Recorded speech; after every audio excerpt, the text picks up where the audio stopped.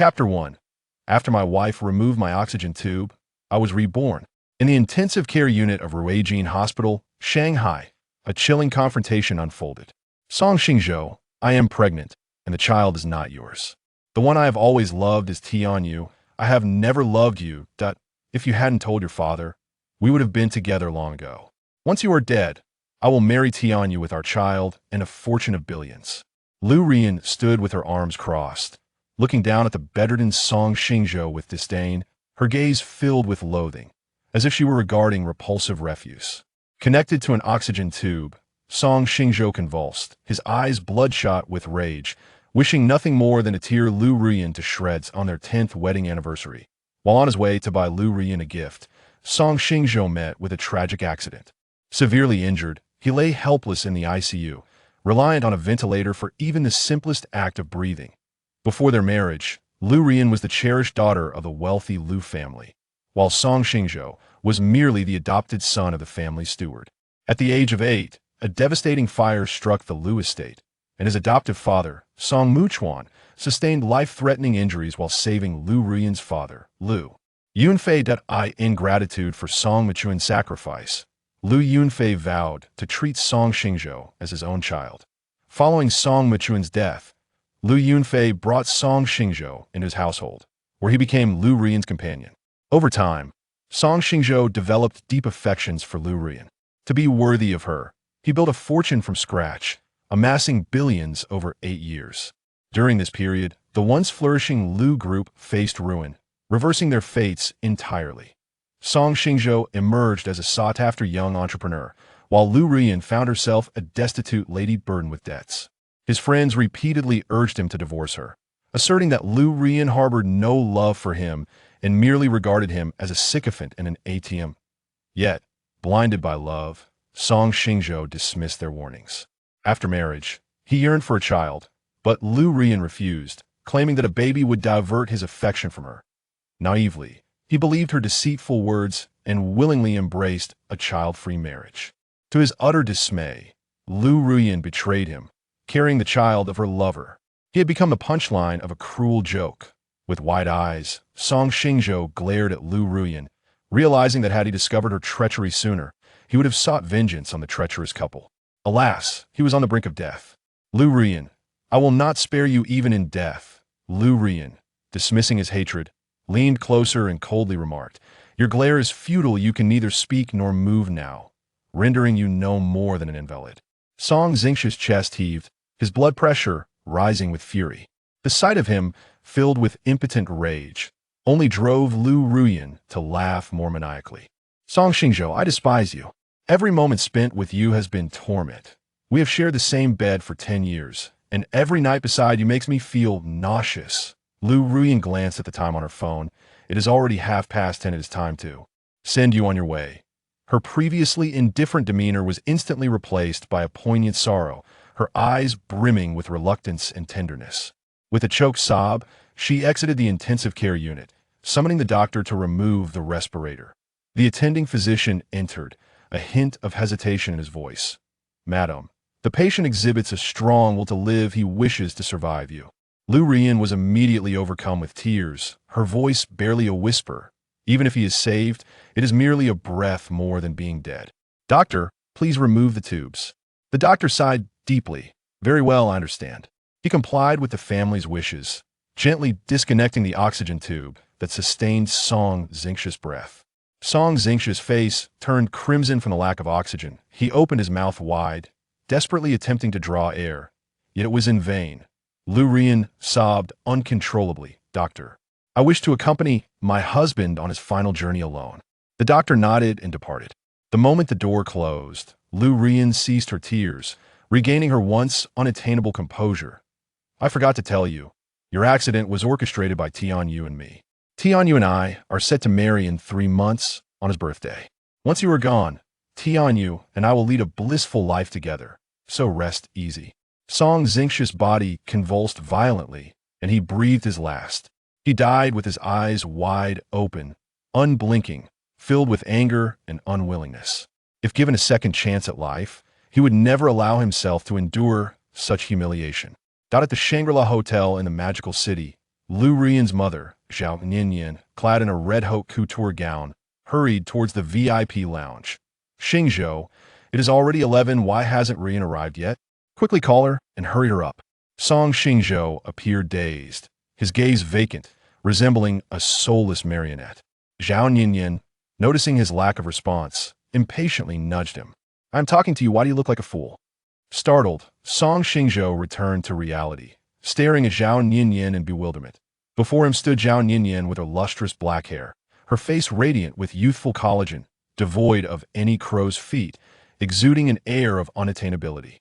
But hadn't she passed away 5 years ago? To his astonishment, he found himself face-to-face with her once more, and she appeared younger than ever. Where is he? As he surveyed the surroundings, familiarity washed over him, the decor and the guests were all known to him. He realized he had been reborn, and it was the day he was to be engaged to Liu Ruyan. Zhao Ninian, her temper flaring, nudged him again as he remained unresponsive. Why are you silent? This engagement banquet is attended by prominent figures in the magical city. If it goes awry, I will not forgive you. Hurry and call Ruyan. Suddenly, Song Xingzhou sprang to his feet, startling Zhao Ninian. Zhao Ninian shouted, Song Xingzhou, how dare you give me that face before even marrying Ruyan? Do you not acknowledge me as your mother-in-law?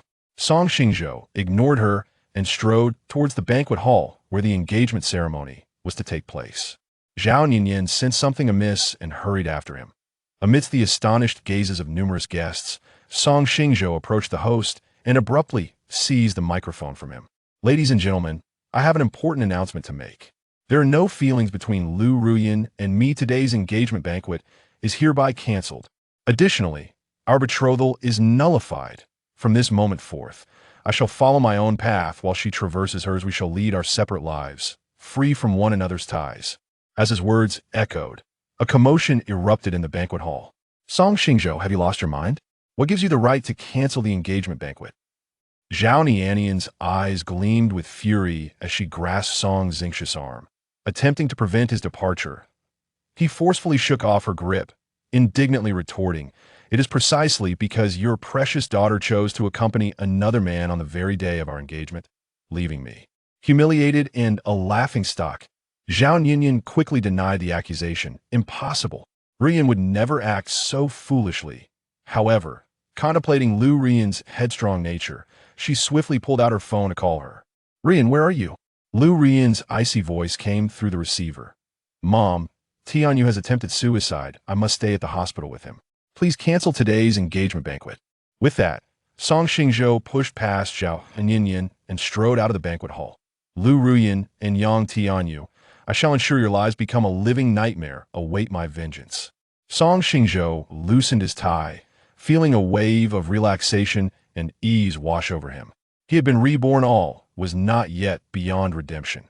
His stomach was still intact, unscathed by the pressures of work or irregular eating habits that might have led to chronic gastritis. As he walked along the road, he contemplated the means by which to exact revenge on the treacherous couple that a woman clad in a black business suit swayed unsteadily ahead of him, resembling someone intoxicated. They both arrived at a crosswalk where a red light illuminated. Song Xingzhou came to a halt. The woman in black seemed oblivious to the signal and boldly stepped into the street. Suddenly, a speeding truck barreled towards her, unyielding and direct. Chapter 2: The Unexpected Savior turns out to be the son abducted for many years in a moment of peril. Song Xingzhou swiftly rushed towards the woman in black, grasping her arm to pull her away from the oncoming truck speeding towards them. The force of inertia caused them to tumble to the ground, rolling several times. The sound of collisions echoed from a distance, and as Song raised his gaze, he witnessed the truck causing a series of disastrous accidents. Its front crumpled, and the fate of the driver appeared grim. The woman, known as Kong Qinghe, was the chairperson of the Kong Group and the wealthiest individual in the bustling metropolis. Her upper body was tightly nestled against Song Xingzhou's chest, her pale face pressing against his firm muscles. The terror of narrowly escaping death mingled with a profound sense of relief, causing her heart to race uncontrollably, each beat resonating like thunder in her ears. Tears brimmed in her eyes, and her body trembled involuntarily, her chaotic thoughts disrupting her breath. She parted her lips, yearning for fresh air, only to realize that her savior's embrace was too constricting. She was on the verge of suffocation.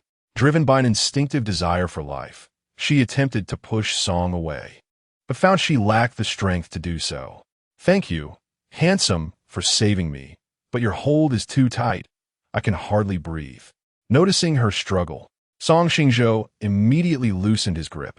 Realizing the impropriety of his position, he hastily placed his hands on the ground, striving to rise from her. "I apologize. I will get up at once." Suddenly, a wave of dizziness engulfed him. Stars danced before his eyes as cold sweat broke out across his body, and he lost consciousness, collapsing onto Kong Qinghe. "Wake up! Please wake up!" In a haze, he sensed someone shaking him, their voice laced with deep concern.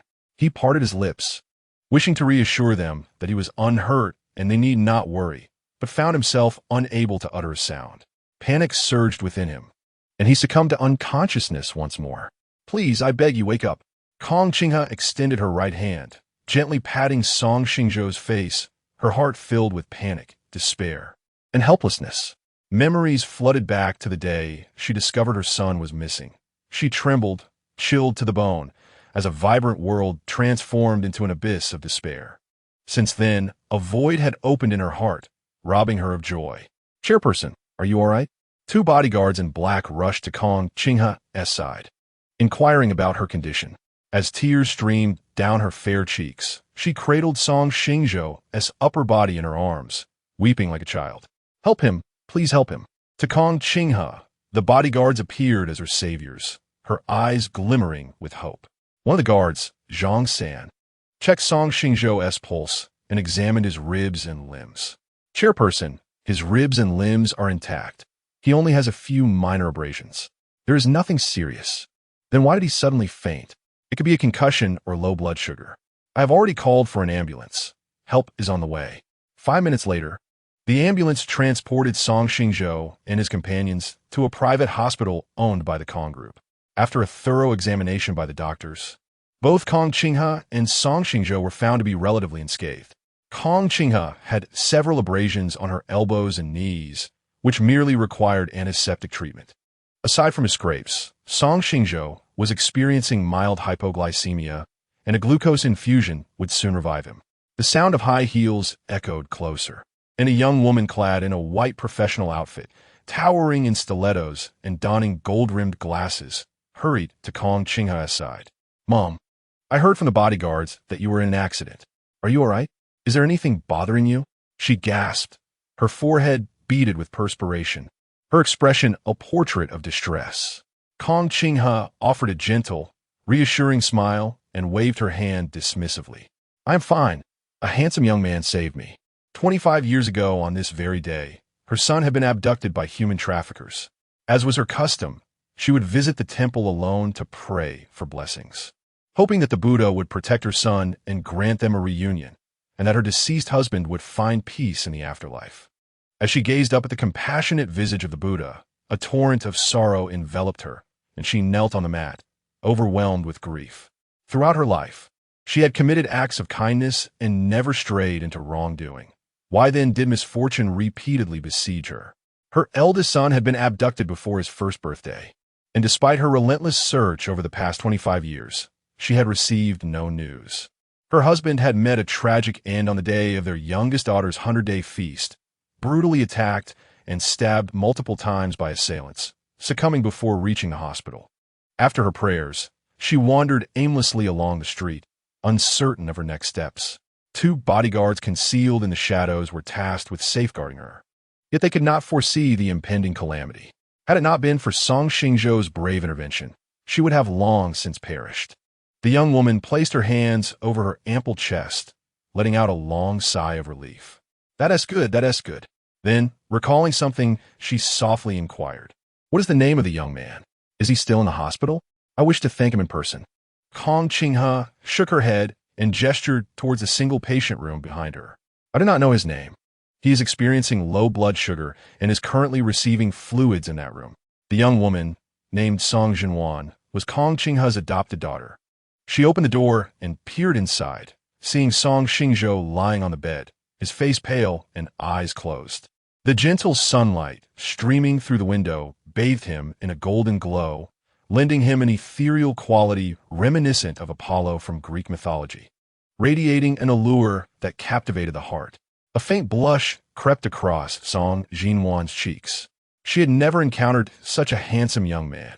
He was even more striking than the top male stars she had seen on television.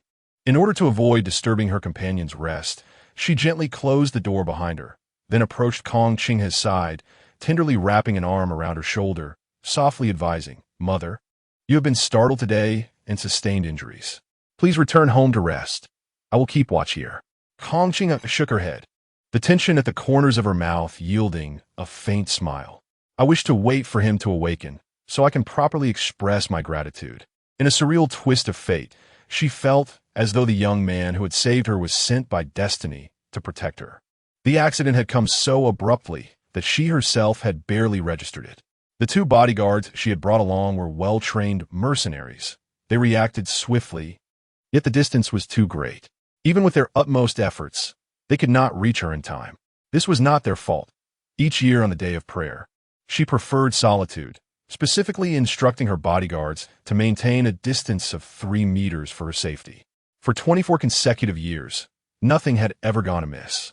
Yet this year, following the completion of her prayers, she encountered such an unforeseen calamity.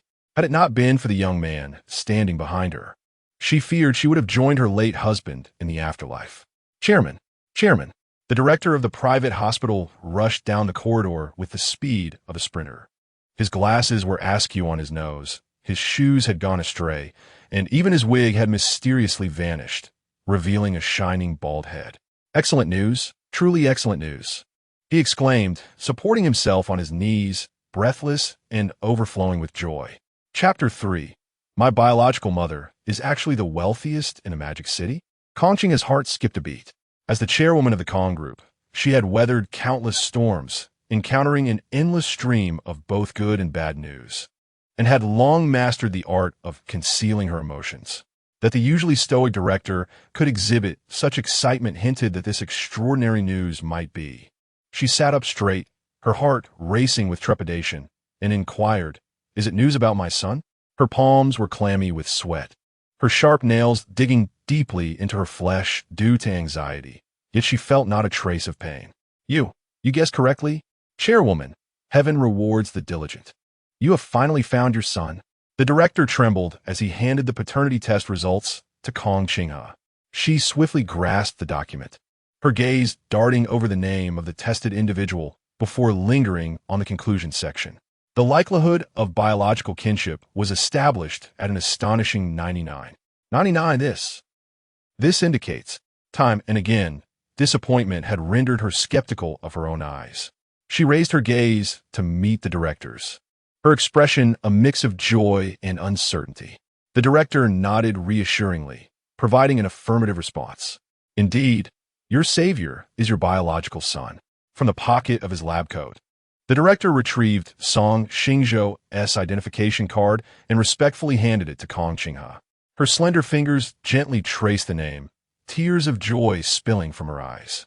"Song Xingzhou, what a splendid name. Oh, I have finally found my son." Crystal droplets of tears splashed on Song Xingzhou's ID, silently narrating the 25 years of arduous searching and endless wandering. "Xinhuan, the heavens have not been unkind to me. My savior is my own flesh and blood." Kong Qinghe, overcome with emotion, embraced Song Xingzhou, burying her head in the crook of her neck as she wept uncontrollably. "Oh, the heavens truly have manifested. On the day of my brother's disappearance, they sent him to rescue you." The weight that had pressed upon Song Xingzhu's heart eased slightly, granting her an unprecedented sense of relief. "This is wonderful, truly wonderful. My son is alive, and he is so handsome, whole and healthy. What a blessing. Kong Xingzhou, I am so happy. I have never felt this joy since my son went missing." Kong Qinghe's eyes were swollen from crying, her words pouring forth in a torrent of raw emotion. "Is simply marvelous. Mother, your years of perseverance and waiting have finally borne fruit. It is truly wonderful." Wiping her tears with a tissue, Song Xingzhou gently patted Kong Qinghe's frail shoulder, offering soft comfort. Mother, Xingzhou is waking up. We must present our best selves when we meet him. If you continue to cry, you will not look your best. She produced a fresh tissue to help wipe away her mother's tears. Kong Qinghe's eyelids were slightly swollen, her eyes bloodshot, her nose reddened. A sense of fragility and brokenness enveloped her entire being, rendering her an object of sympathy. Sniffling, she accepted the tissue to dry her tear-streaked face. You are indeed correct. I wish to present my most splendid self upon our reunion, to convey to him that there exists a relative who yearns for him every moment. A radiant smile adorned Kong Qinghe's face as she rose from her seat, her heart brimming with joy as she tidied her attire and hair. Director, do you have an ice pack? I wish to reduce the swelling of my eyes. The director nodded vigorously. Yes, I have one here. I shall fetch it immediately. The sound of a gurgling stomach roused Song Xingzhou from his slumber. He rubbed his abdomen, blinking in confusion as he beheld an unfamiliar ceiling. Who am I? Where am I? What am I to do? His mind was a chaotic jumble, akin to a fragmented memory, failing to recall the events leading to his unconsciousness. After a moment of contemplation, he finally pieced together the memories preceding his fainting spell. I am Song Xingzhou. I have been reborn. Back to the day I was to be engaged to Liu Ruyan. I annulled the engagement and severed ties with her. On my way home, I saved a woman in black who was nearly struck by a truck, and then I collapsed. Suddenly, Song Xingzhou opened his eyes wide, propping himself up to survey his surroundings. Upon observing the medical equipment and fore drip, he concluded that he was in a hospital. His stomach growled once more. I'm so hungry, I long to eat. He recalled that he had not consumed anything throughout the day, his belly having been hollowed out by hunger. No wonder he had felt dizzy after saving that person. It was simply a case of low blood sugar. Ever since Liu Yunfei's passing, in his efforts to support Liu Ruyan in solidifying her position as the president of the Liu Group, he had been working overtime, his eating habits becoming exceedingly erratic. On one occasion, he nearly fainted for having skipped breakfast. Since then, he had taken to carrying chocolate in his pocket for emergencies. Song Xingzhou reached into the pocket of his suit jacket resting on the bedside table, retrieving several pieces of chocolate, which he devoured ravenously. The chocolate alleviated his hunger pangs, and he lay in bed, idly observing the decor of the hospital room. The space he occupied was less a hospital ward and more akin to a presidential suite. Spanning over 100 square meters, elegantly furnished with high-end furniture and appliances, and even the air was imbued with a refreshing fragrance. It appeared that the person he had rescued was quite affluent to have arranged such lavish accommodations for him. As he indulged in his musings, a knock resonated at the door of his room. Come in, Song Xingzhou said, sitting up in his bed and directing his gaze toward the entrance. A middle-aged woman, exuding grace, stepped into the room. Dressed in a sleek black professional suit and donning black high-heeled shoes, her fair skin glowed radiantly, her eyes sparkling with vitality. Complemented by a gentle smile, she embodied the allure of maturity, reminiscent of summer's ripe fruit, bearing the essence of time while radiating a unique maternal warmth. Judging by her demeanor, Song Xingzhou estimated her age to be around 40. However, time had not diminished her beauty. She was impeccably well-preserved, her every expression reminiscent of a celestial being, rendering her age a tantalizing mystery. Song Xingzhou felt an uncanny familiarity with her, as though he had seen her on television. He furrowed his brow in contemplation for a moment, then offered her a polite, yet distant smile. Director Kong, I never expected the person I saved would be you. Pain, excruciating pain. A heavy hammer struck mercilessly at Kong Qinghe's heart, shattering it into countless fragments. The agony was unbearable. There is no greater torment than being a mother, standing before your child, only for them to fail to recognize you. Kong Qinghe pressed her hands tightly against her chest, her once bright eyes now brimming with tears of regret and heartache. Child, I am your mother. No, I must not cry. Kong Qinghe. After 25 years of searching for her son, he finally stood before her. Did she not vow to present her most perfect self to him? She would appear wretched if she cried. She must not reveal such an ugly side to him. Song Xingzhou remained momentarily stunned, then a surge of anger welled within him. He forced a semblance of a smile. Director Kong, are you jesting with me? Chapter 4. How could he possibly be the son of the wealthiest man in a magical city? Song Xingzhou was an orphan, abandoned at the doorstep of an orphanage in Yangsheng when he was but an infant. As a child, he resembled a porcelain doll, exquisitely crafted and exceptionally charming. The staff at the orphanage adored him, often sneaking him delectable treats and delightful toys. His good looks and sweet demeanor attracted both older and younger children, all eager to befriend him. At the age of 3, a gentle and kind couple arrived at the orphanage, unable to conceive and deciding to adopt. They immediately took a liking to Song Xingzhou and wished to make him their own. After a rigorous vetting process by the matron of the orphanage, he was adopted. They treated him as their own child, never neglecting him in any aspect, and Song Xingzhou believed that the three of them would share a lifetime of happiness. Alas, such joy was short-lived. When Song Xingzhou turned 5, the couple welcomed their biological son, and before they could rejoice in the arrival of new life, they both lost their jobs. Struggling to find work, their finances tightened, and life became increasingly difficult. His adoptive father fell into the grips of alcoholism, spending his days in a drunken stupor.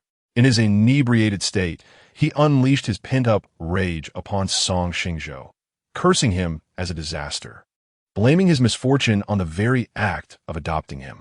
He would beat Song Xingzhou mercilessly with a belt, leaving his back a tapestry of bruises and wounds. Forbidding him medical attention, Song Xingzhou's adoptive mother, wishing to protect him, found herself powerless as her husband turned his fury upon her as well. Their neighbor, Song Muchuan, returned home for a visit and fortuitously witnessed the father's vile behavior. He promptly reported the abuse, and the police responded swiftly, admonishing the adoptive father. For a few days, he refrained from violence, but soon reverted to his old ways. With no other options left, the adoptive mother returned Song Xingzhou to the orphanage. The trauma inflicted upon him was profound, leaving him melancholic and reclusive, disinclined to speak or interact with others. He often curled up with a teddy bear, hiding in a cupboard, indifferent to the frantic searches of the staff and children. Upon returning to the magical city, Song Muchuan visited the orphanage and found him emaciated, his eyes devoid of any spark. He resisted the touch of everyone, save for Song Muchuan, who had been a beacon of hope during his darkest days. Concerned for Song Xingzhou's well-being, Song Muchuan decided to adopt him. In this new environment, with a loving father, Song Xingzhou began to blossom once more, forging numerous new friendships. However, his peers, having heard he was adopted, began to ridicule and bully him, calling him a bastard and a harbinger of misfortune. They asserted that his biological parents must have despised him to abandon him at the orphanage. Unable to endure the taunts, he retaliated fiercely, leaving his tormentors bloodied. From that moment on, he found himself friendless. Yet, he felt no loneliness as long as his father was by his side. Tragically, when his father passed away, he was once again left to face the world alone. The word mother is for him a sacred yet unfamiliar term. In moments of yearning for maternal companionship, she is absent. By the time he is capable of standing on his own, he has long ceased to desire her affection. He believed he would be indifferent. Yet when Kong Qinghe proclaimed herself as his mother, his defenses crumbled entirely. The term mother is his Achilles heel, a source of unspoken anguish. Those who dare touch it do so at their peril. Tears welled in Kong Qinghe's eyes, and just as they threatened to spill over, she turned away, wiping away the heart-wrenching and regret-laden tears. Once her eyes were dry, she once again offered Song Xingzhou a gentle, radiant smile. Xingzhou, I truly am your mother. I am not deceiving you. She handed him the paternity test, which clearly stated in black and white that he is indeed her biological son. Xingzhou, I have searched for you tirelessly over the years. Unable to contain the tumultuous love of a mother, she pulled him into her embrace. However, Song Xingzhou, disliking the touch of strangers, coldly pushed Kong Qinghe away. With a forced smile that did not reach his eyes, he replied, Director Kong, I am not your son. Please do not jest. Do not call me Director Kong. Refer to me as Mother. I am your mother, and you are my son. We are bound by blood. A family. A flicker of crimson flashed in Kong Qinghe's gaze. Each time he addressed her as Director Kong, it struck her heart like an arrow, plunging her into profound sorrow. Look at the paternity test. You are truly my son. I am not lying. I implore you to take a look. Kong Qinghe wept, her face buried in her hands. Song Xingzhou's gaze traversed every line of the paternity test, ultimately resting on the conclusion that affirmed their biological connection. Impossible. The paternity test must be a forgery.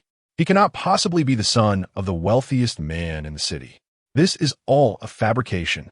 A sardonic chuckle escaped him. I never imagined Director Kong possessed such skill, capable of forging a paternity test so convincingly. Are you playing Truth or Dare, or filming a variety show? My mood is particularly foul right now. Please find someone else to amuse. There was no resemblance between Song Xingzhou and Kong Qinghe, nor was there the unique bond of understanding that exists between a mother and her child. He could not bring himself to believe her words.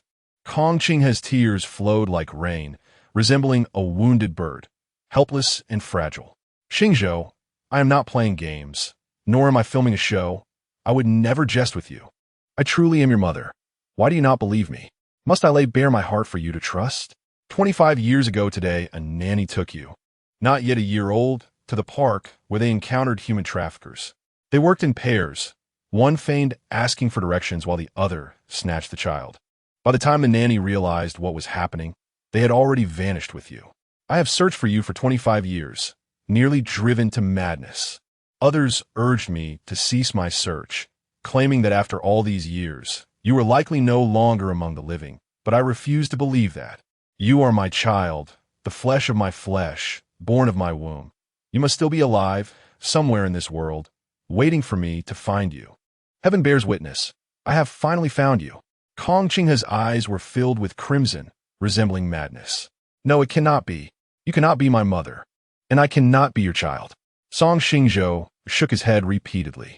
He was a harbinger of misfortune. Anyone who took him in would face calamity. How could he possibly be Kong Qinghe's son? A gentle yet resolute voice echoed from the doorway. What must be done for you to believe that she is your mother? Shall we conduct the paternity test once more? Chapter 5. How could I have misjudged you so profoundly as to engage in a romantic relationship with someone as cold-blooded and heartless as yourself? Song Xingzhou turned towards the source of the voice and beheld the stunning figure of Song Jinwan. A false smile once again adorned his face. Song Jinwan, it has been a while. The Kong group and the Liu group had business dealings with one another, although Song Xingzhou had never met Kong Qinghe. He had interacted with Song Jinwan on several occasions. With tears brimming in her eyes, Song Jinwan longed to collapse into Song Xingzhou's arms and weep profusely. However, upon witnessing the insincere smile on his face, her heart ached like a knife wound.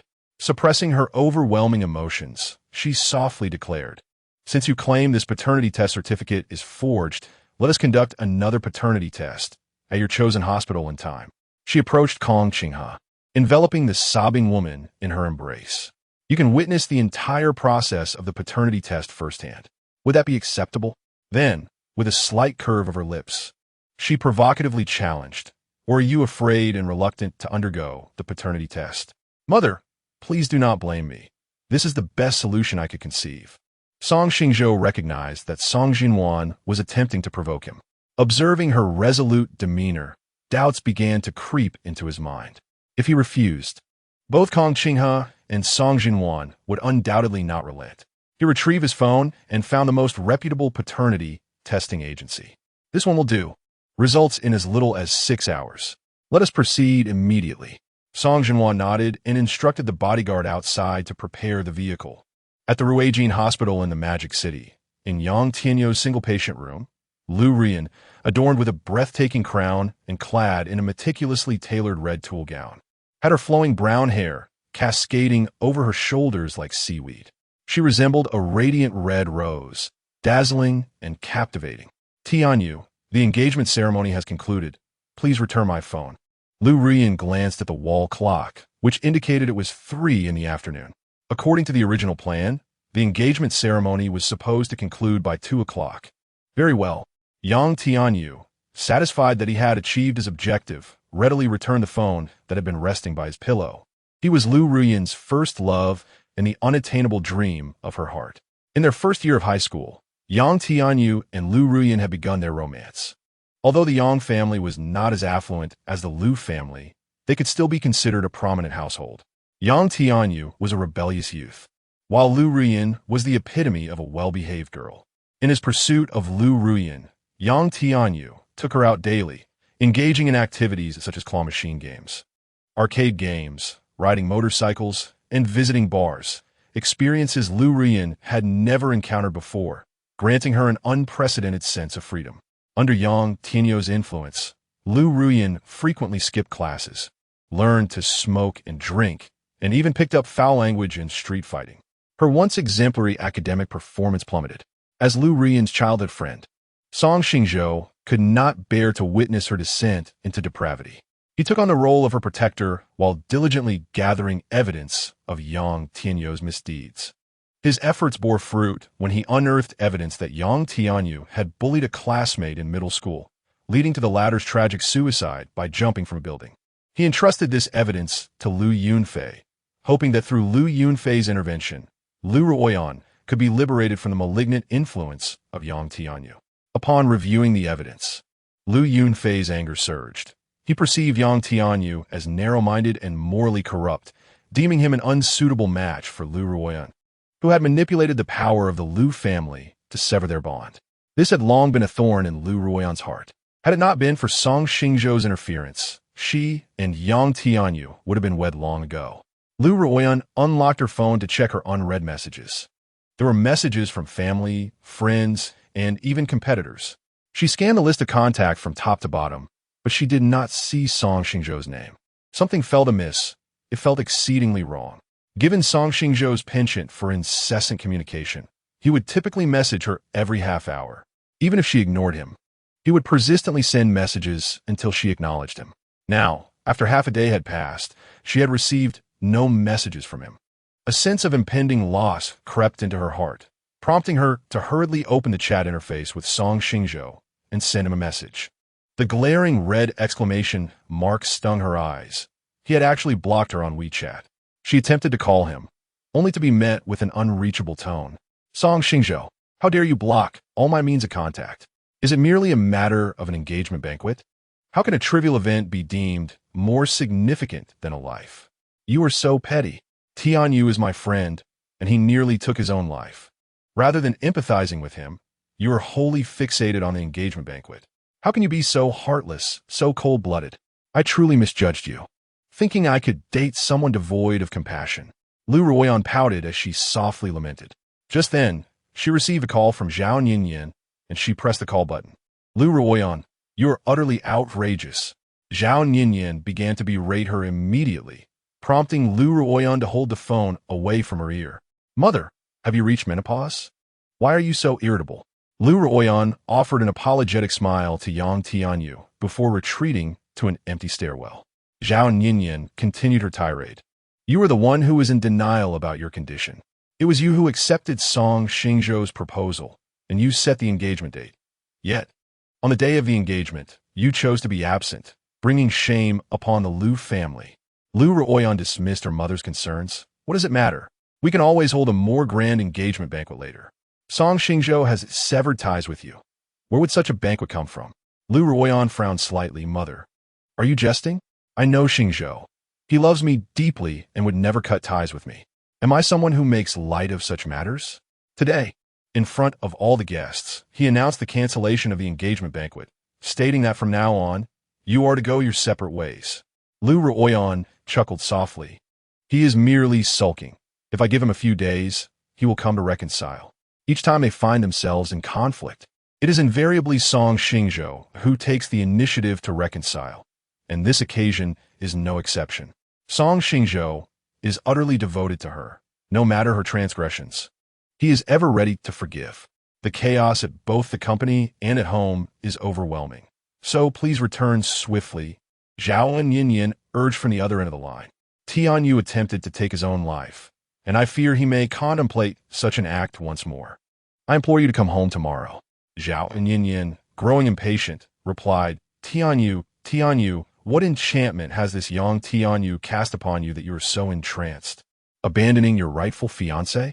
Liu Ruyan, I must remind you once more that it was you who pledged to marry Song Xingzhou at Yunfei's bedside. If Yunfei's spirit were to learn of your lingering ties with Yang Tianyu, he would surely be infuriated. Your fiancé now is Song Xingzhou, not Yang Tianyu. You're no longer a child. Love thrives on devotion and exclusivity. You cannot have both. Do you comprehend? Chapter 6. Her biological son actually does not acknowledge her, as his mother Liu Ruyan was born after Zhao Ninian carried her for 10 months. How could she be oblivious to her daughter's subtle intentions? It was merely a desire for Yang Tianyu and Song Xingzhou to willingly become her lovers. Such a proud individual as Song Xingzhou would never concede to such unreasonable demands. Liu Ruyan entirely disregarded her mother's words. Mom, Tianyu and Xingzhou love me to the point of obsession. Tianyu has already agreed, and now we just need Xingzhou as consent. Xingzhou loves me dearly. It won't be long before he agrees as well.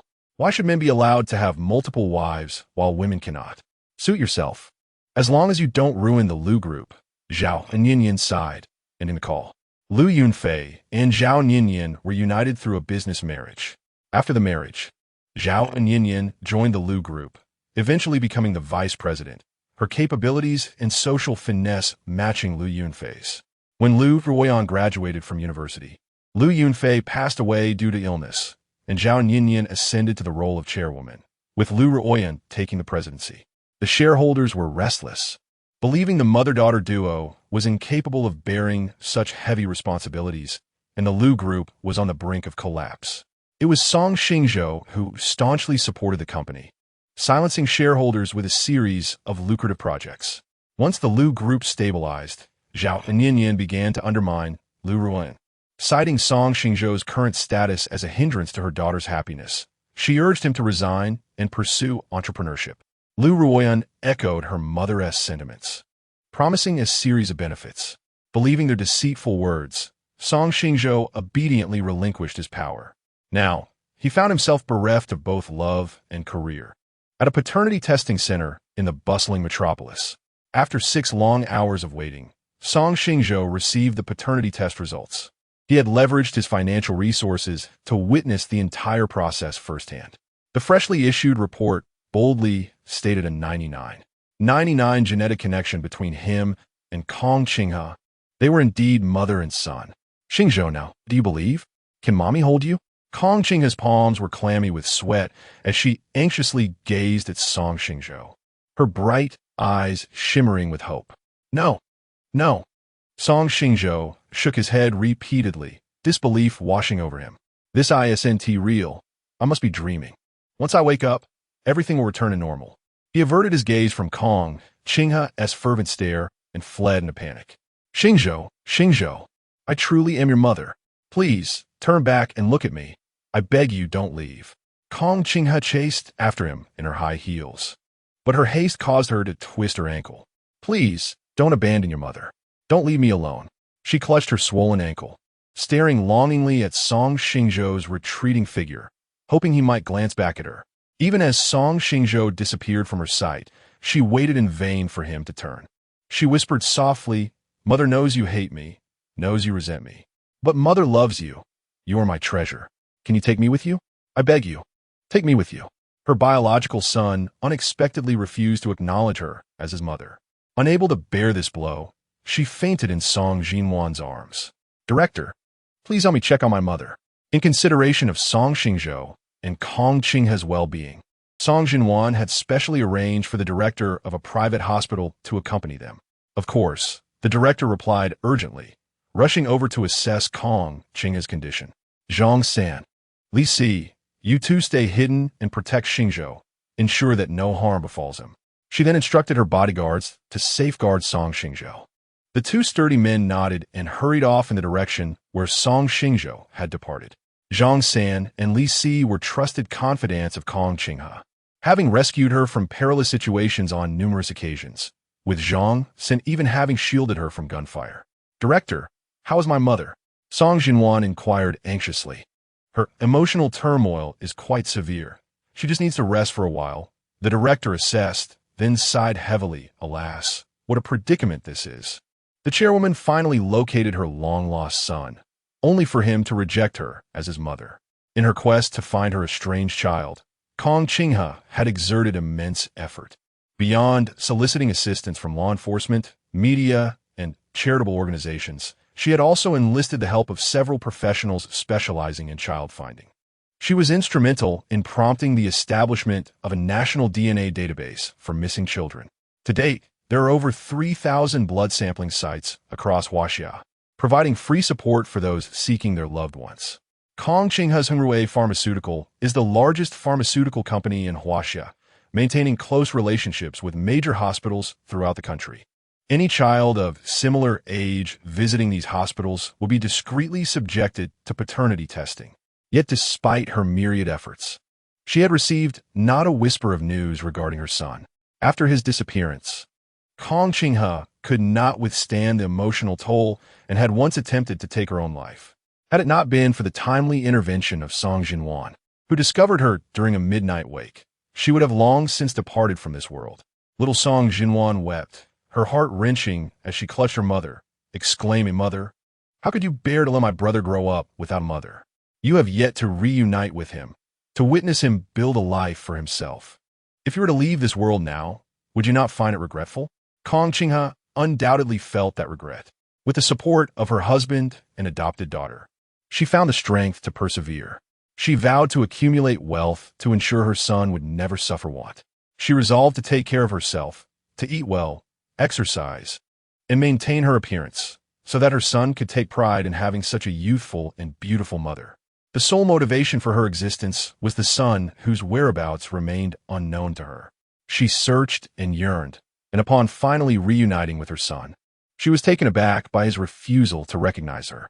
"Heaven, why must you be so cruel to me?" At the Suihu Yeyuan, Song Xingzhou returned to the spacious apartment he shared with Liu Ruyan. This dwelling was their shared home, into which he had invested considerable effort and emotion, overseeing the design, selecting materials, purchasing, and arranging the furniture, all accomplished by his own hands. He once inquired about Liu Ruyan's thoughts on home decoration, but she declined to offer any suggestions, justifying her stance by asserting that his choices were inherently her own. He mistook this for a manifestation of her affection, unaware that Liu Ruyan merely regarded him as a sycophant and a backup, showing no intent to invest thought into the renovation. The house was adorned with numerous photographs of the two of them together. He always gazed tenderly at the camera, filled with joy and happiness for having such a beautiful and charming girlfriend. In stark contrast, Liu Ruyan's eyes reflected only indifference and aloofness, occasionally tinged with a hint of impatience. He perceived Liu Ruyan as his entire world, while she viewed him merely as a tool to be commanded at will. It was time to bring this to an end. Song Xingzhou sighed deeply and remarked quietly. Chapter 7. What is Liu Ruyan worth? The room was adorned with numerous pairs of couple-themed trinkets, all purchased by Song Xingzhou. Liu Ruyan, however, found them distasteful and seldom utilized them. Song Xingzhou meticulously packed all his belongings and subsequently retrieved a fire pit, incinerating those couple items until nothing remained. And this as well. He extracted a ring box from his suit pocket, revealing a dazzling diamond ring, custom-made by an overseas designer. Since he had called off the engagement, it was no longer of any use to him. Without a hint of remorse, he cast the ring box into the fire pit, allowing the flames to consume it entirely. Half an hour later, the moving company arrived. After residing in this house for 3 years, Song Xingzhou left with only 4 or 5 cardboard boxes and a large stack of books. Having faced death once, he was acutely aware that this house was merely a prison, not a home. Before departing, he discarded the diamond earrings and keys into the trash bin. The diamond earrings were Liu Ruyan's first birthday gift to him, designed by her own hand, with carefully selected diamonds, crafted by top artisans. At the time, Song Xingzhou did not have pierced ears, and Liu Ruyan had used a needle to pierce his earlobe. The very next day, the earring became inflamed, yet he cherished it so much that he refused to remove it, even amidst the discomfort. It wasn't until yesterday that he discovered the truth. The earrings were originally a birthday gift for Yang Tianyu, who had found the diamond too small. Liu Ruyan, repurposing her gift, had given them to Song Xingzhou instead. The moment he learned this truth, it felt as though the sky had fallen upon him. He had contemplated removing the earrings immediately, but Liu Ruyan had nonchalantly assured him that he looked better in them than Yang Tianyu. He believed her words and kept the earrings on. Now, what was Liu Ruyan to him? Why should he heed her? At the moment he removed the earrings, Song Xingzhou felt as though he were a bird liberated from its cage, filled with an overwhelming sense of relief and joy. He returned to his true home, a small, dilapidated house in the slums, gray and worn. This was the home he shared with Song Muchuan, where he had once experienced a carefree existence. During those times, he had a loving foster father and kind friends. What did it matter that he lacked biological parents? He had lived in profound happiness nonetheless. In gratitude for Song Muchuan's kindness, while other children frolicked, he buried himself in his studies. The walls were adorned with certificates, and the shelves boasted an array of trophies and medals. He was the pride of Song Muchuan. Song Muchuan often remarked that he was his lucky star. For the day after his adoption, he transitioned from an ordinary servant to a housekeeper, significantly increasing his income. They lived frugally and purchased the house that Song Muchuan had rented for many years outright. Young Song Xingzhou firmly believed that the two of them would lead a joyful life together forever. Yet, fate played a cruel joke on him. Song Muchuan perished while saving Liu Ruyan's father, leaving him bereft of family once more. On the day of Song Muchuan's death, Song Xingzhou contemplated ending his own life. Yet he has passed away. Who still remembers Song Muchuan? Song Muchuan once confided to him that death is not to be feared, but rather the anguish of being forgotten. Like himself, he was an orphan, and if he were to perish, he would be lost to the annals of memory. He must live, and live more joyfully than anyone else, ensuring that Song Muchuan's spirit need not fret for him. He vows to uphold the kindness bestowed upon him by Song Muchuan throughout his life. Father, I have returned. Song Xingzhou stood before the memorial, lighting a stick of incense for Song Muchuan. Gazing upon the smiling visage captured in the frame, tears welled in his eyes. Father, I have been reborn, transported back to the day of our engagement. In front of all the guests, I called off the engagement. Liu Ruyan never loved me. Her heart belonged to her beloved, Yang Tianyu. After the annulment, I saved a woman clad in black at a crossroads, only to succumb to a bout of hypoglycemia and faint. Upon regaining consciousness, I discovered that the person I had rescued was none other than Kong Qinghe, the chairwoman of the Kong group. Upon our first encounter, she claimed to be my mother and presented a paternity test, which I could not accept. We bore no resemblance, nor did we share the fabled telepathic connection. That paternity test must surely be a forgery. You implored me with your dying breath to seek out my biological parents, and I have endeavored to fulfill your last wish. I placed ads in numerous magazines and newspapers, and even registered my DNA at the Public Security Department's Family Tracing Center. For years I searched, yet found nothing. Before my rebirth, I had spent over 2 decades in pursuit, and still, no news of my biological parents surfaced before my demise. Yet, astonishingly, on the very day of my engagement's dissolution, I saved a life, and that life happened to be my biological mother. How absurdly comedic. Even a television drama would shy away from such a plot twist. Perhaps Liu Ruyan was correct. I am a harbinger of calamity, and my true parents do not wish for my return. Father, do not worry for me from the heavens. Even if I am alone, I shall live well. Song Xingzhou sincerely bowed 3 times before Song Muchuan and departed the memorial hall. The house felt desolate, all furniture shrouded in white cloth. Even though Song Xingzhou cohabited with Liu Ruyan, he could not forget the home imbued with memories of his father. He signed a 5-year contract with a cleaning company to ensure they would send personnel to tidy the place twice weekly. Though the house was bare, it remained free of dust. He could move in without needing to clean. Returning to his room, he unpacked the contents of a cardboard box, placing everything into the wardrobe. After tidying up, he lay on the bed, lost in thought.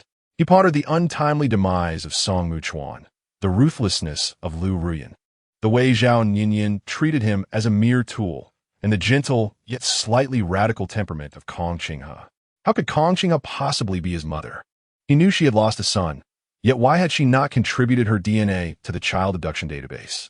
Could it be that she merely constructs a sorrowful persona to elicit sympathy from others, while deep down she harbors no genuine desire to find her son? Wealthy individuals, in pursuit of their objectives, are capable of committing the most morally reprehensible acts. It was now 11 o'clock in the evening, the designated hour for Song Xingzhou to retire for the night. He lay in bed, eyes shut, tossing and turning like a pancake, utterly devoid of any inclination to sleep. Perhaps a drink would alleviate his troubles. Thus, Song Xingzhou resolved to venture to a bar for solace and spirits. The Starry Sky Bar, a quaint establishment, served as his refuge whenever he felt troubled or restless. Just as he began to feel the pleasant buzz of inebriation, someone tapped him gently on the shoulder. "Xingzhou, what brings you here?" Chapter 8. Do not toast with intent to drink punishment. Song Xingzhou turned around and beheld a woman clad in a flowing white dress, her makeup delicately applied, standing behind her. "And Xia, what a coincidence! Are you here to drink as well?" The woman was Han Anxia, a former high school classmate of Song Xingzhou. Following the conclusion of their college entrance examinations, Han Anxia pursued her studies abroad at Harvard Business School in the United States. After 4 years, she returned to her homeland, ascending to the position of president at a subsidiary of the Han Group within the entertainment industry. Both Song Xingzhou and Han Anxia were diligently forging their respective careers, resulting in scant communication between them. Thus, their encounter in this modest bar was indeed unexpected. Han Anxia possessed radiant golden hair, elegantly arched willow leaf brows, and elongated fox-like eyes, with a captivating beauty mark adorning the outer corner of her right eye. What coincidence! I wanted to unwind after work today, so I instructed my driver to find a bar at random, and here you are. She swept her golden locks to her right shoulder, revealing her slender and graceful swan neck. "Isn't today your engagement banquet? Why are you sitting here drinking alone?" Han Anxia ordered a peach mojito and then settled beside Song Xingzhou. Their proximity allowed Song Xingzhou to catch a whiff of her fresh and elegant perfume. "I called off the engagement," Song Xingzhou stated succinctly. "Oh," Han Anxia acknowledged with a nod, refraining from probing further. "Drinking alone can be rather solitary. Let me keep you company." The server brought over the peach mojito, and Han Anxia raised her glass. "Cheers."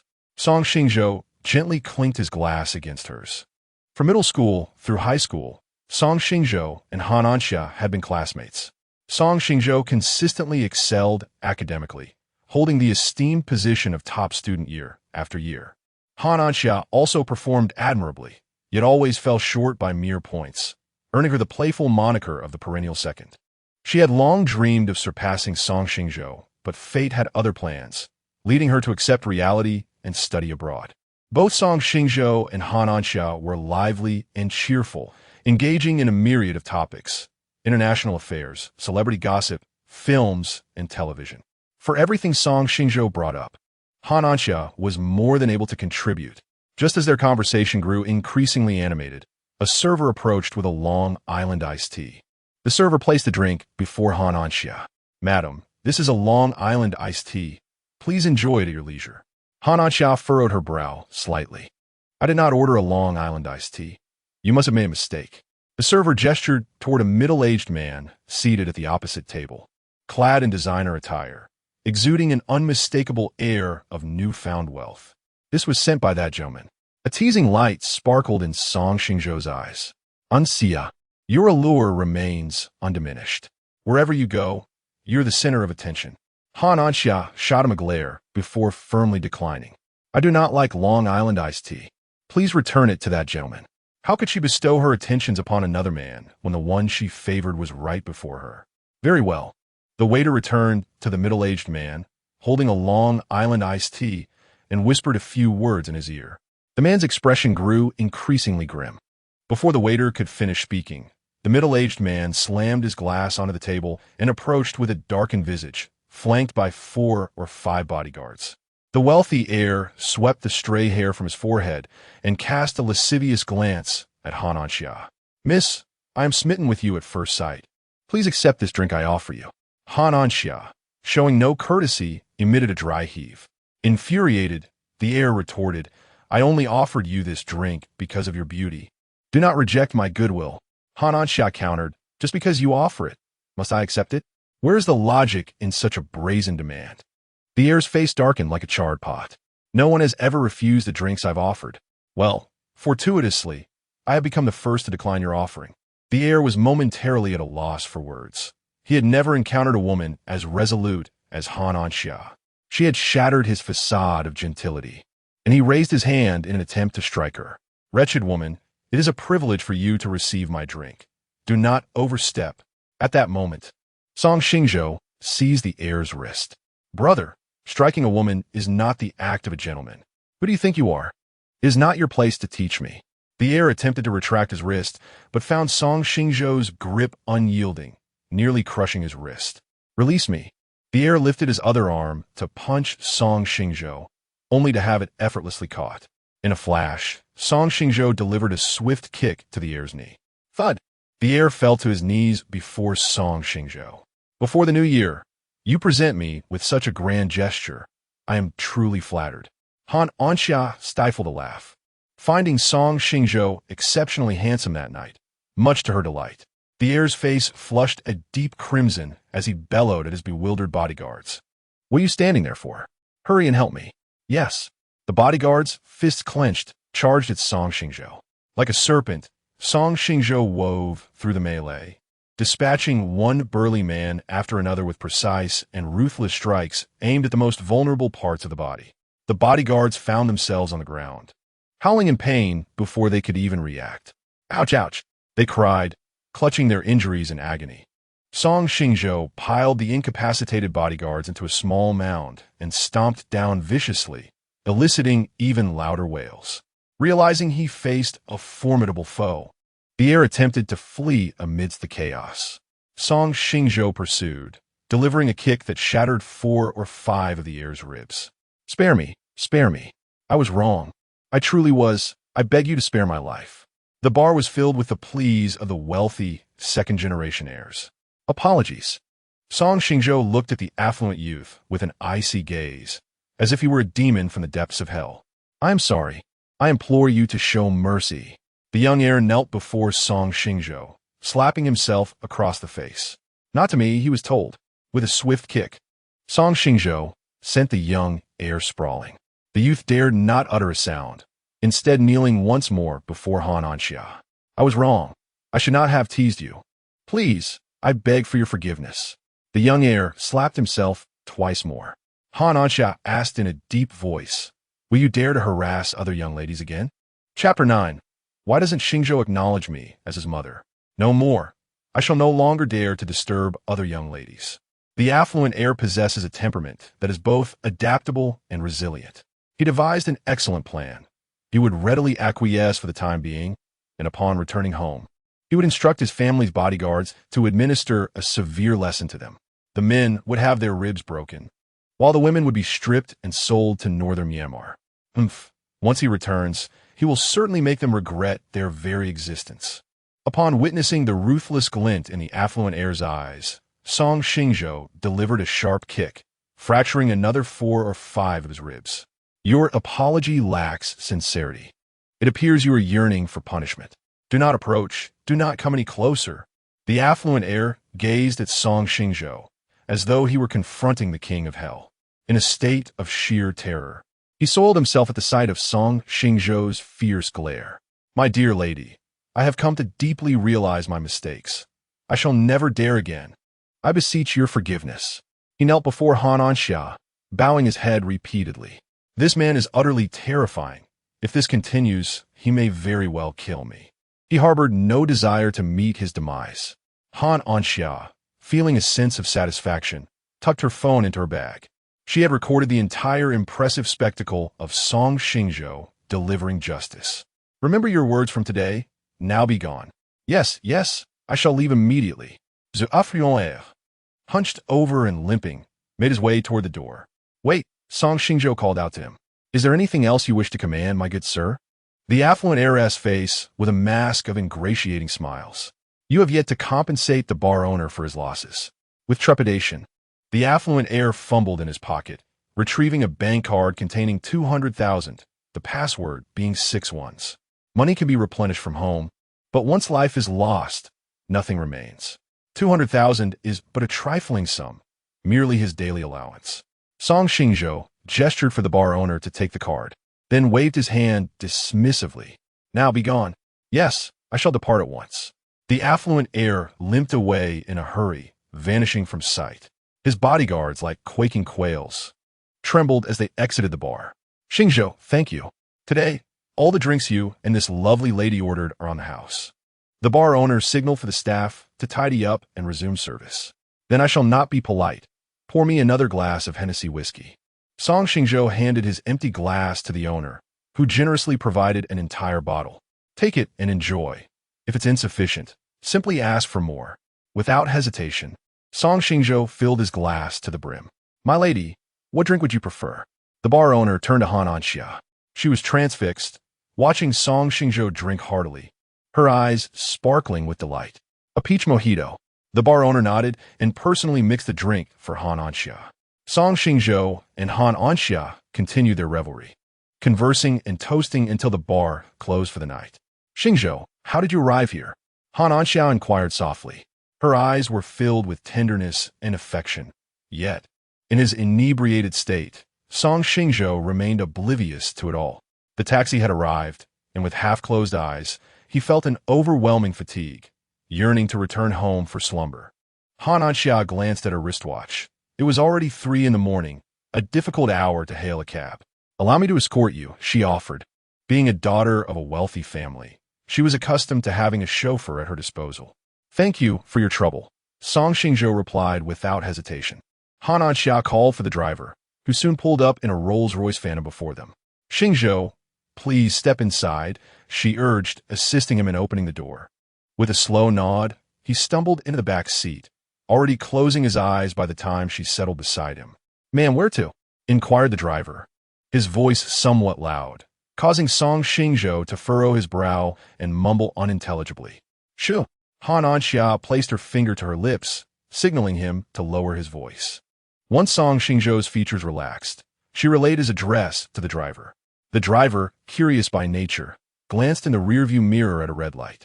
He observed Song Xingzhou shift uncomfortably against the cushion, leaning his head onto Han Anxia's shoulder. To his surprise, she did not push him away. Instead, she adjusted her posture to ensure his comfort. Goodness, he thought, astonished at the transformation of the typically aloof young lady. Who exactly was this man? He was quite handsome, surpassing even the movie stars, with an air of refinement that suggested a cultured upbringing. However, his attire was rather modest, lacking any designer labels. But as long as the young lady was fond of him, it mattered little. The Han family was one of the 4 prominent families in the metropolis, possessing ample wealth. Should the two genuinely fall in love, they could easily welcome him as a son-in-law. Sir, madam, your daughter has found a man she adores. You need no longer worry about her preferences. The driver had been puzzled when he first dropped her off, noticing she had dressed elegantly despite preparing for bed. She despised smoky, chaotic places, so why had she insisted on driving to such a location? It dawned on him then. It was all for this gentleman. Truly, what a sweet and blissful love it was. In the northwest corner of the metropolis, on a sprawling island of 1,000 acres, a manor stood quietly in the center, reminiscent of a tale from a storybook. No, my son, do not abandon your mother. Please take me with you. Kong Qinghe abruptly opened her eyes, sitting upright in bed. She trembled, her nightgown soaked with cold sweat, an overwhelming sense of panic enveloping her heart. A gaping wound had formed within her, as if a chilling wind were rushing inside. Despite the sweltering summer heat, she felt an extraordinary coldness. She experienced a terrifying nightmare, wherein she dreamed of finding her long-lost son, only to be met with his refusal to acknowledge her as his mother.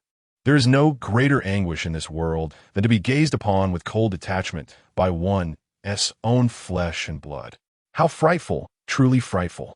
Kong Qinghe curled herself into a small ball, tightly wrapping her arms around herself. No, this is real. It is not a dream. My child, lost for 25 years, refuses to recognize me. Tick-tock, tick-tock. Her tears seemed to crystallize into droplets of translucent pearls, glimmering with a heart-wrenching radiance. Mama, why are you crying? As Song Xinwan opened the door, clad in a white nightgown, she beheld a scene that shattered her heart. Xinwan, why does Xingzhou not acknowledge me as his mother? Chapter 10. The obsessive Song Xinwan, he refuses to engage in conversation with me, nor does he allow our gazes to meet. Despite the unequivocal proof provided by the paternity test that I am indeed his biological mother, he remains unwilling to acknowledge our relationship. Jinwan, my heart has shattered into a myriad of pieces. I am engulfed in torment. Kong Qinghe curled up in Song Jinwan's embrace, weeping like a fragile and helpless child. Mother, I believe my brother is merely struggling to accept this sudden revelation. If you were to consider his perspective after living without parents for over 20 years, accustomed to such a life, would you be able to accept it immediately? One day, you save a person, and that person suddenly claims to be your mother. Would you embrace this truth without hesitation? Song Jinwan gently caressed Kong Qinghe's back, soothing her agitated spirit. Kong Qinghe began to empathize with Song Xingzhou's viewpoint, contemplating deeply. After approximately 10 minutes, she reluctantly shook her head. If I were in his shoes, I too would find it difficult to accept right away. The reunion between Kong Qinghe and Song Xingzhou was so theatrical that even a television drama would shy away from depicting it. Had she not experienced it personally, she would find it hard to believe such coincidences could exist. However, Jinwan, finding her son only to be denied recognition is an unbearable anguish. Far worse than never having found him at all. Before locating her son, she could deceive herself into believing that he was somewhere in the world, yearning for her love. Now that she has found him, he refuses to acknowledge her. To him, she is superfluous. Without her, he could continue to thrive, entirely devoid of her affection. Jinwan, what am I to do? Song Jinwan retrieved a tissue to wipe away Kong Qinghe's tears. As the saying goes, sincerity can move mountains. If you consistently express your love to him, he will eventually come to accept it. She had witnessed Kong Qinghe's journey through pregnancy and motherhood, the loss of her beloved child, and the heart-wrenching departure of her husband. Once a delicate rose, nurtured in luxury, Kong Qinghe had endured relentless blows that threatened to wither her spirit. No, Kong Qinghe is the most important person to her. She cannot permit anyone to bring her sorrow. Song Xingzhou would do well to recognize this and hastened to embrace his mother. Should he continue to hesitate, she would resort to more drastic measures to reclaim him. A dangerous glint flickered in Song Jinwan's clear, luminous eyes. In the cycle of relentless effort and disappointment, she, like Kong Qinghe, had succumbed to madness. What if he refuses to acknowledge her? She could confine him in the basement, subtly altering his perceptions with a blend of discipline and affection, guiding him to accept her as his mother and willingly embrace the notion of family. No, this thought is perilous. If I were to act on it, my mother would be heartbroken. Shaking her head, Song Jinwan cast aside the terrifying notion. Could this truly be effective? Kong Qinghe gazed at Song Jinwan with eyes that reflected desperation, enveloped in a profound sense of fragility and desolation. She resembled a porcelain doll, shattered and mended countless times, on the verge of complete disintegration, unable to be repaired any longer. Indeed, this is how it is portrayed on television. We must use our heartfelt sincerity to meld away the icy barriers surrounding my younger brother's heart. A pure and beautiful smile graced Song Jinwan's face, her eyes radiating determination. Kong Qing, he felt a slight sense of relief, eagerly anticipating a reunion with her son. Let us act swiftly. Where does Xingzhou reside? Have the driver take me there at once. She scarcely had time to put on her shoes, hastily descending from her bed in bare feet. Mother, please don't. Song Jinwan rushed to the door to intercept her. It's already dark. Your brother is surely asleep by now. Seeking him out at this hour will only deepen his resentment towards you. Kong Qing, he suddenly realized, returning to her bed in a daze. Yes, I must not disturb Xingzhou's rest. Song Jinwan handed her the file folder from the bedside table. If you truly miss him, perhaps you could look at his photographs. Is this a picture of Xingzhou? Kong Qing, he trembled as she accepted the folder, which contained a thick stack of photographs. These images meticulously chronicled Song Xingzhou's growth, from a helpless infant to a spirited young man.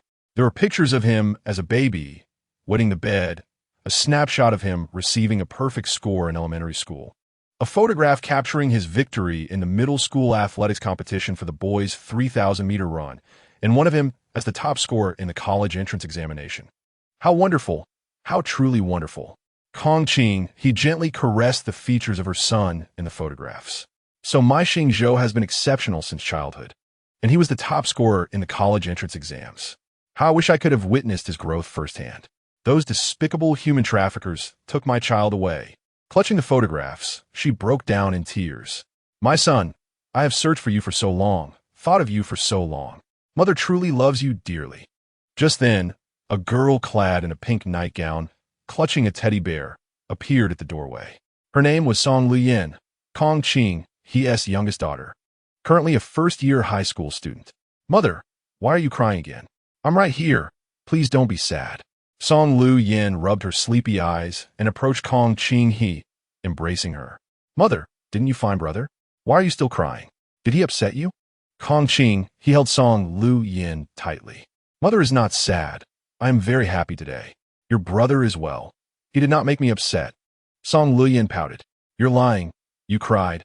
How can you be happy? There's a term called tears of joy. Today, I reunited with your brother, and my tears are those of happiness. She then handed the photographs of Song Xingzhou to Song Ruyan. Look, these are all pictures of your brother. Isn't he handsome? Isn't he remarkable? Song Ruyan carefully examined the photographs, and then a hint of jealousy surfaced. I'm not lacking in looks, and my grades are excellent too. Why don't you praise me? From childhood to adulthood, Kong Qingzhou was either preoccupied with work or in search of her son, leaving very little time to spend with her daughter. Song Ruyan was raised by Aunt Lu and Song Jinwan. Suddenly, a profound pain gripped Kong Qingzhou's heart, prompting her to embrace her daughter more tightly. I am sorry, my dear, for my relentless focus on work, which has led to my neglect of you. She gently kissed Song Ruyan's forehead, adding, but know that I cherish you deeply. In my heart, you and your brother hold equal importance. Both of you are my treasures. Song Ruyan nodded softly and responded by holding Kong Qingzhou even closer. It had been an eternity since she had felt her mother's embrace. At Suihu Yayuan, after a long day of toil, Liu Ruyan finally returned home. Xingzhou, my head aches. Please help me massage it. Chapter 11. Who is the person I am holding now? After Liu Ruyan ascended to the position of CEO, her busy work schedule led her to suffer from migraines. The affliction was incurable, and during its worst episodes, she felt an overwhelming urge to cleave her own skull with an axe. In an effort to alleviate her suffering, Song Xingzhou dedicated several years to studying traditional Chinese medicine under a master, employing precise massage techniques coupled with his own blend of essential oils, which significantly eased her pain. Today, a series of unfortunate events transpired. Yang Tianyu attempted suicide, prompting her absence from the engagement ceremony as she rushed to the hospital. In a public declaration, Song Xingzhou announced the cancellation of their engagement, throwing the guests into disarray. After finally dissuading Yang Tianyu from his suicidal thoughts, she had to return to the Liu family to address the aftermath of her absence from the engagement banquet, spending several hours on the phone apologizing to guests. Zhao Yin expressed her dissatisfaction with Liu Ruyan's performance today, incessantly berating her. Already fraught with anxiety, Liu Ruyan's frustration mounted upon hearing Zhao's words, and the migraine she hadn't experienced in 6 months resurfaced. All of this was Song Xingzhou's fault. So what if she missed the engagement ceremony? They could simply choose another auspicious date for a more grandiose celebration. So why did he unilaterally cancel their engagement without consulting her? His narrow-mindedness left her regretting her acceptance of his proposal. She should have tested him further. Song Xingzhou, do you hear my words? As Liu Ruyan opened the door, she was greeted by an oppressive darkness enveloping the room. In the past, when she returned late, Song Xingzhou would always leave a light on for her, but today there was none. It seemed he was genuinely upset. Nevertheless, she resolved to give him a few days of silence, confident he would eventually seek reconciliation. Upon switching on the living room light, the spacious emptiness of the room was revealed. A quick survey unveiled the absence of many sentimental items and Song Xingzhou's personal belongings. A wave of panic washed over her. It felt as though something precious had slipped through her fingers. Entering the bedroom, she opened the wardrobe only to find it completely devoid of Song Xingzhou's clothes. She then ventured to the study, where a large stack of books he had kept on a shelf was also missing. No, this cannot be. Xingzhou would not leave. Liu Ruyan was unwilling to accept the reality of his departure. Previously, when she had angered him, he would merely retreat to another room. He had never stayed out overnight or left home entirely. In the living room, she noticed a brazier beside the sofa, containing a pair of charred couple mugs and a diamond ring. She picked up the ring, wiping away the soot with her sleeve. This was the engagement ring Xingzhou had given me. Why is it here? She then lifted the couple mugs, which were a birthday gift she had given to him, cherished by him and used daily. Why are they here? Song Xingzhou, how dare you burn my birthday gift and engagement ring? Enraged, she immediately dialed his number, only to be met with the familiar sound of an unreachable line. Song Xingzhou, how do you perceive the bond we have cultivated over these years?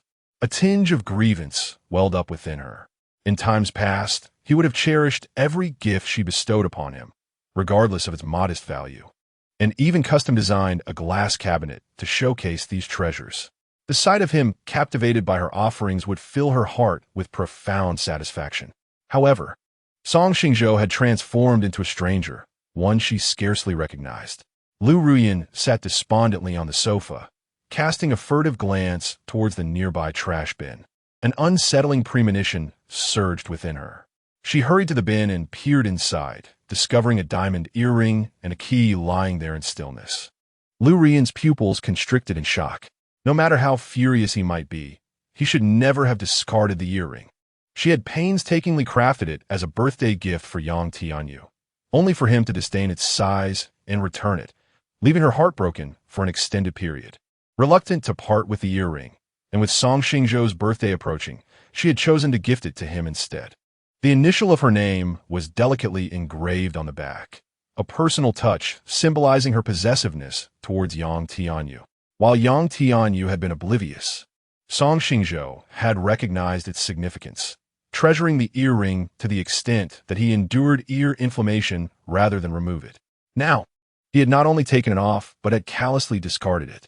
Liu Ruyan felt as if her heartfelt gesture had been thrown to the dogs.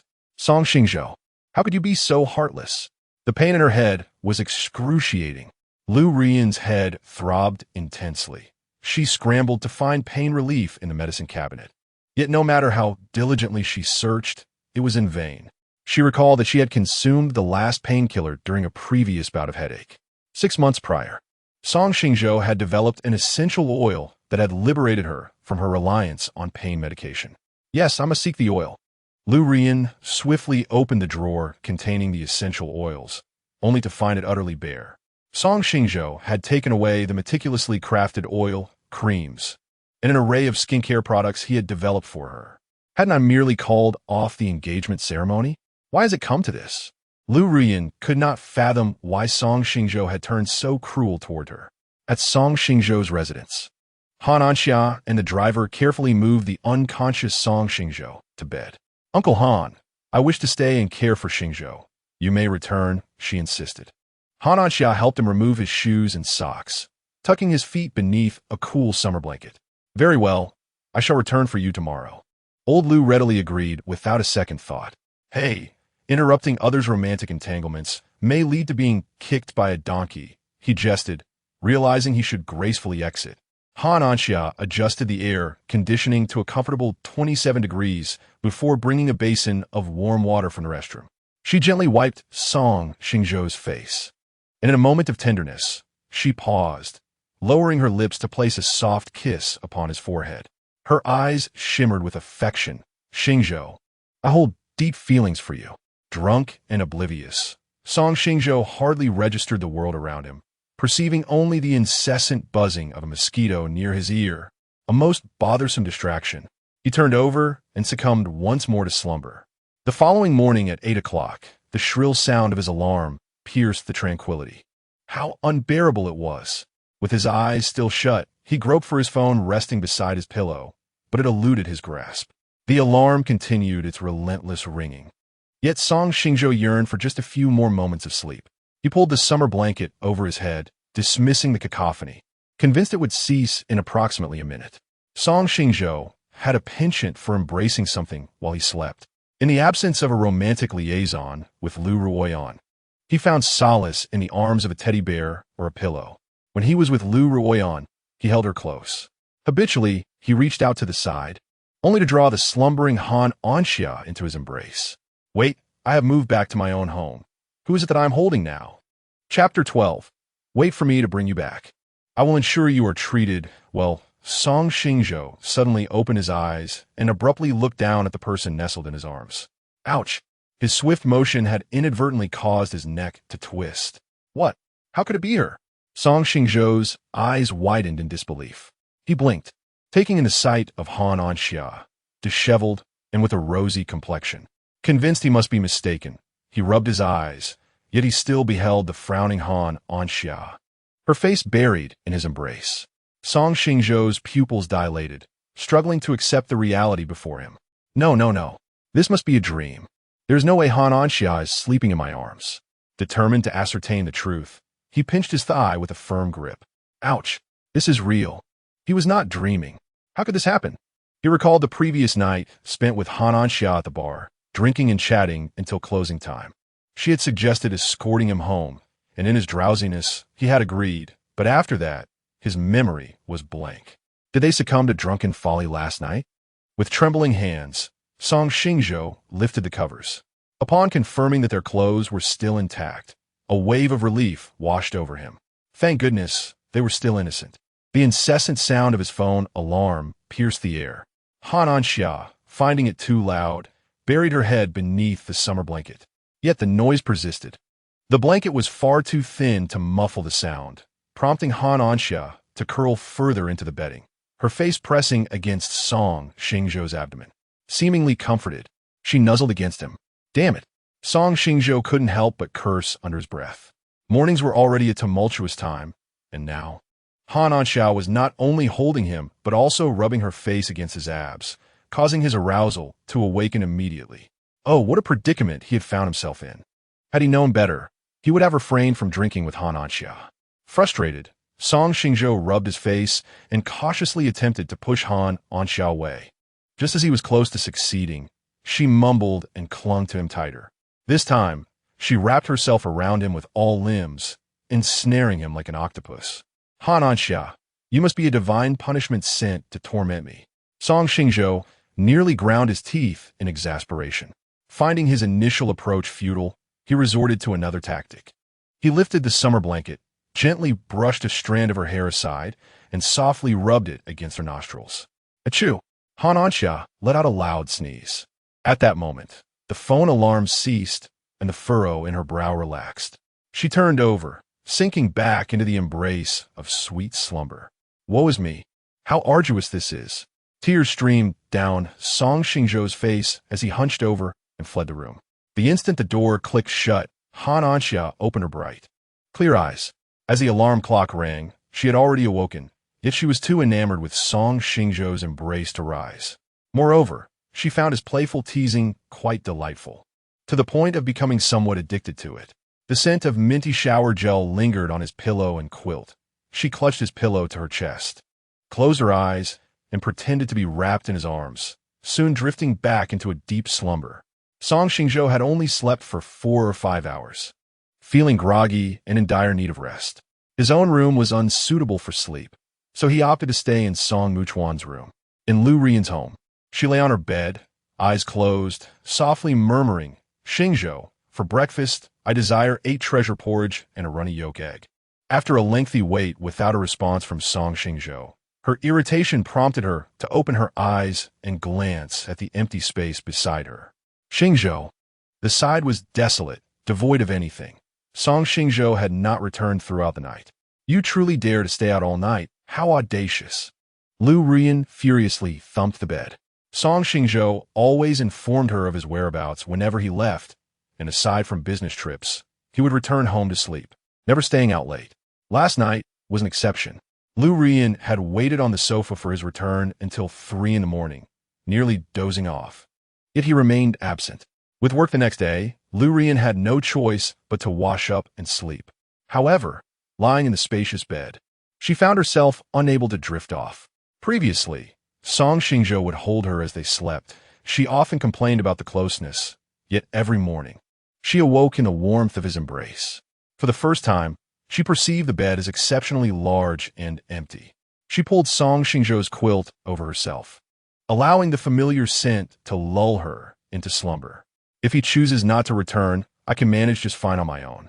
Liu Ruyan rose from the bed, donning her silk nightgown as she opened the bedroom door. Without you, I can still enjoy a delectable breakfast. She entered the kitchen, donned an apron, and attempted to prepare breakfast in the manner of Song Xingzhou. An hour later, with a sullen expression, she sat down to eat her culinary creations. First was the 8 treasure porridge. Upon tasting the first spoonful, she immediately spat it out. The red beans were undercooked, and consuming them would surely lead to a stomachache. Next came the runny yolk egg. She had overheated the pan while frying, leaving the egg burnt. A single bite filled her mouth with a charred flavor, prompting her to spit it out as well. No matter, she thought, I also boiled some eggs. She took a boiled egg and began to peel it, only to discover it was undercooked and unpalatable. Perhaps I should fetch Song Xingzhou home after all. Liu Ruyan discarded her entire breakfast into the trash. Song Xingzhou, how dare you stay out all night and ruin the food? When I bring you back, I shall ensure you face the consequences. Liu Ruyan devoted considerable effort to her attire and makeup.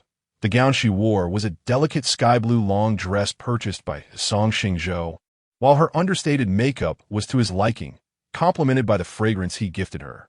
Song Xingzhou, this is my utmost concession. If you refuse to accompany me home, I shall no longer regard you. Liu Ruyan steered her Maybach towards Song Xingzhou's residence in the dilapidated district. In the northwestern corner of the magical city, the Gemini Manor stood. No, Xingzhou, I implore you, do not forsake Mother. Kong Qing, he awoke from a nightmarish slumber. Her complexion was devoid of color. Dark circles encircled her eyes, which were veined with crimson, as though she had aged a decade overnight. Mother, please stay with me a little longer. Song Liyan, sleeping beside her, tugged at Kong Qing his sleeve. Kong Qing he adjusted the blanket for Song Liyan, saying, Liyan, be good. Once Mother awakens, I shall no longer wish to sleep. Today is the weekend. You may indulge in a lie-in while I keep you company. She gently patted Song Liyan's back, only ceasing when the latter began to softly snore. Suddenly, there was a knock at the door. Chapter 13. He nearly met his end at the hands of a scoundrel. Kong Qinghe gently kissed Song Liyan's forehead before quietly departing the bedroom. Outside the door, Song Jinwan softly reminded her, Mom, there's a video conference at 9 o'clock. It's already 8:50. Kong Qinghe nodded in acknowledgement. I understand. I will freshen up and see you in the study shortly. 10 minutes later, Kong Qinghe commenced the video conference punctually. The meeting lasted an hour, and upon its conclusion, she returned to the master bedroom, finding Song Liyan soundly asleep. Reluctant to disturb her, Kong Qinghe resolved to descend alone for breakfast. The European-style long table was adorned with a variety of breakfast delicacies, including caviar sandwiches, salmon sushi, ham and cheese bread, potato pancakes, and hot and sour soup. However, Kong Qinghe lacked an appetite. She merely consumed a caviar sandwich and sipped some soy milk before losing interest in the meal. Jinwan, what time did you wake up? Why didn't you sleep a little longer? Last night, to prevent Kong Qinghe from experiencing nightmares, Song Jinwan and Song Liyan decided to sleep alongside her, with Song Jinwan even narrating bedtime stories. As Song Jinwan was savoring her 8 treasure porridge, she promptly swallowed upon hearing Kong Qinghe's inquiry. I woke up at 8. I'm the type who cannot fall back asleep once awake. Song Jinwan maintained a remarkably regular sleep schedule, waking promptly at 8, even after staying up until the early hours. Jinwan, do you have any other photographs of Xingzhou? The mother and son had been apart for over 20 years, and yesterday's photos were merely a fleeting solace for the deeply yearning Kong Qinghe. Aside from photographs, I wish to know what Xingzhou has experienced in these 2 decades. Do you have any investigative reports? I do. Song Jinwan retrieved a file from her briefcase. Inside were various photographs of Song Xingzhou after graduation, showcasing him delivering speeches, attending meetings, and engaging in business discussions. During this period, Song Xingzhou had matured significantly. His features were sharply defined, his jawline elegant and smooth, and his eyes sparkled with vitality, exuding confidence and determination in every gesture. No wonder people say that men who are serious become exceptionally handsome. Kong Qinghe tenderly caressed the image of Song Xingzhou's face, noting how much he had slimmed down since his university days. Was it due to the overwhelming demands of work? She lifted her gaze to Song Xingzhou. At that time, Liu Group's chairman, Liu Yunfei, passed away due to illness, leading his wife, Zhao Ningyan, to assume the role of chairperson, while their daughter, Liu Ruyan, became the CEO. The company was rife with factionalism and internal strife. Senior executives resigned en masse, mid-level employees were unsettled, and even issues with the financial chain arose. It was Song Xingzhou who stabilized the situation and rescued Liu Group from impending bankruptcy. As Song Xingzhou explained, she handed the investigative report to Kong Qinghe.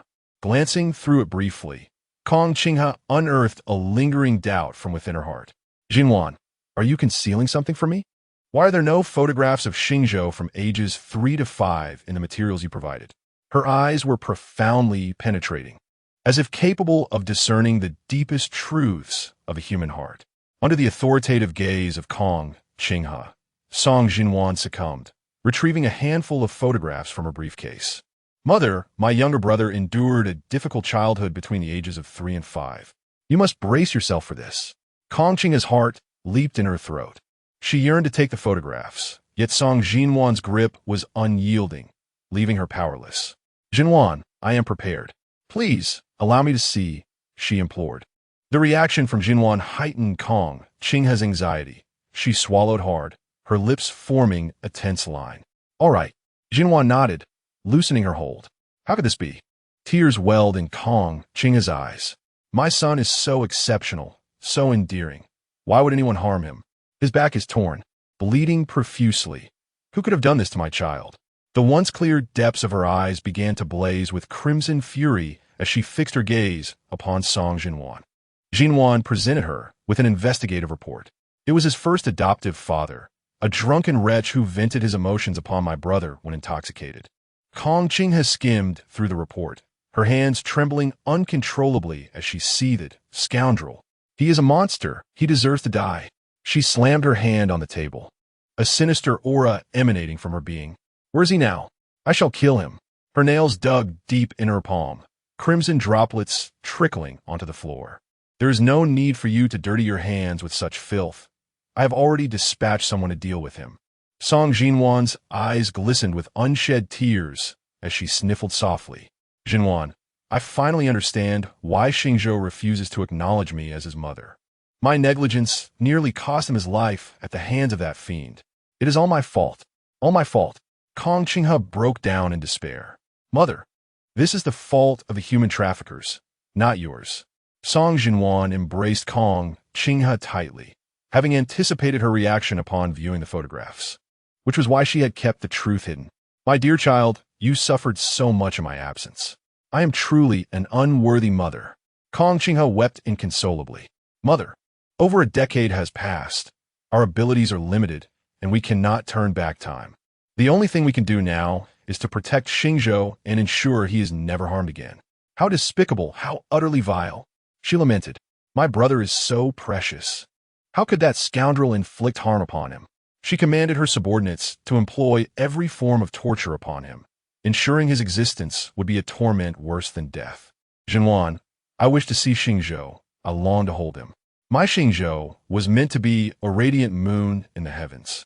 Yet he has faced such suffering at such a tender age. My heart aches unbearably. I feel as though I might perish from the pain. Suddenly, Kong Qinghe's heartbeat quickened, her vision darkening, her breath becoming rapid and shallow. Mother, what is wrong? Please do not frighten me. Song Xingzhou, sensing Kong Qinghe's distress, relied on her modest first aid knowledge to deduce that she was hyperventilating. She shouted towards the living room. Aunt Liu, please hurry and bring me a small paper bag. My mother has stopped breathing. Coming right away. Aunt Liu, dressed in a black qipao, swiftly rushed from the kitchen with a small paper bag and handed it to Song Xingzhou. Song Xingzhou placed the bag over Kong Qinghe's mouth and nose. Mom, breathe with my rhythm. Exhale, inhale, exhale. After approximately 10 minutes, Kong Qinghe's condition stabilized. At 10 in the morning, at Song Xingzhou's residence, Song Xingzhou awoke naturally, luxuriating in the comfort of his bed as he stretched leisurely. Oh, sleepyhead, you finally woke up. Chapter 14. Why are you wearing Starship's clothes? Han Anxia peeked through the door, adorned in a black apron. Upon catching sight of Song Xingzhou's muscular chest and well-defined abs, her eyes instantly sparkled with delight. "Good morning," Song Xingzhou greeted, scratching the back of his head. He raised his gaze to meet Han Anxia's radiant expression before lowering it to his bare torso, hastily covering himself with a blanket. "TSK, so stingy," Han Anxia murmured softly, disappointment evident in her eyes. "What did you say?" Song Xingzhou, unable to discern her words, felt an instinctive unease that she was likely not expressing anything complimentary. With a bright smile illuminating her face, Han Anxia replied, "It's nothing. I made breakfast. Let us eat together." "You made breakfast?" Song Xingzhou gazed at her in disbelief, having lived a life of comfort where everything was provided for her. He struggled to associate Han Anxia with the act of cooking. "Yes, I made breakfast. What's so strange about that?" Han Anxia crossed her arms, puzzled. "It's just cooking. Anyone with hands can do it. Why the fuss?" She sensed a hint of condescension from Song Xingzhou. "Not at all," he shook his head, attempting to rise from the bed, but suddenly recalling he was clad only in his underwear. "I see, I need to change clothes. Please wait for me in the dining room." He lay back down, gesturing for her to step outside. "All right, but hurry up, otherwise breakfast will get cold," Han Anxia said regretfully as she closed the door. Immediately, Song Xingzhou dashed barefoot to lock his bedroom door. This girl truly had no sense of boundaries. He let out a sigh and pulled a white t-shirt and jeans from his wardrobe. Without any toiletries in Song Muchuan's room, Song Xingzhou had to return to his own to freshen up. He felt like a thief, cautiously opening the door just a crack to survey the surroundings. "Why do you look like a burglar?" Han Anxia's clear voice floated down from above. Startled, Song Xingzhou nearly gasped for breath. "This is your home. What do you have to be wary of? Didn't I ask you to sit in the dining room? Why are you standing here?" He was livid. "I found it quite dull sitting there alone, so I thought I'd wait for you to come out and chat," Han Anxia thought to herself, secretly hoping for another glimpse of his muscles. "Please just sit in the dining room for 10 minutes. I promise I'll come out after that." Song Xingzhou felt like crying. Fortunately, he was in good health. Anyone else might have been frightened to death by her antics. "Fine then. If I can't see, I can't see." After all, Song Xingzhou has already broken off the engagement, so she can pursue him openly now. In the future, there will be ample opportunities to admire his sculpted chest and defined abs, and perhaps even to touch them. Alas, it seems I have finally departed. Song Xingzhou sighed once more and gracefully entered his bedroom. Today, he found himself sighing more frequently than ever, matching the total from previous occasions. After spending 10 minutes freshening up, he even indulged in a vigorous shower. "Wow, you're quite swift with your ablutions," Han Anxia remarked as she emerged from the kitchen, carrying a pot of millet porridge. "Of course, boys tend to be quick in the shower," he replied, leaning closer to the pot. Song Xingzhou inhaled the delightful aroma of the porridge. "Ah, it smells wonderful." Han Anxia beamed with pride. "This is my first time cooking. You must try the dishes I prepared." To ensure the breakfast was a success, she had consulted the family chef. Alongside the millet porridge, she had also sought 2 dishes, scrambled eggs with tomatoes and stir-fried shredded pork with green peppers. It must be said, she displayed a natural talent for cooking. The dishes she prepared on her maiden culinary venture were quite delectable. Not bad at all. Song Xingzhou sampled the food she had cooked. Although the flavor was slightly subdued, it was far superior to the dishes he had prepared when he first learned to cook. "If it's tasty, then you should indulge," Han Anxia encouraged, feeling quite uplifted as she promptly filled his bowl to the brim. "I can manage myself." Observing that his bowl was nearly overflowing, Song Xingzhou quickly halted her generous servings. "Oh," Han Anxia silently reminded herself to be more reserved. If she were too forward, she might frighten him away. Breakfast passed in a tranquil and harmonious atmosphere. After the meal, Song Xingzhou took the dishes to the kitchen to wash them. "Xingzhou, I reek of alcohol. May I use your bathroom to freshen up?" Han Anxia commented, wrinkling her nose slightly at the unwelcome scent.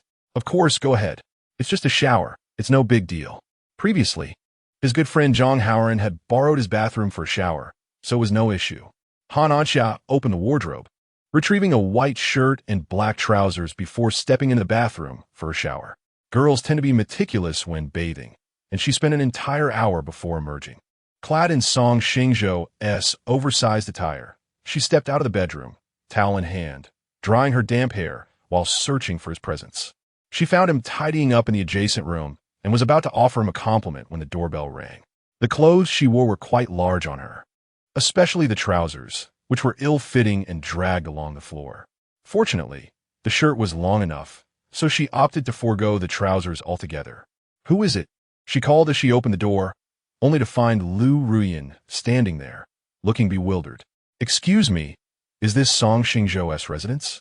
Liu Ruyan had anticipated that Song Xingzhou would be the one to answer the door, but instead, she was met by her high school classmate, Han Anxia.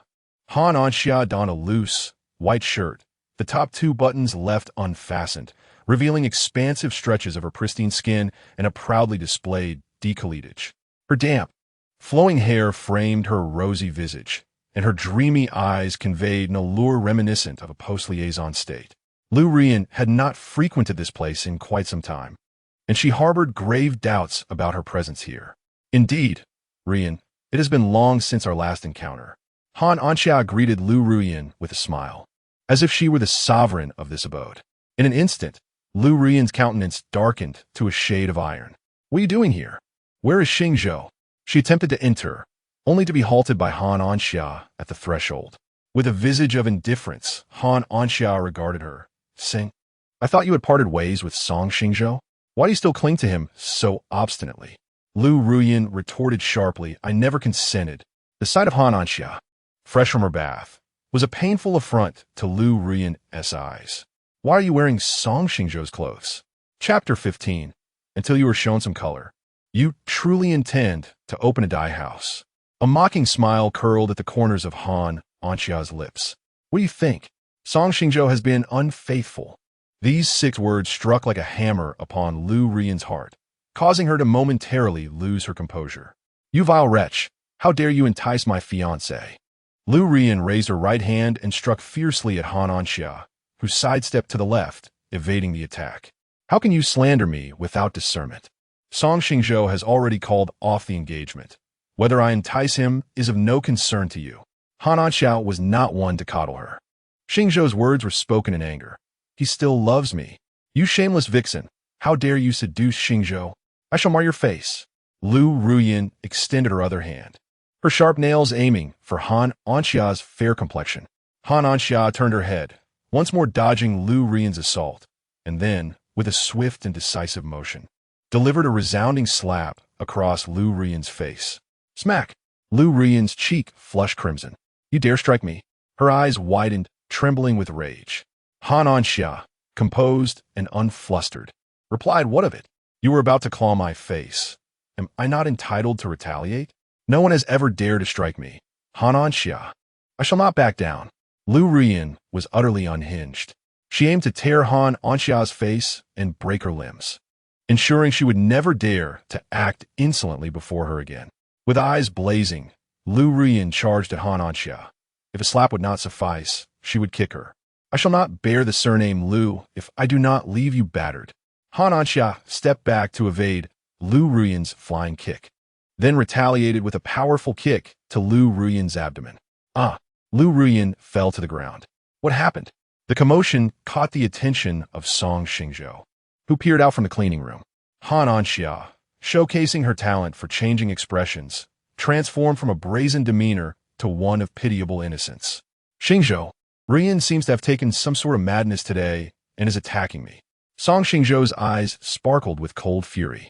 "Liu Ruyan, I have severed ties with you. What are you doing here?" Clutching her abdomen, Liu Ruyan rose from the floor, chastising Song Xingzhou. "Song Xingzhou, you heartless scoundrel. No wonder you annulled the engagement at the ceremony. It turns out you were already entangled with that wretched woman, Han Anxia."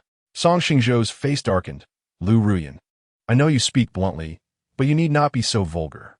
Pointing an accusatory finger at Han Anxia, Liu Ruyan declared, "Song Xingzhou, you have changed. You never used to curse, yet now you resort to foul language for the sake of this shameless woman. What of it? Cursing purges the mouth and cleanses the heart. Swallowing it only taints the soul." Liu Ruyan pointed at Song Xingzhou, cursing, "Song Xingzhou, I have treated you with such kindness, and yet you betray me. May you meet a terrible end." She had lost her former dignified grace, appearing instead like a scorned woman. Liu Ruyan, one may indulge in reckless consumption, yet one must refrain from careless speech. After all, my hand is not to be trifled with. Song Xingzhou inwardly cursed his past self for his blindness. What was a woman, after all? With the lights extinguished, there was little difference. He had foolishly put his life on the line for her, a notion utterly unworthy. "How dare you threaten me? You two shameless adulterers should perish." Liu Ruyan seized a broom from the corner and swung it fiercely at Song Xingzhou's head. Quick-witted, he snatched the broom from her grasp and retaliated with 2 solid strikes to her head, leaving her seeing stars. "Liu Ruyan, if I did not show you some color, you might truly believe you can open a dye shop." Liu Ruyan gazed at Song Xingzhou in disbelief, having thought he was merely jesting, only to realize he had genuinely retaliated. Song Xingzhou had changed. He was no longer the gentle and refined gentleman he once was, who never resorted to insults or violence. She, with her fiery temper, often lashed out, driving him to silent fury, while he would retreat to brood alone. "Song Xingzhou, I am your fiancé. How could you strike me?" Liu Ruyan clutched her head, weeping inconsolably. "What if I strike you? Not only have you tarnished my reputation, but you also laid hands upon me. Should I merely endure your blows and insults without retaliation? I'm not that foolish." Song Xingzhou brandished the broom in a threatening manner. "This is my home. Know your place and leave. Otherwise, I shall force you out." Liu Ruyan scoffed. "Tarnishing my reputation? Han Anxia has dressed in such a manner. How could I possibly besmirch your name?" Han Anxia's eyes glistened with unshed tears, appearing exceedingly aggrieved. "Ruyan, you misunderstand. My relationship with Xingzhou is entirely innocent. I am dressed this way because I wish to bathe and lacked a change of clothes. Xingzhou kindly lent me his." Though she harbored desires to engage with Song Xingzhou, he had been too inebriated the previous night to respond. Innocent? A lone man and woman confined together. How can that be deemed innocent? Liu Ruyan was unconvinced by Han Anxia's claims. Song Xingzhou had no desire to continue entangling himself with this madwoman. "Liu Ruyan, I have already annulled our engagement. Everything about me is no longer connected to you. I shall say what I wish, do as I please, and be with whomever I desire. You have no authority to interfere." At that moment, a gentle and melodious voice resonated from the doorway. "What is happening?" Kong Qinghe and Song Jiwen emerged from the elevator to witness the tense standoff. 2 streams of tears cascaded down Liu Ruyan's cheeks. "Song Xingzhou, I have misjudged you all these years. You're not only a violent man, but also a liar." "Liu Ruyan, Xingzhou is a truly wonderful person. He is neither violent nor deceitful. Do not slander him so carelessly." Kong Qinghe interjected, her eyes blazing with indignation. Liu Ruyan's gaze reflected a mocking smile. "Huh, Song Xingzhou, I never imagined you would be so desperate as to not spare even a woman decades your senior." Slap! Kong Qinghe exerted all her strength to deliver a resounding slap to Liu Ruyan. "Liu Ruyan, how could one born into a prestigious family possess such a vile heart and tongue?" From this moment forth, the collaboration between the Kong group and the Liu group is entirely annulled. Liu Ruyan stood in stunned silence, gradually regaining her composure. The Kong group and the Liu group had been engaged in a fervent partnership, with 1/5 of the Liu group's business stemming from the Kong group. If Kong Qinghe were to terminate their collaboration, the Liu group would suffer tremendous losses. "And Kong, I was merely speaking out of anger. My words were not sincere. Please forgive me." Chapter 16. He is a coward. Liu Ruyan's face suddenly turned as pale as a ghost. Although both the Liu and Kong families are among the 4 prominent families in the magical city, the Liu family ranks slightly lower in power compared to the Kong family, which has long cultivated its influence in both political and business realms. Liu Ruyan deeply regretted her impulsiveness. It was all Song Xingzhou's fault. Had he not canceled their engagement, she would not have come here to fetch him back, nor would she have offended Kong Qinghe. Her brother, Liu Wenzhou, was right. Song Xingzhou was indeed a harbinger of calamity, bringing misfortune to everyone close to him. First, it was Butler Song, then her father, and now it was her turn. I demand that you kneel and apologize to Xingzhou. Otherwise, Even if it means mutual destruction, I shall ensure that the Liu family suffers. In stark contrast to the waning Liu group, the Kong group was flourishing, and Kong Qinghe had ample means to deal with Liu Ruyan. Aunt Kong, I truly recognize my mistake. Please, for my mother's sake, forgive me this time. Kong Qinghe and Zhao Ninian were close friends.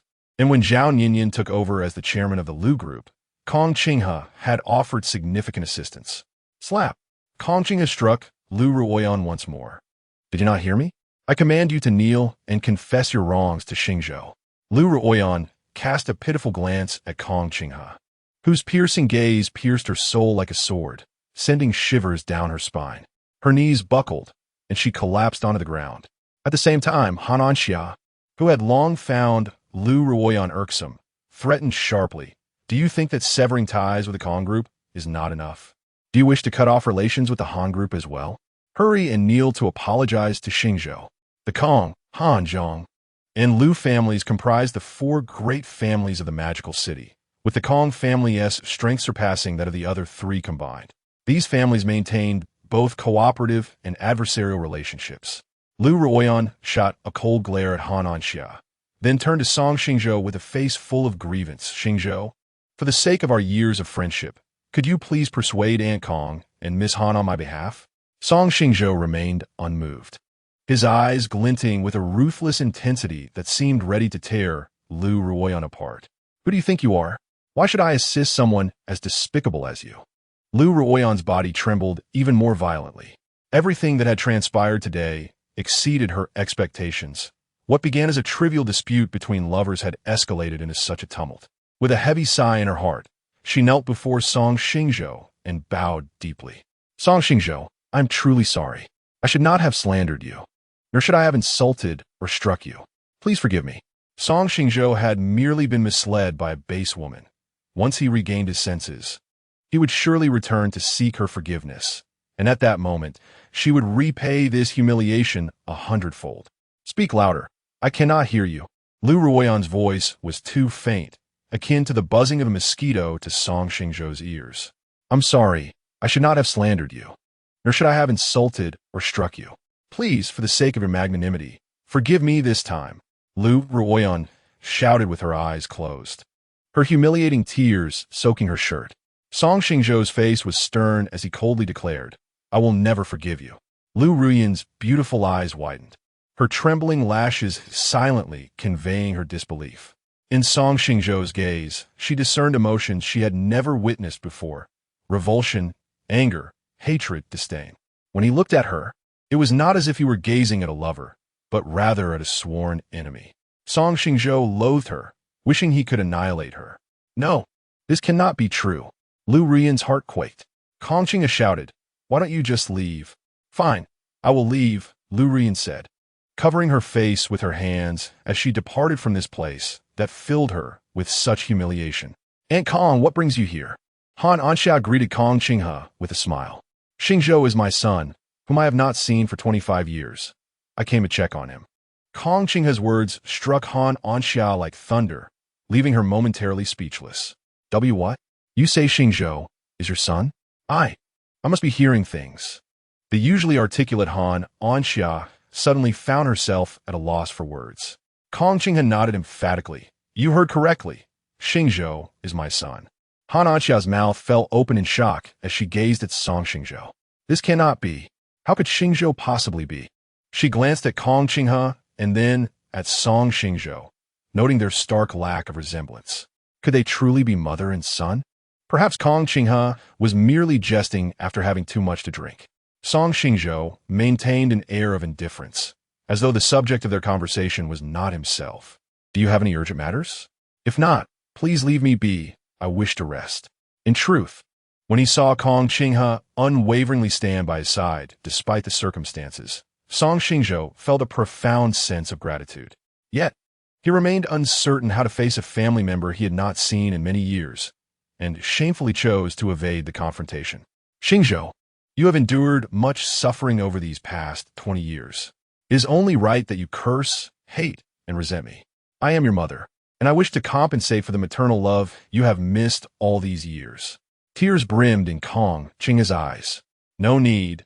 Your maternal affection is better directed elsewhere. Song Xingzhou replied, his heart a tumult of emotions. In his childhood, he had indeed cursed, hated, and resented his biological parents for abandoning him. He lamented that they seemed to live carefree lives, utterly indifferent to their son's plight. He despised them for having brought him into this world only to subject him to suffering and torment. He resented them for deciding to give him life, yet failing to cherish it, instead casting him into an orphanage. However, as he matured, he came to understand many truths.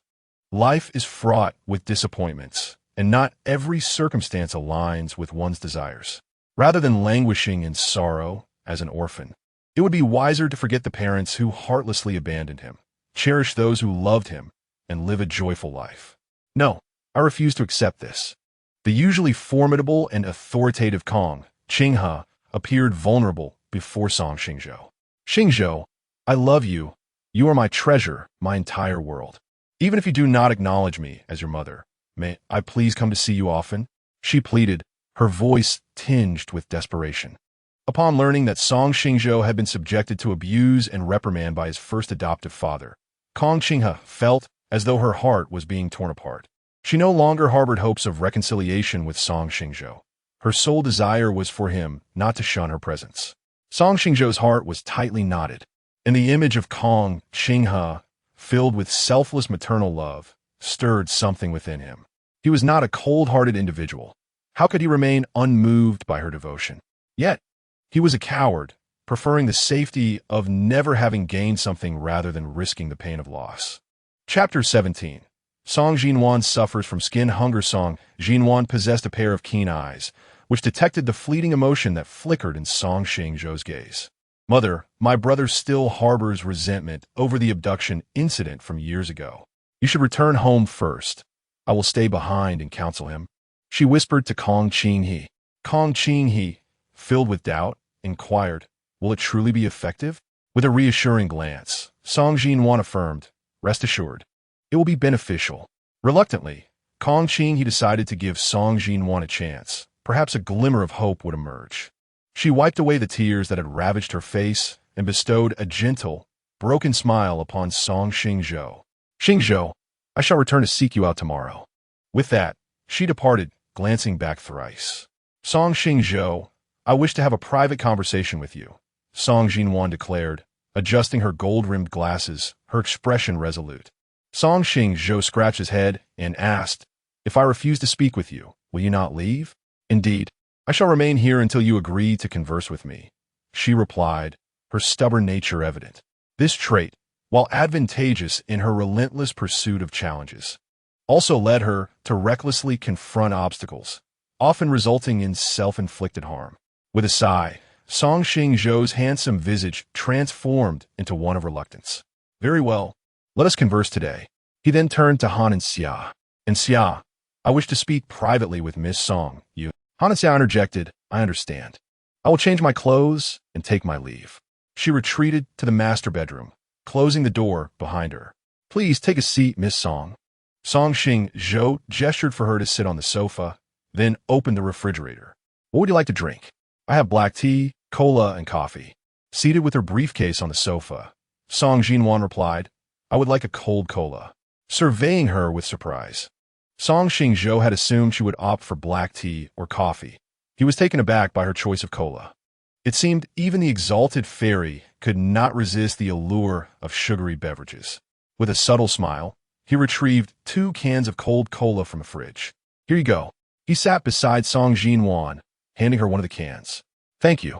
As their fingers brushed, a tingling sensation surged from her fingertips to her heart. It felt as though countless ants were crawling over her body. She yearned to touch Song Xingzhou's skin, to be intimately close to him.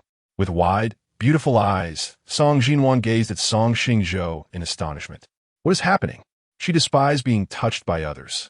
Why did such thoughts suddenly invade her mind?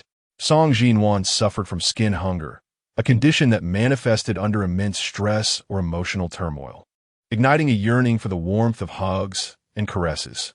When this yearning went unfulfilled, it would inevitably lead her to a state of agitation and tears. Due to her youthful experiences, She harbored a profound aversion towards any form of intimate contact, preferring to endure her suffering alone rather than yielding to the deep-seated longings of her heart. "What is it? Why do you look at me like that?" The gaze of Song Xingzhou was immensely complex, a blend of yearning, confusion, and wariness that suddenly tightened Song Xingzhou's heartstrings. "It's nothing," Song Xingzhou replied, shaking her head and offering a soothing smile. "Xingzhou, I must take my leave now. We shall converse another day." Han and Xia changed back into her original attire and bade farewell. "What do you wish to discuss with me?" The few encounters between Song Xingzhou and Song Xingzhou had solely revolved around professional matters, never delving into personal affairs. Song Xingzhou retrieved a file from her briefcase. "I would like you to examine these materials." The first document that caught Song Xingzhou's eye was a medical record of Kong Qing, he from 25 years prior. Song Xingzhou elaborated at the time. "You were not yet a year old. A nanny was pushing you through the park when she encountered two human traffickers. One feigned asking for directions, while the other seized the opportunity to abduct you. Their collaboration was seamless. By the time a nanny realized what was happening, they had already vanished without a trace. Upon learning that you had been taken, your mother fainted on the spot. She invested immense effort and resources in search of you, but to no avail. Once a vibrant and cheerful person, she has not smiled since your disappearance. On your first birthday, she gazed at your photograph, weeping for a long time until exhaustion overtook her, leading her into a deep slumber. That very night, in a moment of despair, she attempted suicide by cutting her wrist. It was in the bathtub, with blood staining the porcelain and tiles. Had I not woken during the night, she would have succumbed to death on your first birthday. When she realized she had been saved, she refused to cooperate with the doctors, tearing off the oxygen in 4 tubes, abstaining from food and drink, and isolating herself from others, resembling a living corpse. It was I who, in tears, implored her, "Mother, if you were to die, your son would never have a mother again. How heartbroken would he be upon returning to learn of your passing?" She held me tightly, weeping, and gradually began to cooperate with the medical treatment. Yet your absence remained a piercing thorn in her heart, rendering her restless. She suffered from severe anxiety and insomnia, often unable to sleep through the night. She tried every sleeping pill available on the market, but only a few offered her genuine respite. A decade later, your sister Liu Ruyan was born. On the day of Liu Yan's 100-day celebration, Uncle Song was tragically robbed and fatally stabbed, leading your mother into another state of despair. She ascended to the rooftop of the Kong group, contemplating suicide, but fortunately, a bodyguard intervened just in time. Your disappearance and Uncle Song's death drained her of strength. Everyone urged her to abandon the search for you, as 10 years had passed with no leads, and it was likely you were no longer among the living. But she refused to believe this. She would not allow anyone to utter the word death in her presence. She explored numerous avenues for locating you. In addition to seeking assistance from the police and charitable organizations, she leveraged all her connections to advocate for the establishment of a DNA database for combating trafficking. This is still insufficient. She devoted all her energy to Hung Ruay Pharmaceutical, transforming a previously obscure pharmaceutical company into a leading enterprise in China. Leveraging the influence of Hung Ruay, she encouraged children of your age across the nation to undergo paternity tests.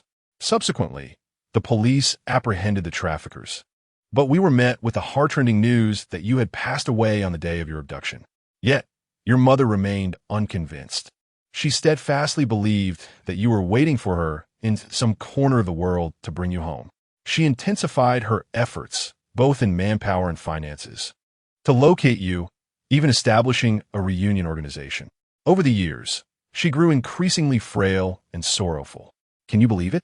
Standing at 5 feet 7 inches, she weighed merely 90 pounds, a staggering 30 pounds below the standard weight of 120 pounds. Song Xingzhou withdrew a tissue to wipe away the torrent of tears. "I, too, am searching for her."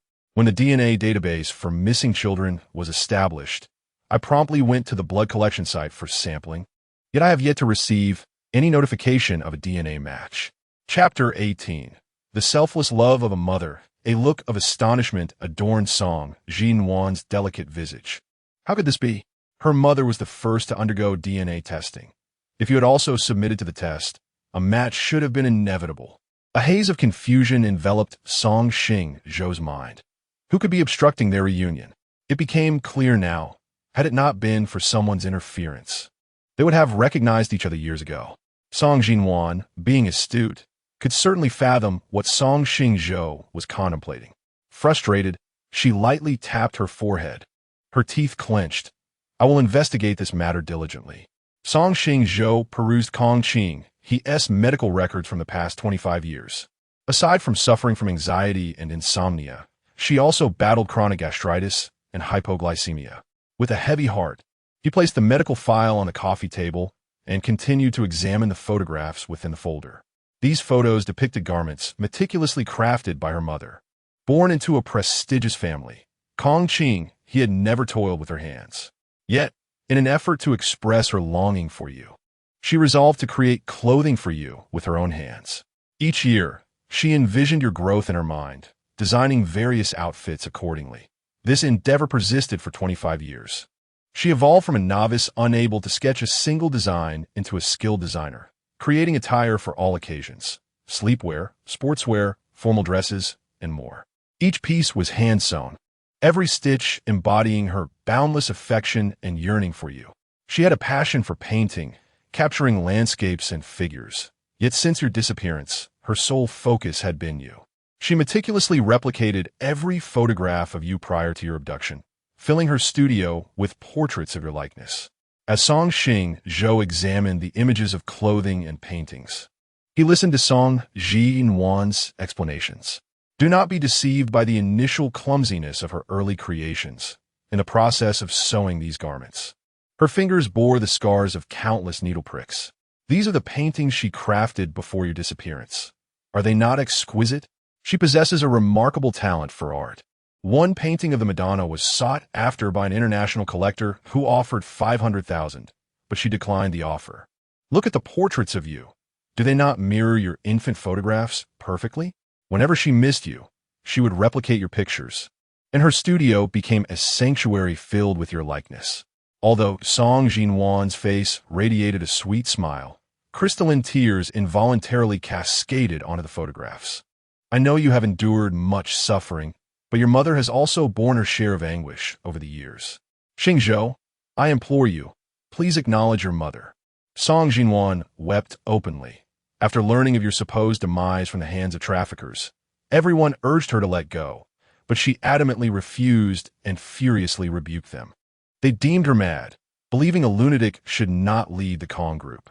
Yet, under immense pressure, she nurtured the Kong group into its present stature. She loves you. She truly loves you dearly. If you do not return soon, she may not survive the heartache. Song Xingwan handed Song Xingzhou a medical report. The latest examination results of their mother. Can you believe that, despite being in her prime, her health is worse than that of a person in their 70s? Tears streamed uncontrollably down Song Xingzhou's face.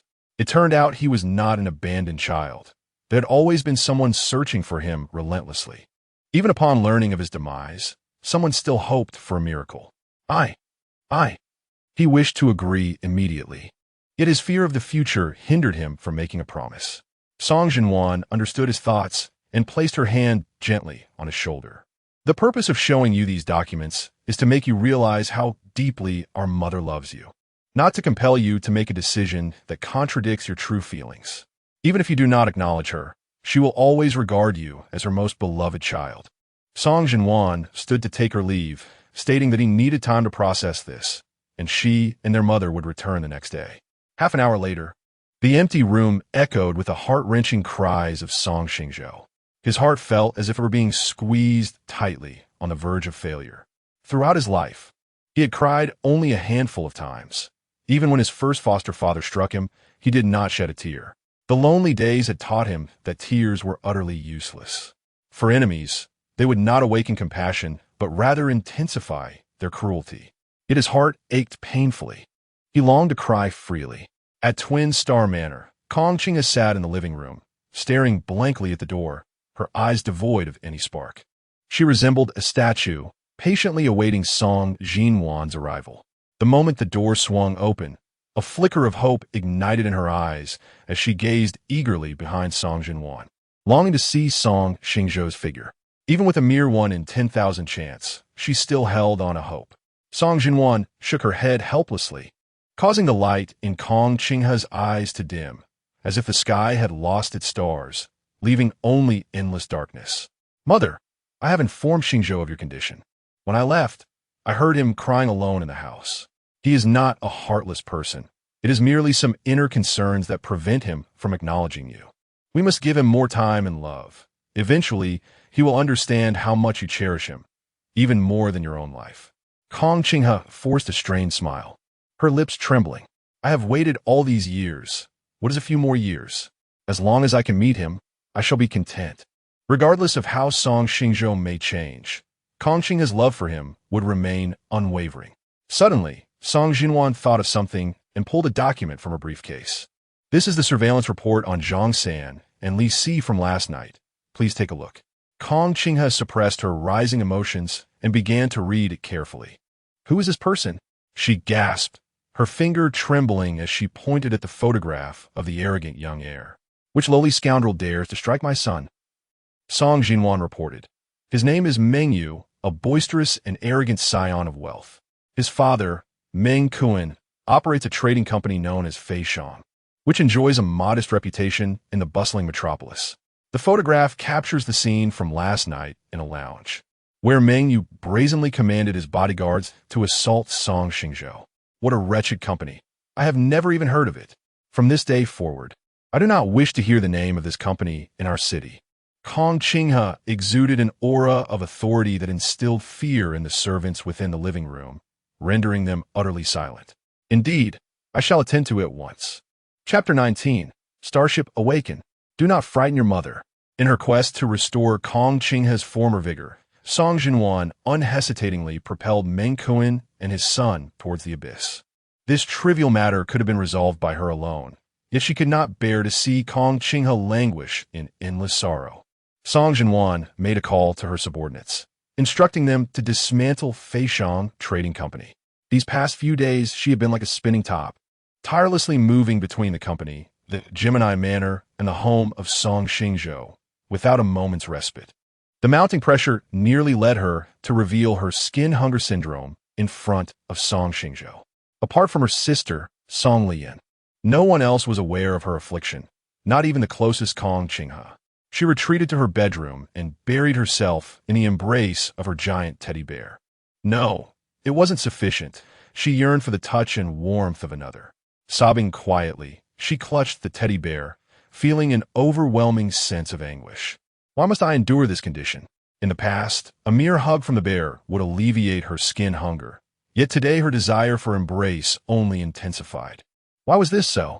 The unutterable pain rendered Song Xinwan restless, her sharp nails scraping against her porcelain skin. Images of her fingers brushing against Song Xingzhou's flitted through her mind, sending electric shivers through her. Was it because of him? Had the unfulfilled desire to touch him transformed her into this state?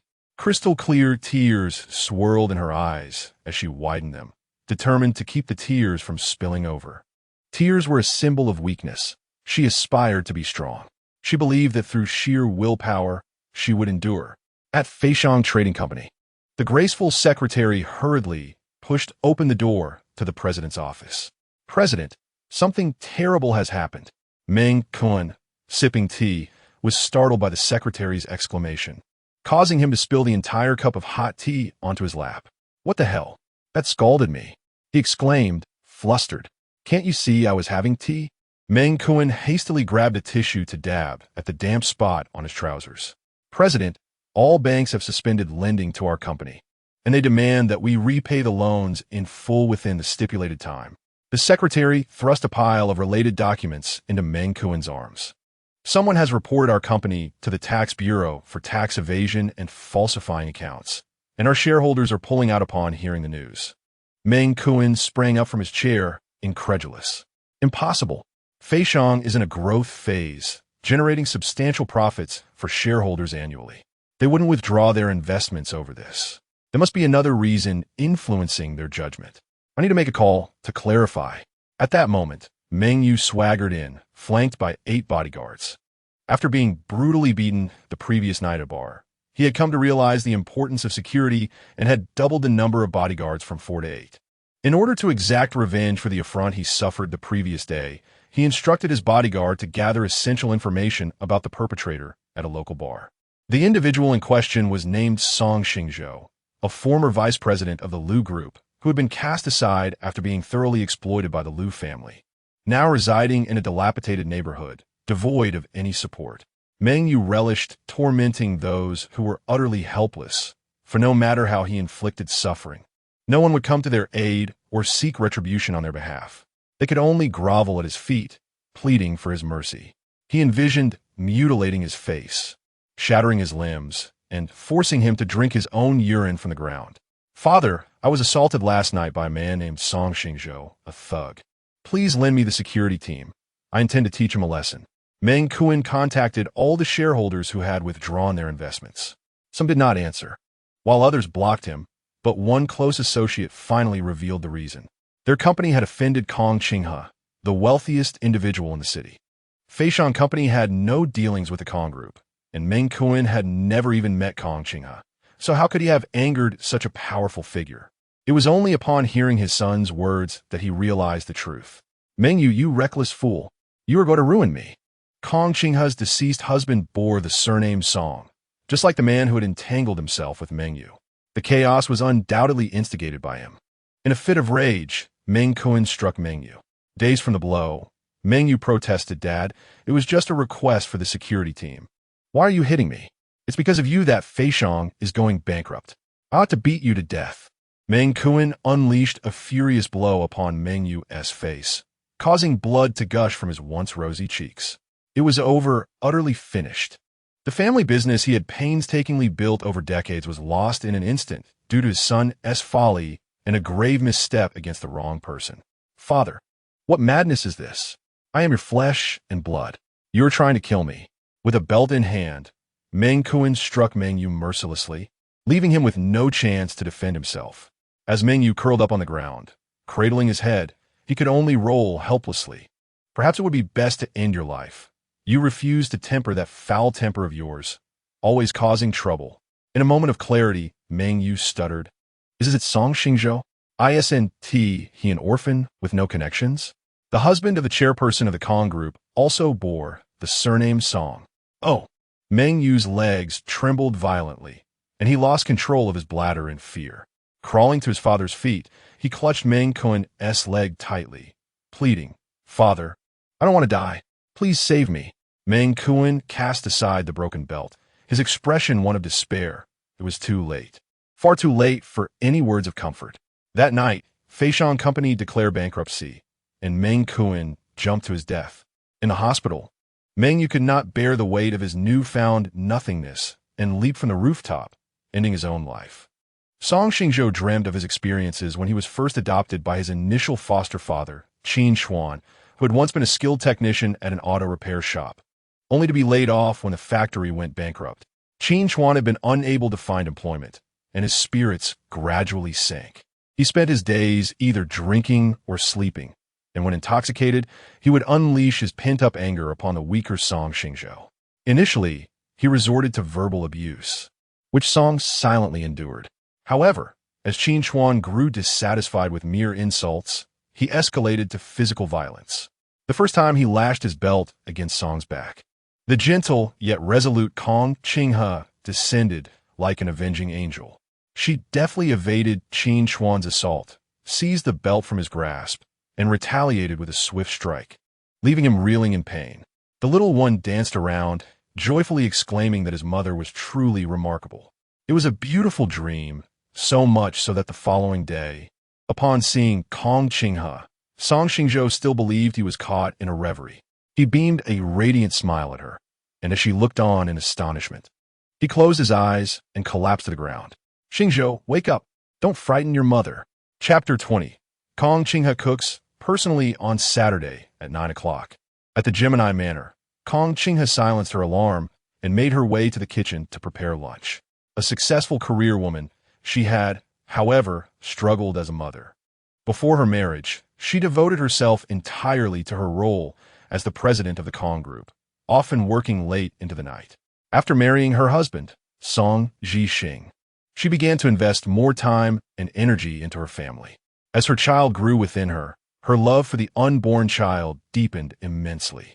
Following the disappearance of her son, Song Xingzhou, she fell into a deep despair, even attempting to take her own life. With the support and encouragement of her husband and adopted daughter, she gradually found her way back to resilience. To cope with her inner turmoil, she redirected her focus to her work, transforming the Kong Group into a leading enterprise in China. A decade later, Song Liu Ruyan was born, an unexpected joy resulting from a moment of drunken passion between her and her husband. She was immensely grateful for this surprise, as it not only salvaged her crumbling marriage, but also reignited her zest for life. Yet, misfortune struck again. On the day of Song Liu Ruyan's 100-day celebration, her husband was fatally attacked by a gang while purchasing gifts for their daughter, suffering multiple stab wounds that claimed his life before reaching the hospital. Once more, she found herself in the depths of despair. Contemplating death, she ultimately chose to persevere for the sake of her missing eldest son and her young daughter. Life became a painful endeavor, as she poured all her energy into her work and the search for her son, neglecting the growth of Song Xingzhou and Song Liu Ruyan. Guilt weighed heavily upon her heart for her two children. Now, with her long-lost son, Song Xingzhou, finally found, she yearned to compensate for the love they had missed. To this end, she resolved to prepare a meal for them herself. As a privileged daughter, Kong Qinghe had never set foot in a kitchen before. Even under the guidance of a professional chef, she managed to cut her finger, drawing a considerable amount of blood. However, she was not one to easily surrender. She bandaged her finger and continued chopping vegetables. Kong Qinghe endeavored to create a selection of home-style dishes, including cola chicken wings, stir-fried pork with red peppers, shredded pork with green peppers, scrambled eggs with tomatoes, and spicy and sour shredded potatoes. Just waking from her slumber, Song Liu Ruyan entered the kitchen, intending to ask the chef for something to eat, only to find her mother busily engaged in culinary pursuits. Believing she was still dreaming, she pinched the soft flesh on her arm to confirm her senses. It was indeed real. Her mother was cooking in the kitchen. "Mom, what are you doing in the kitchen?" she exclaimed, approaching Kong Qinghe with astonishment. Kong Qinghe filled a portion of the dishes into a thermos, smiling gently as she replied, "I wanted to prepare a meal for you all by myself. This is my first time cooking, so please don't judge me too harshly." She then reached out to affectionately ruffle Song Liu Ruyan's fluffy hair. A wave of warmth surged through Song Liu Ruyan's heart, and she delightedly nuzzled against her mother's palm. "Wow, Mom, you can cook so many dishes. That's amazing." Song Liu Ruyan felt a deep envy for her classmates whose mothers prepared meals for them, as her own mother was often too busy, leaving them to see each other scarcely once a week. However, after finding her brother, her mother had begun to return home more frequently. Not only did she coax her sleep, but she also prepared lunch for her, an act she had never dared to imagine. Song Liu Ruyan grabbed a slice of meat and placed it in her mouth, the delectable flavor bursting forth within her palate. "Silly girl, the dishes are right here on the table. They won't run away. Why the rush?" Kong Qinghe playfully tapped Song Liu Ruyan on the head. With a silly grin, Song Liu Ruyan replied, This is the first time Mom has cooked, and I couldn't resist wanting to taste it." She then gave a thumbs up, exclaiming, "Mom, your cooking is especially delicious. I love it." Although her mother's culinary skills did not rival those of a professional chef, they were imbued with profound maternal love. A shy smile blossomed on Kong Qinghe's face as she said, "As long as you like it." Hand in hand, the mother and daughter made their way to the dining room, where Song Xingzhou was fervently snapping photos of the 5 dishes with her phone. Immediately, Song Liu Ruyan took out her phone, declaring, "I want to take pictures too. I must post them on my social media." In her haste to deliver lunch to Song Xingzhou, Kong Qinghe had only taken a couple of bites before she set her utensils down. "You all continue eating. I'll go deliver lunch to Xingzhou," she said, lifting the insulated lunchbox. Song Liu Ruyan pouted, "But I want to eat with Mom." A sudden spark of inspiration struck Song Xingzhou, and she proposed, "Liu Ruyan, why don't you accompany Mom to deliver the food? Bring along some extra dishes. Perhaps you can share a meal together." Although a sense of trepidation gripped Song Lian, having never met her brother before and fearing his potential disapproval, she also felt a twinge of jealousy. Envious of the maternal affection her brother still received despite his absence. The heart is inherently biased. In comparison to her, their mother favored her brother more. She disliked this feeling. Kong Qinghe's eyes sparkled with excitement at the suggestion. Looking at Song Lian with hopeful anticipation, she asked Lian, "Would you like to meet your brother with me?" Despite her inner reluctance, Song Lian acquiesced. "All right, let's go together." She did not wish to dim the brightness in her mother's eyes. A Rolls-Royce Cullinan came to a halt outside the dilapidated apartment complex. Song Xingzhou resided in a slum, where every corner was littered with refuse, sewage flowed freely, and flies swarmed. As soon as Song Lian stepped out of the car, an unpleasant odor assaulted her senses, prompting her to cover her nose. How foul! Wasn't my brother once the vice president of the Liu Group? How's he live here? She had inquired about Song Xingzhou's situation from Song Jinwan, who handed her a thick stack of documents to peruse. Although she feigned indifference, she had stayed up until 3 in the morning to read through the materials. Song Jinwan gently explained, "This is the home of Xingzhou and his adoptive father. No matter how dilapidated it is, he holds deep affection for this place." Oh, Song Lian nodded blankly. She had seen photographs of the community where her brother lived, but the reality starkly contrasted with the images, stirring feelings of compassion and sorrow within her, causing her once buoyant steps to feel unusually heavy. The three of them approached Song Xingzhou's door with weighted steps. "Knock, knock, knock." Song Jinwan knocked on the door. They waited for 5 minutes. Yet there was no response from Song Xingzhou. Sensing something amiss, Song Jinwan hurriedly called Zhang San, asking, "Is Xingzhou at home? What is his condition?" To ensure Song Xingzhou's safety, Li Si resided next door, while Zhang San lived across in a building directly opposite. From his balcony, Zhang San could observe the situation in Song Xingzhou's room. As he held his phone, he dashed to the balcony, confirming the young master is home. "But the curtains in his room are drawn, so I cannot see inside." Upon hearing this, Song Jinwan knocked more forcefully on the door, exclaiming, "Song Xingzhou, it is I. Song Jinwan, please open the door for me." Chapter 21. He never anticipated catching a cold. The room was met with silence. Kong Qinghe's face was etched with anxiety as she rapped on the door a few more times, yet still there was no response. At that moment, Li Si from the next room received a call from Zhang San and promptly opened the door to join Kong Qinghe. "Chairwoman, I did not hear the young master leave," he stated. "Jinwan, please call out again." Kong Qinghe feared that if Song Xingzhou heard her voice, he might refuse to open the door for her. So she had no choice but to rely on Song Jinwan. "Song Xingzhou, this is Song Jinwan. I'm worried about you. Please open the door." Song Jinwan hastened her words, her voice tinged with concern. Kong Qinghe couldn't help but dwell on the dreadful possibilities. Could it be that Xingzhou's health had deteriorated? Li Si, his expression grave, instructed, "Please step back. I'm going to kick the door down." Bang! Bang! The old wooden door of Song Xingzhou's home succumbed to Li Si's forceful kicks and swung open. Kong Qinghe rushed inside, only to find the pale-faced Song Xingzhou emerging from the room. She halted abruptly, a flicker of embarrassment crossing her features as she sheepishly scratched her head. "Xingzhou, I was worried about your health, so I had the bodyguard kick the door down. I will have him restore it later." Song Jinwan furrowed her brow. "Xingzhou, why is your face so pale? Are you feeling unwell?" Song Lian, smiling brightly, waved her hand. "Brother, I am your sister, Song Lian." The chorus of voices left Song Xingzhou, already in a daze, even more bewildered. He believed he was still dreaming and bestowed a radiant smile upon Kong Qinghe.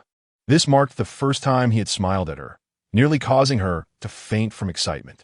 Kong Qinghe returned his smile with even greater brilliance, presenting a thermos lunchbox before him. "Xingzhou, I brought you lunch. I made it myself. Would you please eat a little?" In the presence of her long-lost son, she always appeared strikingly humble. Song Xingzhou took a few steps towards her, but then stumbled, collapsing to the floor with a thud. Clatter! The thermos lunchbox slipped from Kong Qinghe's grasp, crashing to the ground and spilling its contents. "Xingzhou, please wake up. Do not frighten your mother." She rushed forward to embrace Song Xingzhou, shaking him gently, hoping he would regain consciousness. Song Xingzhou knelt beside him, feeling his forehead. He is burning up. Mother, Xingzhou has a fever. We must hurry and take him to the hospital. She turned to Li Si, commanding, Li Si, lift Xingzhou and carry him to the car. The mention of the hospital sent a jolt through Song Xingzhou's nerves. With his eyes closed, he murmured, I want to go to the hospital. I refuse. Kong Qinghe's mind was a blank slate, instinctively following whatever Song Xingzhou requested. All right, we want to go to the hospital. Trembling, she touched his forehead again. It was scorching hot. The temperature must be at least 39 degrees. Song Xingzhou immediately pulled out her phone. I will call Director Shen right now and have him send a doctor to our home. Her expression was stern, exuding an aura of composure, though her trembling right hand betrayed her inner turmoil. Song Lian never anticipated that her first encounter with her brother would unfold in such a scene, leaving her momentarily frozen, unable to regain her composure. By the time she collected herself, Li Si had already placed Song Xingzhou onto the bed. Upon entering the room, Song Xingzhou immediately sensed the chill in the air. Glancing at the air conditioner, she noted it was set to 16 degrees. It seemed that the low temperature might have caused Xingzhou's fever. She picked up the remote control from beside Song Xingzhou's pillow and adjusted the temperature to 27 degrees, intending to fetch an ice pack from the kitchen to help cool him down. Kong Qinghe grasped her hand, expressing her intent to accompany her. Overwhelmed by guilt, she realized she had only noticed Song Xingzhou's smile, failing to acknowledge his deteriorating condition. She felt utterly remiss, as if sensing her turmoil. Song Xingzhou turned and enveloped her in a warm embrace, reassuring her, Mom, this is not your fault.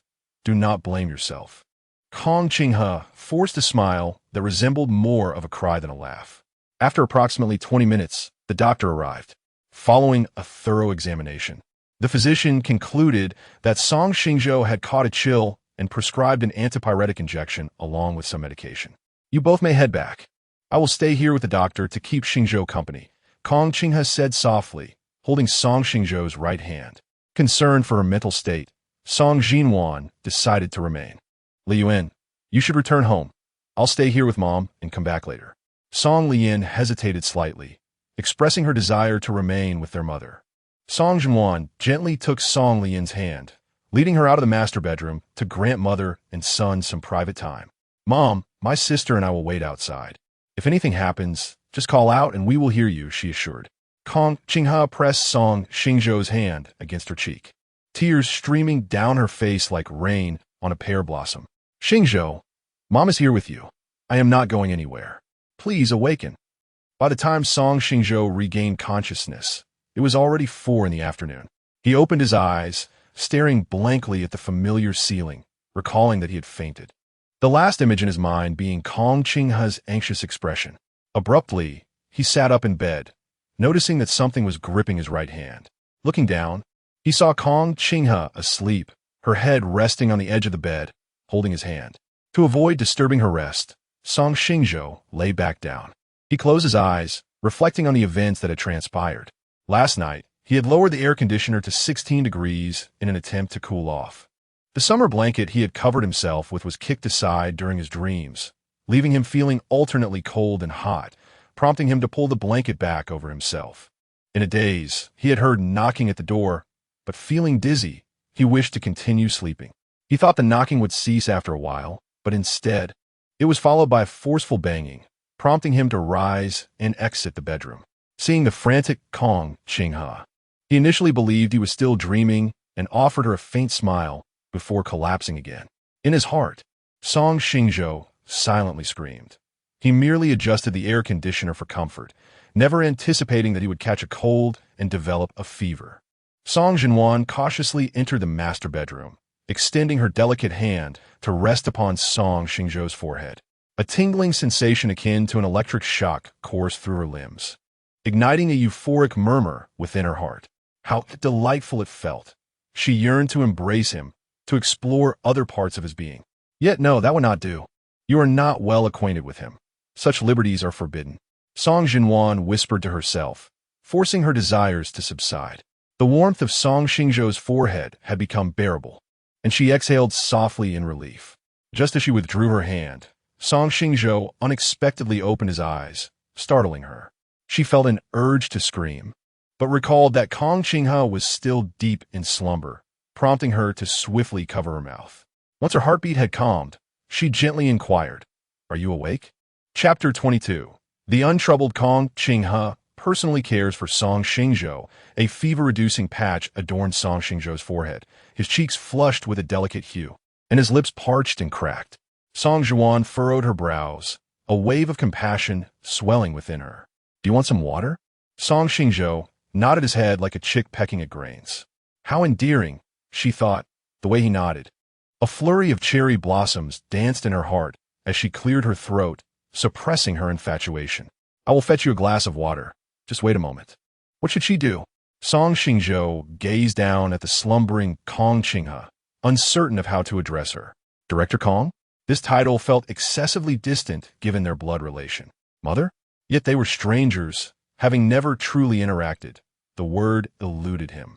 Song Zhuan's brow tightened further, her heart sinking. Why did Song Xingzhou still hesitate to acknowledge Kong Qinghe? What was he apprehensive about?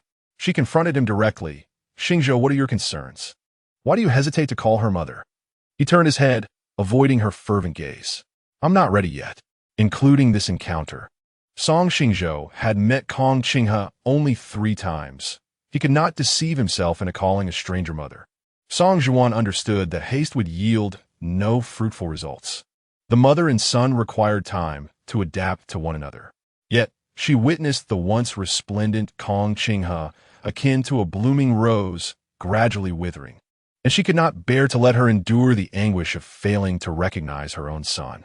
With a sigh in her heart, she decided to have Li Si carry her to the next room to rest.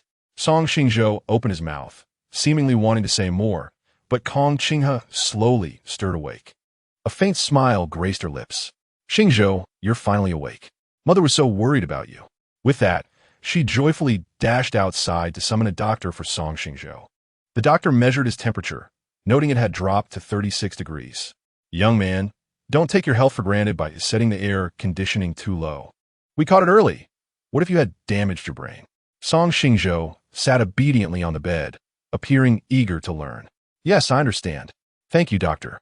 After the doctor offered a few more instructions, he departed. Kong Qinghe fixed her gaze on Song Xingzhou, wishing to speak, but finding herself at a loss for words. Song Xingzhou, unable to meet her eyes, busied himself with his fingers. The atmosphere in the room grew palpably awkward. Breaking the silence, Song Zhiwan suggested, "Mother, Xingzhou must be starving after sleeping for so long. Didn't he learn a few dishes? Why not showcase your skills for him?" Kong Qinghe cast a grateful glance at Song Zhiwan. Yes. Xingzhou, I learned a few home-cooked dishes from the chef today. I'll prepare some for you right away." As soon as she finished speaking, she hurried out of the room. Song Zhiwan lifted her head and gazed deeply at Song Xingzhou, gently reminding him, "Mother has been accustomed to a life of luxury and has never stepped into the kitchen. If her cooking does not meet expectations, please be understanding." Song Xingzhou nodded in acknowledgement, responding, "I understand." Song Lian peeked through the crack of the door, timidly introducing herself. "Hello, my name is Song Lian, and I am your younger sister." Song Xingzhou offered a polite smile. "Hello, I am Song Xingzhou." With her hands on her hips, Song Lian puffed up her cheeks and exclaimed, "Honestly, if you don't want to smile, then don't. It looks dreadful. I came here to remind you that Mother is the best mother in the world. If you make her sad, I will not forgive you." In Song Lian's heart, Mother held greater importance than her brother. Song Xingzhou foolishly nodded, "Oh." Song Lian shot him a disapproving glance and then pointed to her own head, inquiring of Song Zhiwan. "Sister, why does brother look so foolish? Has he burned his brain?" Song Zhiwan playfully tapped her head, retorting, "You are the one with a burnt brain. Your brother is very intelligent. He has always been first in his class." Song Lian's gaze lingered on Song Xingzhou for a moment, her scrutiny making him uneasy. "Well, even if he looks a bit dim-witted, after 2 paternity tests, he is still my biological brother." Song Lian shrugged her shoulders, adopting a stance of acceptance. Pushing Song Lian gently from behind, Song Zhiwan said, "Xingzhou, you have just recovered. You need to rest more, so we shall not disturb you." Song Xingzhou waved his hand, bidding farewell. Song Xinhuan softly closed the door and took Song Lian's hand, leading her to the kitchen. Mother, Lian and I are heading home now. Please perform well later. Good luck. Kong Qinghe and Song Lian looked bewildered. Kong Qinghe, filled with questions, said, Xinhuan, I cook very quickly. Why don't you and Lian stay to eat? Song Xinhuan shook her head, a mysterious smile gracing her lips. Mother, Xingzhou is currently unwell, and this is a vulnerable time for him. You must demonstrate your maternal love from every angle. Lian and I will be mere light bulbs and shall not intrude. Understanding Song Xinhuan's intention, Song Lian made a cheering gesture, encouraging, Go, mother. Strive to reconcile with brother soon. I believe in you. Opening the refrigerator, Song Xinhuan noted the abundance of fruits and vegetables inside. Mother, come see if we're lacking any ingredients. I can ask Li to buy some for you. Kong Qinghe approached Song Xinhuan, expressing her contentment. It seems Xingzhou has been managing well on his own. I am very pleased. She retrieved the necessary ingredients for cooking from the refrigerator, stating, I have everything I need. There is no need to buy anything else. Song Xinhuan assisted in closing the refrigerator, replying, That's great. Lian and I will take our leave now. Once the sisters departed, the room felt unusually spacious. Kong Qinghe donned her apron and began preparing dinner. Song Xingzhou slowly entered the kitchen, asking, Do you need any help? Kong Qinghe gasped in surprise, nearly cutting herself. Song Xingzhou, in a fit of frustration, covered his face, wishing only to assist with minor tasks within his capabilities. Unexpectedly, he startled the other party. Kong Qinghe, flustered, waved her hand and urged, You should return to your room and rest. I can manage on my own. Song Xingzhou scratched his head, recognizing her palpable anxiety. Remaining there would only heighten the chances of her cutting herself while chopping vegetables, and he would feel exceedingly awkward. All right, take your time. I shall retire to my room, he replied. Song Xingzhou, a cheerful and vivacious individual, exhibited a strikingly introverted demeanor in the presence of his biological mother.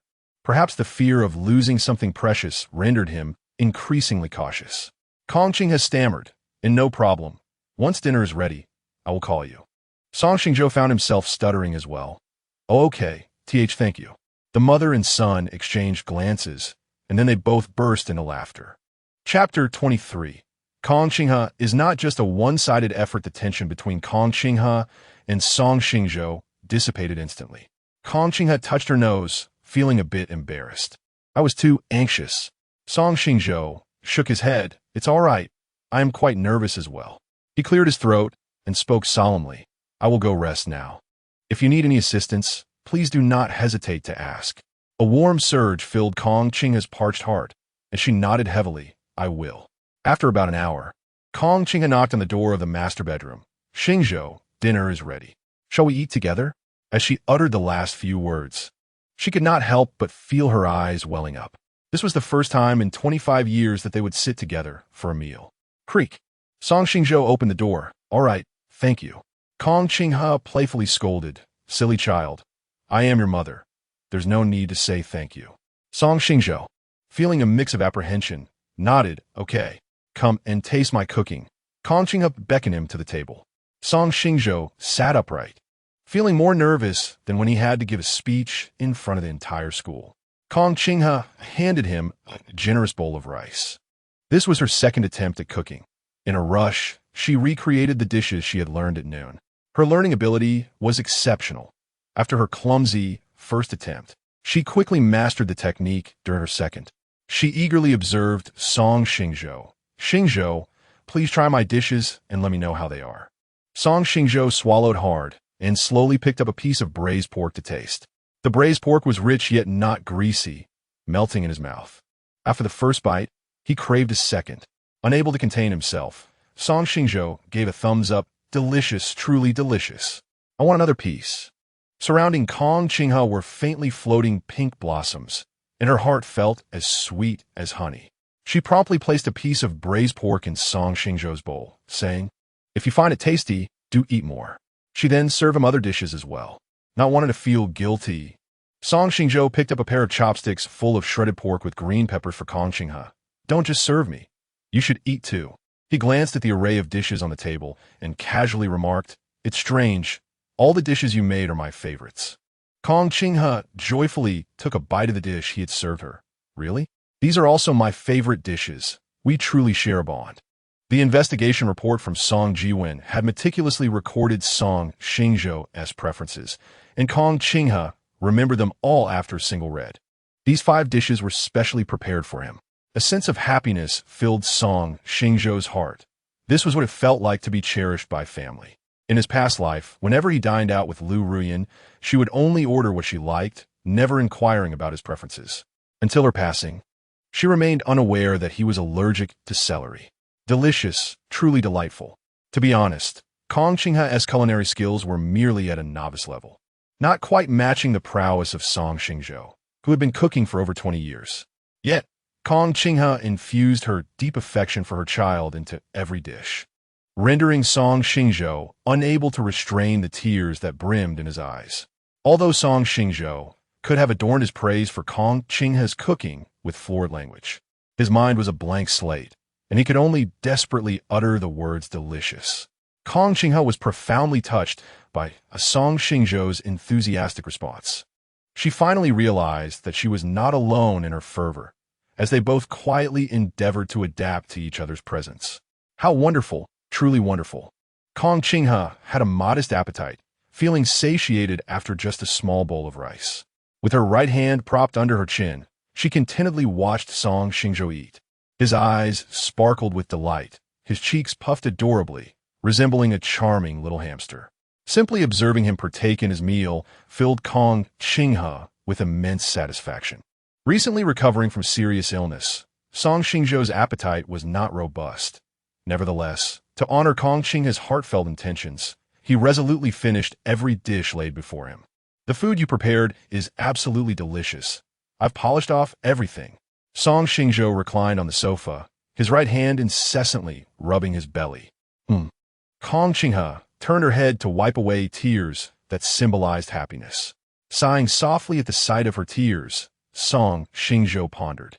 "Did I say something wrong or do something amiss? I lack extraordinary powers and cannot discern your thoughts. If there is anything you find amiss, please tell me, and I shall amend it." "No, not at all.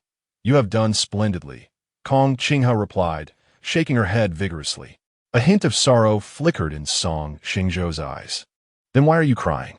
Does my existence trouble or sadden you?" Kong Qinghe's face paled as she exclaimed, "No, not at all. I'm crying tears of joy. You are a treasure bestowed upon me by the heavens. I shall never feel troubled or saddened by your presence."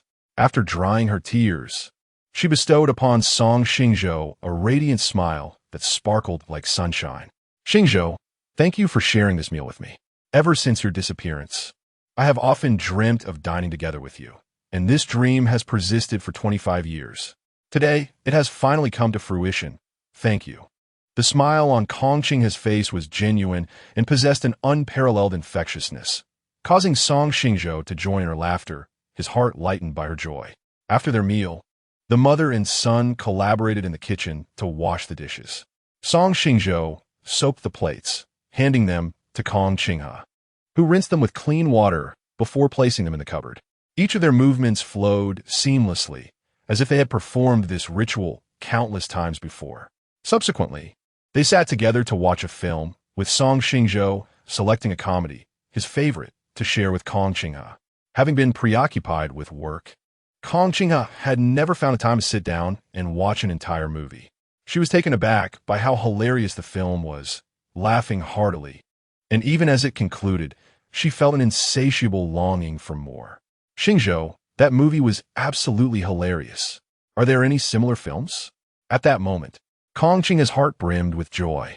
This is a life she never dared to dream of, where she and Song Xingzhou share the simplicity of a mother-son bond, dining together, washing dishes, and enjoying film side by side. How she wishes time could linger in this moment forever. Yes, let's watch it together another day.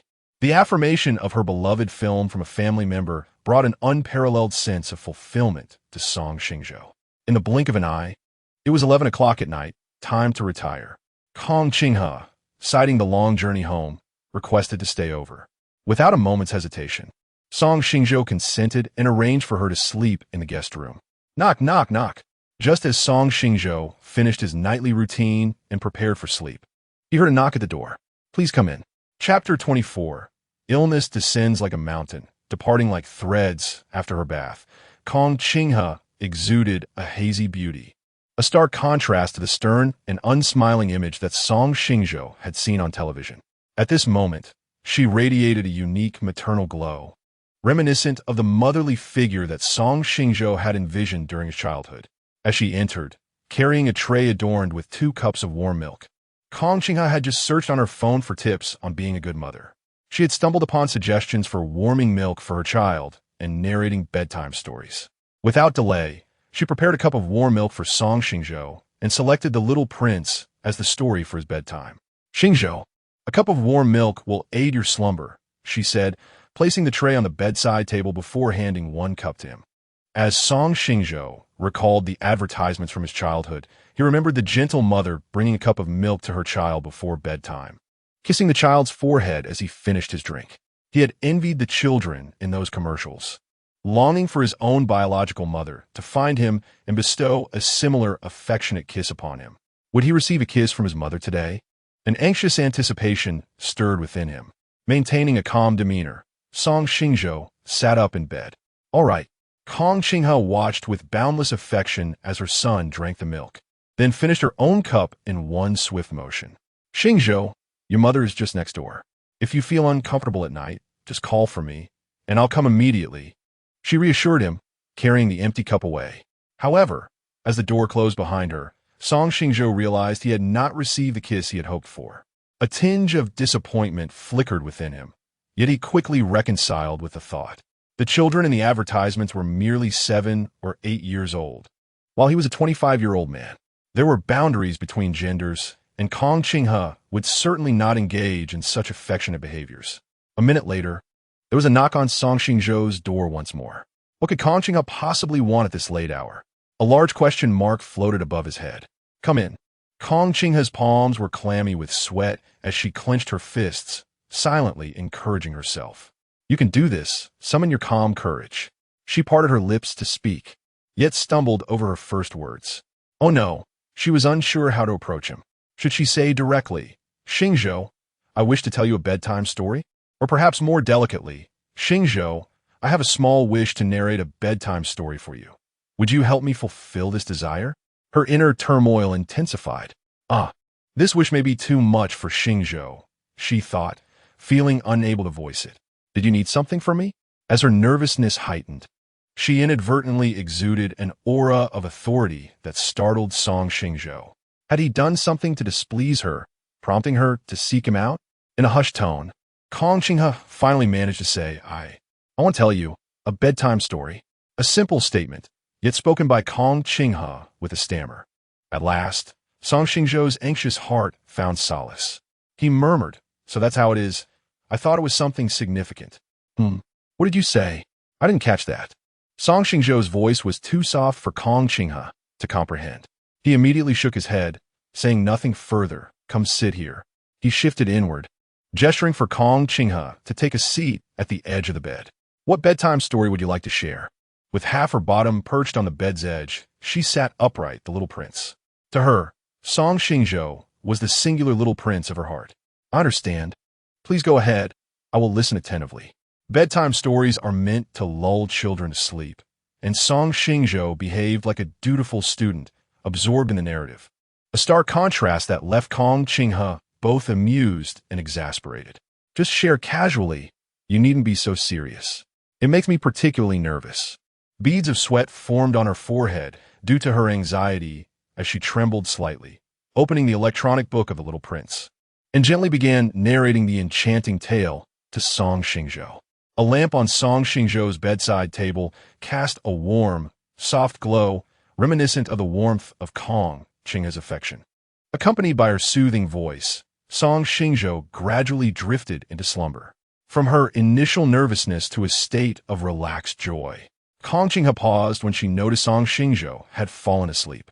She reached out to tenderly caress his soft locks, then leaned down to bestow a delicate, fleeting kiss upon his smooth forehead. Good night, my dearest little prince." She tucked him in snugly and quietly exited the master bedroom. At the moment the master bedroom door closed, Song Xingzhou wiped away the warm tears from the corners of his eyes. He finally comprehended the meaning of Kong Qinghe's words about crying from happiness.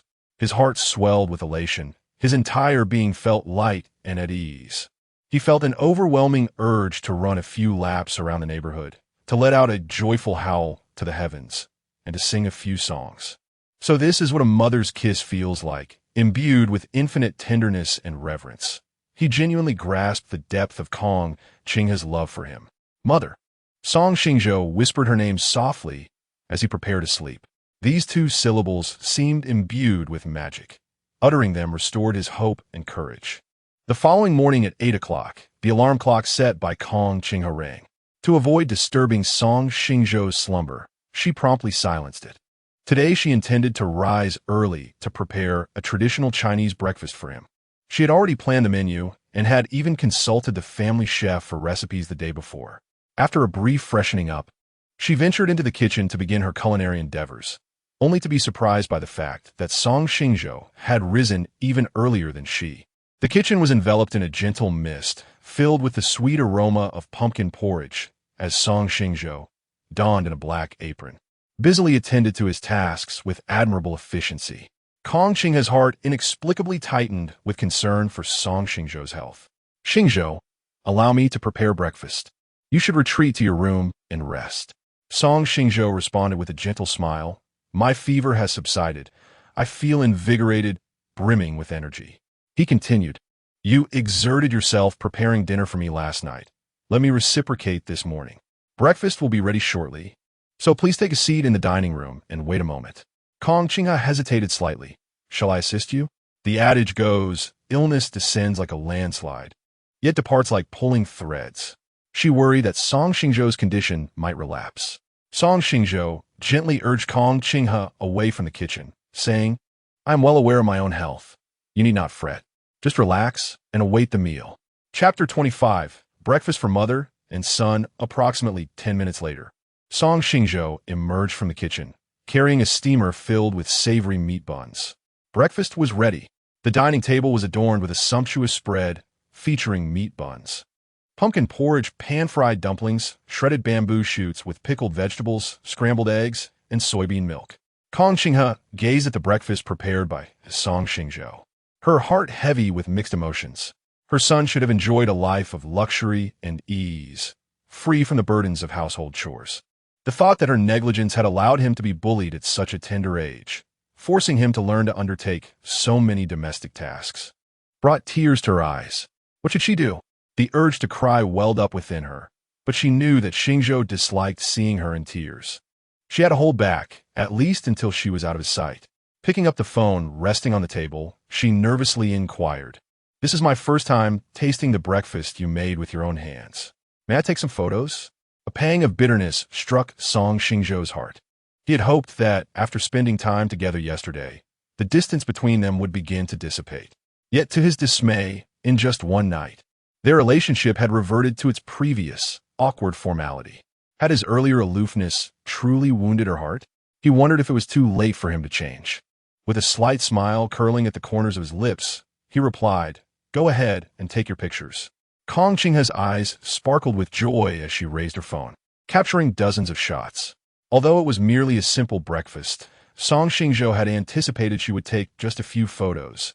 Instead, she snapped away with fervor, even experimenting with different angles, resembling a seasoned photographer. Song Xingzhou served Kong Qinghe 2 large meat buns, urging, "Eat up. They'll lose their warmth if you wait too long." A faint blush graced her fair cheeks as she shyly smiled. "I'm sorry. I'm just so happy I couldn't help myself." She then took a hearty bite of the bun, the rich aroma and delectable flavor causing her eyes to widen in delight, twinkling like stars. "This is the best meat bun I have ever tasted." Having sampled various meat buns, from the 2 yuan ones from street vendors to the extravagant ones costing thousands at 5-star hotels, none compared to the ones made by Song Xingzhou's hands. A radiant smile illuminated Song Xingzhou's face as he proudly declared, "I'm not bragging. My buns are even better than those made by top chefs." He then served her 2 more meat buns, insisting, "You're too thin. You need to eat more." Kong Qinghe had a small appetite and felt full after just 1 bun. Yet, knowing these were made by her long-lost son, she couldn't bring herself to refuse the eager gaze in his eyes. With a gentle smile, she began her 3rd bun. Previously, Song Xingzhou had never understood why some people delighted in feeding small animals, but now he comprehended. Kong Qinghe's dining demeanor was remarkably graceful, and he found pleasure simply in watching her. As she paused to wipe her lips, she looked up and asked, "Why are you staring at me? Do I have something on my face?" Alas, I was so engrossed in my bun that I neglected to manage my expressions and demeanor. Would this displease Xingzhou? Song Xingzhou smiled gently and shook his head, assuring her that there was nothing amiss on her face. "I find your eating mannerisms quite graceful. I simply could not help but admire you for a while." Hearing this, Kong Qinghe felt tears welling up again. She pinched her palm to suppress the urge to weep. "My poise was taught by an etiquette instructor. If you wish to learn, I can arrange for the finest instructor to teach you." Kong Qinghe's upbringing was exceedingly strict. In her youth, her time was meticulously scheduled by her parents. During the day, she absorbed knowledge from her teachers at school, and at night, she learned from tutors and skills such as horseback riding, floral arrangement, waltzing, piano, and etiquette, every essential skill for high society. Song Xingzhou chuckled softly, declaring that the most pressing matter at hand was breakfast, setting aside thoughts of etiquette instructors for the moment. In his previous life, he often neglected regular meals in pursuit of academic success. After graduation, he embarked on a business venture, frequently indulging in excessive drinking with clients for the sake of securing orders worth hundreds of thousands. At such a young age, he developed a gastric ulcer, becoming unable to tolerate any irritating foods.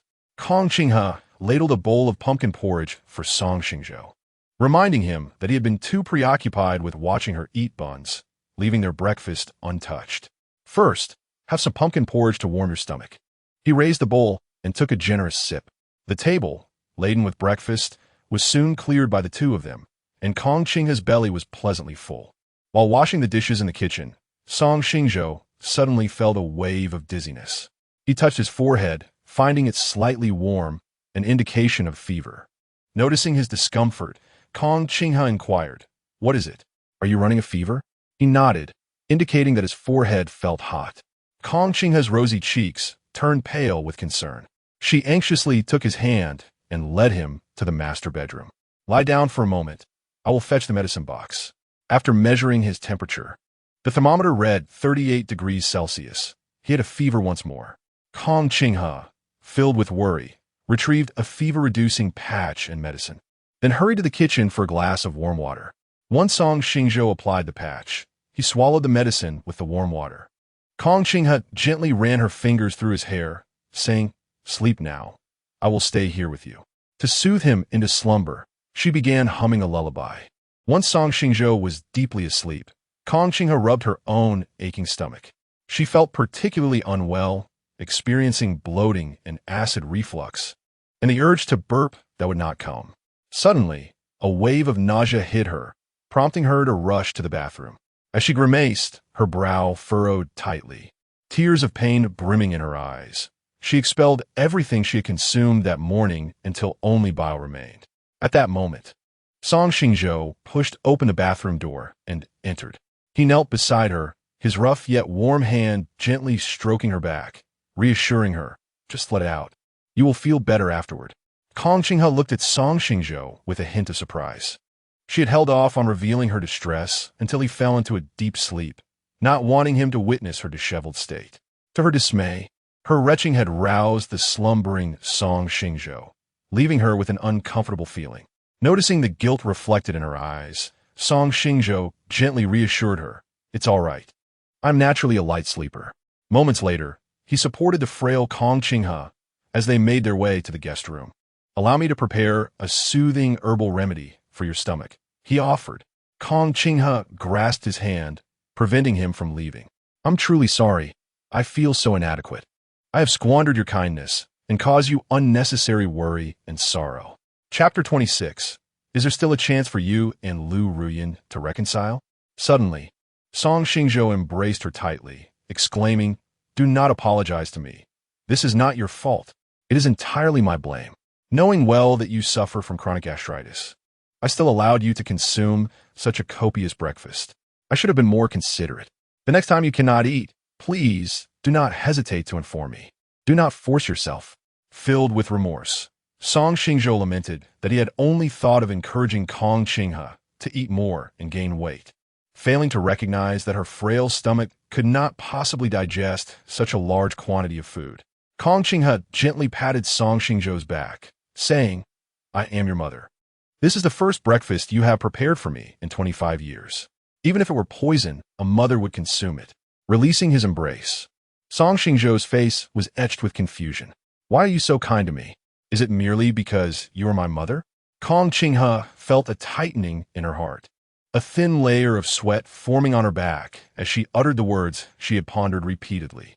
"Yes, precisely because I am your mother, because I love you. I am sorry for my negligence that has caused you suffering for 25 years. I regret not nurturing you, caring for you, loving you, and accompanying you in person all these years. However, you must believe that I have always loved you, even though we are separated by distance. I continue to love you in my own way every moment. Regardless of your appearance or your accomplishments, I will never disdain you. I do not yearn for grand achievements from you. Your good health is sufficient to bring me joy. You are the most precious gift bestowed upon me by heaven. Simply seeing you fills my heart with delight. Even if you never acknowledge me as your mother, my love for you will remain unwavering." Listening to Kong Qinghe's heartfelt words, Song Xingzhou could not help but be overwhelmed with tears. Her every statement was imbued with love for him, despite having overindulged. She had meticulously consumed every morsel of the breakfast he had prepared. Her every action radiated her boundless affection. And how had he responded? With a stern demeanor, refusing to hear any of her explanations, eschewing any form of communication, solely harboring resentment and blame towards her. Even after Song Jinwan had revealed to him the immense suffering Kong Qinghe had endured in search of him, he still allowed his inner cowardice to prevent their reunion. Song Xingzhou spoke slowly, deliberately. Mom. He was a timid soul. Confronted with the long-desired maternal love, he faltered and retreated. Yet, Kong Qinghe's love bestowed upon him boundless courage. Song Xingzhou's words led Kong Qinghe to think she was dreaming, and in disbelief, she asked, "Xingzhou, did you just call me what I think you did?" She felt as if she had misheard. Raising his voice, Song Xingzhou solemnly replied, "Mother, thank you for all your hard work over the years." Kong Qinghe tightly embraced her son, her voice trembling as she responded, "It has not been hard at all. I'm not weary in the slightest. My son, you are my treasure, my hope for survival." The mother and son wept in each other's arms. Kong Qinghe and Song Xingzhou wept for a full hour before their tears ceased, their eyelids swollen like walnuts, their eyes suffused with crimson veins, and their noses tinged with red. Their voices, akin to the croaking of ducks, were particularly unpleasant. Song Xingzhou lifted a cup brimming with gastric health granules. His voice hoarse as he said, "The medicine has cooled. Allow me to heat it up in the microwave for you." Kong Qinghe gazed tenderly at her handsome son and gently replied, Once the granules were heated, Song Xingzhou returned to the secondary bedroom, spoon-feeding them to Kong Qinghe. After she finished, he prepared a hot water bottle for her. "Say, Mom, warm your stomach with this." Deeply moved, Kong Qinghe felt the warmth from the bottle radiate through her bloodstream, enveloping her limbs like a newborn cradled in amniotic fluid, experiencing an unprecedented sense of warmth and comfort. She recalled how long it had been since she and her son had shared a bed, and she shifted closer to the wall, offering most of the space. "Xingzhou, may I sleep beside you?" Song Xingzhou paused for a moment before a gentle smile graced his lips. Of course. In his childhood, he had fantasized about sharing a bed with his mother, envisioning her patting his back while recounting fairy tales. Now, that dream had materialized. He fetched his pillow and blanket from the master bedroom and lay down beside Kong Qinghe. She turned towards him, kissed his forehead, and spoke in a soft, soothing tone. "Sleep now. Mother will stay with you." She gently patted his back while humming a lullaby filled with boundless maternal love. The wound in Song Xingzhou's heart, which had lingered for 25 years, was quietly mended in the embrace of Kong Qinghe's infinite affection. No longer was he the wild child spoken of by others. He had a mother who cherished him as a precious gem. When Song Xingzhou awoke, the sun was already high in the sky. He turned to look beside him, finding Kong Qinghe in a deep slumber. His stomach rumbled, clearly hungry. Silently, he sat up from the bed, slipped on his slippers, and tiptoed out of the secondary bedroom. As he settled onto the sofa in the living room, the notification sound of WeChat chimed. A message from Song Zhuan instructed him to open the door. Ruffling his tousled hair, he shuffled to the door, opening it for Song Zhuan, who stood there in a crisp white professional outfit, offering him a warm smile while shaking a thermos in her hand. "Good afternoon. I brought lunch. Let us eat together with Mom." Song Xingzhou turned slightly to welcome her inside. "Mom is still asleep. I'd like to wait for her to wake up before we eat." A flicker of surprise crossed Song Zhuan's eyes. "Mom? You've acknowledged her?" Song Xingzhou shyly smiled. "Yes, we've recognized each other." Song Zhuan's previously icy demeanor was replaced with joy and relief as she sighed deeply, saying, "That's wonderful." Another rumble from Song Xingzhou's stomach interrupted the moment. Glancing down at his midsection with playful amusement, Song Zhuan quipped, "Why don't you eat first? I shall first partake of some bread to assuage my hunger. And once Mother awakens, we shall dine together." Song Xingzhou resolutely shook his head. "Suit yourself." Song Zhuan ceased her persuasion, circumventing Song Xingzhou to enter the living room, where she placed the thermos food container upon the coffee table. Song Xingzhou opened the refrigerator, inquiring, "What would you like to drink?" "Iced tea," she replied. Song Zhuan retrieved a document from her briefcase. Song Xingzhou set the iced tea before her on the coffee table, asking, "Is the document in your hand intended for my perusal?" Admiration gleamed in Song Zhuan's eyes as she replied, "Indeed, while Mother slumbers. I have a few inquiries I wish to pose to you." Song Xingzhou raised an eyebrow. "What questions do you have? Is there still a possibility for you to reconcile with Liu Ruyan?" Chapter 27. Liu Ruyan, You Foolish Girl. According to the investigative materials, a complex and entangled romance exists between Song Xingzhou and Liu Ruyan. Song Xingzhou harbors deep affection for Liu Ruyan, while she loves Yang Tianyu, but still consents to Song Xingzhou's proposal. The warm smile that once graced Song Xingzhou's face has vanished, replaced by an icy glare in his eyes. "What do you mean by that?" Song Zhuan, overwhelmed with work, wishes to avoid beating around the bush with Song Xingzhou. "You adore Liu Ruyan, despite her lingering ties with Yang Tianyu, and you continually choose to forgive her. On the 4th anniversary of their relationship, Liu Ruyan abandons him to welcome Yang Tianyu back from abroad, and Song Xingzhou chooses to forgive her. On his birthday, while Liu Ruyan and Yang Tianyu revel in Kyoto, Song Xingzhou extends his forgiveness once more. After proposing to Liu Ruyan, she immediately rushes to care for the ailing Yang Tianyu. Yet Song Xingzhou again opts for forgiveness. At their engagement banquet, Liu Ruyan is absent, choosing instead to attend to Yang Tianyu, who attempted to take his own life.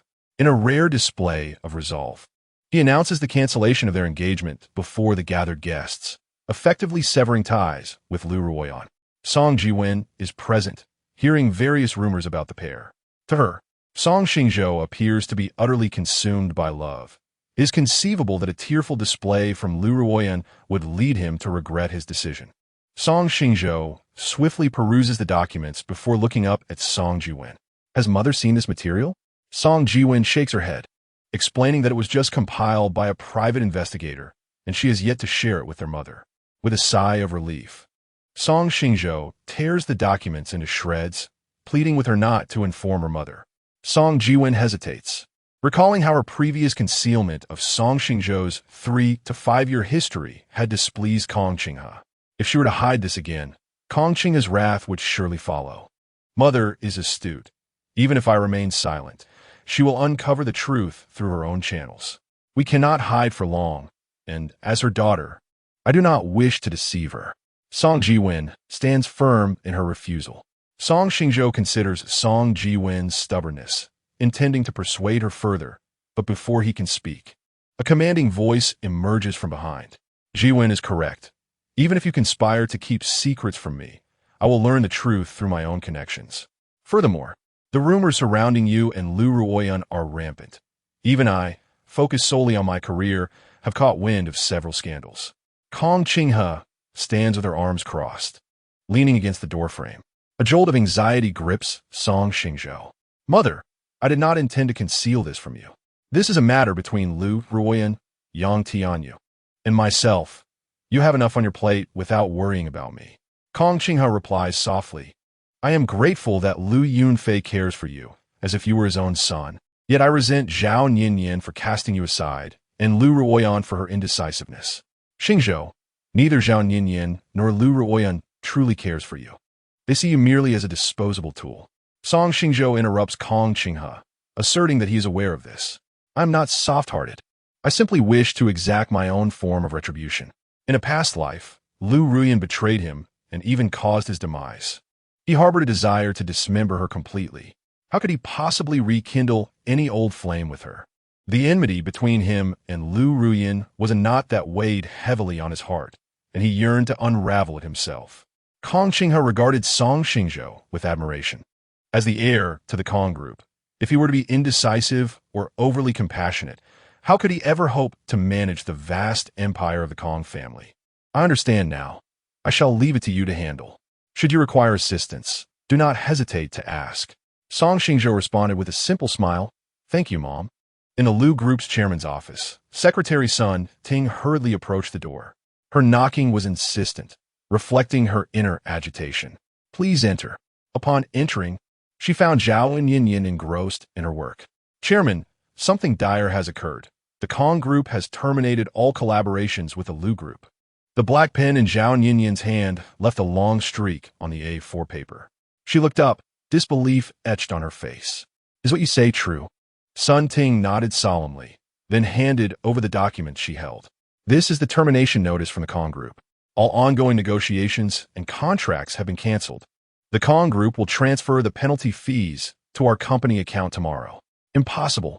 I have been friends with Qinghe for so many years. She would never cancel our collaboration. Zhao Ninian immediately called Kong Qinghe, only to be met with the sound of a disconnected line. Qinghe has blocked me. Her face turned as dark as coal, her voice cold and foreboding, as if a storm was brewing. Did the Kong Group provide a reason for the cancellation? Sun Ting swallowed nervously and replied, I heard that Miss Liu Ruyan spoke disrespectfully in front of Chairman Kong, and in a fit of anger, he terminated all collaborations. Zhao Ninian's eyes widened in fury as she swept all the documents from the desk to the floor. Liu Ruyan, you worthless fool. She paced restlessly in the office, her mind racing with strategies to respond, yet finding them utterly futile.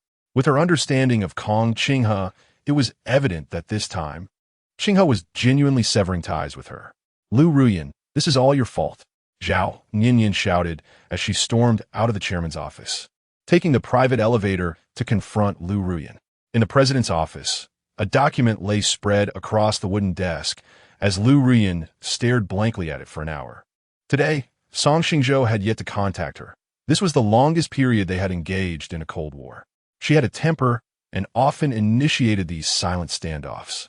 And even when Song Xingzhou was unaware of their cause, he would still humble himself to apologize and seek reconciliation.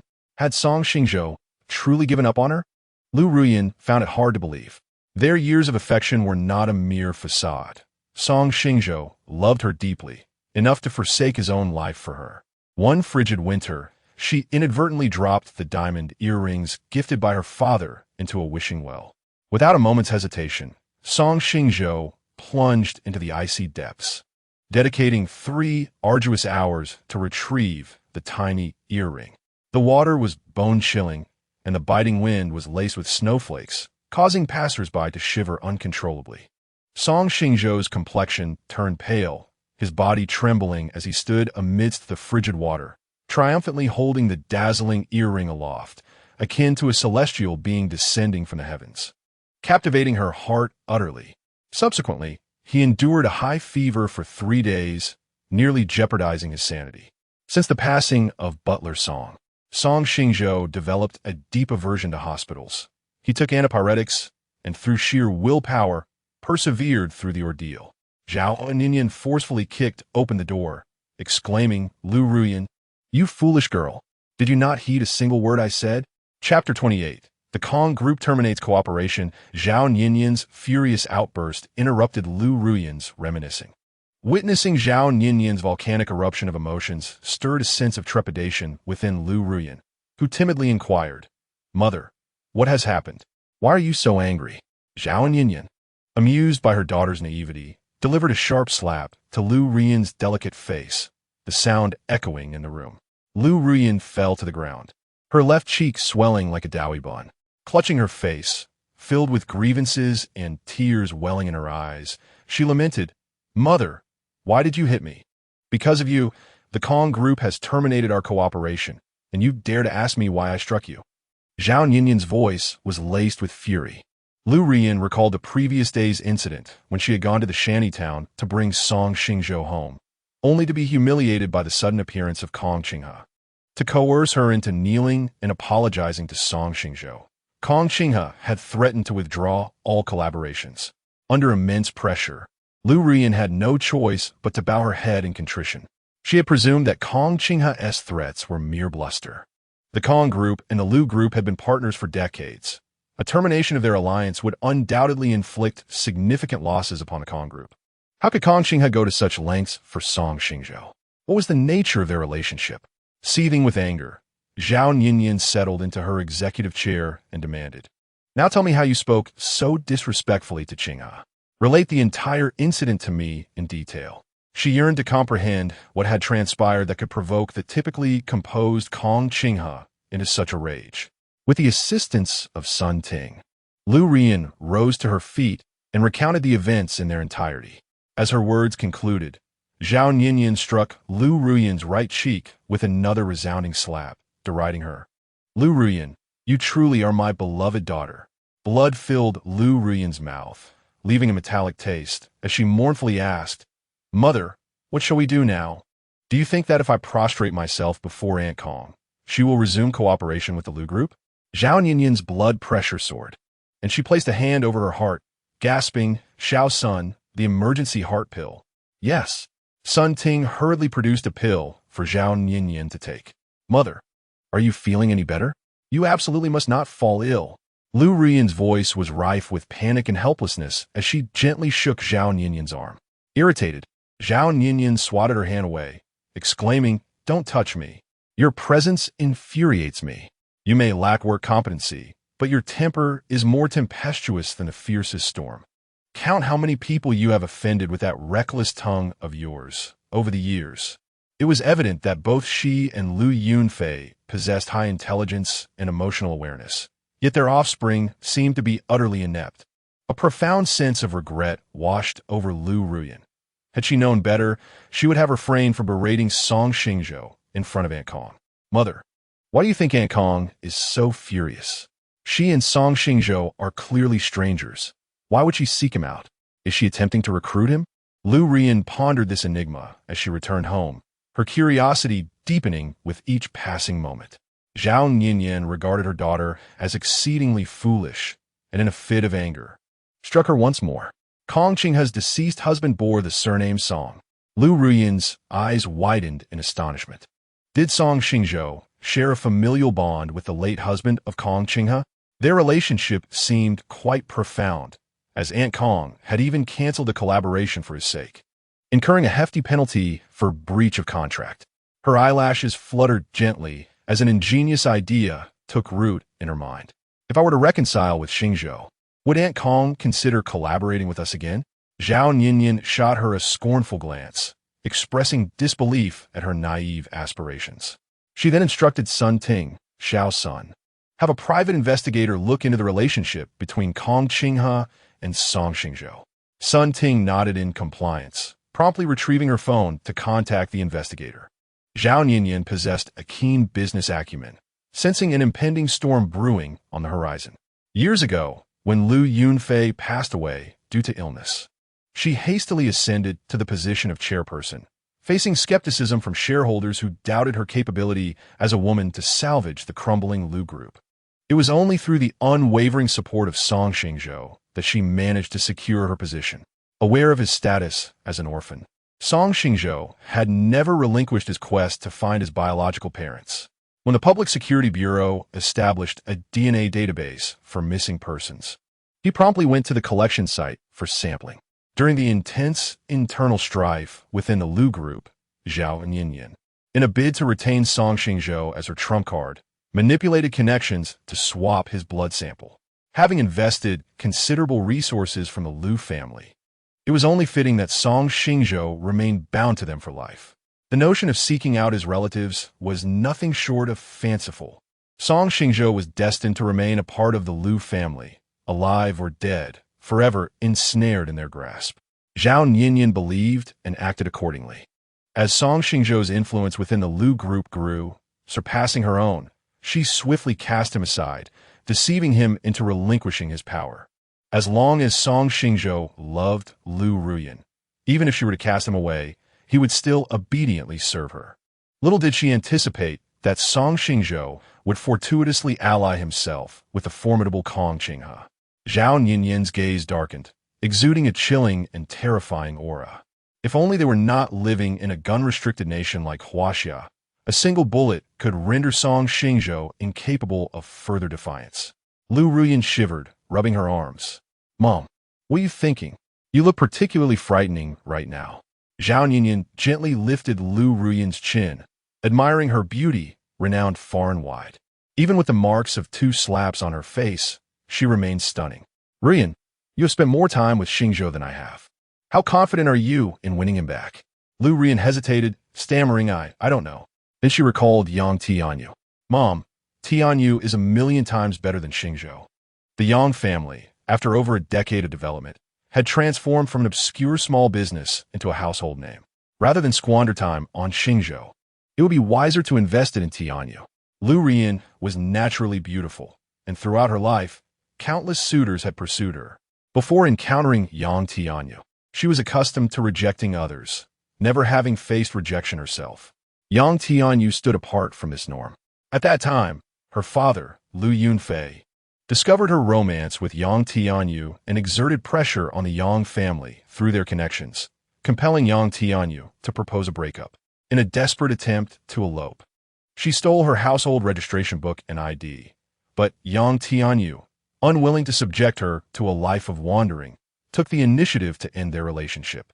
His love for her was genuine, and his concern was profound. "Yang Tianyu?" Zhao and Yinyan seemed to hear a jest. "After all these years, do you truly believe Yang Tianyu would still love you as he once did?" Chapter 29. Song Xingzhou felt that he had been taken advantage of by Song Jinwan. Liu Ruyan's eyelashes fluttered gently. He was aware, and he even consented to the 3 of us living together. Liu Ruyan had once asked Yang Tianyu what she should do if she couldn't let go of him, but also couldn't live without Song Xingzhou. Yang Tianyu replied that he was willing to be her lover alongside Song Xingzhou. Zhao and Yinyan gently patted Liu Ruyan's delicate face, saying, "It's up to you. Consider this a one-time concession. Should there be a next time, I cannot guarantee your safety." The shareholders were exceedingly displeased with the termination of the collaboration with the Kong Group and sought to convene a board meeting to oust you from your position as president. I exerted every effort to suppress this. Always think things through and do not commit such rudimentary errors again. Zhao and Yinyan tidied her hair and attire, regaining her former regal demeanor. Xiao Sun, regarding the investigation into Kong Qinghe and Song Xingzhou, I require results promptly. Her intuition hinted at an extraordinary relationship between Kong Qinghe and Song Xingzhou. Sun Ting nodded, assuring her, "Rest assured, I have engaged the most renowned private investigator in Modu. Results will be forthcoming in a matter of days." At Song Xingzhou's residence, the 3 of them shared a leisurely lunch. Kong Qinghe, her long tense nerves finally relaxing, felt drowsy after the meal.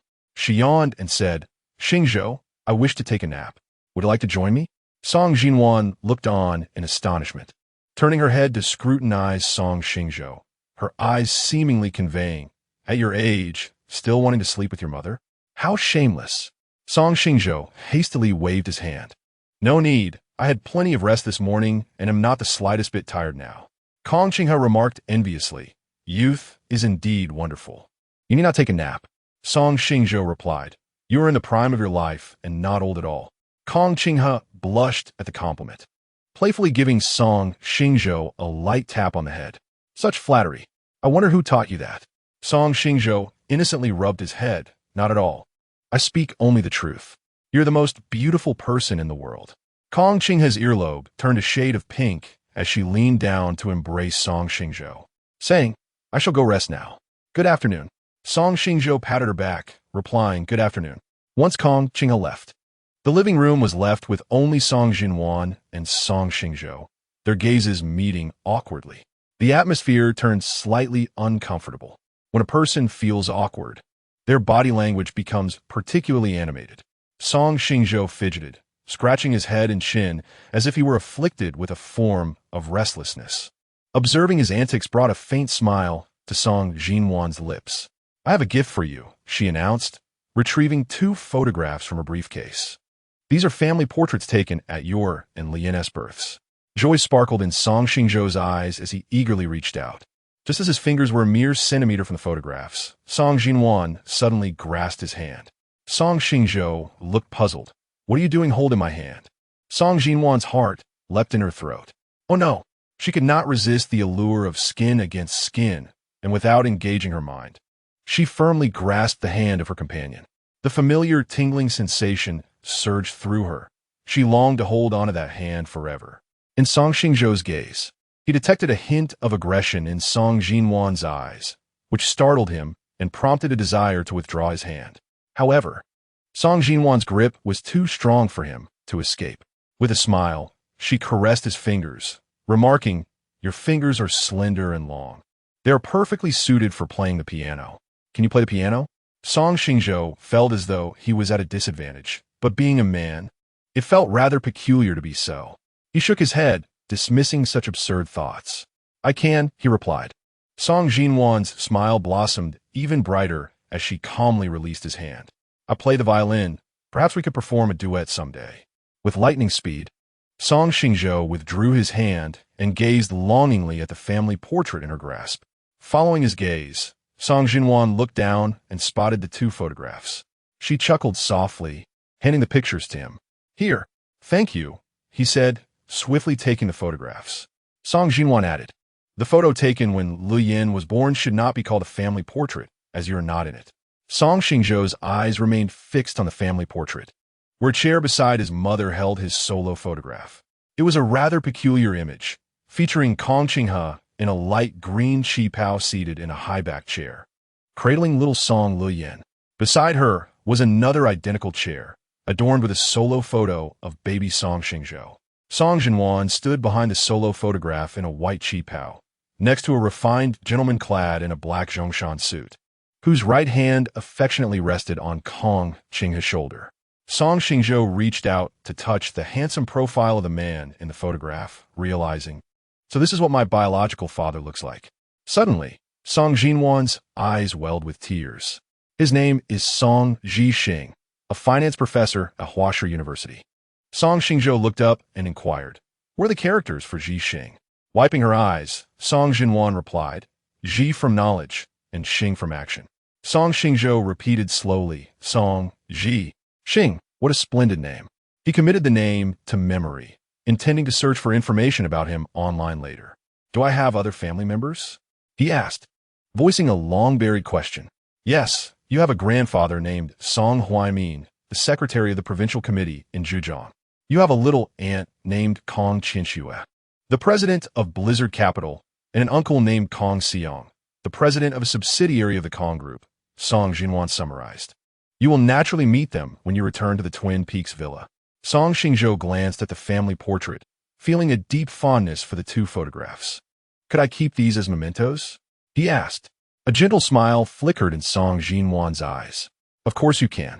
Song Xingzhou looked up at her with hopeful eyes and asked, Do you have any photographs in your wallet or pendant box? I would like to carry them with me. Song Jinwan opened her phone and replied, I will send you the electronic version of our family portrait, so you can easily enlarge or reduce the image. Song Xingzhou expressed his heartfelt gratitude, saying, Thank you. Suddenly, Song Jinwan seemed to remember something and hurriedly inquired, Haven't you exchanged contact information with Mom yet? Song Xingzhou slapped his forehead and exclaimed, "I've been so dazed these past few days that I forgot such an important matter." Song Xingzhou playfully poked his forehead and scolded gently, "You, having reunited with Mom, yet you haven't even exchanged contact details." Song Xingzhou sprang up and dashed towards the spare bedroom, exclaiming, "I will add Mom on WeChat right now." Chapter 30. From now on, your every birthday will be spent with your mother. Wait. Song Xingzhou swiftly grasped the corner of Song Xingzhou's shirt, exposing his well-defined 8-pack abs. Unconsciously, Song Xingzhou stole a few more glances. A chill swept across Song Xingzhou's abdomen, prompting him to look down and realize his abs were fully on display. The heat of Song Xingzhou's gaze felt like a burn against his skin, causing his earlobes to subtly redden. To mask his embarrassment, he cleared his throat and feigned calmness, asking, "Do you find my abs attractive?" Without a hint of shyness, Song Xingzhou continued to gaze for a few moments before averting her eyes, nonchalantly replying, "They're just okay." Song Xingzhou silently mused, "If they're just okay, why did you look for so long? Such a hypocritical person. Can you let go now? My stomach feels a bit cold." Song Xingzhou stood directly in front of the air conditioning unit, the brisk air hitting his exposed skin, causing every hair on his body to stand on end. Song Xingzhou raised an eyebrow and then released her grip, saying, "Of course." The moment she let go, Song Xingzhou quickly tucked his shirt back into his jeans. A flicker of regret passed through Song Xingzhou's bright eyes, but she quickly remembered the reason she had tugged at his shirt. "Your mother rarely gets a good night's sleep. Please don't disturb her." Song Xingzhou settled back onto the sofa. "I understand. I will wait for her to wake up." He picked up a magazine from the coffee table, but his thoughts inevitably drifted back to Song Xingzhou. She had always presented herself as a serious and dignified figure in his mind. Yet he found her somewhat adorable for taking an interest in his abs. Rising from the sofa, Song Xingzhou announced, "I'm off to work. We shall meet again tomorrow." Snapping back to reality, Song Xingzhou waved at her goodbye. Kong Qinghe awoke at 3 in the afternoon. Upon exiting the guest room, she spotted Song Xingzhou seated in the living room, engrossed in the news. She joined him on the couch. "Mom, let us add each other on WeChat," Song Xingzhou suggested as he opened his phone. A smile illuminated Kong Qinghe's face. "All right." In addition to WeChat, the mother and son exchanged various other contact details. "Xingzhou, would you consider moving to Gemini Manor to live with me?" Kong Qinghe gently proposed after sipping the red tea brewed by her son, concerned for Song Xingzhou's safety. Given the unsatisfactory living conditions and lack of security at his current residence, Kong Qinghe highlighted Gemini Manor's numerous advantages: a picturesque environment, fresh air, large dining halls, libraries, gyms, botanical gardens, golf courses, and outdoor swimming pools. Everything delightful and entertaining. "That sounds great," Song Xingzhou interjected, cutting through her enthusiastic enumeration. "Wherever you reside, I shall reside." Kong Qinghe felt an overwhelming joy, as if her heart was immersed in a warm spring, both comforting and soothing. While preparing dinner in the kitchen, Song Xingzhou found Kong Qinghe tidying up his belongings in the bedroom. As Song Xingzhou entered the room, he beheld Kong Qinghe, who was simultaneously folding clothes and engaged in a video call with someone. "Aunt Liu, am I folding them correctly?" All of Kong Qinghe's garments had always been folded by the servants. She had never attempted to fold clothes herself. In an effort to conceal her inadequacy in front of Song Xingzhou, she seized the opportunity to consult Aunt Liu on how to fold while he was busy cooking. Leaning against the doorframe, Song Xingzhou smiled and said, "Yes, that is how you do it. Mom, you're amazing." Suddenly, Kong Qinghe was startled, causing her phone to crash to the ground. Song Xingzhou squatted down to retrieve it for her. "Say, Mom, I'm sorry. I didn't mean to scare you." Kong Qinghe offered an awkward smile, taking the phone and hiding it behind her back, much like a child caught in wrongdoing. "And no worries." Song Xingzhou sat on the edge of the bed and picked up a shirt. "Let us fold together. It will be quicker that way." Kong Qinghe's eyes sparkled with delight as she disregarded Aunt Liu's concerned inquiries and promptly ended the video call. Such a wonderful mother. How adorable. The little person in Song Xingzhou's heart joyfully twirled around. "Wait a moment. I have something for you." Song Juan had come here at noon to deliver a gift. Kong Qinghe opened the suitcase that was leaning against the wall. "Though your birthday has passed, I still want to present you with your birthday gift." She pulled out a white suit from the suitcase, saying, "This suit was personally designed and tailored by me. Try it on." "All right." Song Xingzhou took the suit and walked into the bathroom to change. After about 5 minutes, he emerged with a graceful demeanor. The exquisite tailoring accentuated his tall, slender figure, making him resemble the brightest star in the vast night sky, exuding an extraordinary aura and brilliance. Kong Qinghe's eyelashes fluttered as she found herself unable to tear her gaze away. "My son looks especially handsome in a suit." Song Xingzhou chuckled softly before unfastening the buttons. The suit was slightly snug, making it difficult for him to breathe when buttoned up. Kong Qinghe's gaze lingered on the slightly short pant legs, a hint of guilt crossing her face. "I'm sorry.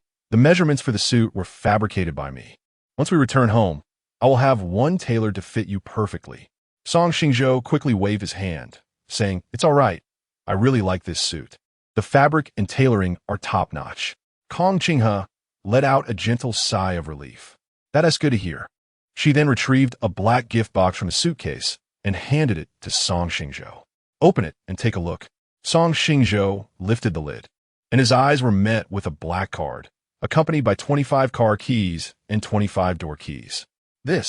He could hardly believe what he was seeing. Kong Qinghe explained, "This black card is an unlimited black card. The password is your birthday. Feel free to use it as you wish. The 25 car keys belong to luxury vehicles, and the 25 door keys correspond to exquisite villas." Her throat gently constricted as she asked, her voice trembling, "Do you like this gift?" Song Xingzhou stared at her, momentarily speechless. Kong Qinghe's heart plummeted. "Was it too meager? I apologize. Next time, I shall prepare a more lavish gift for you." Song Xingzhou embraced Kong Qinghe tightly, exclaiming, "No, this is the most elaborate birthday present I have ever received. I'm momentarily at a loss for words. Mother, regardless of the kind of birthday gift you bestow upon me, I shall cherish it dearly." During Song Muchuan's lifetime, he would celebrate Song Xingzhou's birthday each year by preparing a bowl of longevity noodles, purchasing a small cake, and presenting a handmade gift. After Song Muchuan's passing, Liu Ruyan only celebrated Song Xingzhou's birthday once, gifting him a pair of unwanted earrings. Since that day, no one has remembered his birthday, nor has anyone celebrated it with him again. Song Xingzhou buried his face in Kong Qinghe's shoulder, reluctant to lift his head, while Kong Qinghe gently kissed his earlobe, assuring him, "From now on, I shall be by your side for every birthday." Chapter 31. "Son, welcome home," with a heavy nod.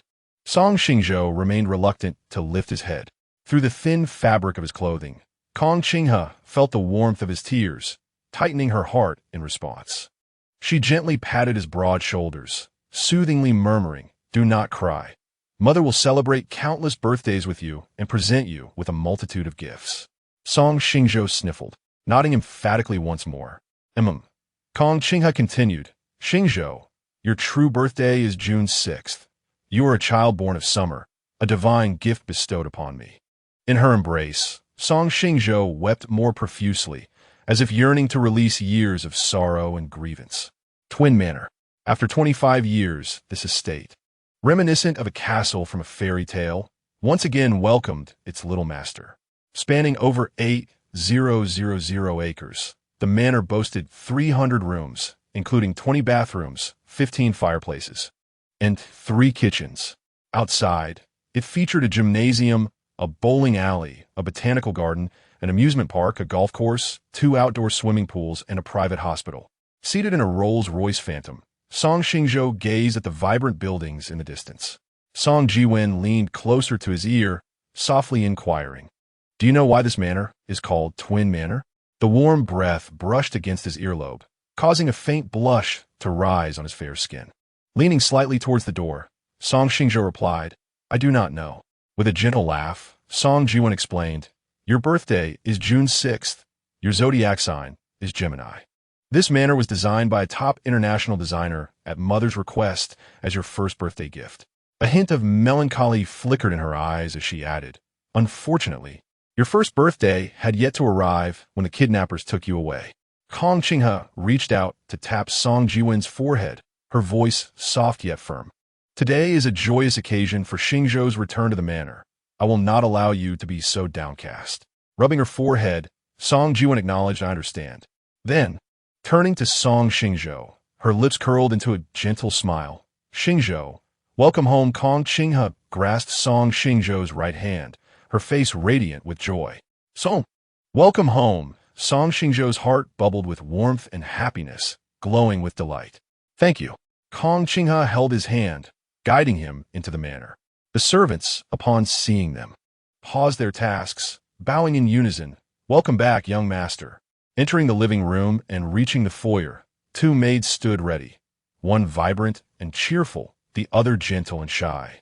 The lively maid brought slippers for Song Xingzhou, while the demure one knelt down to personally help him change into the slippers. In the living room, two rows of individuals stood neatly arranged. The front row consisted of radiant young maids, while the second was composed of robust men clad in black attire.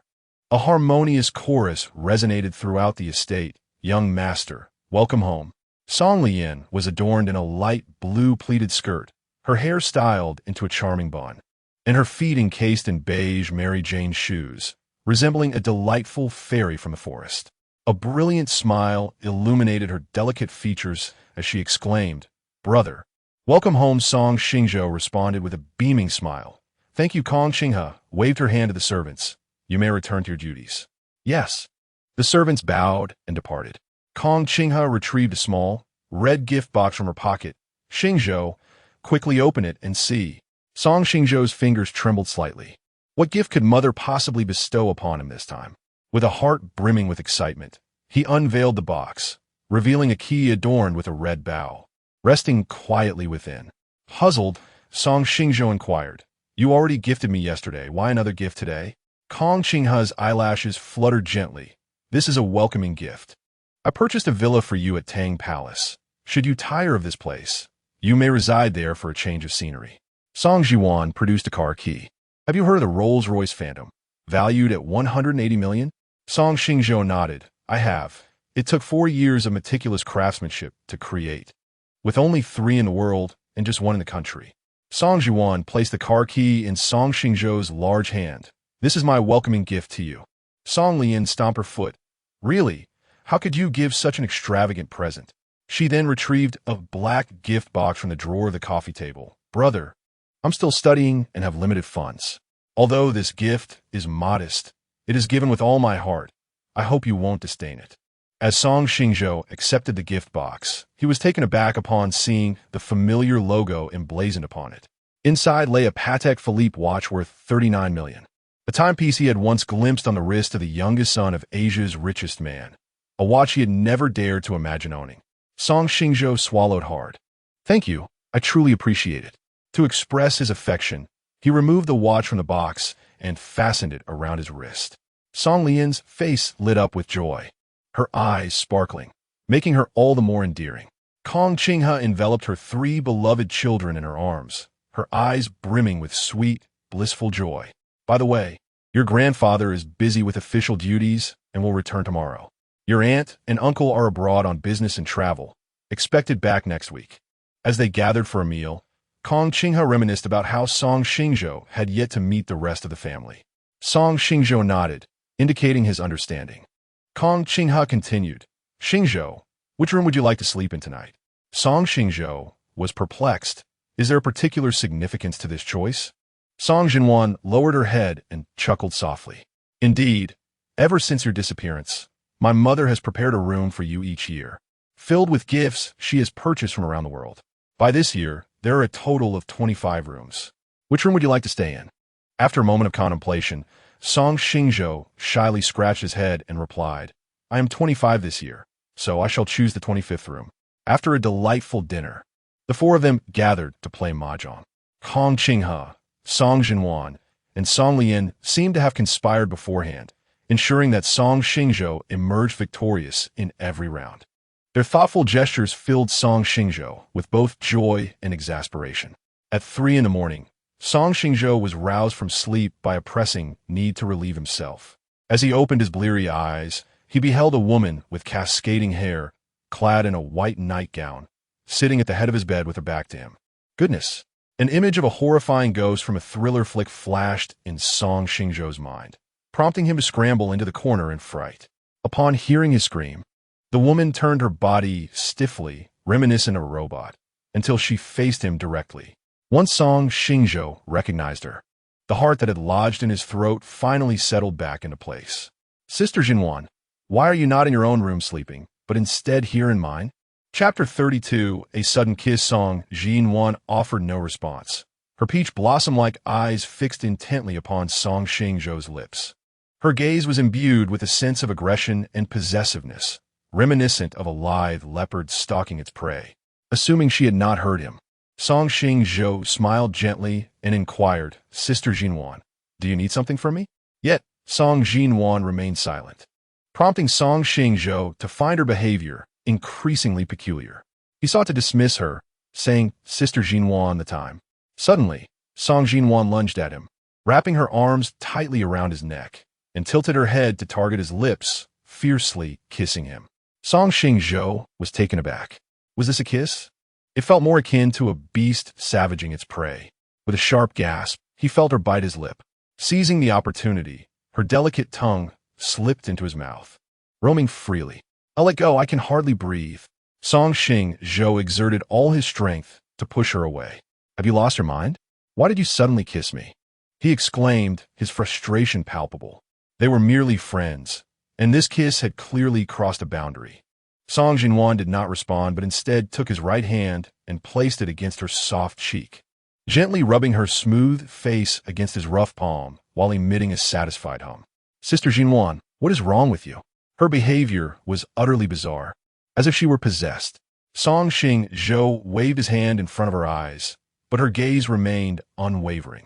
His heart raced, and he swallowed hard, stammering, Sister Jinwan, have you been possessed by an evil spirit? Seemingly disdainful of the coarseness of his hand, Song Jinwan forcefully shook it off and embraced Song Xingzhou. Her tender face nuzzled against his neck, adorned with an expression of infatuation. As a normal man, Song Xingzhou found himself inevitably aroused by the proximity of such an enchanting beauty. Sister Jinwan, please stop. To conceal his embarrassment, he gritted his teeth and pushed her away. With a thud, Song Jinwan fell to the ground.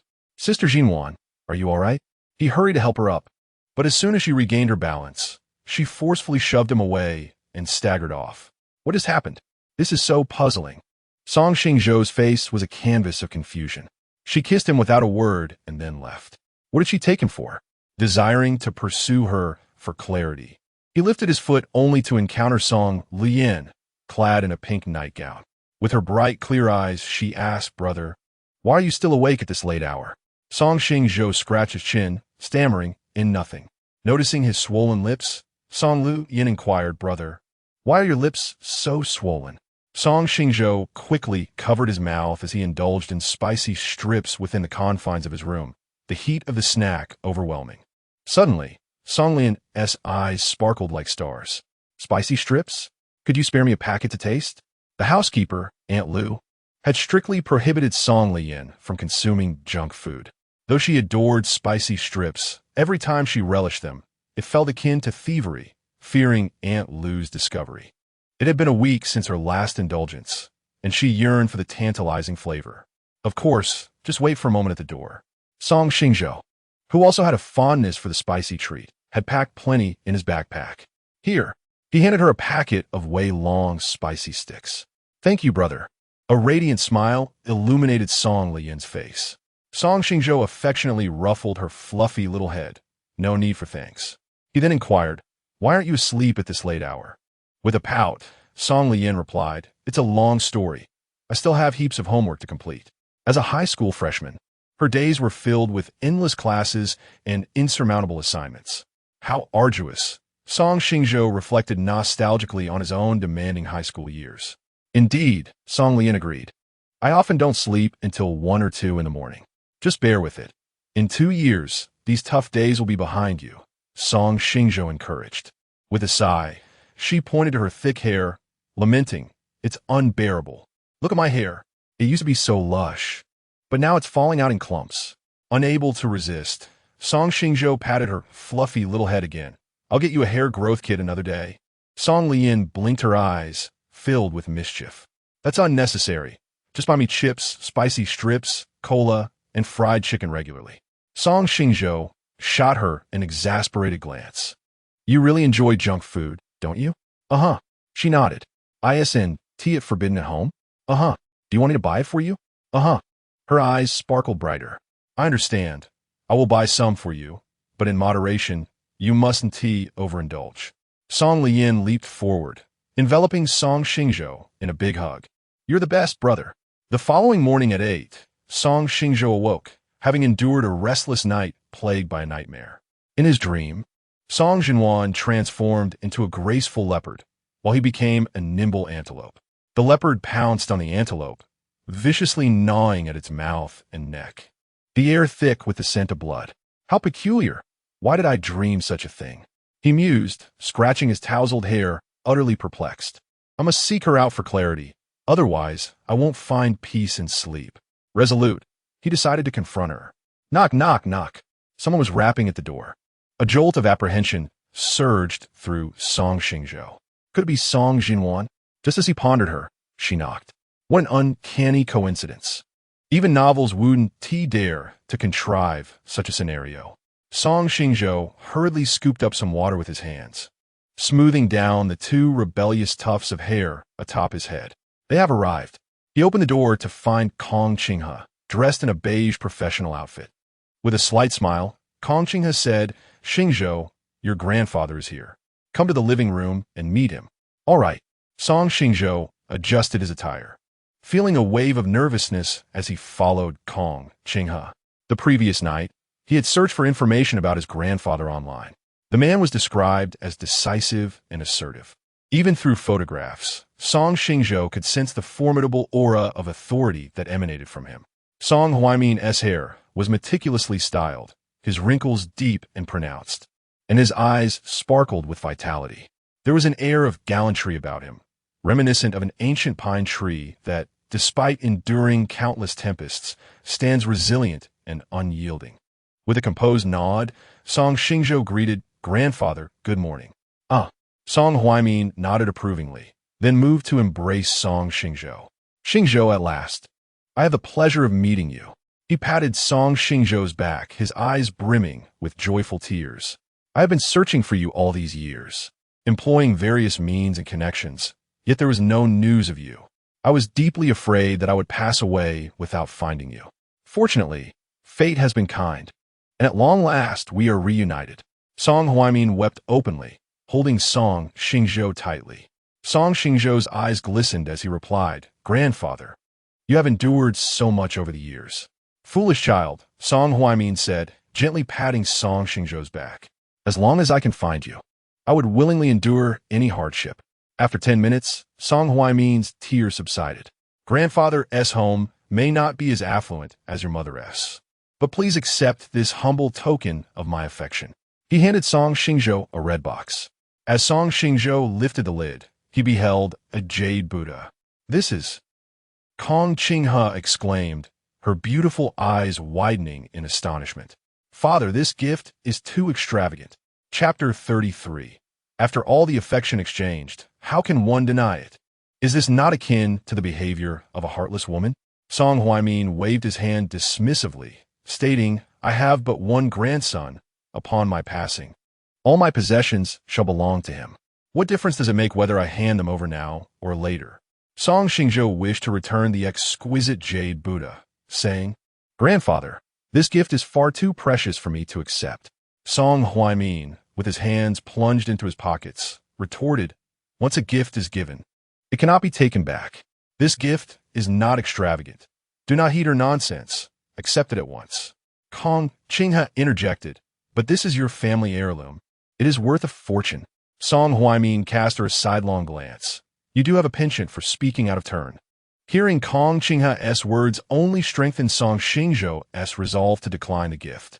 Grandfather Song Huaimin patted the back of Song Xingzhou's hand, his voice firm. Xingzhou, if you do not accept this gift, it will signify your refusal to acknowledge me as your grandfather. Very well, I shall accept this gift. Thank you, grandfather. Song Xingzhou replied, his straightforward nature shining through. Given that his grandfather had articulated his sentiments so clearly, further refusal would be deemed impolite and ungrateful. Song Huaimin nodded in satisfaction. Good, you truly are a fine grandson. After exchanging pleasantries, the family gathered in the dining room for a lively breakfast. Song Xingzhou opened the safe, placing the jade Buddha within. Inside the safe lay various gifts from family members, small trinkets crafted by his adoptive father, Song Muchuan, a suit meticulously sewn by Kong Qinghe, and a painting created by Song Liyan. These treasures were dear to him. Once he had secured his belongings, he approached the door to Song Zhuan's room. He knocked gently, knock, knock, knock. After half a minute, the door opened. Song Zhuan was occupied with work, adjusting the gold-rimmed glasses perched on her nose. Do you need something? Song Xingzhou glanced at her luscious red lips, and memories of the previous night flooded his mind. Why did you seek me out last night? Why? Song Zhuan raised an elegantly arched eyebrow. Did I come to find you last night? Song Xingzhou's lips pressed into a straight line. What did she mean? They had shared such intimacy, yet she feigned ignorance. Was this not akin to the actions of a heartless woman? What do you mean? Do you think I am deceiving you? A surge of anger ignited within Song Xingzhou. Song Zhuan paused to recall, then shook her head. I spent the entire night in my room. I never sought you out. Song Xingzhou narrowed his eyes, scrutinizing her. Her expression was resolute, devoid of any hint of deceit. What on earth? Had Song Zhuan truly forgotten? Impossible. He recalled her fervent kisses from the previous night, her demeanor bewildering. She seemed dazed, her eyes lacking vitality, and she moved as if she were a wandering specter. Could it be that Song Zhuan suffered from somnambulism? Do you walk in your sleep and then return to bed? Song Zhuan furrowed her brows, perplexed by a Song Xingzhou's inquiry. What do you mean? As Song Xingzhou closed his eyes, he loudly inquired, Do you sleepwalk at night? Song Zhuan instinctively covered her ears, saying, Please don't speak so loudly. I can hear you perfectly well. The boldness of his question quickly drained away, and he hunched his shoulders, reverting to his previous tone. I apologize, it was not my intention. A charming smile graced the corners of Song Zhuan's mouth as she reassured him. It's quite all right. I sleep very soundly at night. I neither snore nor grind my teeth, and certainly do not sleepwalk. However, her response did little to quell the doubts festering within Song Xingzhou.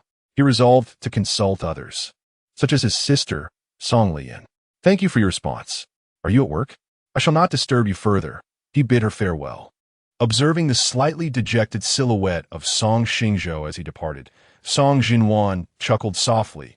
In my 28 years of life, no one has ever mentioned that I suffer from sleepwalking. Song Xingzhou sent a message to Kong Qinghe and Song Liyan, delicately inquiring if they were aware of Song Zhuan's alleged condition. Both replied with a negative. How could this be? He mused, tousling his hair in confusion. Was it not Song Zhuan I encountered yesterday? He then messaged Kong Qinghe again, asking if Song Zhuan had any sisters or brothers. Kong Qinghe replied that she did not. Could it be that last night was the first occurrence of her condition? He pondered for a moment, unable to reach a conclusion. Forget it. It's not worth dwelling upon. At 9 o'clock in the evening, within the confines of a private room at a bar, Liu Ruyan sat with her friends, engaged in drinking and chatting. Her companions, much like herself, were the daughters of affluent families in the bustling metropolis, some embracing male models while singing, others playing cards, and still others rolling dice. Yet, Liu Ruyan sat alone in a corner, nursing her sorrows in silence. After finishing a song, Zheng Yi approached, cocktail in hand, and sat beside Liu Ruyan. My dear, why are you sitting here alone, drowning your sorrows? Would you like me to summon a few male models for you? Liu Ruyan downed her cocktail in one go and then took a generous swig of beer, clearly in a foul mood. Zheng Yi speculated. Is it that gentleman from your family who has upset you again? She referred to Song Xingzhou, as it was common knowledge throughout the city that Liu Ruyan had a fiancé who adored her deeply. Liu Ruyan appeared perplexed. Who do you mean? Song Xingzhou or Yang Tianyu? Yang Tianyu attempted suicide on the day of my engagement, and Song Xingzhou called off our engagement that very day. Neither of them are good men. She took another hearty gulp of her drink and continued. Yeah, why do you think Xingzhou is so furious this time? Zheng Yi took a sip of her cocktail, her expression grave. Do you wish to hear the truth or a lie? Liu Ruyan replied with annoyance, of course, I want the truth. What use is a lie to me? Because your actions this time were rather excessive, Zheng Ye stated. Liu Ruyan dismissed her concerns. Excessive? Is it not merely the cancellation of the engagement ceremony? I've already assured him that I would organize a more splendid and grand engagement ceremony. Yet, he obstinately wishes to annul our engagement. How unreasonable of him! Zheng Ye grimaced slightly. I do not share your perspective. He is the kindest person I've seen towards you. Liu Ruyan shook her head, expressing her disbelief. Over the years of your relationship with him, you have often erupted in anger and engaged in prolonged periods of silence. At times, I've found your behavior quite excessive. Yet, Xingzhou has endured it all, even going so far as to apologize to you, striving to bring you joy. Each year, he meticulously organizes an extravagant birthday celebration in your honor, presenting you with a one-of-a-kind gift. He remembers every significant date, from anniversaries to Valentine's Day and Qixi Festival, always crafting delightful surprises for you. On a day when snow fell in flurries, when your earring fell into the wishing pond, he did not hesitate for a moment. He jumped into the icy waters, risking hypothermia, and searched tirelessly for 3 hours before retrieving it. Has he not treated you well? Chapter 34. Yang Tianyu, much like Xiao Mingde, harbors an affinity for married women. Liu Ruyan retorted, Tianyu has treated me with great kindness. In my first year of high school, when I was harassed by thugs, it was Tianyu who risked everything to rescue me. Even now, a prominent scar remains on his arm. In my second year, Xingzhou reported to my father, who opposed my relationship with Tianyu, leveraging his authority to separate us. Unwilling to part with Tianyu, I stole my identification and household registration, yearning to elope with him. Tianyu deemed my actions foolish, asserting that exchanging 3 individuals for one was hardly worthwhile. He wished to spare me from a life of destitution and chose to end our relationship. On the day of my engagement, Tianyu could not bear the blow and took his own life by slashing his wrist. His love for me was profound. Zheng Ye, with an expression of exasperation, casually replied, Yes, young Tianyu has been exceptionally good to you. He cannot live without you, nor can you without him. Now that Song Xingzhou has called off the engagement, you should be able to pursue a relationship with Yang Tianyu openly. Why then are you drowning your sorrows in alcohol? Liu Ruyan clenched her teeth, because Xingzhou has changed. He no longer loves me as he once did. Tianyu loved me enough to accept cohabitation with another, while Xingzhou revoked our engagement over my absence at a trivial engagement banquet. He no longer desires me. I personally brought him home, yet he not only scolded me, but also struck me, shattering my heart. Zheng Ye spat out her drink in shock. What did you just say? Yang Tianyu agreed to live with you both? Indeed. Zheng Ye continued to inquire, according to your account, you are undoubtedly destined to marry Song Xingzhou, with Yang Tianyu forever relegated to the shadows as an illicit lover. Is he truly willing to accept that? He is indeed willing. Zheng Ye cursed, damn. Yang Tianyu is quite the eccentric. Does he, like Xiao Mingde, have a penchant for married women? Liu Ruyan, perplexed, asked, Yeah, what do you mean by that? I don't understand. Zheng Ye waved her hand dismissively. It's nothing. I was just rambling. Liu Ruyan took a sip of beer, her face marred with distress. Yeah, I once believed that being together with 3 people was the best arrangement. If Xingzhou did not consent, I would have suggested a breakup. After all, my heart belongs to Tianyu. Xingzhou is merely a backup and a substitute.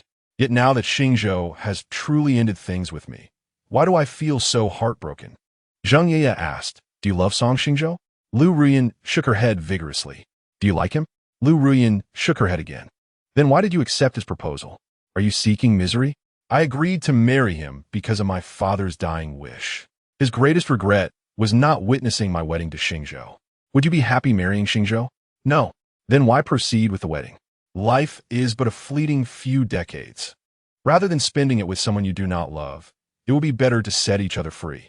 Upon hearing Zheng Ye's advice to abandon the marriage to Song Xingzhou, Liu Ruyan reacted as though struck by lightning and shouted, No, I must marry Xingzhou. Alas, I scarcely know what to say to you. Zheng Ye shook her head in helplessness. As the saying goes, those involved are often confused while onlookers see clearly. In Zheng Ye's perspective, it was evident that Liu Ruyan was utterly enamored with Song Xingzhou. Yet Liu Ruyan stubbornly refused to admit it. Chun Min, holding a cocktail, sat down beside Liu Ruyan and inquired, "What are you two discussing so fervently?" Zheng Ye responded, "Ruyan is troubled by her romantic entanglements." Chun Min, though not fully comprehending, nodded in acknowledgement. "Oh," she replied, then linked her arm with Liu Ruyan's, asking, "Have you and Song Xingzhou broken up?" Liu Ruyan's expression darkened, her gaze sharp. "Why do you ask that?" She retorted, "I adore Song Xingzhou. I intend to pursue him." Chun Min, having been spoiled by her parents since childhood, had always acquired whatever she desired. This upbringing fostered her innocent and carefree nature, devoid of guile, allowing her to speak her mind freely. "Absolutely not." Liu Ruyan's eyes flashed with a cold light. "Xingzhou is mine. You cannot pursue him." Chun Min found this perplexing. "Xingzhou has annulled your engagement and distanced himself from you. Why should I be forbidden from pursuing him? He is a person, not an object. He can choose whom he likes, and you have no say in that." Liu Ruyan, her eyes reddening, shouted, "Xingzhou can only be mine. If you pursue him, I will sever our friendship." Her voice echoed throughout the room, drawing the attention of all present. Chun Min, infuriated, reflected on her 2 decades of friendship with Liu Ruyan, incredulous that Liu would end their bond over someone who did not love her.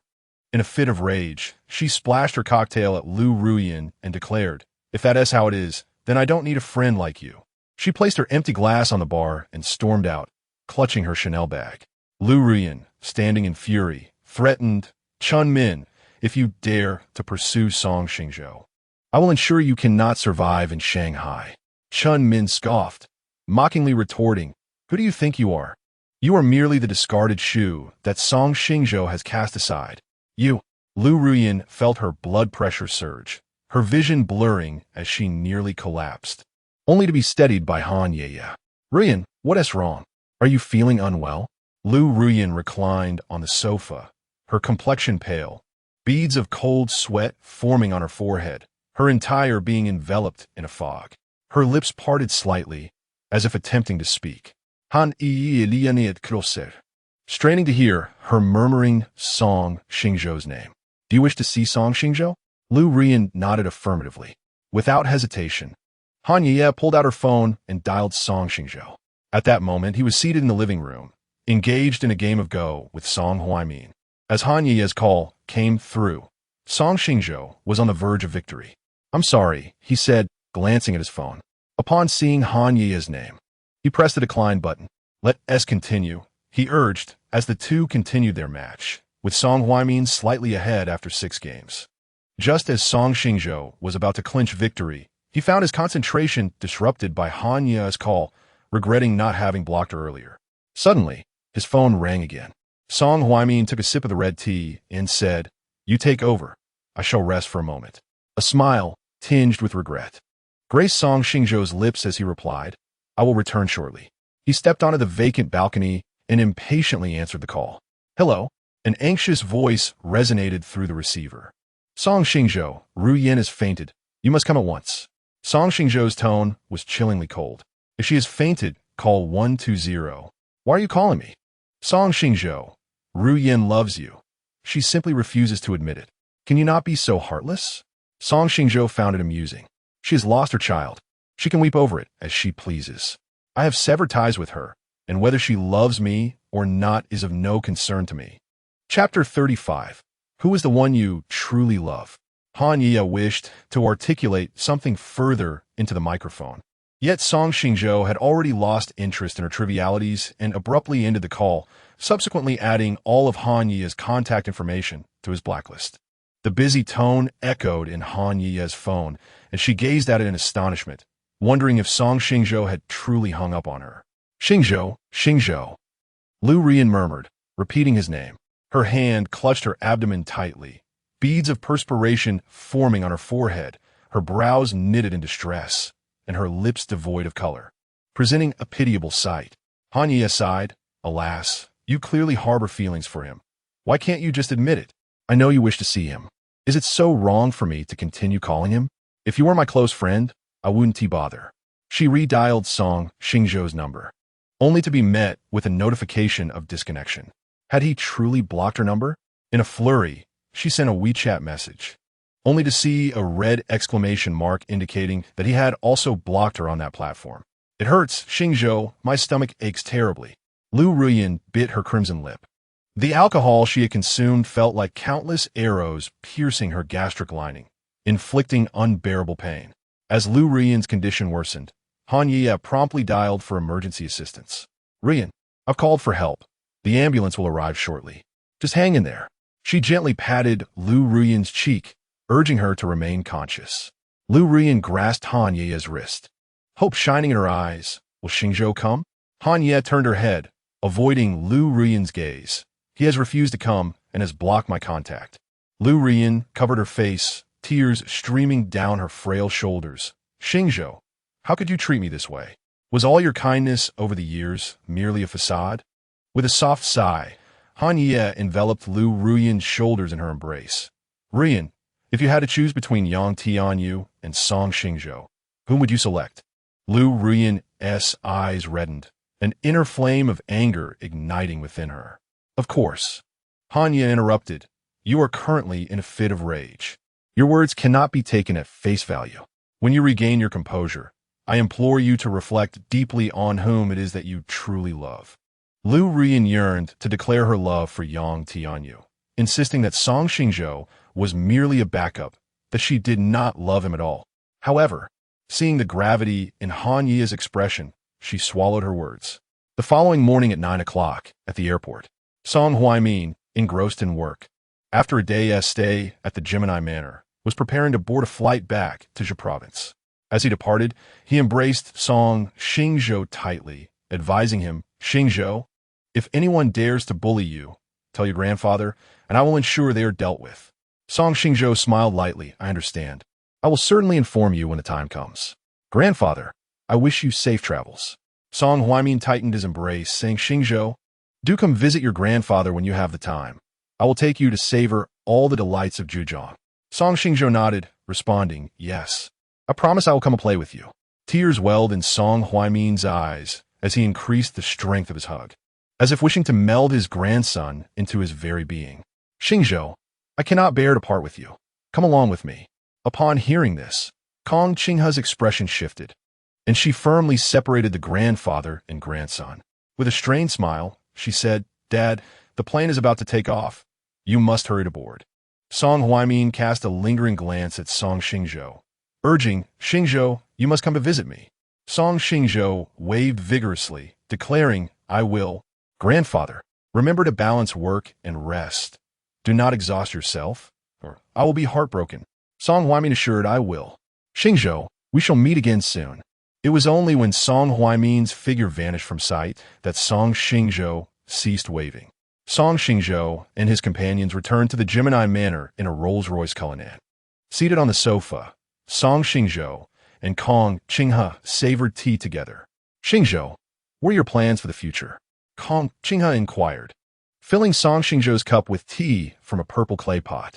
I will rest for a few days, then embark on my own entrepreneurial journey. Kong Qinghe raised an eyebrow, clearly dissatisfied with Song Xingzhou's response. You are the heir of the Kong family. Your mother wishes for you to take on the role of vice president at Kong Group, gaining experience to eventually become president. Song Xingzhou glanced at the composed Song Jiwen and remarked, Mom, Jiwen has contributed immensely to Kong Group over the years. Saying this in her presence may wound her feelings.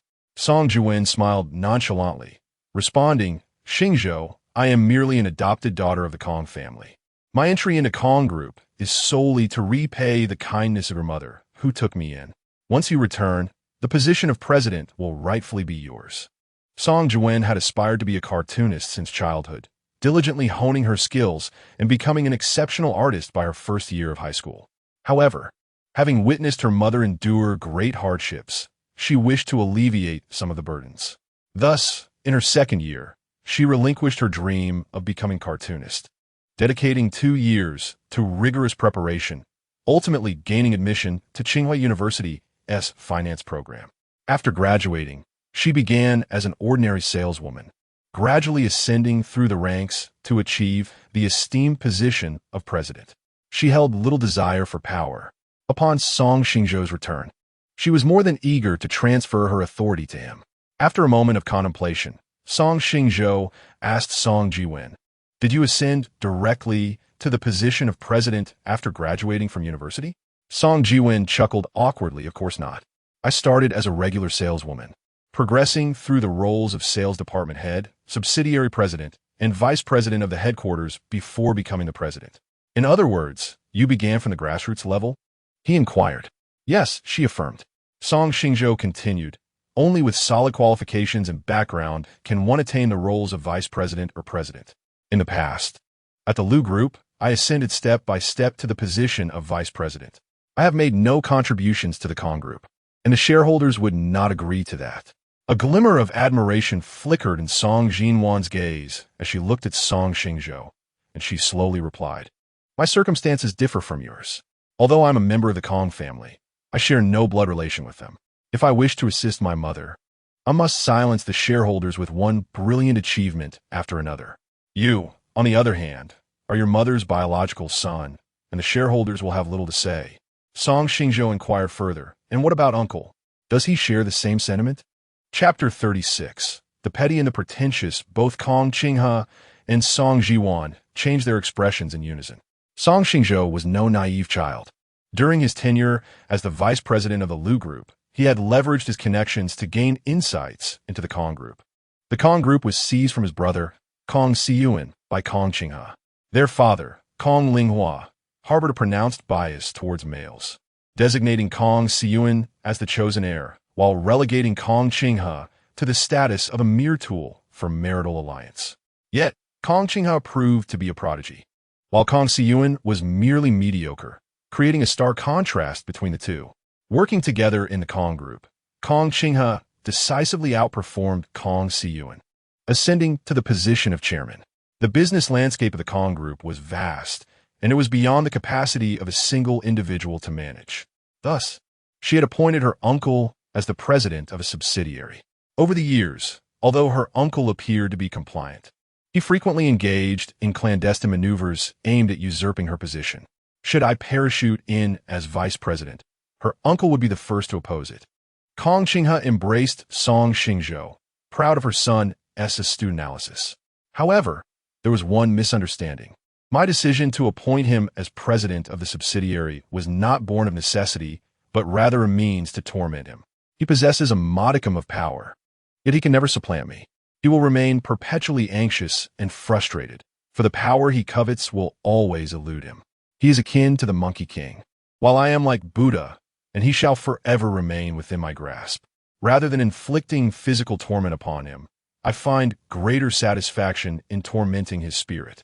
Furthermore, with his legs incapacitated, the shareholders are not foolish. They would never endorse a physically disabled individual as chairman. He lacks my health and intellect. What gives him the right to contest against me? Kong Qinghe emanated an aura of authority without anger. Let us proceed this way. I have reviewed your previous achievements, and your remarkable accomplishments in the investment sector align perfectly with our plan to establish an investment subsidiary within the Kong Group, which I entrust to you entirely. After a moment of contemplation, Kong Qinghe articulated her proposal. Song Jiwan expressed his agreement, affirming that his mother's suggestion was excellent, as it would not only enhance Xingzhou's credentials within the Kong Group, but also fulfill his entrepreneurial aspirations. With a mix of apprehension and hope, Kong Qinghe gazed at Song Xingzhou. "Xingzhou, how do you feel about this idea? If you dislike it, please voice your concerns. Your mother would never force you into something you do not enjoy." She pressed her lips together tightly, her hands clenched in anxiety. "Let be as you say." Song Xingzhou did not oppose. A spark of joy ignited in Kong Qinghe's eyes as she enveloped him in a warm embrace. "Wonderful." Then, releasing him, she added, "Remember, you are now the young master of the Kong Group. Your mother has many adversaries in the business realm, all of whom seek your downfall. I have arranged for bodyguards to ensure your safety." She clapped her hands, and two burly men in black appeared before them. They were Zhao Long and Zhao Hu. Once renowned mercenaries, Zhao Long was adept in hacking, while Zhao Hu excelled in martial arts. "Shall we have them ensure your safety?" Kong Qinghe always appeared extraordinarily humble in front of Song Xingzhou, never daring to speak to him in a commanding tone. "I have no objections," he replied. Even if Kong Qinghe did not mention it, Song Xingzhou would still hire bodyguards for himself. He had heard too many tales of feuds among the wealthy, where many children born into affluent families departed this world prematurely due to unforeseen accidents. Having been granted a second chance at life, he was unwilling to leave so soon. Fearing that Song Xingzhou might not be accustomed to it, Kong Qinghe added, "If you prefer that they protect you discreetly, that could be arranged." Song Xingzhou nodded in acknowledgement. "I understand." Zhao Long and Zhao Hu exchanged glances and then bowed deeply. "Young master, we shall be at your service. From now on, you will safeguard my safety from the shadows. Only appear when I summon you," Song Xingzhou instructed. "Yes, understood."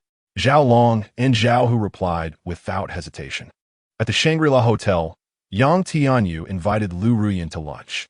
"Ruyan, thank you for taking the time to care for me when I attempted to take my own life." Yang Tianyu, the gentleman, pulled out Liu Ruyan's chair and only sat down after ensuring she was comfortably seated. He possessed a handsome visage and a gentle, harmless demeanor, easily winning the favor of young women.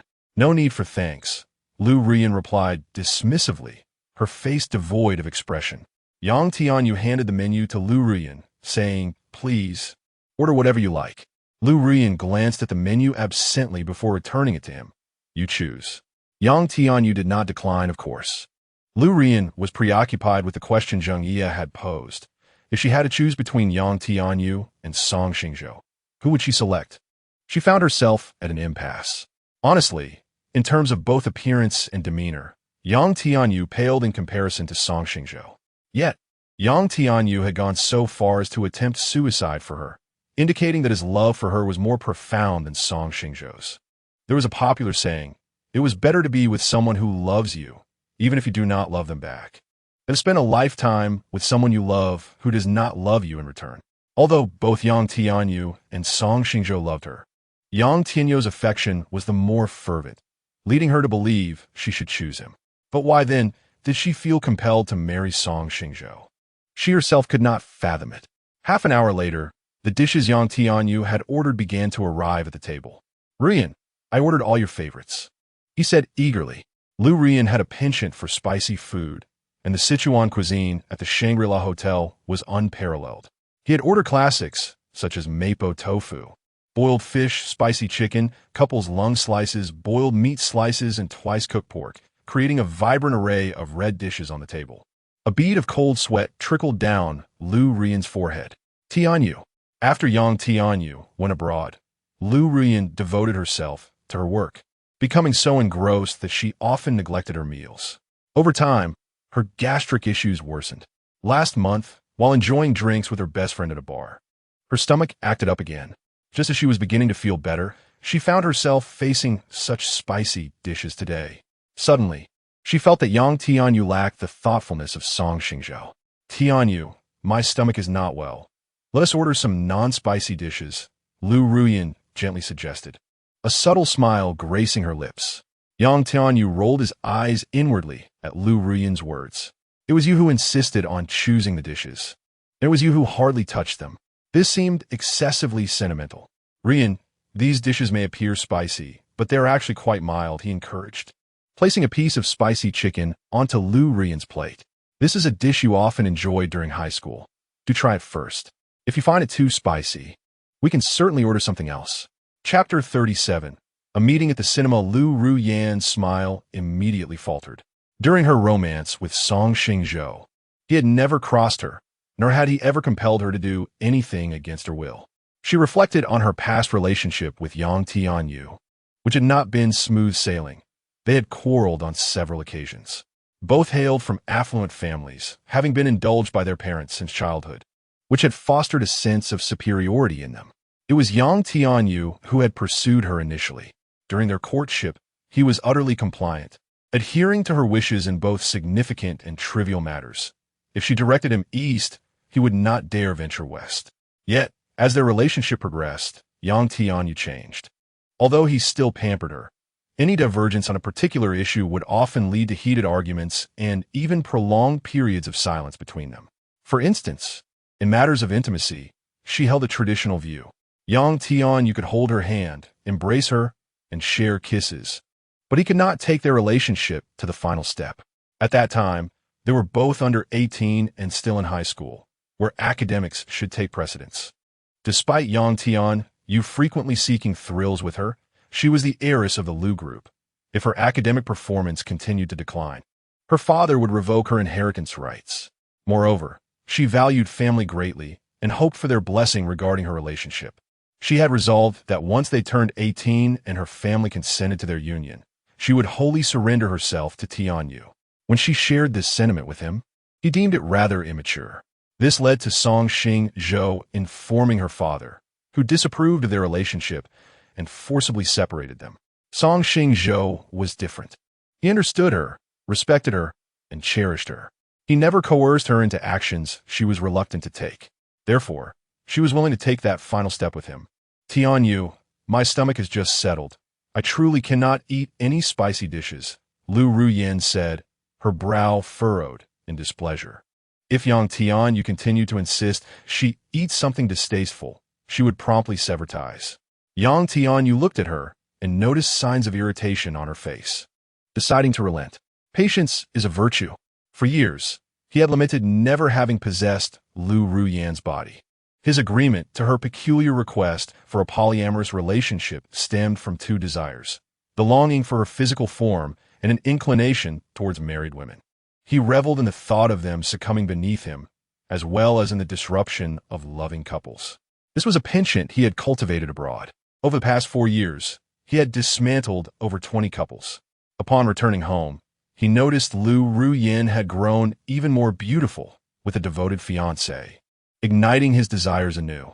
He had not anticipated Song Xingzhou's pettiness. A mere staged suicide attempt resulted in the dissolution of their engagement. This significantly dampened his anticipation and thrill. Nonetheless, he had yet to claim Liu Ruyan entirely. He desired not only her body but also her heart. Once he obtained them, he would cast her aside without hesitation.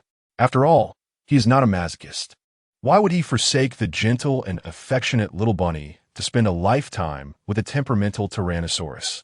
Yang Tianyu reminded himself that patience is a virtue, a temporary concession for the promise of a long future ahead. A charming smile graced his lips as he thought, very well. I shall order you some dishes that are not spicy. Once the non-spicy dishes arrived, he delicately placed a piece of yam onto Liu Ruyan's plate. Ruyan, I recall that yam used to be your favorite.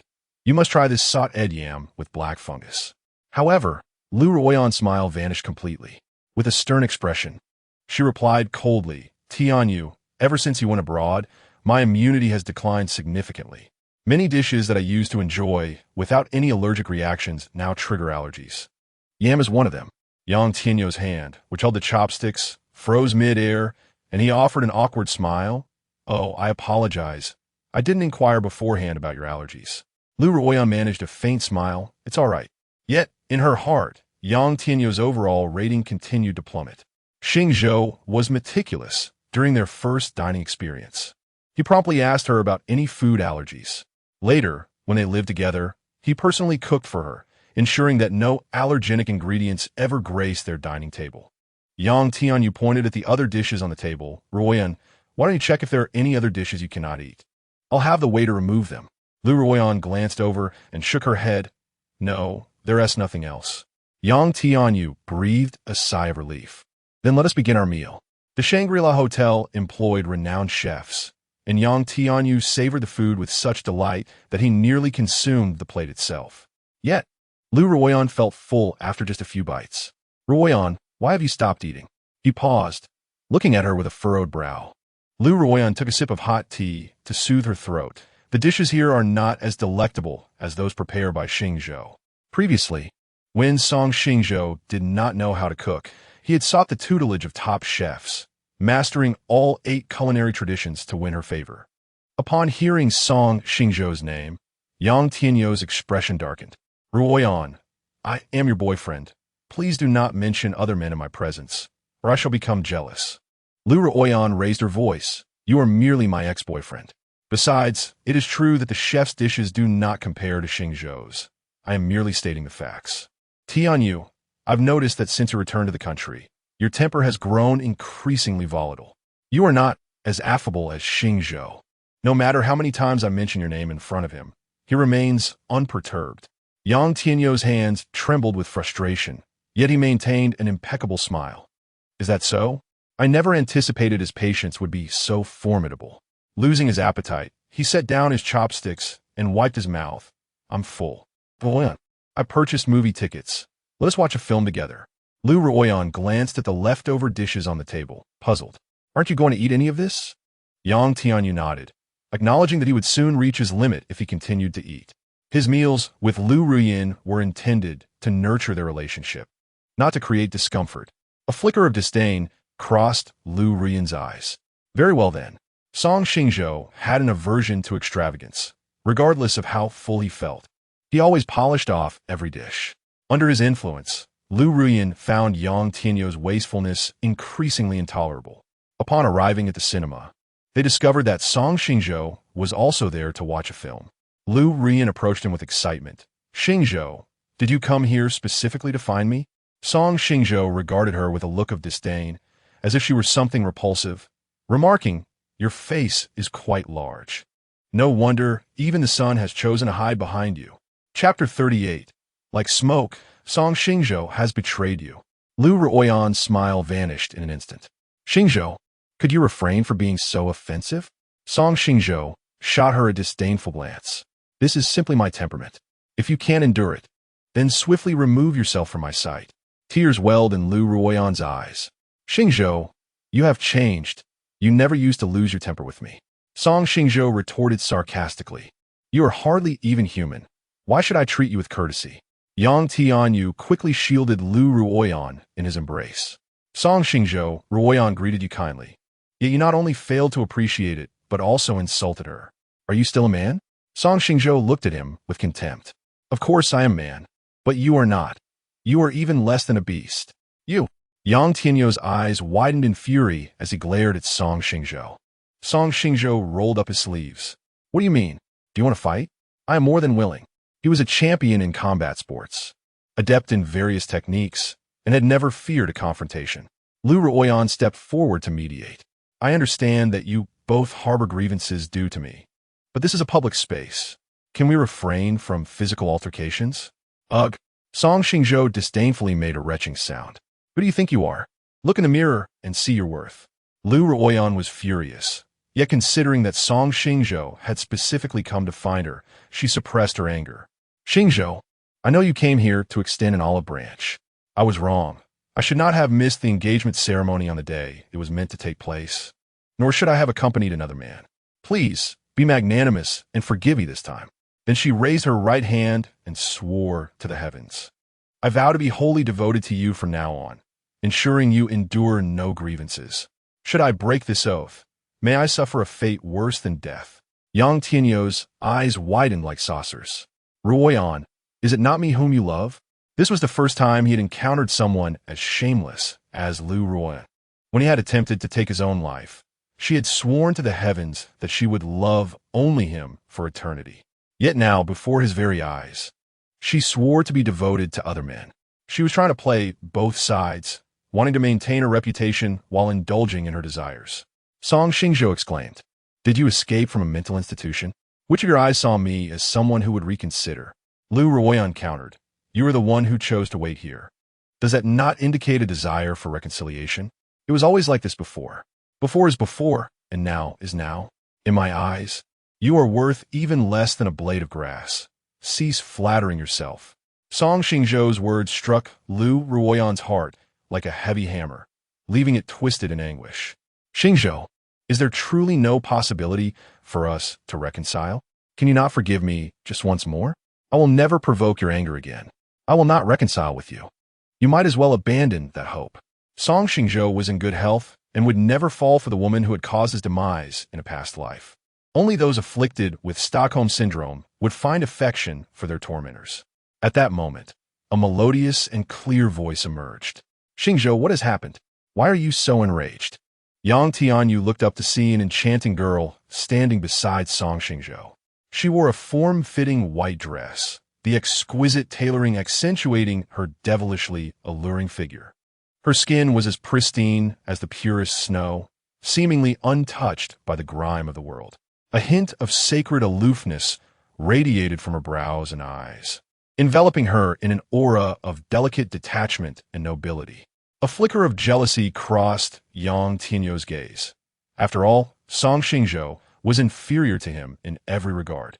So why did he attract the admiration of such beautiful women? Song Xingzhou smiled faintly at Zhang Jinwei. It's nothing. Someone was eager to provoke me, and I merely responded with a few words out of boredom. Liu Ruyan looked at Zhang Jinwei with surprise. Jinwei, why are you here? Like Liu Ruyan, Zhang Jinwei hailed from one of the 4 prominent families of the magical city. As the cherished jewel of the Zhang family, she had been lavished with affection since childhood. Gently entwining her arm with Song Xingzhou's, she declared, I came to watch a movie with Brother Xingzhou. A bold suspicion ignited in Yang Tianyu's mind. It was no wonder Song Xingzhou so readily canceled the engagement. He was already entangled with another. He pointed an accusing finger at Song Xingzhou. Ruyan, do not be deceived by Song Xingzhou. He is not as devoted as you believe. He has been involved with this woman all along, but out of concern for his reputation, he has concealed it from you. It was only after I attempted to take my own life that he chose to break up with you, even though you remained by my side during that time. He is cunning. Do not fall for his tricks. Liu Ruyan's heart trembled as she looked at Song Xingzhou in panic. Xingzhou, is what Tianyu said true? Zhang Jinyue's gaze turned icy as she regarded Yang Tianyu, her eyes devoid of warmth, as if she were scrutinizing a lifeless object. I do indeed have feelings for Brother Xingzhou, but because he is Liu Ruyan's boyfriend, I suppress my affections and refrain from confessing. However, now that they have parted ways, and reconciliation is impossible, I have begun to pursue Brother Xingzhou. Liu Ruyan's lips quivered. Jinwei, did you not always call me Sister Ruyan? Why the sudden change? A look of disdain flickered in Zhang Jinyue's cold eyes as she replied matter-of-factly, because Brother Xingzhou dislikes you, I have decided to share his sentiment. Liu Ruyan felt as though struck by lightning, her ears ringing. Aside from Song Xingzhou, she trusted no one else. She cast a pleading gaze at Song Xingzhou.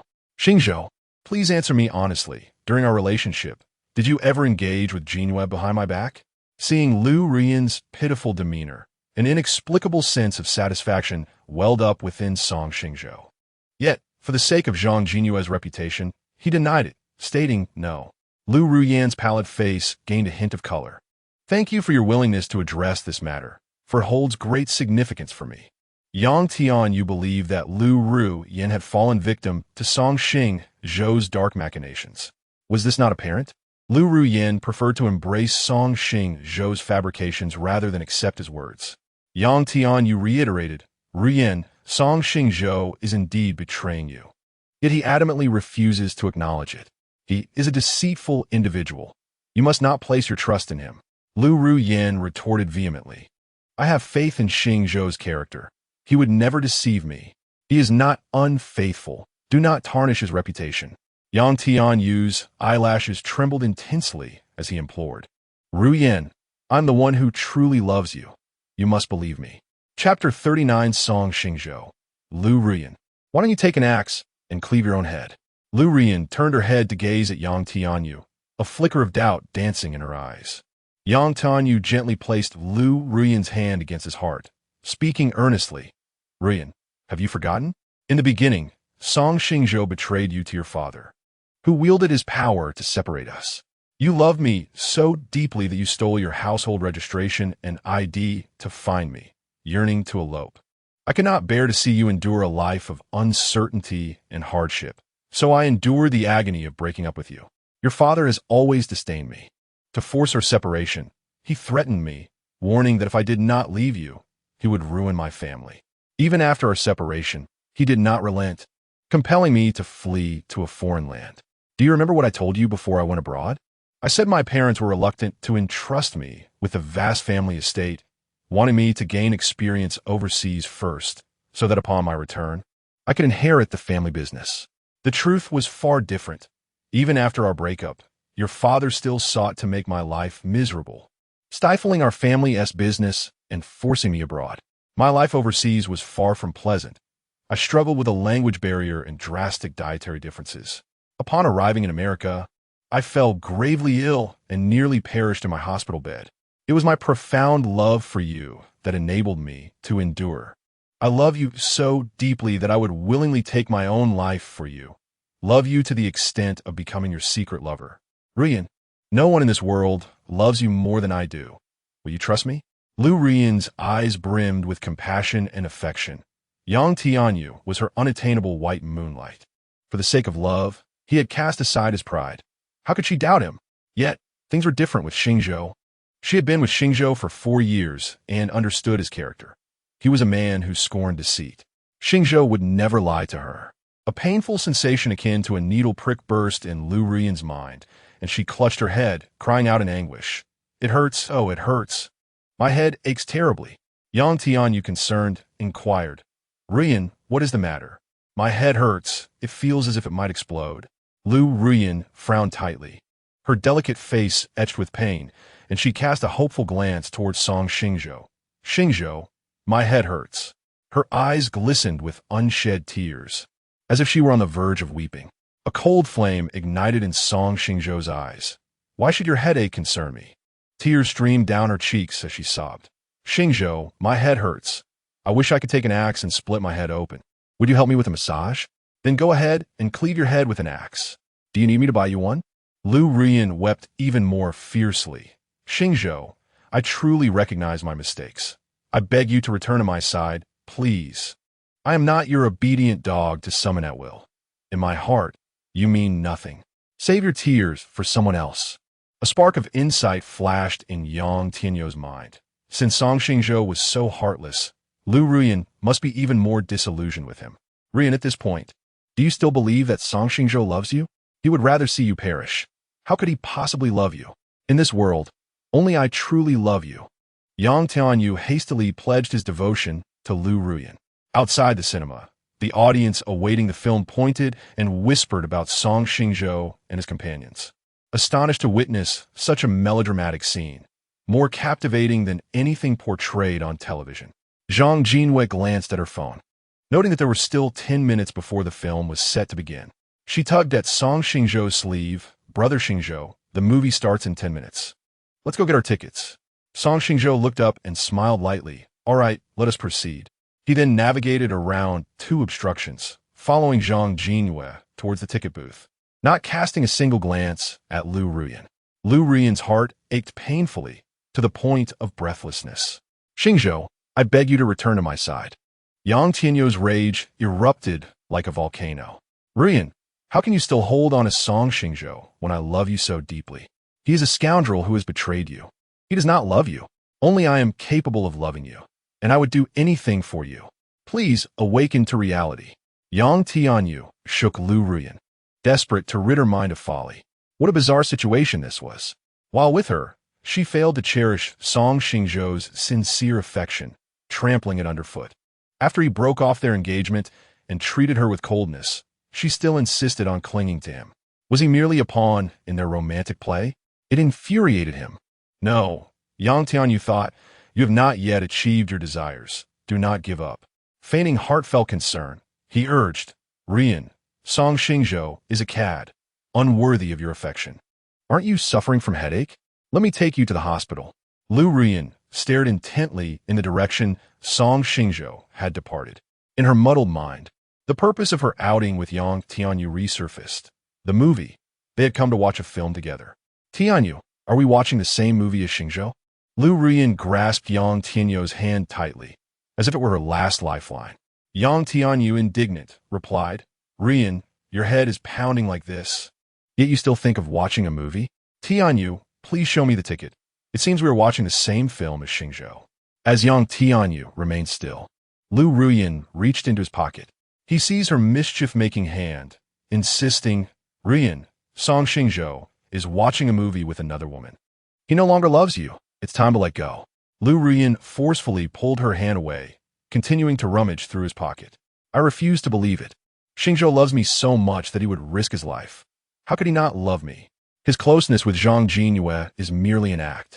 He wants to invoke my jealousy, to make me realize how significant he is to me. Yang Tianyu felt that Liu Ruyan had lost her senses. Song Xingzhou had articulated his sentiments quite clearly, yet Liu Ruyan still harbored the illusion that he held affection for her. He believed that Song Xingzhou was peculiar enough, only to discover that Liu Ruyan surpassed him in eccentricity. It seemed both of them were ensnared in the folly of romantic delusions. Since Liu Ruyan refused to accept the truth and insisted on seeking out heartache, he resolved to indulge her desires, ensuring she would ultimately relinquish her hopes. Yang Tianyu withdrew 2 movie tickets from his pocket and said, "Ruyan, you were right. We are indeed attending the same film as Song Xingzhou. Let us enter together." Liu Ruyan gazed at Yang Tianyu with delight, her lips curling into a gentle smile. "Tianyu, you are truly wonderful."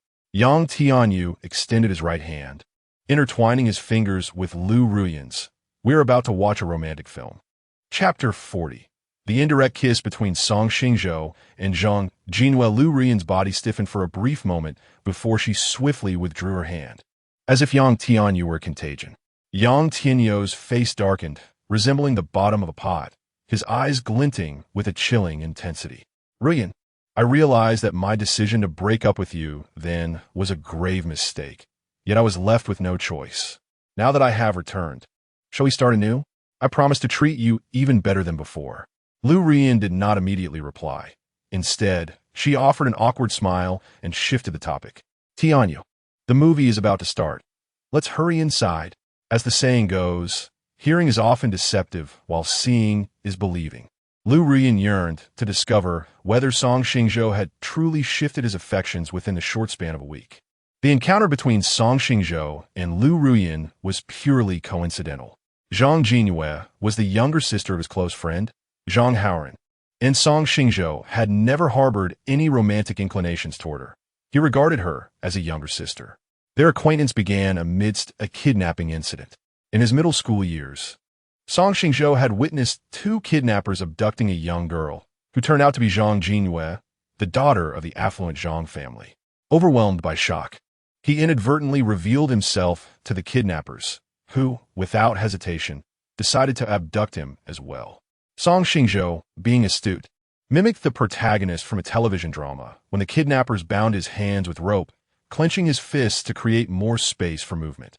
When the night grew silent, he managed to escape with Zhang Jinhua. Following this incident, the Zhang group resolved to engage in a profound partnership with the Liu group, and Zhang Haoran and Song Xingzhou forged a strong friendship. In his memory, Zhang Jinhua was not an aloof fairy, but rather a shy, demure girl next door. Whenever they met, she would hide behind her brother, Zhang Haoran, timidly greeting him. When conversing, she spoke softly, avoiding eye contact, and would blush and divert her gaze if their eyes accidentally met. Last night, Zhang Haoran called to invite him to a movie, claiming it was a comedy. Having not seen Zhang Haoran in a while, and being fond of films, he accepted the invitation. Zhang Haoran purchased 4 tickets in total, 2 for himself and his girlfriend, and 2 for Song Xingzhou and Zhang Jinhua.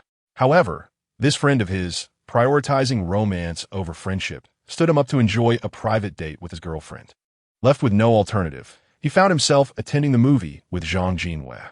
Zhang Haoran, this unreliable friend, had described the movie as a comedy, but in reality, it was a romantic film masquerading as a comedy. The humorous scenes lasted only a minute or 2 at the beginning, after which the narrative focused solely on the romantic developments between the lead characters. Song Xingzhou found himself yawning repeatedly. As the film reached the scene where the male lead confessed his feelings, Song Xingzhou scratched his chin, yawning out of boredom. He had rushed out today without breakfast and felt a pang of hunger. Extending his hand into the popcorn bucket, he initially intended to grab some popcorn, but at that moment, his fingers brushed against a delicate and smooth hand. Startled, he quickly withdrew his hand, feeling embarrassed. He murmured a silent curse to himself. "Damn it. I intended for you to touch the coarse popcorn, not to caress her delicate hand." Zhang Jinhua gently shook her head. "It's all right." Song Xingzhou handed the bucket of popcorn in his arms to Zhang Jinhua. "You go ahead." She accepted it with a soft thank you. Song Xingzhou resumed watching the film. "Brother Xingzhou, I need to use the restroom," Zhang Jinhua said, passing the popcorn bucket back to him as she stealthily exited the screening room. Song Xingzhou grabbed a handful of popcorn and popped it into his mouth, The cinema popcorn was both crisp and sweet, and he devoured nearly half the bucket. As a scene of misunderstanding unfolded between the film's protagonists, Zhang Jinyue had yet to return, and Song Xingzhou let out a great yawn. After approximately 5 minutes, Zhang Jinyue returned, carrying 2 cups of coffee. "Brother Xingzhou, have some coffee to perk you up," she said softly. One cup had a straw, while the other did not. The one with the straw adorned with a hint of lipstick. Rubbing his drowsy eyes, Song Xingzhou casually took the cup with the straw and took a hearty sip. Zhang Jinyue's cheeks flushed, and she timidly said, "Brother Xingzhou, that's my coffee." A cough escaped him as he nearly choked. Looking down at the cup in his hand, he noticed a ring of lipstick around straw. In his foggy state, he had mistakenly taken the wrong cup. Oh no! The glaring words game overflashed in his mind. "I'm so sorry. I was too sleepy to notice which cup I grabbed." His face was a mask of regret. Now, the upright and kind image he had built before Zhang Jinyue lay shattered. She had kindly bought him coffee, and yet he thought to ask which cup was his. How careless. Zhang Jinyue stared fixedly at the lipstick mark on the straw, her head spinning. Had she just shared an indirect kiss with Brother Xingzhou? Oh my! Her face instantly turned crimson, resembling a ripe tomato, ready to burst with a gentle poke. Her eyes became misty, her ears buzzed, and her heart raced uncontrollably. No matter. She had shared an indirect kiss with Brother Xingzhou. How fortunate she was. But no, Zhang Jinyue, you must maintain your composure. You must uphold your image as a refined lady. "Brother Xingzhou, this is your coffee," she said, her face still bearing an icy demeanor, though her slightly trembling hands betrayed her inner excitement. Song Xingzhou's Adam's apple bobbed as he placed his hand beneath the coffee cup, deliberately keeping it far from her delicate fingers. "Thank you." Zhang Jinyue furrowed her brow slightly. Brother Xingzhou seemed different now. He had become more reserved. In the past, he was always carefree and never bothered to express gratitude. Since their meeting today, he had uttered "thank you" several times. Before her, Brother Xingzhou appeared both distant and restrained. Did he dislike her now? Zhang Jinyue pouted her lips, expressing her grievances as she said, "Brother Xingzhou, we have known each other for several years. There is no need for such formality. Your demeanor makes me feel as though you regard me as a stranger rather than a friend." Song Xingzhou blinked in surprise. Is that so?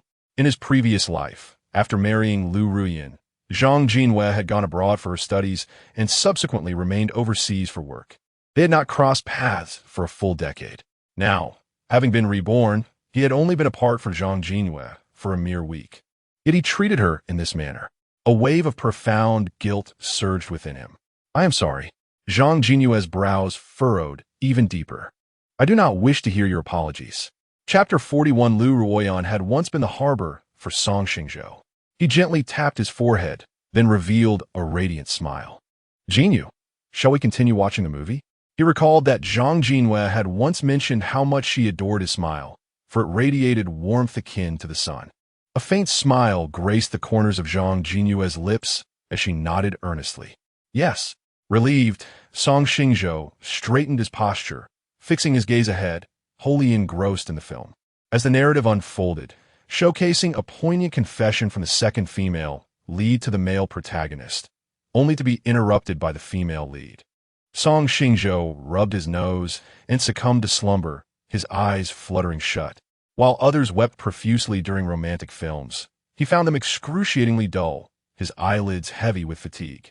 He vowed never to subject himself to another romantic film. It was a sheer waste of time. Deeply asleep, he began to snore softly. The cinema seats were unyielding, and his head rested uncomfortably. He shifted to the left until he nestled against something warm and fragrant, slipping into a deeper dream. Liu Ruyan's eyes were bloodshot, her teeth biting into her lip, the crimson polish of her nails digging into her palms. No, what she saw could not be real. How could Song Xingzhou rest upon another woman's shoulder? Liu Ruyan cherished watching romantic films, often coaxing Song Xingzhou to join her. Though he found them tedious, he patiently accompanied her. Yet, as the film entered its latter half, he would invariably drift off to sleep. The hard seats made slumber uncomfortable, and he would incline his body towards her, letting out a satisfied sigh when his head found her shoulder. Their seating arrangements varied. Sometimes he would sit on her right, other times on her left. Even in slumber, he instinctively leaned towards her, never misplacing his proximity. He had once confided in her that only when she was near could he sleep without a care. Skeptical, she devised a test, positioning him among her friends during a gathering. Though he remained upright, he still dozed off in the latter part of the film. To Song Xingzhou, she was his sanctuary, the sole source of profound security. Yet now, he had fallen asleep on Zhang Jinyue's shoulder. She realized she was no longer his only one. Each of his actions pierced her heart like a sharp blade, unleashing a torrent of suppressed sorrow, and she covered her face, weeping. Xingzhou, Song Xingzhou, the bond we shared for over 4 years has been so easily cast aside by you. Your heart is truly merciless. Yang Tianyu fixated on Song Xingzhou's silhouette, a tempest of resentment and bitterness swirling within him.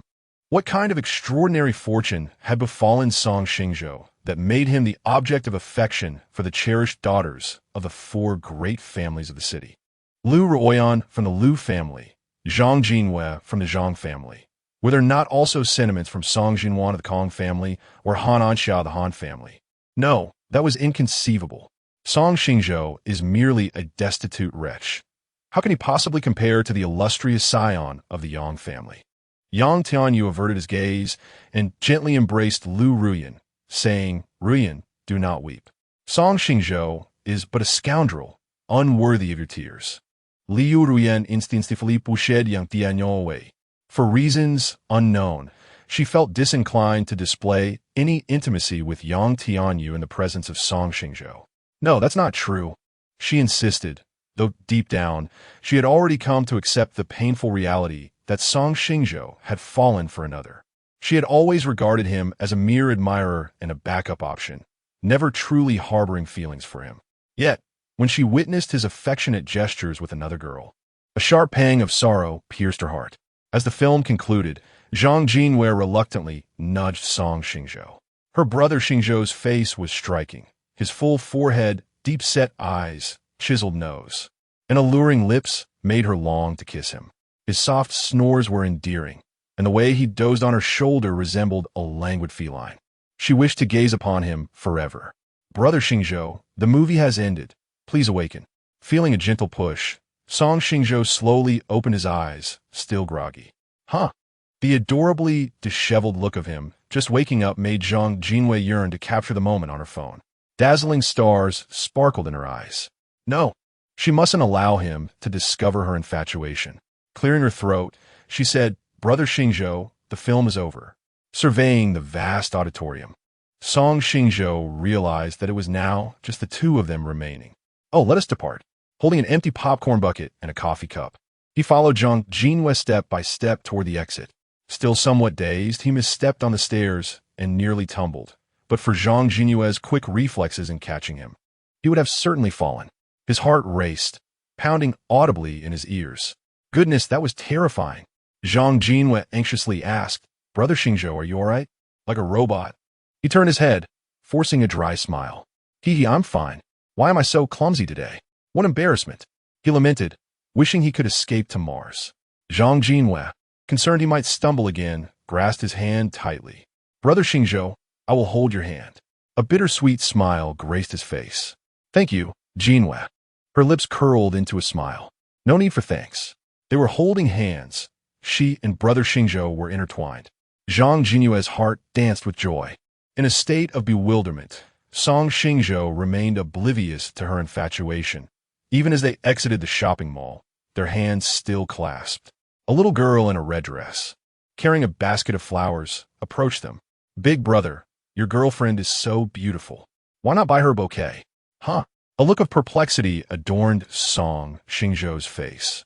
He had just been wholly absorbed in his own thoughts and had not quite grasped the words spoken by the little girl. Her eyes sparkled with hopeful anticipation as she reiterated, "Big brother, your girlfriend is as beautiful as a rose. Why not buy her a bouquet?" She waved a vibrant red rose in her hand, its petals glistening with allure. A delicate blush crept across Zhang Jinyue's fair and translucent visage, rendering her breathtakingly exquisite. Song Xingzhou waved his hand dismissively. "You are mistaken. She is not my girlfriend. The little girl's clear, luminous eyes were filled with profound confusion. Then why are your hands intertwined so tightly? Chapter 42. Zhang Jinwei. Infatuation is love at first sight, while true love is an endless journey. Song Xingzhou followed the gaze of the little girl and looked down, only to see two hands tightly clasped together. A sudden heaviness gripped his heart, and he quickly released his hold, exclaiming, "We are merely ordinary friends, not what you might think." The little girl shot him a reproachful glance, as if to say, "Do ordinary friends hold hands? Am I a mere 3-year-old? Embarrassment washed over Song Xingzhou, making him wish he could disappear into a crack in the ground. He mentally reassured himself, "Song Xingzhou, be strong. As long as you do not feel awkward, it is others who should." In an effort to divert the little girl's attention, he glanced at the roses in the basket. "How much is a bouquet of roses?" The little girl lifted the bouquet high above her head, her eyes sparkling like twinkling stars. 68 for a bouquet." Song Xingzhou observed the resplendent roses, then turned his gaze to Zhang Jinwei beside him. Her beauty outshone the roses, her eyes fixed intently on the flowers in the little girl's hands. Radiating a desire, she seemed too timid to voice. With a light chuckle, Song Xingzhou took out his phone and ordered a bouquet of roses. "Thank you, big brother. Wishing you and the young lady eternal happiness." The little girl exclaimed as she handed the roses to Zhang Jinwei, reciting auspicious words. Zhang Jinwei accepted the bouquet, a shy blush spreading from her cheeks to her neck, softly whispering, "Thank you." Song Xingzhou interjected loudly, "I assure you, we are truly just ordinary friends. Do not let your imagination run wild." The little girl made a playful face and giggled as she scampered away. Song Xingzhou turned to glance at the bashful Zhang Jinwei, scratching his head awkwardly. "Jinwei, let me take you home." "All right." Zhang Jinwei sighed softly within, wishing that this beautiful moment could linger forever. Song Xingzhou made a call to Zhao Long. 2 minutes later, a Rolls-Royce Phantom came to a halt before them. Song Xingzhou gallantly opened the car door for Zhang Jinwei, cautioning her to mind her head. As Zhang Jinwei bent to enter the back seat, her silky hair brushed against Song Xingzhou's wrist, sending a delightful shiver coursing through him. At the Zhang family villa, Song Xingzhou expressed, "Jinwei, thank you for helping me out." He innocently believed that Zhang Jinwei's declaration was merely to extricate him from an awkward situation. Zhang Jinwei, with her pure-hearted nature, shook her head vigorously. "No, that is not it." She raised her eyes to meet Song Xingzhou's, revealing a depth of affection within. "Brother Xingzhou, I like you. I have liked you ever since we first met." Song Xingzhou's eyes widened, his lips trembling slightly. He wanted to speak but found himself at a loss for words. Zhang Jinwei rose on her toes and bestowed a gentle, sweet kiss upon his lips. Thump, thump. The sound of Song Xingzhou's heart grew louder, as if it would leap from his chest at any moment. "Brother Xingzhou, I have grown up. I am no longer the little girl who used to hide behind Brother Howren. I cherish you. I love you." Zhang Jinwei's delicate face was adorned with a resolute expression, her gaze reminiscent of gentle spring waters, shimmering with soft ripples. Song Xingzhou lowered his head, unable to meet Zhang Jinwei's eyes. "Jinwei, I am sorry." His mind was a blank slate. He had always regarded her with the affection of an elder brother, never entertaining any romantic notions. Zhang Jinwei's eyes glistened with unshed tears. "It is all right. Even if you do not love me, I shall continue to love you." Affection is often instantaneous, while love endures tirelessly. "Jinwei." Just as Song Xingzhou was about to speak, Zhang Jinwei's slender fingers gently pressed against his soft lips. "Loving you is my own affair. Should you reciprocate, my heart will brim with joy. If you do not, or if you refuse me, I shall hold no resentment." The fading rays of the setting sun caressed her, casting a delicate golden halo around her, making her resemble a captivating celestial maiden from Dunhuang murals, enchanting to behold. A gentle smile graced Zhang Jinwei's charming face as she waved. "Xingzhou, farewell." Instinctively, Song Xingzhou waved back. "Goodbye." While returning home, he received a message from his good friend. "Zhang Howren, why is my sister crying? Did she confess to you? How could you reject someone as wonderful as her?" Song Xingzhou replied, I have always viewed her as my own sister. I was just as bewildered when she confessed. Zhang Haoran responded, "Are you shocked and unable to accept it at once?" "Of course," Song Xingzhou admitted. After some time, "Will you accept her confession?" "I cannot. She is a good girl, and I am not worthy of her." "All right then." Sigh. Song Xingzhou ruffled his hair in frustration. What a predicament this was. Had he known, he would have avoided watching that film. In the office of the chairman at Liu's group, Sun Ting entered with a bundle of documents. "Chairman, these documents require your personal approval." Zhao Ninian was perusing trending topics on her phone. "Just place them on the table." As Sun Ting turned to leave, Zhao Ninian called out to her, "What is the progress with the private investigator? What is the relationship between Kong Qinghe and Song Xingzhou?" Sun Ting replied, "The private investigator called this morning to cancel the collaboration. The retainer has been refunded to the company account." Zhao Ninian lifted her gaze, pondering the significance of Song Xingzhou. Who could compel such a renowned private investigator in the magical city to withdraw? Sun Ting shook her head. "I do not know." Suddenly, Zhao Ninian's right eyelid twitched. Could it be?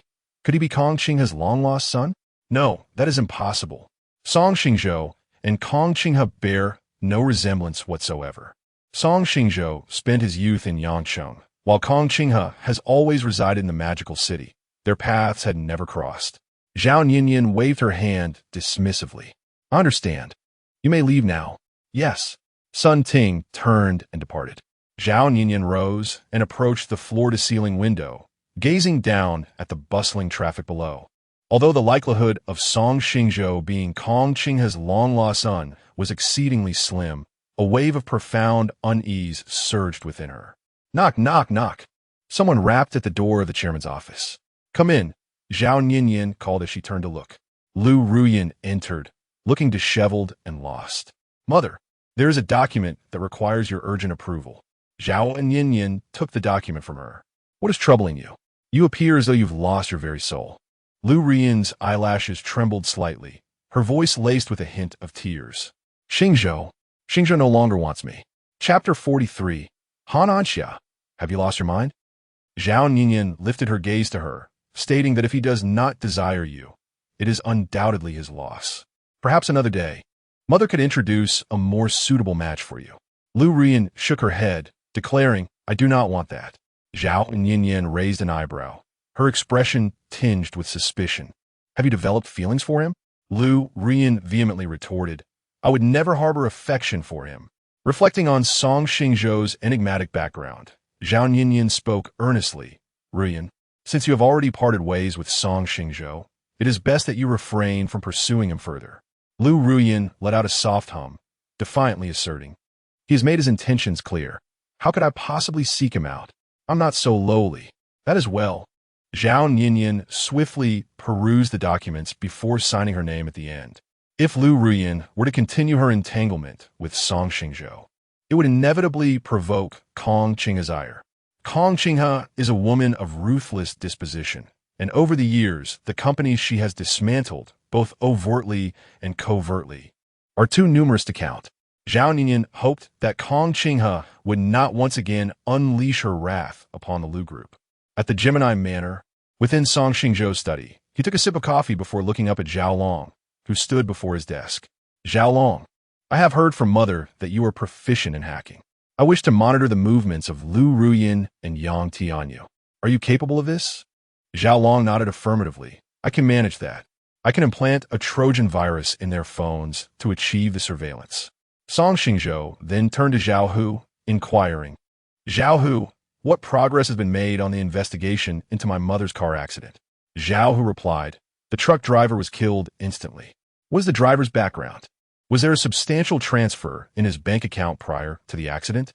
Zhao Hu continued, "He was a truck driver with a beautiful wife and a daughter suffering from a grave illness. To protect his wife, he committed homicide and served 10 years in prison. Having just been released a few days ago, his bank account shows no significant transfers. However, someone saw him dragging a black suitcase into the community entrance the day before the accident. On the day of the incident, his wife and daughter were nowhere to be found." A chilling aura erupted from Song Xingzhou as he pondered the possibility of hired murder. Zhao Hu confirmed, "Indeed. Song Xingzhou commanded, engage a private investigator to trace the whereabouts of the truck driver's wife and daughter. Furthermore, what progress has been made on the case of my abduction by human traffickers years ago? Zhao Hu handed him a thin file, stating, this is the investigation report. Due to the passage of time, there were far fewer surveillance cameras back then, resulting in scant information. Song Xingzhou quickly skimmed through the report, noting that its contents bore little difference from what Kong Qinghe had conveyed. Pressing his throbbing temples, he instructed, have the private investigator continue the search. Inform him that money is not an issue. As long as useful leads can be uncovered, I will offer additional rewards beyond the commission fee. What is the situation with Zhao Ninian? The private investigator has already refunded the commission fee. Zhao Long and Zhao Hu, while ensuring Song Xingzhou's safety, stumbled upon the trail of a private detective. When Song Xingzhou inquired about who was tracking him, the detective initially remained tight-lipped. However, under the pressure of Song Xingzhou's coercion and persuasion, he divulged the name of Zhao Ninian. Recognizing the detective as the most formidable in Modu, Song Xingzhou commissioned him to investigate the truth behind the car accident involving Kong Qinghe and the human trafficking case. He instructed Zhao Long to add another individual to the surveillance list, a person named Kong Siyuan. Zhao Long's pupils constricted sharply, and the documents in his hand fell to the ground. Are you suspecting Kong Siyuan of hiring someone to murder your wife? Or do you think he is connected to the trafficking case from years ago? Kong Siyuan and your wife are siblings. Song Xingzhou, unfazed, sipped his tea and replied, what of it? There are countless instances in this world where kin turn against one another. Conduct everything discreetly, and do not inform my mother. Zhao Long assured him. Rest assured, we shall heed only your commands.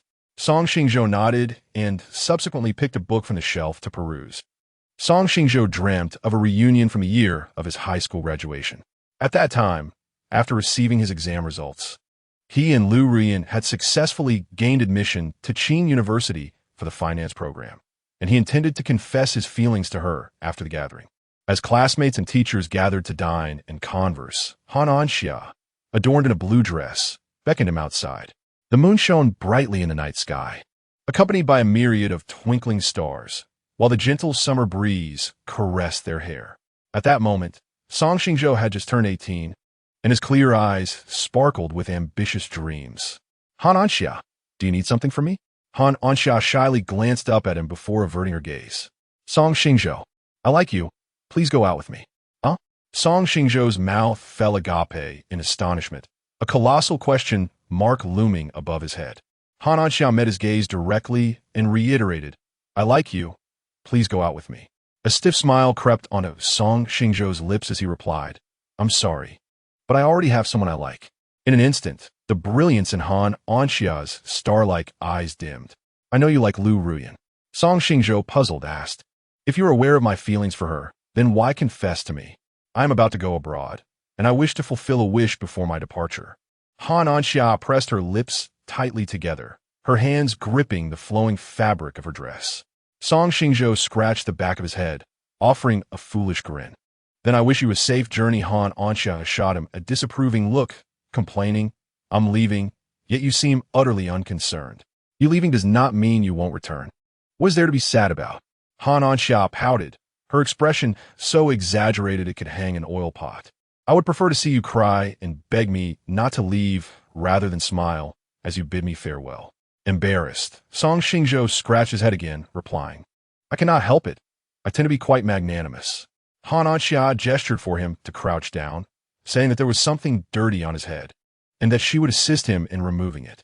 Complying without suspicion, Song Xingzhou bent his knees to align his gaze with hers.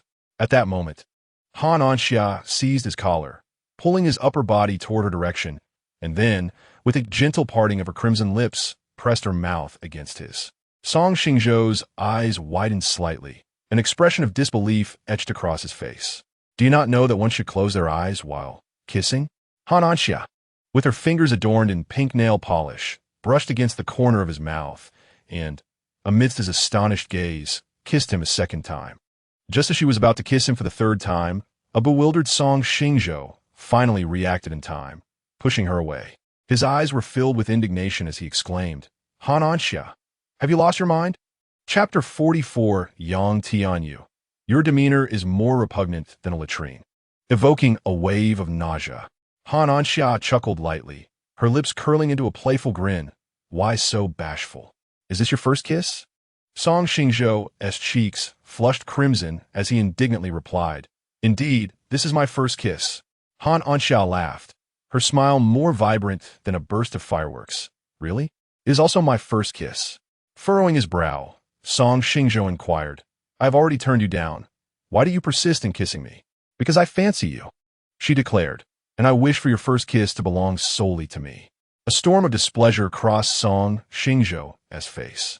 Han Anxia, are you not afraid of me turning against you? He harbored affection solely for Liu Ruyan and intended to reserve his first kiss for her. Little did he anticipate that Han Anxia would exploit his trust to seize that cherished moment. A mischievous glimmer danced in Han Anxia's eyes as she caressed her lips. Afraid?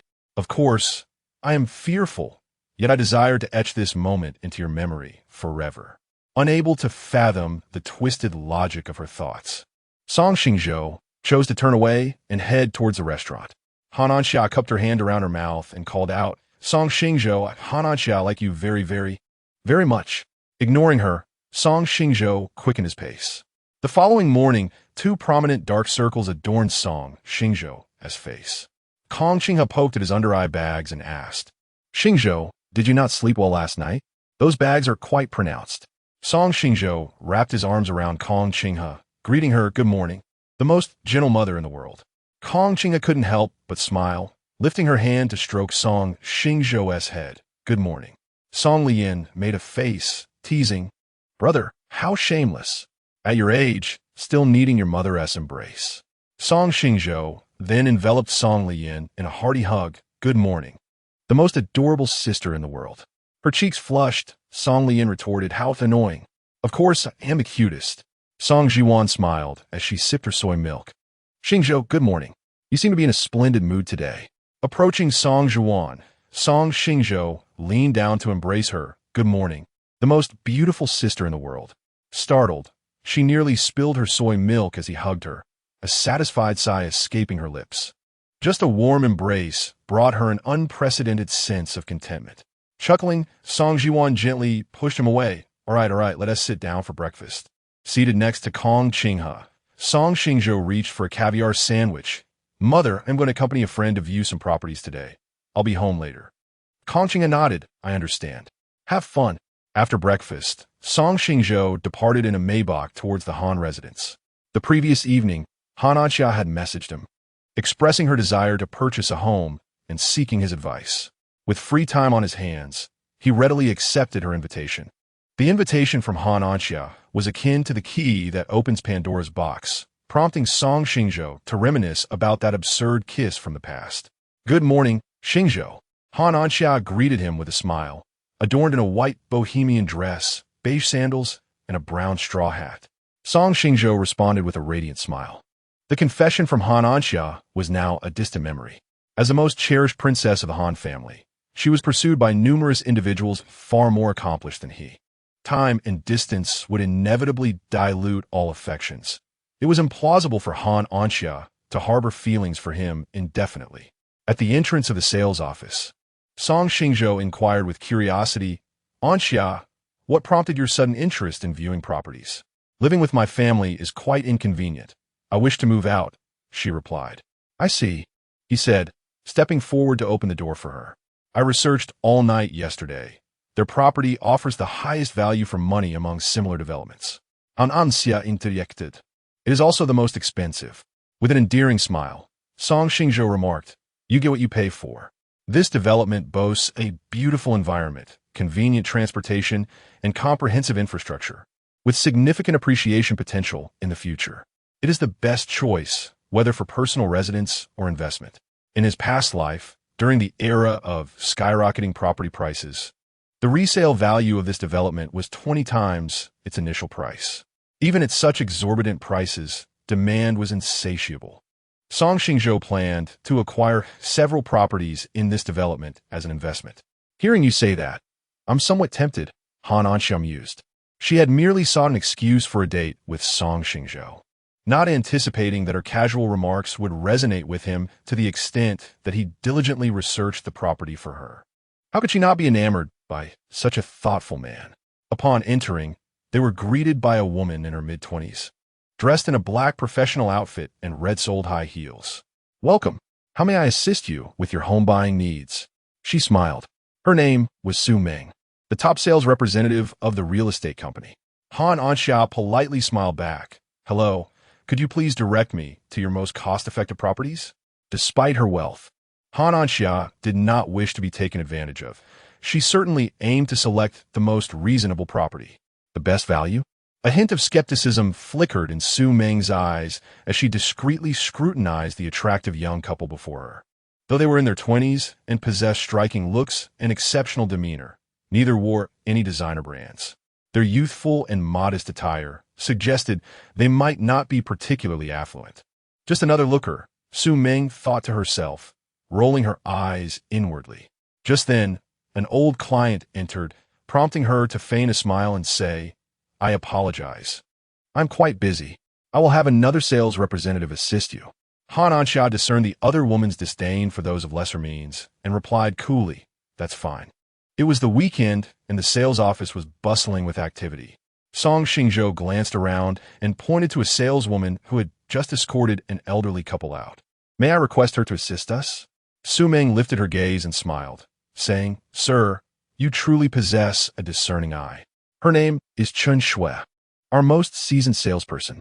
Meanwhile," she silently mused, "she is also our least successful salesperson, having sold not a single property since the beginning of spring. The manager has issued an ultimatum. If she fails to sell any houses, she will be dismissed immediately." Su Meng gestured towards Chun Shui. "Chun Shui, there are 2 clients here. Please attend to them." Chun Shui readily agreed. Just as she began to introduce the properties to them, a voice laced with sarcasm echoed nearby.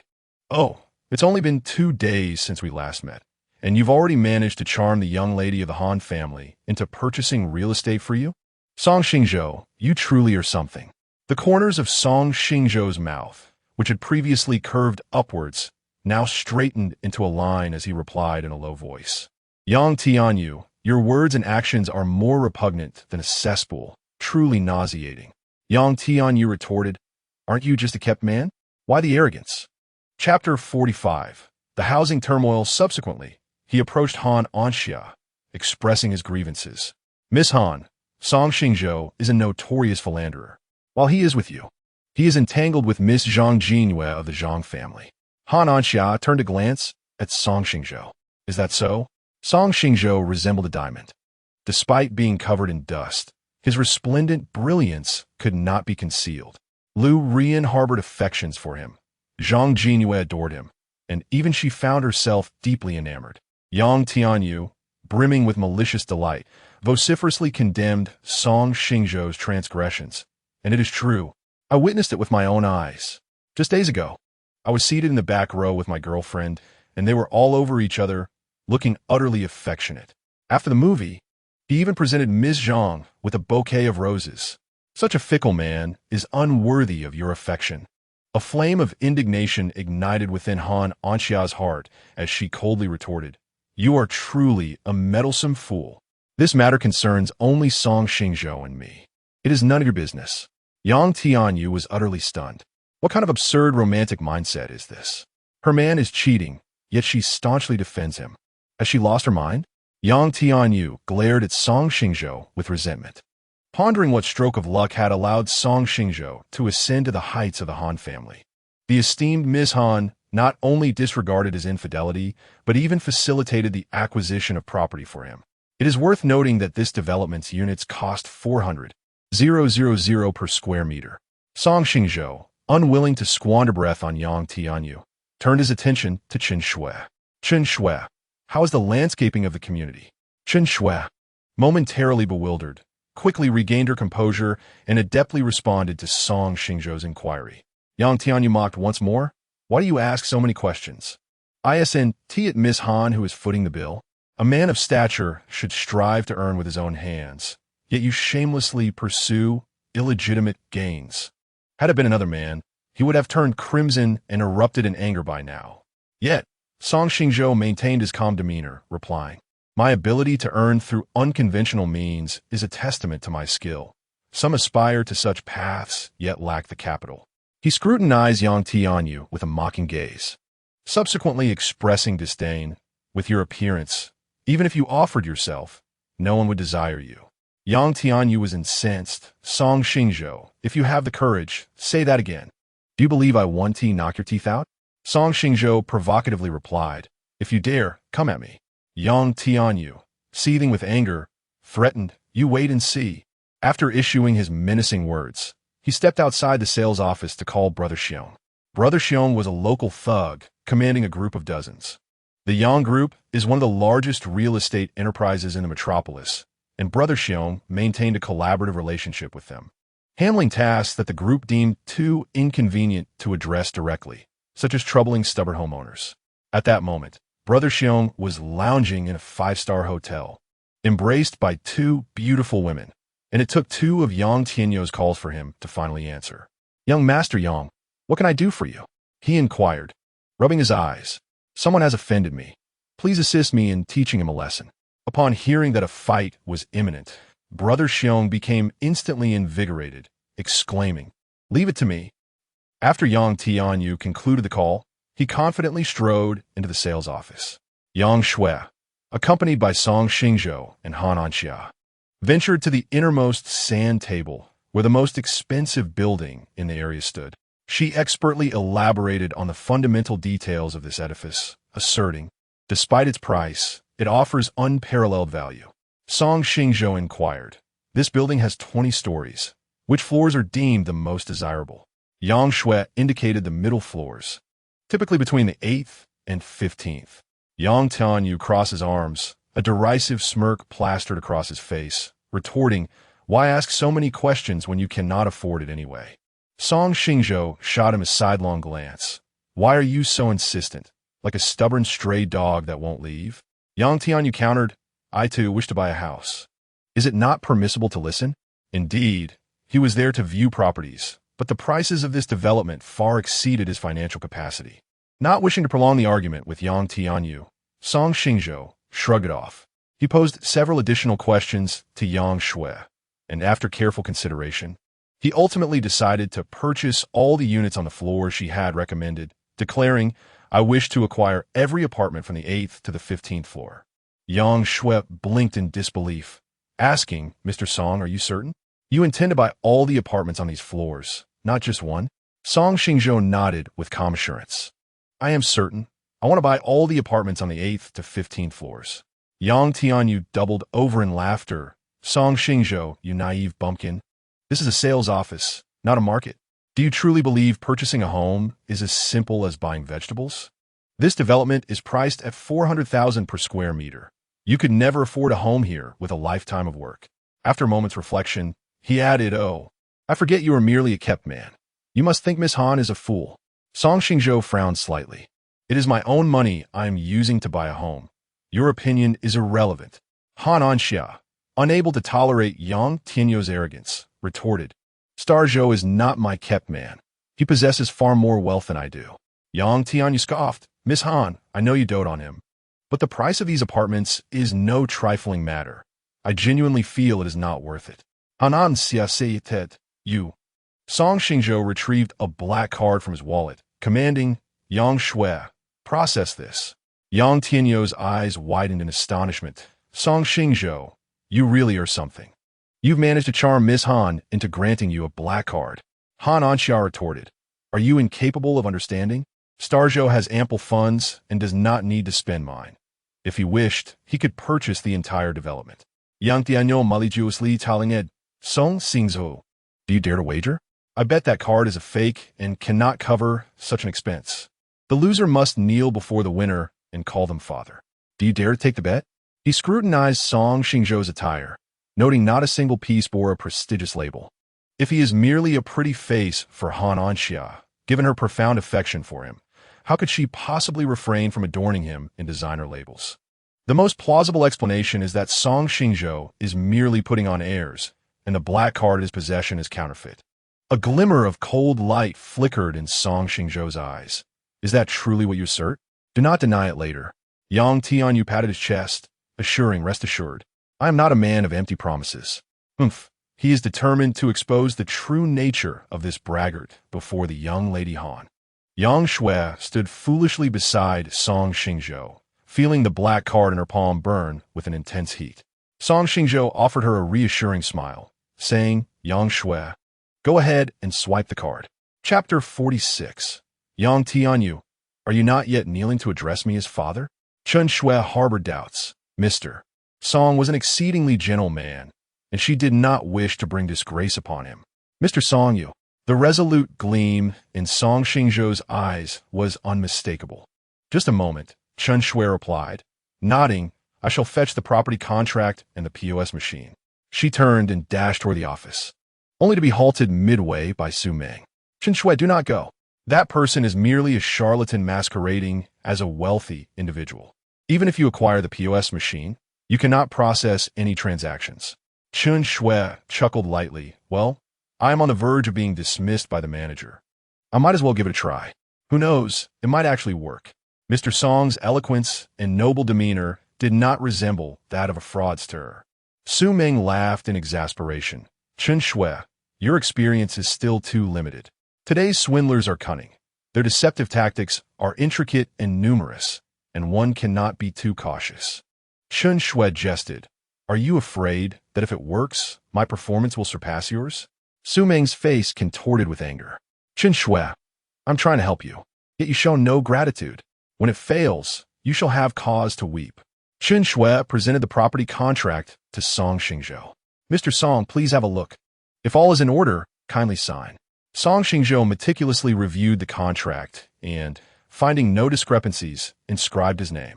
Meanwhile, Chen Shui processed the card on the POS machine, and, to her astonishment, it was a success. Chen Shui's body trembled violently, her voice tinged with an undertone of tears. Yang Tianyu bellowed, impossible. This cannot be happening. He snatched the POS machine to scrutinize the cardholder's name. The name Song Xingzhou seared into his vision. Good heavens! Song Xingzhou's black card was indeed genuine. Wasn't he merely an orphan? How had he suddenly acquired such wealth? Could it be true that Han Anxia claimed Song Xingzhou was wealthier than she? No, that was inconceivable. Witnessing Yang Tianyu's dismay, Han Anxia reveled in delight. Yang Tianyu, I warned you several times, yet you refused to listen. Now, you have encountered a formidable challenge. Yang Tianyu's mouth opened and closed in shock, unable to articulate a response. Song Xingzhou emanated an ominous and terrifying aura, instilling fear in Yang Tianyu, who trembled in response. Yang Tianyu, are you not yet kneeling to address me as father? Yang Tianyu stammered, no, this cannot be real. This black card must have been gifted to you by Miss Han. You are cheating. Indeed? Song Xingzhou's eyes glinted with menace as he advanced step by step towards Yang Tianyu, who was compelled to retreat. Cornered by Song Xingzhou, Yang Tianyu hastily sidestepped and then bolted away, not forgetting to threaten, Song Xingzhou, you shall pay for this. I will have my revenge. Su Ming's composure shattered. Song Xingzhou had initially been her client, yet she had failed to appreciate him and had relinquished this prime client to another. There was no one more foolish than she in this world. In their profession, an unwritten rule dictated that the client served first belonged to that individual. Su Ming began to act unreasonably. Chen Shui, Mr. Song is my client. You should relinquish the performance to me. Chen Shui raised her eyebrows and retorted, Su Ming, you are utterly unreasonable. Initially, it was you who dismissed Mr. Song due to his financial status, thus transferring the client to me. Now that Mr. Song has purchased the property, you expect me to cede the performance to you? Are you suggesting that all the benefits in the world should be yours alone? Do not twist my words. I merely asked for your assistance in entertaining him, not to transfer the client to you. Chen Shui pointed an accusatory finger at Su Ming and exclaimed, Su Ming, you possess the thickest skin I have ever encountered. Even after your mistakes, you stand there with such audacity. How shameless. As it seemed that a physical confrontation was imminent between Su Ming and Chen Shui, sales manager Wang Hao emerged from the office. Enough. The client is right here. What are you arguing about? Wang Hao approached Song Xingzhou, his plump face adorned with a sycophantic smile. "Mr. Song, I apologize for the commotion." He had just been enjoying tea in the office when he discovered an unexpectedly large sales amount credited to the company account, prompting him to review the surveillance footage. As a sales manager in a real estate firm, Wang Hao recognized the eldest daughter of the Han family, Han Anxia, but was unaware of Mr. Song's background. Anyone capable of purchasing so many properties at once must be exceptionally affluent. Song Xingzhou waved his hand dismissively. "It's nothing. I must thank Xin Shui for her introduction. Thanks to her, I acquired the property I desired." Wang Hao grasped the underlying meaning in Song Xingzhou's words and quickly assured him, "Rest assured, this performance belongs to Xin Shui. No one can take it away." Song Xingzhou nodded in satisfaction. Wang Hao then turned to Han Anxia, bowing at a 90-degree angle. "Miss Han, we warmly welcome you. How may I assist you today?" Han Anxia replied, "I wish to purchase a property." Wang Hao promptly responded, "Please follow me. I will personally recommend several options." As Han Anxia was an esteemed client, it was his duty as the sales manager to attend to her. After more than an hour of detailed introductions from Wang Hao, Han Anxia decided to purchase a spacious flat exceeding 300 square meters. Following the signing, Wang Hao not only invited them to the VIP lounge, but also served them tea personally, demonstrating exceptional service. Once the agreement was finalized, Wang Hao personally escorted Song Xingzhou and Han Anxia to the entrance, bowing once more at a 90-degree angle. "Please take care. We look forward to your next visit." He continued to watch until the Rolls-Royce Phantom they departed and became a mere speck in the distance before re-entering the sales office. Su Meng, seeking to shift blame, exclaimed, "Manager Wang, Mr. Song, and Miss Han are my clients. I was simply too busy and asked Xin Shui to assist me. I never transferred the client to her." Wang Hao coldly responded, "Su Meng, you are terminated. Pack your belongings and leave immediately." Su Meng could hardly believe her ears. "Manager Wang, I'm the company's sales champion. On what grounds can you dismiss me?" "On the grounds of your disdain for the less fortunate and your poor judgment of character. I have told you before, even the most impoverished clients can rise to prosperity. If you treat them well, they will become your potential clients. Yet you chose to ignore my advice. Well, you've gotten yourself into trouble, and now you are dragging the company down with you. Leave at once." Tears streamed uncontrollably down Su Meng's face. "Manager, I was wrong. Considering my years of diligent service, please spare me this time." Wang Hao had no desire to engage in further conversation with her. "Security, remove her at once." "Understood." The burly security guard seized Su Meng's arm and mercilessly dragged her away. Inside the Rolls-Royce Phantom, Song Xingzhou instructed the driver, Zhao Hu, have Lao Qian investigate the Yang group. Yang Tianyu has provoked me repeatedly, and if I do not retaliate, this resentment will linger. Chapter 47. Hurry and bow down to young Master Song to admit your mistakes. Han Anxia also harbored a disdain for Yang Tianyu. "Xingzhou, allow me to teach him a lesson in humility." However, Song Xingzhou declined, asserting, "No need, I shall avenge my own grievances." At that moment, as Yang Tianyu and Brother Xiong deliberated on how to confront Song Xingzhou, news broke on social media, thrusting the Yang group into the spotlight due to allegations of substandard construction. Homeowners had publicly accused the Yang group of structural instability, inadequate load-bearing capacity, and cracking issues in one of their developments, rallying together to demand accountability from the company's headquarters. On the top floor of the Yang group, in the chairman's office, Yang Zhengquan found himself in a state of utter disarray. What is the public relations department doing? They must act swiftly to suppress this trending topic. His secretary, Xiao Li, responded, "The PR team has already attempted to mitigate the situation, but public discourse remains fervent. As soon as we lower it, it resurfaces.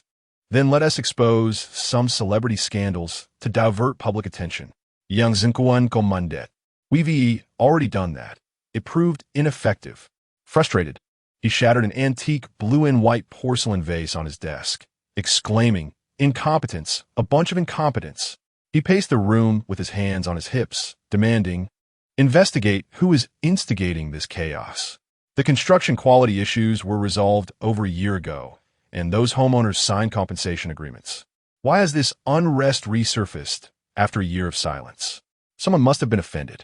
In the realm of business, as in warfare, the Yang group had made many enemies over the years, and Yang Zhengquan could not pinpoint who was retaliating against him. Just then, Xiaoli delivered grim news. Chairman, it's bad.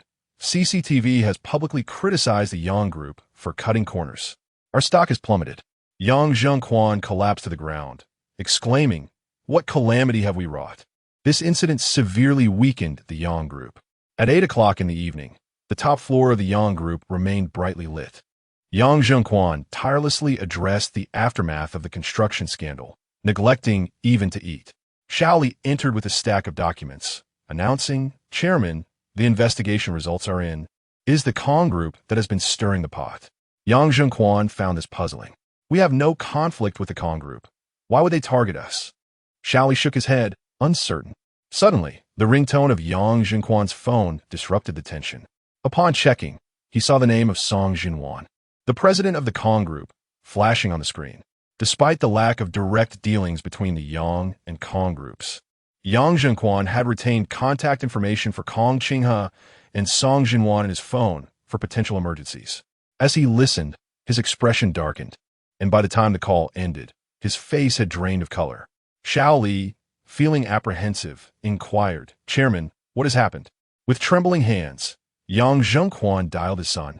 "Yang Tianyu, the Yang group is on the brink of ruin because of you. Hurry and come to the Kong family to bow down and apologize." Yang Tianyu, bewildered, responded, "Dad, what is going on?" He and Brother Xiong had concocted numerous schemes to torment Song Xingzhou, yet remained oblivious to the upheaval facing the Yang group. "Yang Tianyu, you worthless fool. You dared to provoke him without even investigating his background. I should have strangled you the moment you were born." Yang Zhengquan kurset loudly. Yang Tianyu, bewildered, replied, "Dad, who are you talking about? I have been behaving myself lately and have not provoked anyone. You provoked Song Xingzhou. He is the young master of the Kong group. Impossible. Song Xingzhou is just an orphan. How could he be the young master of the Kong group? Dad, you've lost your mind. Song Xingzhou is the long-lost son of the chairman of the Kong group." With a jolt, Yang Tianyu dropped his phone to the ground. At the Twin Star Manor, Yang Zhengquan and his son entered the enchanting estate. The father and son sat on the sofa in the living room, awaiting the arrival of Kong Qinghe and her party. Yang Zhengquan instructed, "Son, the fate of the Yang group rests solely in your hands. Whatever I ask you to do shortly, you must comply without any dissent." Yang Tianyu trembled, his face etched with anxiety. "I understand, Dad." Half an hour later, Kong Qinghe knocked on Song Xingzhou's door. "Gumin." Song Xingzhou sat on the sofa, perusing the trending topics, with the Yang group's negligence occupying the top spot. Kong Qinghe placed a plate of fruit on the desk and said mysteriously, "Xingzhou, I have a gift for you." Intrigued, Song Xingzhou asked what kind of gift. Holding his hand, Kong Qinghe urged, "Come with me. You will surely like this gift." Upon seeing Yang Tianyu, Song Xingzhou finally understood what Kong Qinghe meant by her gift. She was seeking retribution on his behalf. Just moments ago, he had been gathering evidence of the Yang group's misconduct. And now, Kong Qinghe not only exposed the evidence, but also compelled Yang Tianyu to apologize. A warm feeling surged within Song Xingzhou. Yang Zhengquan beamed like a blooming chrysanthemum. "Director Kong, your son is truly a remarkable young man." Kong Qinghe's expression remained composed. "All right, my time is valuable. Let us get to the point." Yang Zhengquan kiket Yang Tianyu. "Hurry up and kneel." Reluctantly, Yang Tianyu glanced at his father's unyielding face and knelt on the ground. With both hands holding a bank card, Yang Zhengquan stated, "Young Master Song, this card contains 3 million as compensation for your mental distress. Please accept it." Yang Tianyu's eyes widened in disbelief. His annual allowance was only 1 million, and his father was offering 3 million. Song Xingzhou took a sip of tea, ignoring the overly cordial Yang Zhengquan. Yang Zhengquan turned to Kong Qinghe, saying, "Director Kong, it is my failure as a parent. Please forgive us." A flash of bloodthirsty red glimmered in Kong Qinghe's eyes, causing Yang Zhengquan to tremble. "I have no say in this. My son must grant forgiveness first." Young Zhenguan kiket young Tianyo again. Hurry and bow to young Master Song and call him Dad. Dad. Yang Tianyo's eyes were filled with pleading. Slap. Yang Zhenguan delivered a resounding slap, exclaiming, "You ungrateful wretch. It was you who made the wager with your own lips. Hasten to bow and admit your fault." With eyes brimming with tears, Yang Tianyu bowed before Song Xingzhou, murmuring, "Father, I was in the wrong. I beseech your forgiveness." Song Xingzhou raised his hand to his ear, asking, "What did you say? I cannot hear you." Hot tears of humiliation streamed down Yang Tianyo's face as he bowed once more, then proclaimed loudly, "Father, I was in the wrong. I implore your forgiveness. I shall never dare to do so again." "Speak louder. I cannot hear you," Song Xingzhou urged. Yang Tianyu executed a third bow with fervor, declaring, "Father, I was in the wrong. I beseech your forgiveness. I shall never again provoke you." Chapter 48.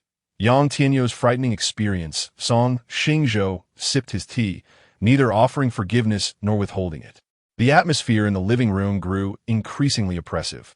Young Zhenguan, unwilling to let matters escalate beyond redemption, withdrew his belt and struck Yang Tianyu with considerable force. The belt landed squarely on Yang Tianyo's proud visage, causing him to gasp in pain. "I'll end you, ungrateful wretch. How dare you offend young Master Song? You must be tired of living." Yang Zhenguan's heart bled. Throughout Yang Tianyo's tumultuous life, he had never resorted to violence against him. But now, to resolve the crisis facing the Yang group, he felt compelled to act ruthlessly. Crack, crack, crack. Yang Zhenguan delivered dozens of blows until Yang Tianyu was left gasping for breath. "Young Master Song, my son realizes his mistakes. Please forgive him this once. I will kneel before you." Tears streamed down Yang Zhenguan's face as he bent his knee to the ground. In the eyes of Kong Qinghe, the vast Yang group was insignificant. She could extinguish them as easily as one would crush an ant. The death of this old man mattered little. But Yang Tianyu was different. He was young, with a future brimming with potential. Yang Zhenguan repeatedly bowed to Song Xingzhou, his forehead bloodied by the force of his penance. Song Xingzhou glanced down at Yang Tianyu, who lay prostrate on the floor like a beaten dog. Understanding the unspoken message from Song Xingzhou, Yang Zhenguan shook his son. "Tianyu, rise and join me in bowing to young Master Song to admit your wrongs." With trembling limbs, Yang Tianyu rose to his knees. "Young Master, I was wrong, truly wrong." Fear filled his eyes, and he resembled a stray dog, curled up and stripped of his former arrogance. Song Xingzhou coldly inquired, "Had I not been the heir of the Kong group, would it not be I on my knees confessing my faults?" Yang Zhenguan's lips moved, struggling to form words. But ultimately, he fell silent. In the past, he would have ensured that anyone who dared to harm his son would suffer greatly.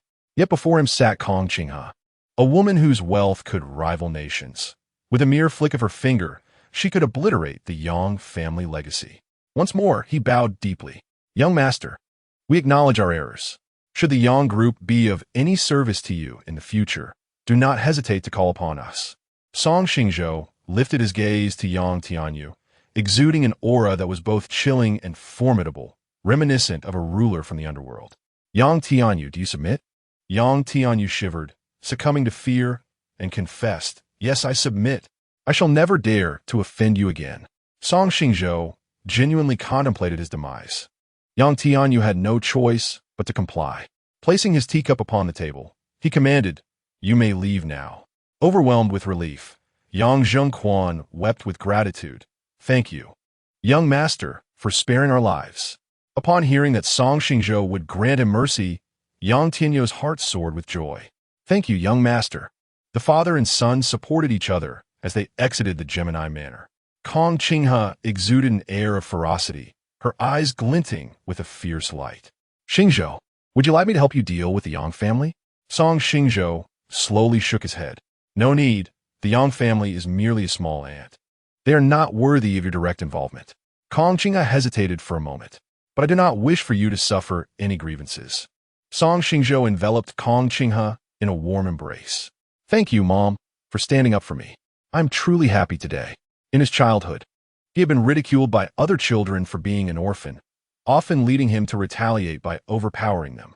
Their parents would complain to Song Muchuan, who always stood firmly by his side, scolding the offenders away. After Song Muchuan's passing, there was no one left to defend him. Yet now, he had found support once more. With heartfelt sincerity, Song Xingzhou said, "Thank you, Mom."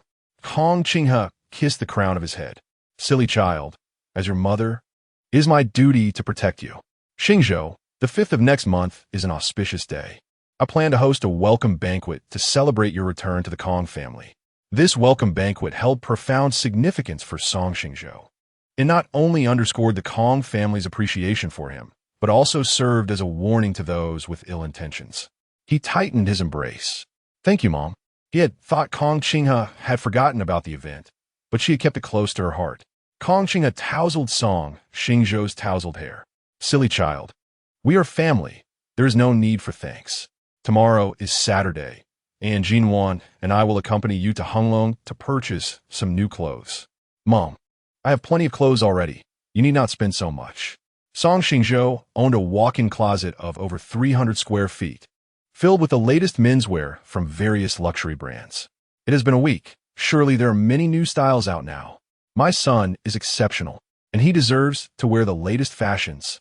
Whenever Kong Qinghe visited the mall, she would see parents buying new clothes for their children, and she would feel a twinge of envy, wishing to do the same for her son. Now, her wish had finally been granted. At 9 o'clock in the morning, they arrived at Hunglong Plaza. Kong Qinghe linked her arm with Song Xingzhou's as they entered the first floor of the mall. "Son, which store would you like to visit?" Song Xingzhou had little desire for luxury goods, seldom visiting a luxury store even once a year. "I don't mind. I'll go wherever." Kong Qinghe selected a store that caught her eye. "Shall we start with this one?" Song Xingzhou signaled his agreement with an okay gesture. As soon as the sales staff in the luxury store spotted Kong Qinghe, they greeted her with warm smiles. "Oh my, the entire Hunglong Mall belongs to the Kong family. This is truly a significant client." Store manager Wu Dan promptly approached. "Chairwoman, what would you like to purchase? We have just received some new arrivals. Would you like to take a look?" She then subtly gestured to the staff behind her. The employees politely ushered out the customers who were either shopping or preparing to shop, subsequently closing the retractable barriers of the entrance. Kong Qinghe reclined on a soft stool, while Xingzhou casually sifted through the garments in the store, leaving the expense to her mother. Wu Dan quietly pondered to herself. This charming young man was a complete stranger, yet the chairman addressed him so affectionately. Could he possibly be a relative of the chairman? A radiant smile instantly graced Wu Dan's face as she exclaimed, "Young master, with your striking looks, you would look splendid in anything. Allow me to recommend the latest seasonal styles." Song Jinwan replied coolly, "There's no need for such trouble." Having worked until 3 in the morning the previous night, she had anticipated a leisurely morning to indulge in sleep, only to find herself out shopping for clothes at the crack of dawn. A wave of irritation surged within her. Chapter 49. Song Jinwan's skin hunger strikes a longing to touch him, to embrace him surged within her. Wu Dan's face radiated with a sycophantic smile. "Mr. Song, may I inquire about your esteemed opinions?" Extending her delicate fingers, Song Jinwan instructed, These and these do not include. Pack all the other men's garments according to his size." Wu Dan burst into a broad grin, her eyes narrowing with delight. "Very well, I shall attend to it immediately." She turned and signaled to the staff. They nodded eagerly, promptly assisting in packing clothing for Song Xingzhou. "Wonderful. We have already met our sales target for the month ahead of schedule." Wu Dan inquired with enthusiasm, "Young master, aside from clothing, would you like to explore other accessories? Perhaps shoes or bags?"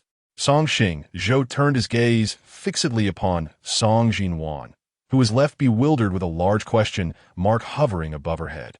"What are you staring at me for?" he teased. "Aren't you going to help me choose?" Taking a seat beside Kong Qinghe, Song Jinwan softly declined. "You're the one purchasing clothes, not I. I shall rest for a moment. You may browse at your leisure." To be candid, Song Jinwan's shopping approach was an eye-opener for Song Xingzhou.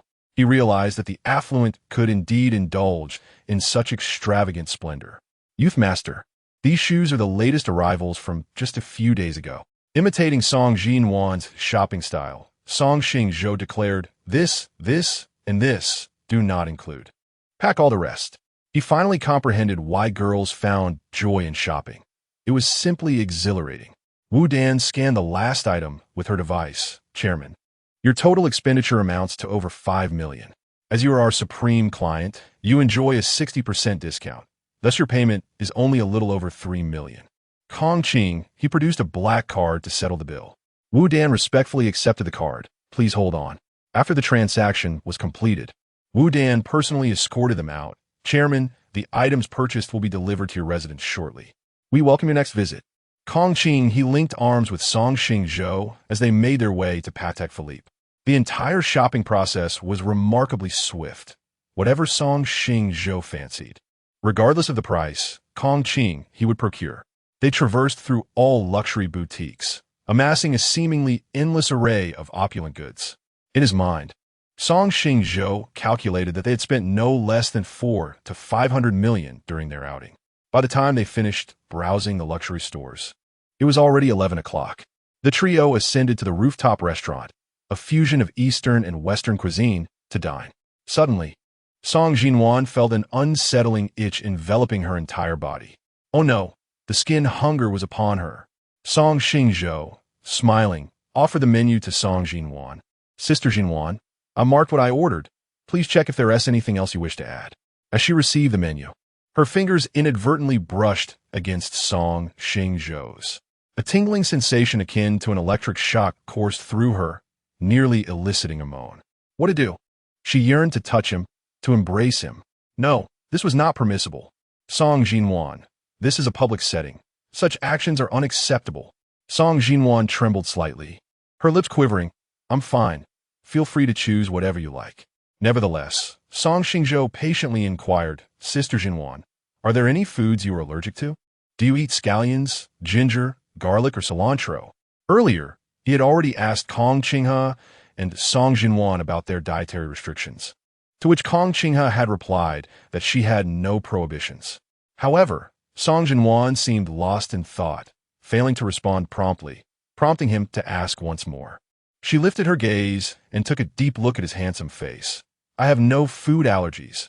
I eat scallions, ginger, and garlic, but I don't eat cilantro. Song Xingzhou was exceptionally handsome, more so than any man she had ever encountered. He was also considerate, proactively inquiring about her dietary preferences. She appreciated his looks, admired his character, but most of all, she valued his integrity. Faced with such a strikingly handsome man, Song Jinwan found herself needing to expend more time and energy suppressing her inner desires. She feared that she might inadvertently push Song Xingzhou over the edge and engage in actions she could never forgive herself for. Sensing her unusual demeanor, Song Xingzhou asked with concern, Sister Jinwan, are you feeling unwell? Song Jinwan blinked, forcing a calm facade. No, I'm perfectly fine. Yet, Song Xingzhou noted the pallor of her lips. However, she smiled, don't worry about me. I'm truly fine. Let us order, shall we? Since she did not wish to elaborate, he did not press further. Song Xingzhou ordered a few desserts and then quietly awaited the arrival of their meals. Throughout the meal, Song Jinwan kept her head down, nervously clutching her restless hands. Kong Qinghe remarked, Jinwan, if you're not feeling well, you should head home to rest. There is no need to force yourself to stay with us. Song Jinwan returned a gentle smile. No, I'm really fine. At that moment, the server brought out the steak. While she was sipping on creamy mushroom soup, she accidentally dropped her fork onto the floor. In unison, both Song Jinwan and Song Xingzhou bent down to retrieve the fallen utensil, their fingers inadvertently brushing against one another. Oh no, I feel dizzy. I want to go home and rest. Goodbye. Song Jinwan rushed out without even picking up the fork.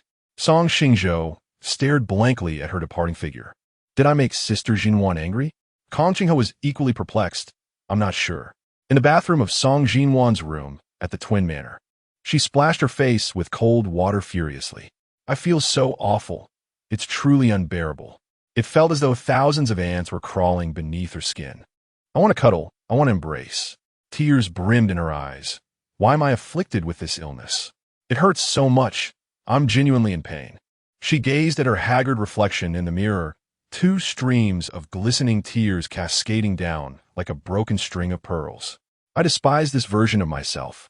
With a clenched fist, Song Xingzhou shattered the reflective surface of the mirror.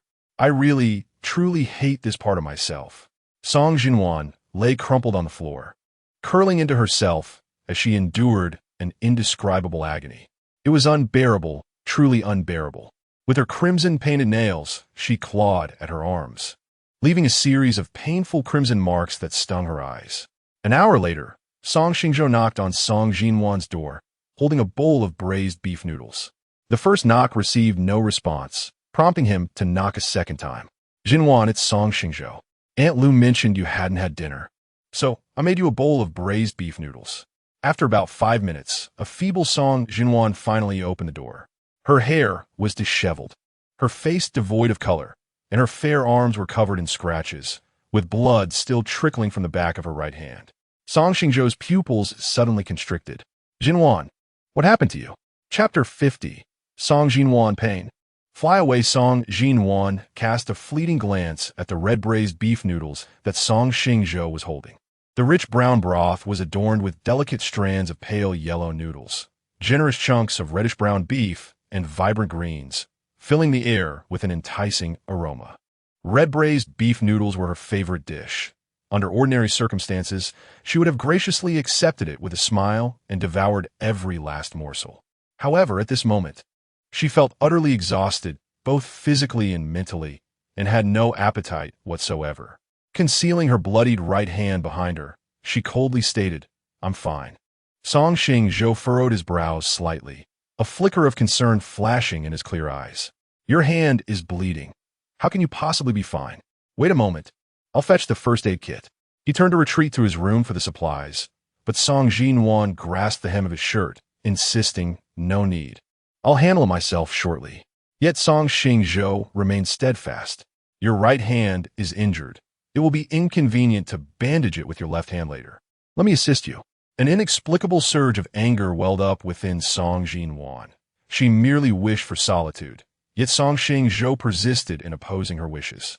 Raising her voice, she declared, "Thank you for your kindness, but I would prefer to be alone. Please do not disturb me."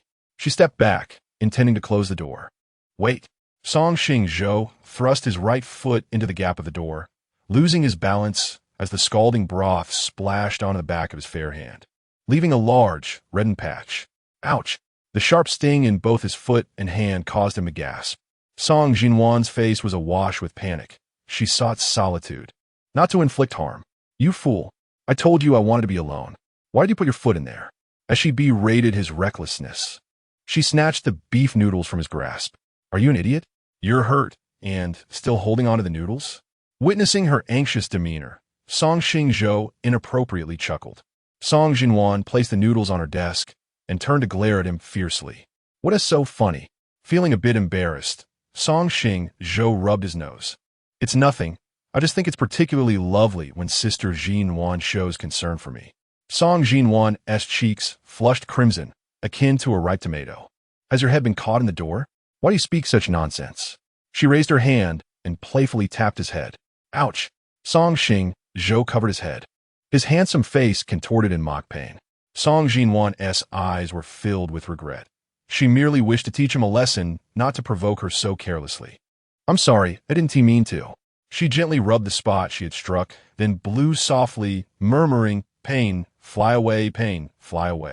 In her childhood, when she accidentally bumped her head and a large bump formed, Kong Qing he had blown on the bruise while softly comforting her. Though her head throbbed, the affection radiating from Kong Qing he warmed her heart. It felt like a magical healing spell. Under Kong Qing he's tireless reassurance, she truly found relief from the pain.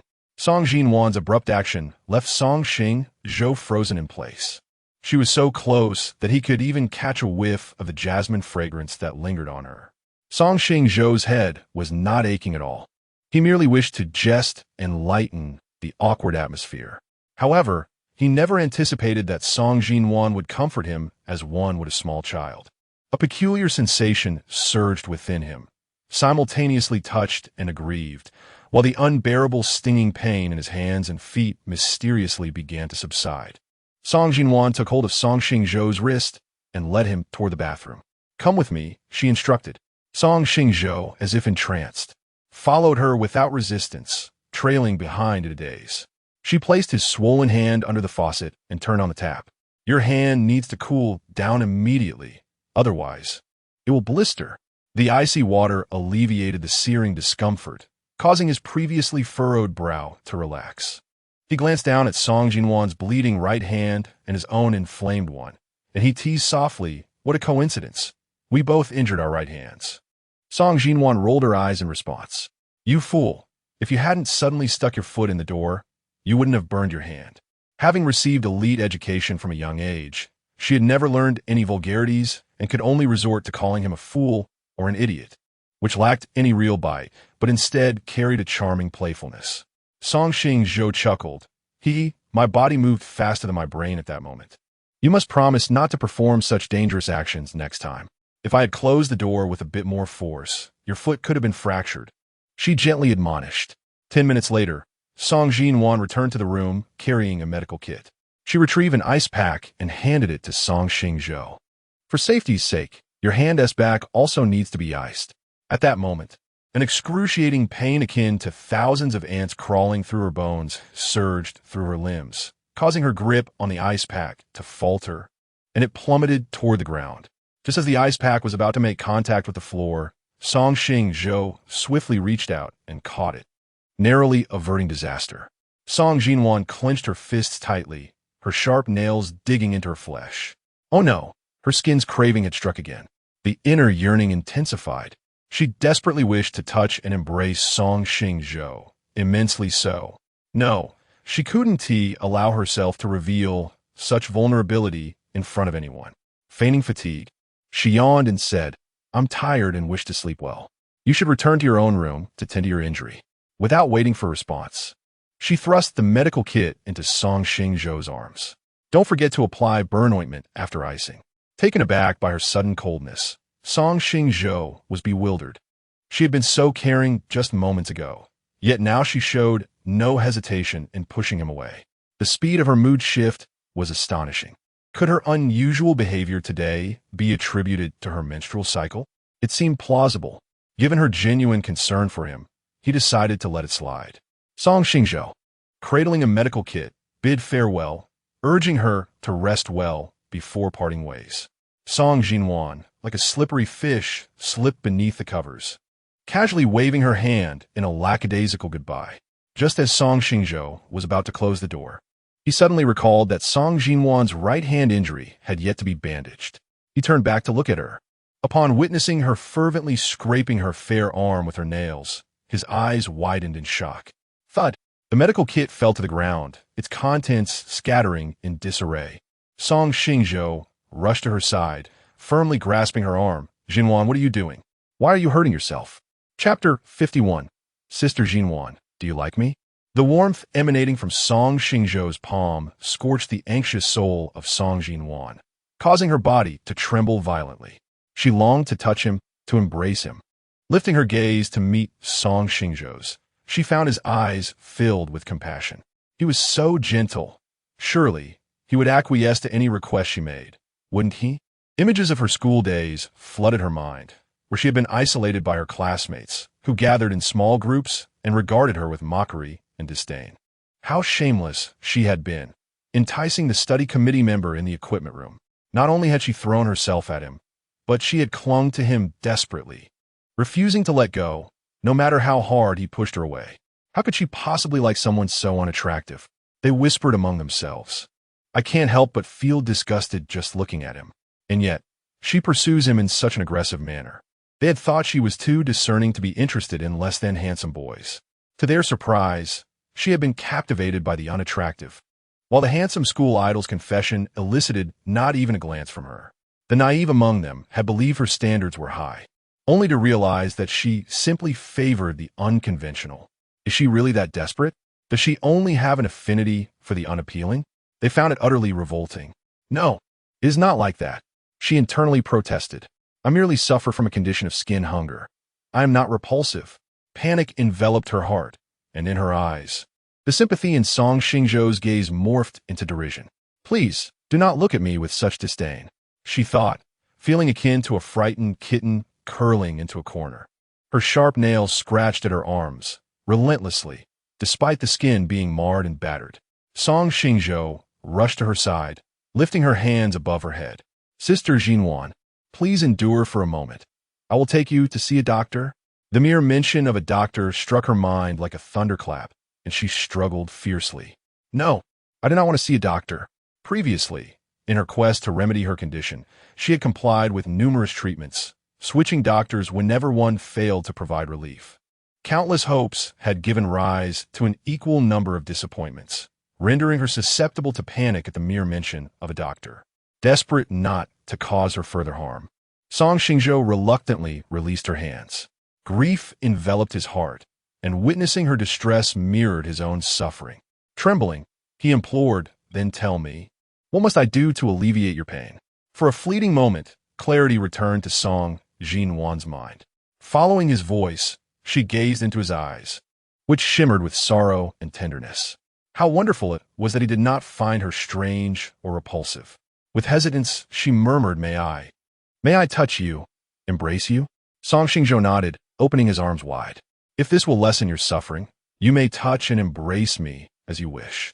Before he could finish his sentence, Song Jinwan launched herself into his embrace, causing him to momentarily lose his balance, and together they tumbled onto the bed. At the moment of his fall, he did not forget to extend his hand to protect the other's head, cautioning softly.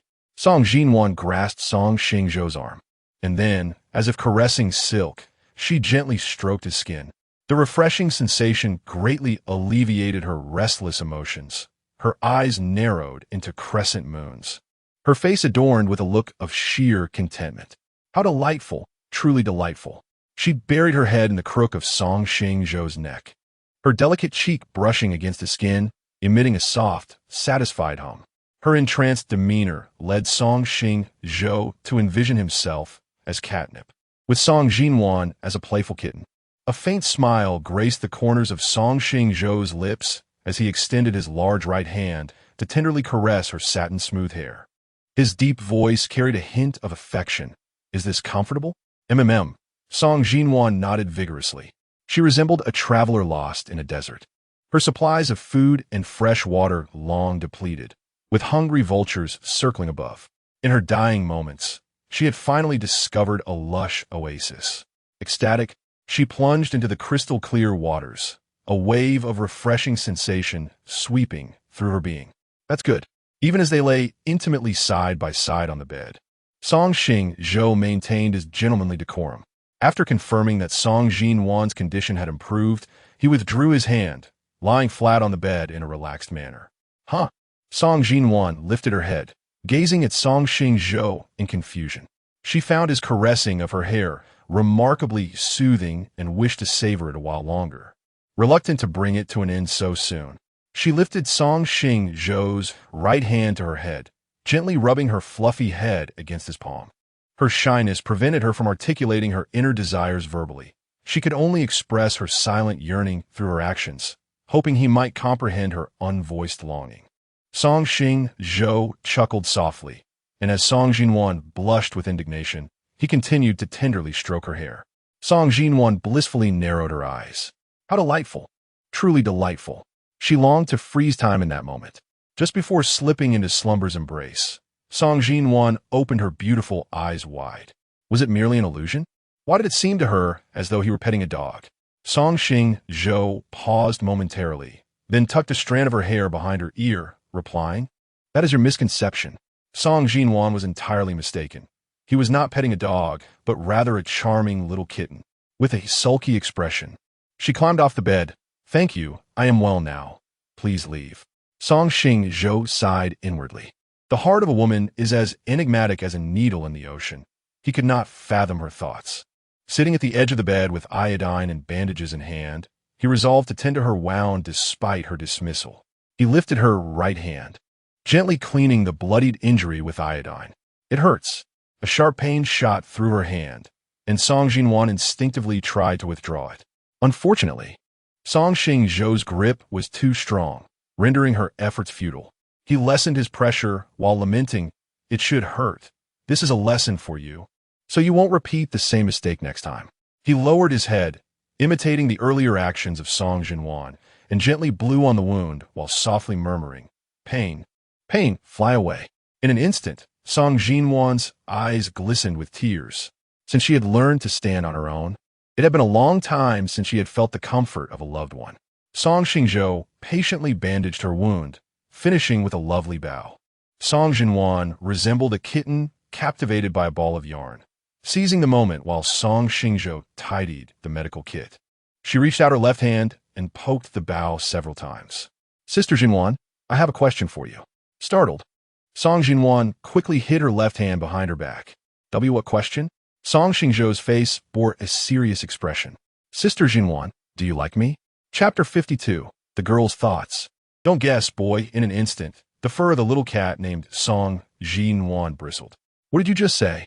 "I would never like you." She crossed her arms, casting a disdainful glance at Song Xingzhou. He let out a long breath. That was a relief. Zhang Jinyu's sudden confession had already left him feeling vexed, and should Song Xingzhou express her feelings as well, he truly would be at a loss as to how to respond.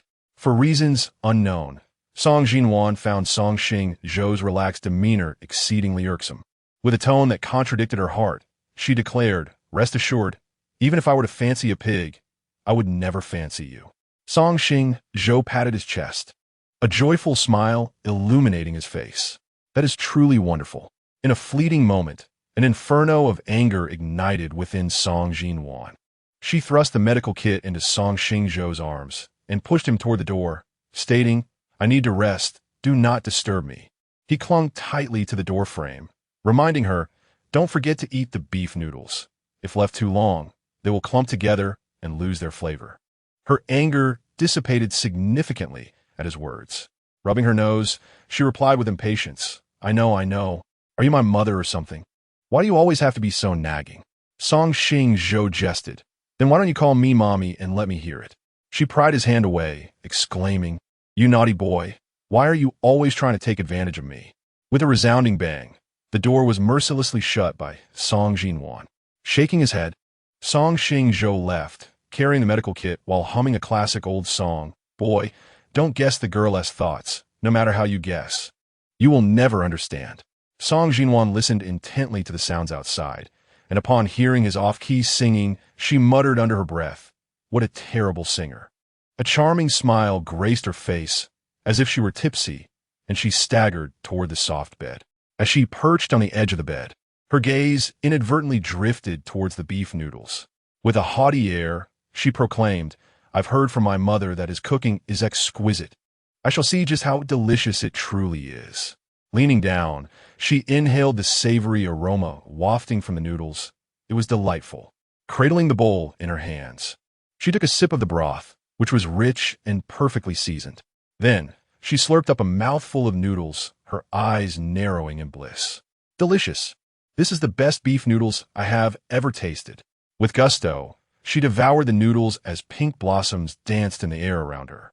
"Ah, it is truly delightful." Song Xingzhou reclined on the sofa, her hands caressing her pleasantly full belly. In the slums of Yangsheng, dark clouds loomed ominously, thunder rumbled, and heavy rain poured down like strings of pearls set free. A drunken Qin Chuan bellowed, "Where's the money? Where's the money you've earned?" Wearing tattered clothing, Song Mei trembled as she replied, I spent all my earnings on your alcohol." Qin Chuan, in disbelief, yanked at her long hair, forcing her to lift her head. "You received your paycheck just last week. There's no way it could be gone so quickly." In Song Mei's eyes, there was not a glimmer of vitality. She pointed at the dozens of empty wine bottles beside the coffee table and lamented, "You always purchase fine wines. Yet my earnings barely suffice for your indulgences." "Wretched woman," Qin Chuan exclaimed in fury as he struck Song Mei across the face. Her pallid visage instantly swelled, resembling a doughy bun, while she curled up on the floor, cradling her knees and softly weeping. Once they lived an enviable life with stable jobs, a beloved child, and a harmonious family atmosphere. However, all of that changed after they both lost their jobs. Qin Chuan not only had a poor tolerance for alcohol, but also a deplorable disposition when intoxicated. In a drunken stupor, he often unleashed his pent-up anger upon his family. Initially, it was their lively and adorable adopted son who bore the brunt of his rage. Qin Chuan raised his belt and struck the child's back with force, causing blood to splatter on the tender skin. The room was filled with the heart-wrenching cries of the boy, and she rushed forward to shield him, exclaiming, "Stop! If you continue this way, you will kill him." Qin Chuan's eyes glinted with a furious crimson. Killing him would be a blessing. He is a harbinger of misfortune. Ever since I adopted him, my life has spiraled into calamity. I lost my job, accrued mountains of debt. He has ruined my existence. He raised the belt once more, threatening, "Get out of my way, or I shall strike you as well." The adopted son, like a terrified little bird, nestled within her embrace. His delicate face filled with dread. "Mom, I am scared." She kissed his forehead and held him tightly, reassuring, "Do not fear, mother will protect you." Meanwhile, a mere month-old infant, swaddled in blankets, cried out loudly, "What are you crying about? My fortune has been drained by your wails." Qin Chuan, in a fit of rage, lashed the belt towards the crying infant, leaving a trace of blood on the fragile skin. Clenching her fists in fury, Song Mei charged at Qin Chuan, declaring, "Do not harm my child. I will fight you." 3 months later, she held her adopted son's hand as they arrived at the orphanage. She knelt down, smoothing his disheveled hair, and kissed his forehead, saying, "Mother loves you, and that is why I must return you here. I hope you live long and prosper." Suddenly, with a surge of strength, she pushed her son towards the director of the orphanage. "Mother, do not leave me," he cried out in despair. As his anguished screams echoed, she stood and resolutely departed from the orphanage. Her biological son grew amid violence and abuse, suffering brutal beatings from an inebriated Qin Chuan, who showed no paternal affection, leaving him battered and bruised. Though she contemplated fleeing with her son, he always managed to bring them back. Eventually, her promising son, unable to endure his father's abuse any longer, leaped from a bridge, ending his youthful life. "Qin Chuan, I loathe you." Song Mei brandished a fruit knife and charged at him. "Get away." Qin Chuan sidestepped her attack and kicked her frail abdomen. The force caused her to spew blood as she curled in agony. "You dare to kill me? You must be tired of living." Qin Chuan yanked her hair, forcefully smashing her head against the television cabinet. Song Mei's eyes sparkled with stars as crimson blood trickled forth, staining the pristine floor. Qin Chuan spat in frustration. Cursing his ill fortune, he kicked aside Song Mei's limp body and crouched down to open the drawer of the television cabinet. "Where have you hidden the money?" Upon reaching the last drawer, he discovered a tattered photo album. "Did I not discard this? How dare you pick it up again? You may not excel at making money, but you certainly have a talent for scavenging." His fingers delved into the album's leather cover, and as expected, he uncovered 100 yuan within. "You truly have the audacity to hide this." Qin Chuan raised his hand and struck Song Mei once more. Tearfully clutching at Qin Chuan's pant leg, Song Mei pleaded, "Please, return it to me. I beg you, give me back the album." Chapter 53. Kong Qinghe's revenge on Song Xingzhou's first foster father. The album was her treasure, containing photographs of 2 children, which she clung to as a lifeline through the protracted darkness of her existence. Qin Chuan delivered a brutal kick to Song Mei's abdomen, commanding her to get lost. Clutching her belly, she was drenched in cold sweat from the pain. Qin Chuan never held back when he struck. She felt as if her very organs had been displaced. He shoved a 100 yuan note into his pocket and, clutching the album, made his way toward the door. In the past, he had discarded the album into the trash bin downstairs on 3 separate occasions. Each time, it was surreptitiously retrieved by Song Mei. This time, however, he planned to seek out a temple to pray properly before incinerating this cursed album, just a step away from the entrance. Song Mei once again grasped at his pant leg, pleading for its return. "Please, give it back to me." Her condition was dire. The wound on her head continued to bleed, her vision blurred, her complexion ashen, and her lips cracked, teetering on the brink of unconsciousness. Yet, with her last ounce of strength, she clung to Qin Chuan's pants, refusing to let him depart. "Filthy hag, get away from me." Qin Chuan kicked her aside, his left hand buried in his pocket while his right gripped the album, swaggering away with an air of nonchalance. Struggling to her feet, Song Mei leaned against a chair, then staggered to the bathroom to fetch a dry towel to press against her wound before unsteadily pursuing him outside. By now, it was 9 o'clock at night. Darkness enveloped the surroundings. The downpour showed no signs of abating, only intensifying. Qin Chuan, sheltering under a large black umbrella, walked along the deserted road, encountering no one. He had 2 sons. The elder was adopted, while the younger was his biological child. Yet, both were harbingers of misfortune. His eldest had caused him to lose his job, and the youngest had compromised his health. Had he foreseen his current state of disarray, he would have inflicted more punishment upon them. As he contemplated which tavern to visit for a drink, he meandered into a dimly lit alley. The alley was cluttered with refuse. Sewage flowed freely, and swarms of flies buzzed about, making it a seldom trodden path.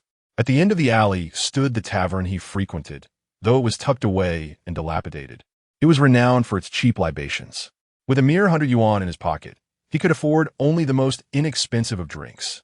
Upon reaching the midpoint of the alley, a figure clad in a black hood suddenly sprang forth from behind, using a handkerchief laced with a sedative to render him unconscious.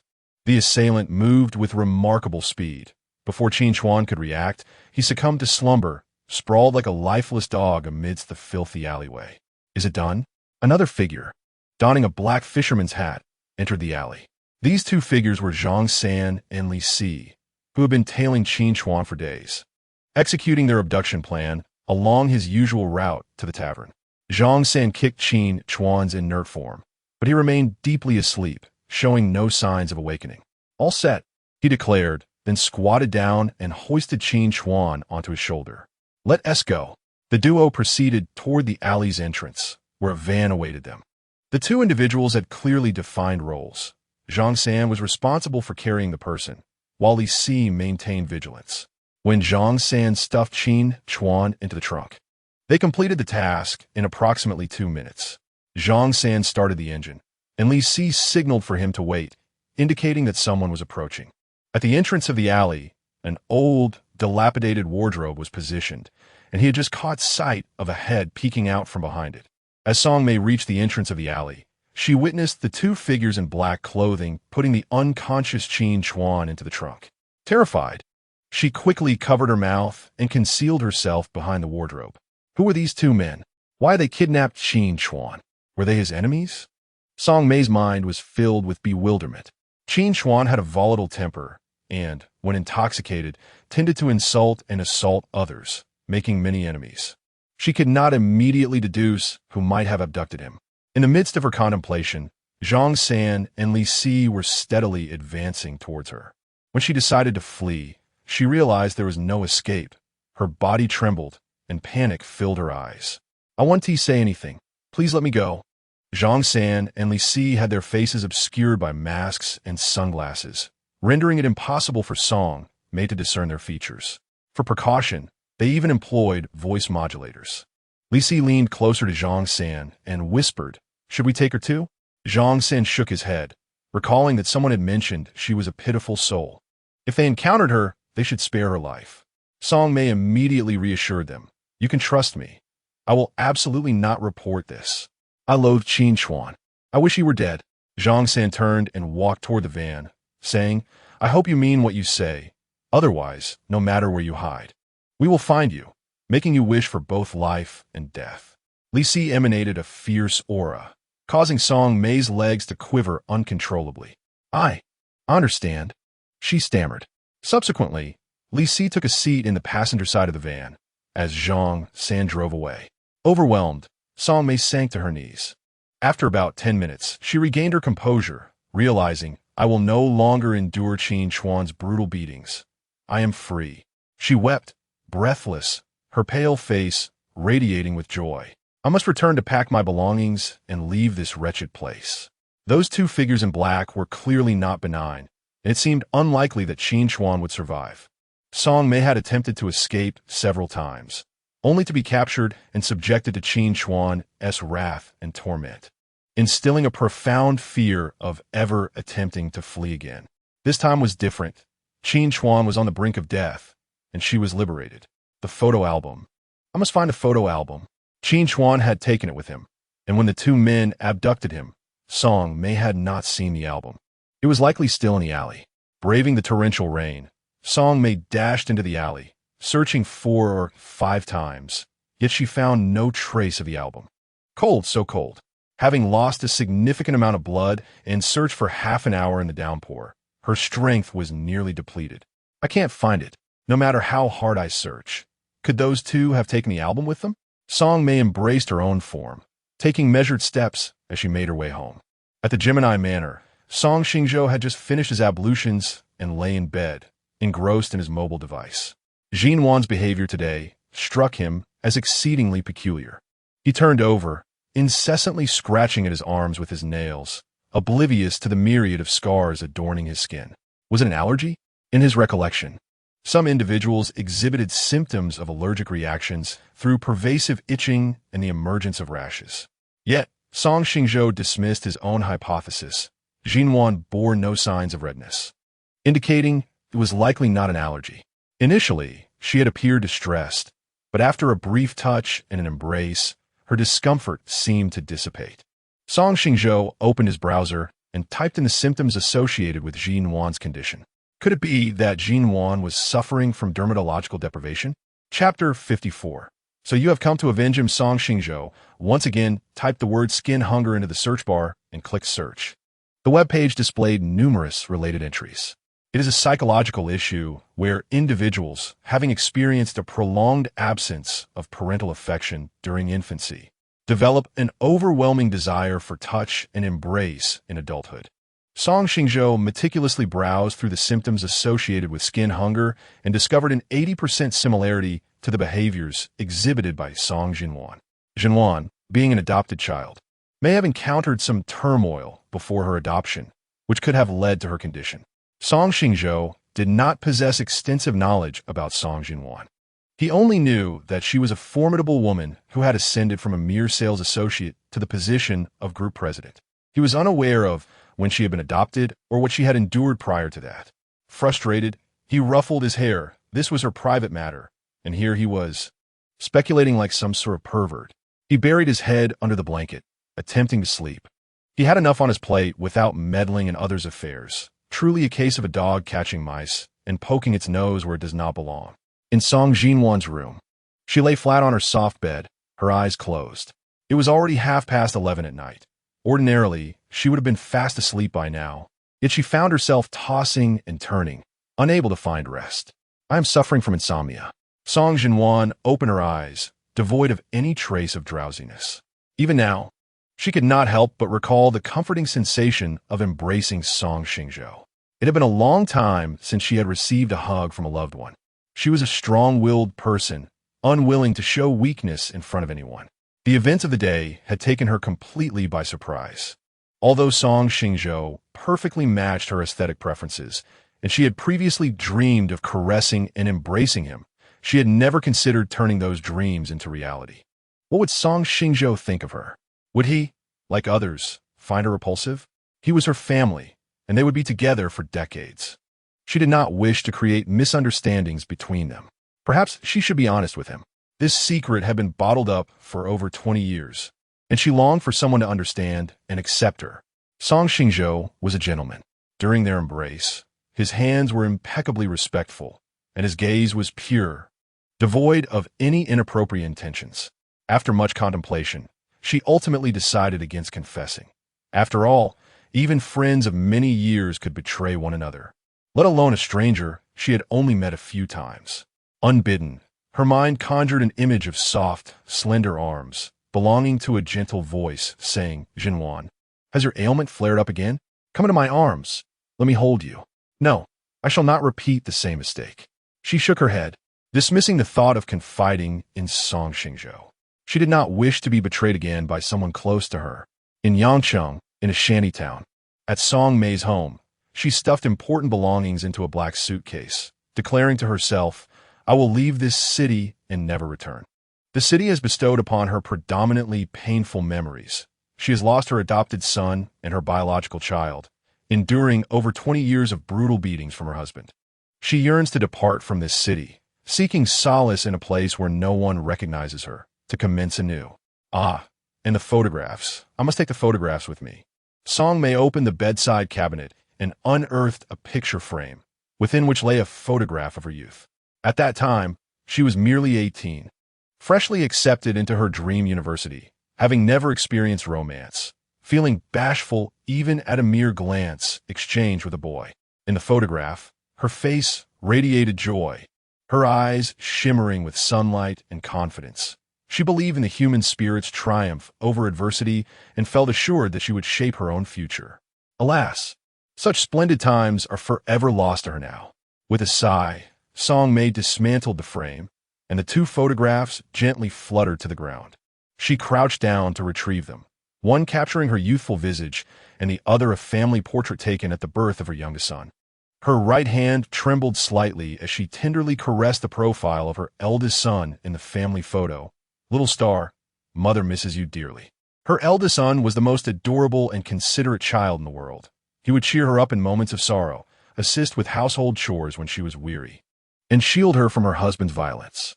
Back then, she was filled with boundless hope for the future, convinced that through their joint efforts, their family of four would flourish. Yet reality has subjected her to unending suffering. To ensure her eldest son's survival, she made the heart-wrenching decision to return him to the orphanage.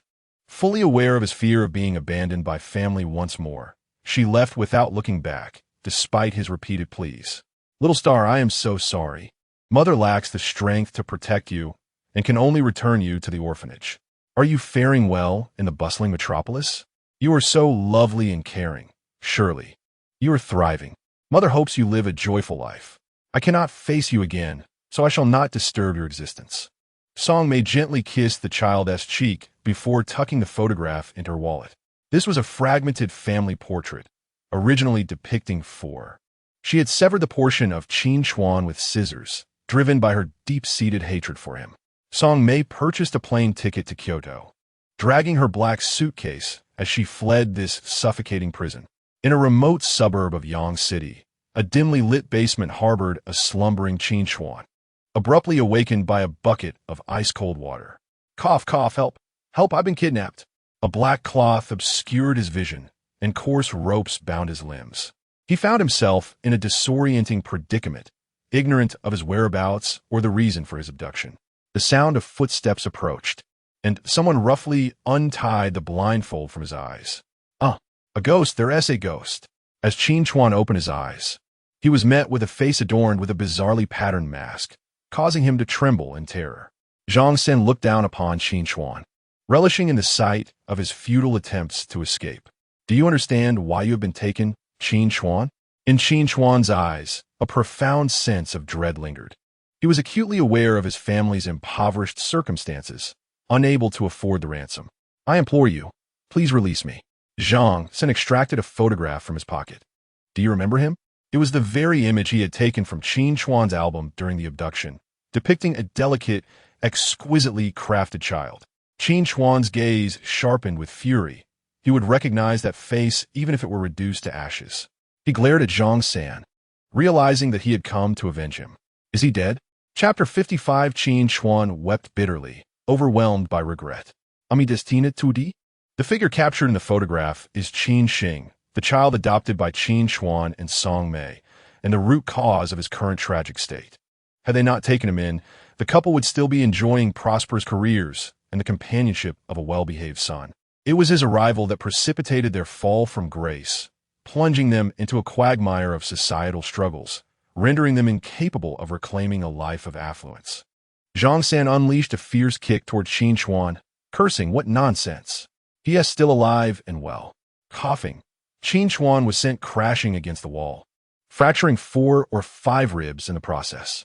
"How utterly unfair," he lamented. "I have committed no wrong, yet my existence is more miserable than that of a dog, while that harbinger of misfortune thrives." Qin Chuan's eyes glimmered with disdain. He had treated Qin Xing as his own son, only to realize he was a mere calamity. Not only had he caused the demise of Director Chun, but he had also led to the downfall of Song Muchuan. "If not for my wife's quick thinking in returning him to the orphanage, my wife and I would have met our end as well." Furious, Zhang Sen kicked Qin Chuan several more times, shouting, "Shut your mouth. You're on the brink of death yet still spewing nonsense." Qin Chuan coughed blood. Recollecting how after his wife had returned him to the orphanage, he was adopted by Song Muchuan, who had renamed him Song Xingzhou. Come out, you little wretch. Why are you cowering behind others? You lack any semblance of masculinity. The basement was filled with an array of torture devices. Zhang Xin brandished a belt, ready to strike Qin Chuan, questioning how one could inflict such punishment upon a child so young. Despite Qin Chuan's bravado, he retorted that he was merely helping the boy purge his sins. He has caused me this much suffering. Is it unreasonable for me to seek some form of retribution? Zhang San, growing increasingly incensed, stuffed a foul rag into Qin Chuan's mouth and lashed him until he writhed on the floor. Qin Chuan glared with malice, as though he wished to rend Zhang San to pieces. Having weathered countless storms, Zhang San felt no fear. The more enraged Qin Chuan became, the harder Zhang San struck. An hour later, Qin Chuan's gaze was vacant, his white shirt soaked crimson with blood. Zhang San pulled out the rag, gripping his hair and demanding, "Do you regret your actions now?" Spitting blood and saliva defiantly, Qin Chuan replied, "Regret? I regret not having killed him when I had the chance. He is a calamity. Anyone who draws near him will face misfortune. I once believed I could escape his curse, yet I find myself ensnared by the very fate I sought to evade." This time, Zhang Xin muffled him with a stinking sock. "Still defiant, are we? Then I shall strike you until only your last breath remains." Unrepentant, he vowed to continue until true remorse took root. He had dealt with many stubborn individuals before. Initially, they were all resistant, but in the end, one by one, they succumbed. The basement brimmed with instruments of torture, each ready to be employed against him. Half a month later, Qin Chuan was left battered and bruised by Zhang San and Li Si. He found himself confined in a dark basement, a black cloth obscuring his vision, rendering him oblivious to the passage of time. He could not discern whether it was day or night. His sleep pattern had become utterly chaotic. Since his arrival, he had never experienced a moment of restful slumber. Humans are inherently social creatures, fearing both solitude and the severance of ties with the outside world. Initially, Zhang San and Li Si would converse with him, but his incessant use of profanity led to their eventual silence. He felt profoundly isolated, teetering on the brink of mental collapse. 3 days prior, Zhang San and Li Si ceased their physical assaults. Rather than relief, a sense of dread enveloped him. His sixth sense warned him that his life was nearing its end. The sound of footsteps approached, growing ever closer. Zhang San bent down to extract the foul sock from Qin Chuan's mouth. It was a mystery where Zhang San procured such an abundance of putrid socks, each more odorous than the last. With each gagging encounter, Qin Chuan could not help but roll his eyes in disgust. His sense of taste and smell had been rendered ineffective by the stench. He could neither eat nor sleep. Once a rotund man, he had withered into a mere shadow of his former self after weeks of torment. The most unbearable aspect was the complete lack of communication from Zhang San and Li Si, driving him to the brink of madness. "I was wrong. I was truly wrong. I should never have cursed him as a disaster, nor wished for his demise. Please, just speak to me." Qin Chuan fell to his knees, bowing repeatedly to Zhang San. Ignoring him, Zhang San pried open his mouth and force-fed him spoiled food. Qin Chuan had become like a cowardly dog, submissive and meek, being treated as an animal. He was fed like one. "No, I beg you release me. I regret my actions. I regret not taking better care of him." The food Zhang San offered was bizarre, and each time he consumed it, he found himself afflicted with diarrhea. Bound hand and foot, he could only relieve himself in his trousers, exuding a putrid odor that rendered his existence more miserable than that of a dog. Zhang San halted the feeding and removed the cloth covering Qin Chuan's eyes. His vision had deteriorated to the point where he could only discern the outline of Zhang San's mask, unable to make out its intricate patterns. Zhang San presented a platter of roasted chicken, a dish of sweet and sour ribs, and a bowl of pickled fish, accompanied by a jug of wine. He tore off a chicken leg and shoved it into Qin Chuan's mouth. The aroma was tantalizing and the meat tender, yet tears of regret streamed down Qin Chuan's face. "Tuti?" he pondered. Television often depicted condemned prisoners enjoying a final meal, referred to as the Last Supper. Zhang San offered no reply. instead pouring wine down Qin Chuan's throat. He coughed violently, nearly choking. "No, I do not wish to die. I will do anything you ask. Please, just let me go." As Qin Chuan continued his desperate struggle, a wave of dizziness washed over him, and he began to lose consciousness. The jug contained a sedative. When Qin Chuan regained consciousness, he found himself stark naked on the operating table. His abdomen was being incised by a doctor clad in green surgical attire. Who are you? Where am I?" His limbs were shackled tightly, and he struggled vehemently, yearning to escape this dreadful place. The doctor clicked his tongue, admonishing, "What are you thrashing about for? You might injure your organs." He was a clandestine surgeon specializing in the illicit trade of human organs. Just a day prior, someone had delivered Qin Chuan to this place, intending for him to be operated on and his organs sold. Qin Chuan's legs trembled in terror, causing him to lose control of his bladder. "I have money. I have a lot of money. Please, I beg you, do not dissect me." Even on the brink of death, he continued to weave lies. The doctor scoffed. "Abandon all hope. It is too late for you have crossed paths with those whom you should not have offended." Chapter 56. You were playing with fire as Qin Chuan struggled. He pleaded, "I was wrong.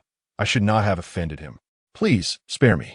The doctor's eyes glinted with a chilling malevolence, reminiscent of how he had treated his own supplications. He had struck him mercilessly, intensifying the blows until the belt broke before granting him reprieve. Qin Chuan, still clinging to life, desperately resisted, exclaiming, "This is illegal. I will report you." The doctor, filled with rage, retorted, "Scream all you want. No one will come to your aid. You are nothing but scum, a worthless being that only pollutes the air with your existence." He turned to the nurse behind him, instructing her that if Qin Chuan continued to resist, it would compromise the quality of the organs. "Administer anesthesia," he commanded. Hearing this, Qin Chuan's heart sank in terror. "No, I do not want to die. Is there no one to save me?" Throughout his life, he had been consumed by self-indulgence, heedless of the suffering of others. He had driven away his lively, beloved adopted son, forced his obedient biological son to death, and had beaten his beautiful wife. She had endured a hellish existence, wishing for 1,000 tortures upon herself. How could she ever come to his rescue? Regret washed over him. If he had not unleashed his fury upon his adopted son, would everything have turned out differently? With the means to hire thugs and procure underground doctors, his adopted son surely came from a wealthy family. If he had raised him safely, perhaps he would have lived a life of opulence. But it was too late. Everything was irrevocably lost. Thus, his life came to a disheveled end. Twin Star Manor. At 4 a.m, in Song Xingzhou's room. As he slept soundly, he sensed a presence at the head of his bed, watching him. The gaze was piercing, akin to a sword glinting with cold light, piercing through his skin. Startled, Song Xingzhou sprang up, retreating to the corner, fists clenched in a futile threat. "This is Twin Star Manor, where security is tight. If I shout, the bodyguards will rush in and seize you." The room was shrouded in darkness, and still drowsy. He feared he was witnessing a ghost. He had always been terrified of horror films. A childhood viewing of The Ring with Song Muchuan had haunted him with nightmares for an entire week. Moreover, the figure before him, clad in a white dress with cascading black hair, bore an uncanny resemblance to the specters from those films. His voice trembled as he declared, "I am a champion in martial arts. If you know what's good for you, leave now, or you'll regret it." When the ghostly figure turned to face him, his heart raced, as if it might leap from his chest at any moment. He held his breath in fear, and when he finally beheld her exquisite visage, he nearly fainted. "Jinwan, why is it you again?" This was the second time Song Jinwan had intruded upon his sanctuary, the first being shortly after he had moved into Twin Star Manor. Had he foreseen this, he would have locked the door. Song Xingzhou lamented, tapping his head in regret. Like a poised leopard ready to pounce, Song Jinwan leaped forward, tackling him back onto the bed. "Watch your head." Behind them stood a sturdy wall, and had Song Jinwan collided with it, she would undoubtedly have suffered a concussion. Just a second before the other party lunged at her, Song Xingzhou extended his hands to shield her head. "Song Jinwan, you nearly scared me to death," he exclaimed, poking her smooth forehead with his index finger. "You were so close, just a hair's breadth away from a grievous injury." Normally, when addressing her, he would politely call her sister Jinwan. But only in moments of genuine anger would he utter her name directly, seemingly oblivious to his concern. Song Jinwan grasped his hand and pressed it against her delicate face. As his rough hand met her tender skin, she let out a contented sigh. "Oh, you. I hardly know what to say." The fierce leopard had transformed into an adorable little kitten, and Song Xingzhou covered his face, a bittersweet smile gracing his lips. It is said that dreams often reflect reality. Recently, he had been plagued by peculiar dreams in which Song Jinwan morphed into a ferocious leopard while he was a newborn antelope. When the leopard pounced on the antelope, it instantaneously transformed into a small kitten and the antelope into a ball of catnip. The little kitten, with its soft paws, playfully batted at the ball, its eyes sparkling with joy. Unable to restrain himself, Song Xingzhou quipped, "Were you a cat in your past life?" In a state of somnambulism, Song Jinwan appeared dazed, completely unaware of his words. She opened her arms and enveloped Song Xingzhou in a warm embrace, then nestled into the crook of his neck, inhaling his scent as if to memorize it. "You look even more like a little kitten now." Song Xingzhou felt grateful for his daily bathing routine. Otherwise, if she caught a whiff of his sweat, she might be inclined to bite him. Song Jinwan extended her delicate tongue and playfully licked the prominent vein on his neck. He quickly pushed her head away. "Sister Jinwan, you're crossing the line. Isn't that sexual harassment? A gentle touch or embrace is within my limits, but licking is simply too much." Like an octopus, Song Jinwan ensnared him tightly, and in a flash, she pressed her lips against his. In that instant, a blazing fire ignited in his eyes. "Sister Jinwan, you were playing with fire." He was a normal man, and as Song Jinwan continued to tempt him, how could he remain indifferent? Yet, upon gazing into her innocent, clear eyes, the flames of desire within him were abruptly extinguished. "Ah, you must be sent by the heavens to punish me," he thought. His moral compass forbade him from engaging in any unscrupulous behavior. As Song Jinwan lowered her head, her warm breath enveloped him, causing Song Xingzhou to swallow nervously. "You initiated this kiss, so don't blame me for taking advantage of you." Their lips gently brushed against each other, a kiss that was ostensibly pure, yet sent electric sensations coursing through Song Xingzhou. Song Jinwan playfully nipped at Song Xingzhou's lower lip with her delicate little fangs. Instinctively, Song Xingzhou parted his lips, allowing her soft tongue to slip inside. Their tongues intertwined, a vivid display of boundless passion and desire. Though he had experienced countless kisses, none had left such an indelible impression on him. He forgot to breathe, nearly succumbing to unconsciousness from the intensity of the kiss. Enough. If we continue like this, you won't be getting out of bed today," Song Xingzhou declared, taking the initiative to end the lingering kiss. "Now, you've had your fill of kisses and embraces. It's time for you to return to sleep." Song Jinwan remained in a dreamy state, her mind far from clear. All she knew was that the kiss was delightful, and she yearned for another. Song Xingzhou gently pressed his fingertip against her lips, cautioning, "You are not fully awake right now. If we proceed, you will surely regret it." Chapter 57. I was awakened by a little kitten. The tingling sensation in her bones gradually subsided, and Song Jinwan regained her composed demeanor. She extricated herself from Song Xingzhou's embrace and, like a mechanical automaton, slowly departed from his bedroom. An overwhelming sense of disposability washed over him. Song Xingzhou furiously ruffled his hair, thinking that if this continued, his very life might be frightened away. He rose from the bed, neglecting to don his slippers, and hastened to the door, locking it firmly. "From this day forth, I shall lock the door every night before I sleep." The following morning at 6, Song Xingzhou, bearing the weight of 2 prominent dark circles, made his way to the dining room for breakfast. He had risen early, finding only Song Jinwan seated at the table. Sipping kanji, he let out a tremendous yawn. "Jinwan, good morning." Dressed in a black, figure-hugging dress, Song Jinwan's exquisite tailoring accentuated her devilishly alluring physique. She lowered her gaze to sip her soy milk. "Morning." Just as Song Xingzhou sat down, he yawned again, prompting Song Jinwan to look up at him with a puzzled expression. His eyes were bloodshot, with dark shadows beneath them, presenting an appearance of utter fatigue. Concerned, Song Xingzhou inquired. Did you not sleep well last night? With a sidelong glance, Song Xingzhou replied. I was awakened by a little kitten around 4 or 5 in the morning, and thereafter, I could not fall back asleep. Song Xingzhou found this peculiar. A cat? I was sleeping quite soundly at that time. That little kitten was perched at the head of the bed, staring at me with a chilling gaze, startling me awake. A smile graced Song Xingzhou's lips. That little kitten certainly seems mischievous.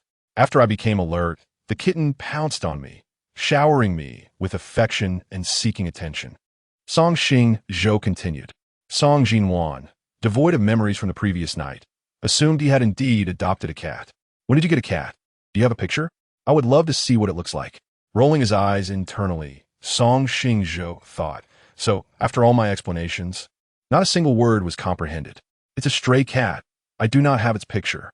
He took a sip of his iced Americano. A flicker of regret passed through Song Xingzhou's eyes. She adored small animals, yet her demanding job left her no time to provide companionship for them. At that moment, Kong Qing, he descended the stairs in a black professional outfit. Xingzhou, good morning. She bent down to embrace Song Xingzhou. Song Xingzhou froze like a startled kitten, momentarily rooted to the spot. Good morning, Mom. Since Song Xingzhou had been abducted by human traffickers, Kong Qing, he had been consumed with work and the search for him, resulting in a long absence of maternal affection. Kong Qing, he placed a kiss on Song Xingzhou's hair. Our Xingzhou remains as beautiful as ever, like a celestial fairy. Song Xingzhou's earlobes flushed a soft pink. Mom, you too. Song Liu Ruyan emerged from the elevator, yawning. Good morning, Xingzhou. She naturally embraced both Song Xingzhou and Kong Qing he, then gently rubbed her face against Song Xingzhou's. Xingzhou, what perfume are you wearing? It smells delightful. Song Xingzhou's pupils widened in shock. I did not wear any perfume. What is going on? Why are Kong Qinghe and Song Liyan so enthusiastic today? Have they uncovered their secrets? She cast a piercing glance at Song Xingzhou, wondering if this lad had divulged her secrets. In an instant, Song Xingzhou comprehended the meaning behind Song Xingzhou's gaze. He shook his head vigorously, silently asserting, it wasn't me. A chilling smile crept across Song Xingzhou's face as she made a slashing gesture across her throat. Dare to speak of it, and I shall end you. Song Xingzhou nodded fervently, reassuring her, rest assured, I will never speak of it. Good morning, Liyan. Kong Qinghe turned to embrace Song Liyan, who beamed with a foolish grin. Good morning, Mama. Like Song Xingzhou, it had been an eternity since she had felt her mother's affection. Observing her daughter's blissful demeanor, Kong Qinghe felt a pang of sorrow. I'm sorry, dear. I have given you too little love. From this day forth, I shall make amends. Kong Qinghe opened her arms and embraced Song Xingzhou. Good morning. Xingzhou, you do not look well today. Did you not sleep well last night? Song Xingzhou smirked. Mama, you misunderstood. I slept splendidly. In front of their parents. Children often prefer to share only joyful tidings. Kong Qinghe kissed the crown of Song Xingzhou's head. Milk aids sleep. I will have Aunt Lu prepare a warm cup for you each night. A warm sensation enveloped Song Xingzhou's heart. All right, he replied, feeling as if he were walking on soft, fluffy clouds. I want a hug too. Song Liyan exclaimed as she lunged toward Kong Qinghe and Song Xingzhou. The sudden force nearly toppled Song Xingzhou, but his rigorous training in core strength allowed him to stabilize himself. Good morning, Liyan, he said, ruffling her fluffy hair. Don't touch my head. It will hinder my growth. Song Liyan pouted. Both Song Xingzhou and Kong Qinghe had surpassed 7 meters in height, while Song Liyan stood at only 65 meters. She drank milk daily, hoping to grow a bit taller. Song Xingzhou comforted her with a smile. Our family is tall. From a genetic perspective, you will grow taller. Song Liyan puffed out her cheeks and replied, Humph, at least you're sensible. The amusing banter between the siblings elicited peals of laughter from Kong Qinghe. All right, everyone, let's sit down for breakfast. After finishing their meal, Song Liyan and Kong Qinghe picked up their bags and headed toward the entrance. With a lighter schedule today, Kong Qinghe decided to drive her daughter to school. Song Xingzhou waved goodbye with a smile. Take care on the road. The moment the door closed, Song Xingzhou's expression hardened. Follow me. In the dining room, only Song Xingzhou and Song Xingzhou remained. As he wiped his mouth, he trailed behind her to the study on the second floor. They sat at opposite ends of the long sofa, and the atmosphere in the study grew somewhat tense. Song Xingzhou was the first to inquire. "Would you care for some tea?" Song Xingzhou nodded stiffly. "Sure." To be honest, he was quite full at that moment and could hardly drink anymore. As he instinctively contemplated a refusal, he caught sight of Song Xingzhou's displeased expression and promptly swallowed the words unspoken. Song Xingzhou brewed a pot of black tea, filling the study with a fragrant mist.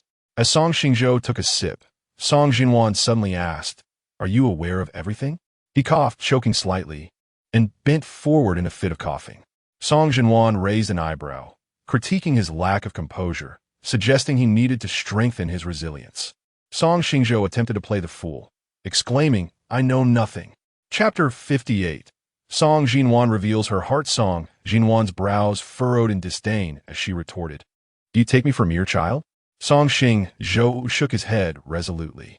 5 years old is the maximum. Casting a sidelong glance at Song Xingzhou's timid demeanor, Song Xingzhou inquired deliberately, "You truly haven't divulged my secret to them, have you?" In a flurry, Song Xingzhou waved his hands, assuring her, "This is your private matter. I would never disclose it to anyone." A slight sense of relief washed over Song Xingzhou, though she pondered the unusual warmth they displayed this morning. Song Xingzhou was equally perplexed. "Isn't it customary for you to embrace each other in the morning?" Song Xingzhou shook her head, replying, "Not at all. We used to merely nod at each other and quietly share breakfast at the table. It's only since you moved in that the atmosphere has become a tad more lively." Oh, in moments of embarrassment, people often shy away from meeting each other's gaze. Song Xingzhou glanced around, avoiding direct eye contact with Song Xingzhou. With an air of mystery, Song Xingzhou asked, "You've noticed, haven't you?" Song Xingzhou felt an urge to exclaim for the riddle maker to leave Gotham. Noticed what? Did Song Xingzhou suffer from dermatological deprivation, or was she afflicted by somnambulism? His keen intellect had allowed him to discern her secret from the minutiae. Encouraging herself silently, Song Xingzhou thought, "You have concealed your condition for over 20 years. Your family loves you dearly and would not mock you, even if they learned your secret. Will you continue to hide it?" With clenched teeth, Song Xingzhou boldly asked, "Do you know I suffer from dermatological deprivation?" Song Xingzhou exhaled softly, realizing she was unaware of her own absurd actions during sleepwalking. He nodded earnestly, "I do." Song Xingzhou instinctively grasped her skirt. "When did you find out?" With honesty, Song Xingzhou replied, "About a month ago, when you frantically scratched your arms and then expressed a desire to touch me, to embrace me. Later, I researched your symptoms online and concluded that you were suffering from dermatological deprivation." Her heart lodged in her throat. Song Xingzhou asked, "Do you find it repulsive?" For a girl, such a condition could easily be misconstrued as a sign of sexual desperation. "Not all," Song Xingzhou stated seriously. "Initially, I thought you harbored feelings for me and were resorting to self-harm to garner my attention." Understanding dawned upon Song Xingzhou. "So that is why you asked if I liked you." "Indeed, but you quickly denied it." With his handsome visage, Song Xingzhou attracted many bold and ardent admirers, leading him to presume that Song Xingzhou was akin to them. It was only after conducting further research that he realized his misconception. He voiced the lingering question that had been buried deep within him. Dermatological deprivation can be alleviated with just a single embrace. Why don't you confide in them? The actions of Kong Qing, He, and Song Liu Ruyan radiated an endless affection for Song Xingzhou. Song Xingzhou believed that if she were to be honest, they would be more than willing to offer her the embrace she so desperately needed. Song Xingzhou was momentarily taken aback, then shook her head. They had endured too much. She did not wish to burden them further.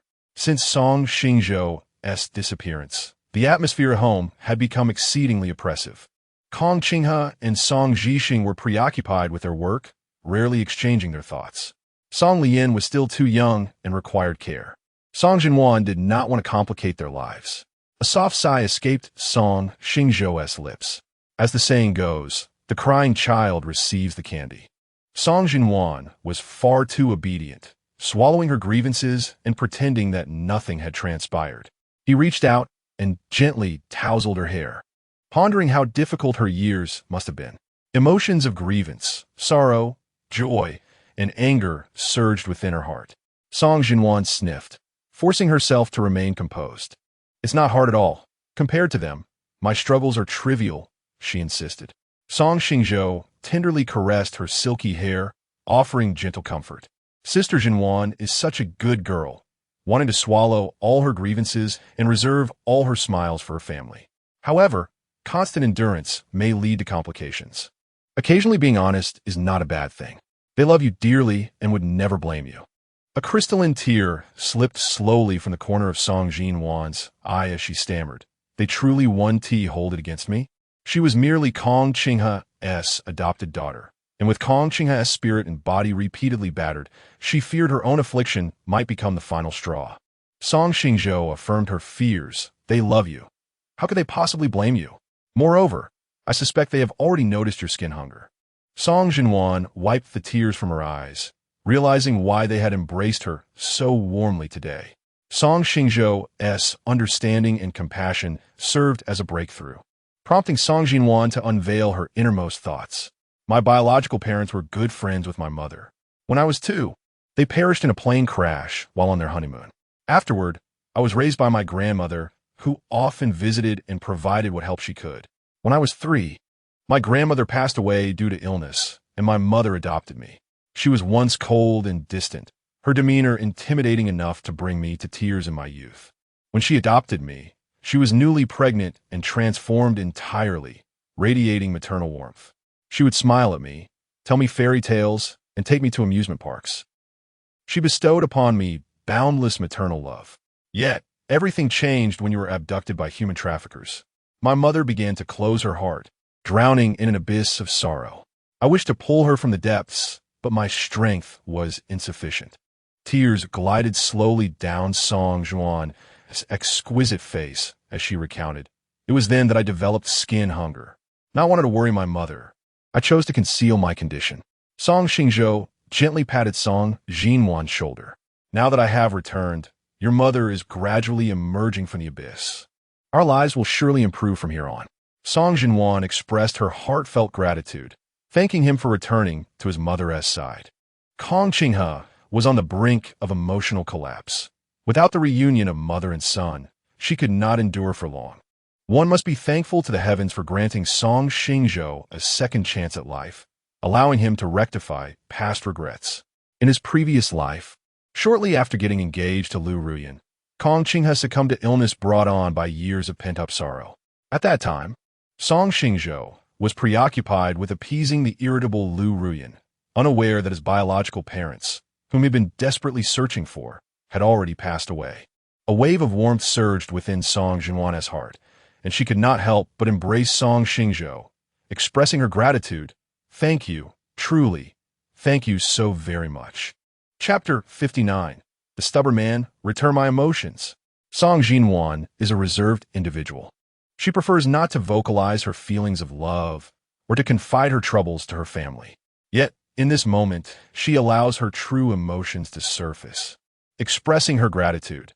Thank you for saving my mother. Thank you for understanding and accepting me. Your presence has revitalized this manor, filling it once more with laughter and joy. Song Xingzhou's heart is not made of stone. Although he adheres to the belief that a man should not shed tears easily, this time his eyes betray him, glistening with unshed tears. We are family, so why should we say thank you, making it all feel so distant? He lifts his hand, discreetly wiping away the tears that threaten to spill over. A single, fervent tear drops into the nape of Song Xingzhu's neck, prompting her to inquire, "Are you crying?" She attempts to glance up at Song Xingzhou, but he firmly presses her head down, his voice hoarse as he feigns bravado. "I am a man. How could I cry like a woman?" Song Xingzhou stiffens, her lips twitching in response. "Stubborn man, return my emotions." After an emotional outburst, Song Xingzhou feels a wave of embarrassment wash over her, wishing to shrink into a corner. Her cheeks flush a deep crimson. "I have to go to work now. Goodbye." She springs up from the sofa like a startled rabbit, hastening her departure from the study. A faint blush also creeps on Song Xingzhou's face as he dazedly waves his hand, murmuring, "Goodbye." "Why is my face so hot?" Song Xingzhou muses, touching his face, then rationalizing that it must be the heat of the day. He lifts his teacup, taking a large gulp of bitter tea to calm his nerves. Liu Corporation, chairman's office. Zhao Nian paces before the floor-to-ceiling windows, arms crossed. This cannot be. How could such a coincidence occur? She bites her nails, disbelief etched across her face. No, I must have misheard. Knock, knock, knock. The tranquility of the office is abruptly interrupted by a knock on the door, causing Zhao Nian to startle. She smooths her hair and clothes, regaining her composure. Come in. Liu Ruyan enters, her face drawn and weary. For the past month, she has been plagued by debilitating migraines, having consulted both traditional and Western medicine, consuming countless pills, yet still finding no relief. Mom, what is it that you need? Liu Ruyan rubs her aching temples. Due to her lack of sleep, her temper has become exceedingly volatile, resembling a powder keg ready to explode. Zhao Nian returns to her chair, attempting to sip from her teacup, but her trembling hands betray her inner turmoil, spilling the tea and soaking her blouse. Liu Ruyan, taken aback, asks Mom, has something significant happened? Why are your hands shaking? Having endured countless hardships, Zhao Nian has cultivated an unflappable demeanor, remaining composed even in the face of her husband's futile rescue. She steadies herself, placing the teacup back on the desk, and whispers, Song Xingzhou is the biological son of Kong Qinghe. Her voice is barely audible, laced with a hint of skepticism. Liu Ruyan could only distinctly hear the name Song Xingzhou. The remainder of the conversation fell into obscurity. What had happened to Xingzhou? Wasn't Mother the one who despised him the most? Why, then, did she mention his name in her presence? Liu Ruyan anxiously inquired, Mother, what has happened to Xingzhou? Please speak a little louder. Zhao Nian bit her fingernail, a habit she resorted to whenever she felt restless. Her index finger's nail had become ragged and uneven. Raising her voice, she articulated slowly, Song Xingzhou is the biological son of Kong Qinghe. In an instant, Liu Ruyan's face turned ashen. It was inconceivable. Xingzhou could not possibly be Aunt Kong's biological son. Mother, you must be mistaken. In her eyes, Song Xingzhou was akin to a shameless lapdog. No matter how many times Liu Ruyan tried to cast him away, he would scurry back behind her. As an orphan, he lacked both wealth and connections. Liu Ruyan's willingness to marry him was a stroke of luck he did not deserve. Rather than expressing gratitude, he repeatedly humiliated her, an atrocious act indeed. How could he be the biological son of Kong Qinghe? Zhao Nian, in a daze, replied, I wish I were mistaken, but this news could not be more authentic. She lifted her gaze to Liu Ruyan. This information was conveyed directly to me by Yang Tianyu's father, Yang Zhenquan. Yang Tianyu got into trouble and offended Song Xingzhou. To avenge him, Kong Qinghe exposed the Yang group's misconduct. In order to appease Song Xingzhou, Yang Zhenquan took Yang Tianyu to apologize. Zhao Nian retrieved an investigative report from her drawer. When money is at stake, formidable individuals will emerge. Since the most esteemed private investigator in the city refused this case, I shall increase the reward. Surely, there will be a reckless investigator willing to accept the job. As Liu Ruyan opened the report, a photograph immediately caught her eye. It depicted Yang Zhenquan and the driver, Old Chun, carrying the injured Yang Tianyu from the Gemini Manor, his pants soaked through. Zhao Nian continued. The president of the Kong Group, Song Jinwan, explicitly told Yang Zhenquan that Song Xingzhou is the long-lost son of Kong Qinghe. Liu Ruyan's eyelashes quivered violently, her heart stirred by tumultuous waves. It was no wonder Aunt Kong had canceled the collaboration between the Kong and Liu families. Her mind momentarily blanked. Mother, what shall we do now? Will Aunt Kong continue to retaliate against us? Recalling the day Liu Ruyan had rushed to care for another man during her engagement, Zhao Nian slapped her hard. Liu Ruyan, why do you engage in such foolishness? You missed your engagement banquet to tend to Yang Tianyu, leaving Song Xingzhou humiliated. Song Xingzhou is Kong Qinghe's cherished son. You have slapped her face. Do you not think she will retaliate against us? After learning this news, Zhao Nian was plagued by anxiety. If Kong Qinghe discovered that she had orchestrated the substitution of Song Xingzhou's blood sample, she would undoubtedly face dire consequences. Only she and the bribed individual knew of the blood sample switch, and that individual had perished in an accident 2 years prior. As long as she remained silent, no one would ever know. A secret can only truly be deemed a secret when it remains buried within oneself. Liu Ruyan now finds herself engulfed in regret, lamenting her own folly as the most foolish person in the world. She has forsaken the grand opportunity represented by Song Xingzhou for the triviality of Yang Tianyu. Lowering her gaze to the photograph, she is pained by the disheveled appearance of Yang Tianyu, the unsightly stain at the center of his trousers piercing her eyes. Zhao Yinyan, in a state of desperation, gently lifts Liu Ruyan's chin and softly inquires whether reconciling with Song Xingzhou would spare them from Kongqing's wrath. Liu Ruyan's beautiful eyes are clouded with confusion. Once, Song Xingzhou's love for her ran deep, yet now. Chapter 60. I am sorry, but the one I love is Xingzhou, not you. Zhao Yinyan chuckled softly to herself, recognizing that a man's pride is paramount. Your absence from the engagement banquet has severely trampled upon his dignity. How could he possibly reconcile with you? Liu Ruyan's gaze wavered, and she dared not meet Zhao Yinyan's eyes. Although she hesitated to admit it, Zhao Yinyan's words rang true. Tentatively, Liu Ruyan inquired, Mother, do you think if I pursue Xingzhou again, he would take me back? This month, after much contemplation, she realized that her true affection lay with Song Xingzhou. Regardless of whether he was impoverished or affluent, attractive or unappealing, her heart would forever be ensnared by him. She had lost the one who loved her most in this world. Gently, Zhao Yinyan patted Liu Ruyan's swollen cheeks. Song Xingzhou is now the prince of Magic City. As he stands there quietly, countless beauties flock to him. Do you truly believe he would consider your return? The glimmer of hope in Liu Ruyan's eyes dimmed in an instant. Lowering her head in contemplation, she thought, if all else fails, I could become his mistress. She was a proud individual, holding disdain for those who disrupt others' relationships. Yet now, in her pursuit to win back Song Xingzhou, she was willing to lower her head and become what she once deemed contemptible. Liu Ruyan raised her gaze to meet Zhao Yinyan's eyes, determination radiating from her. Zhao Yinyan furrowed her brow. Ruyan, although you are my child born after 10 months of carrying you, there are moments when I truly struggle to comprehend you. It was you who disregarded my objections and accepted Song Xingzhou's proposal. And it was you who ignored my counsel and chose to care for Yang Tianyu instead of attending your own engagement banquet. Time and again, I held high hopes for you, only to be met with disappointment. Had I known you would turn out this way, I would have heeded Yunfei's advice and allowed you to face more hardships. Liu Ruyan had grown up with a silver spoon in her mouth, accustomed to having her every desire met.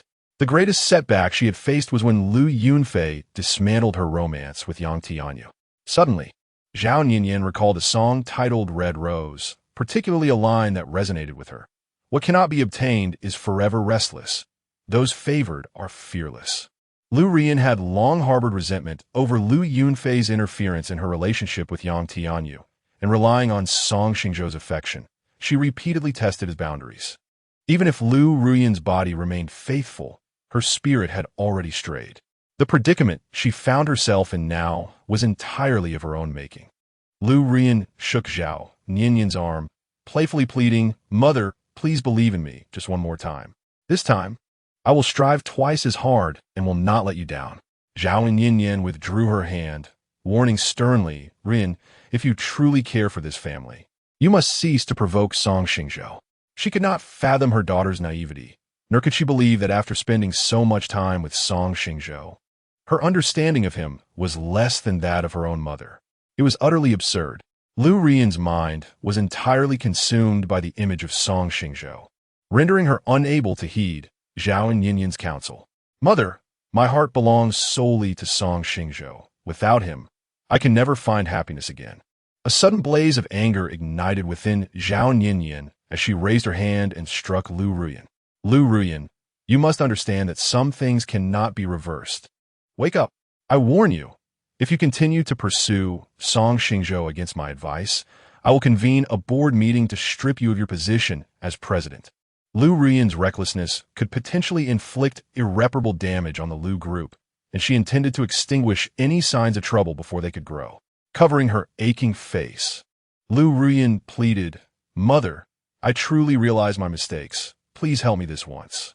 Zhao Yinyan's chest heaved with emotion as she trembled, pointing towards the door. "Get out.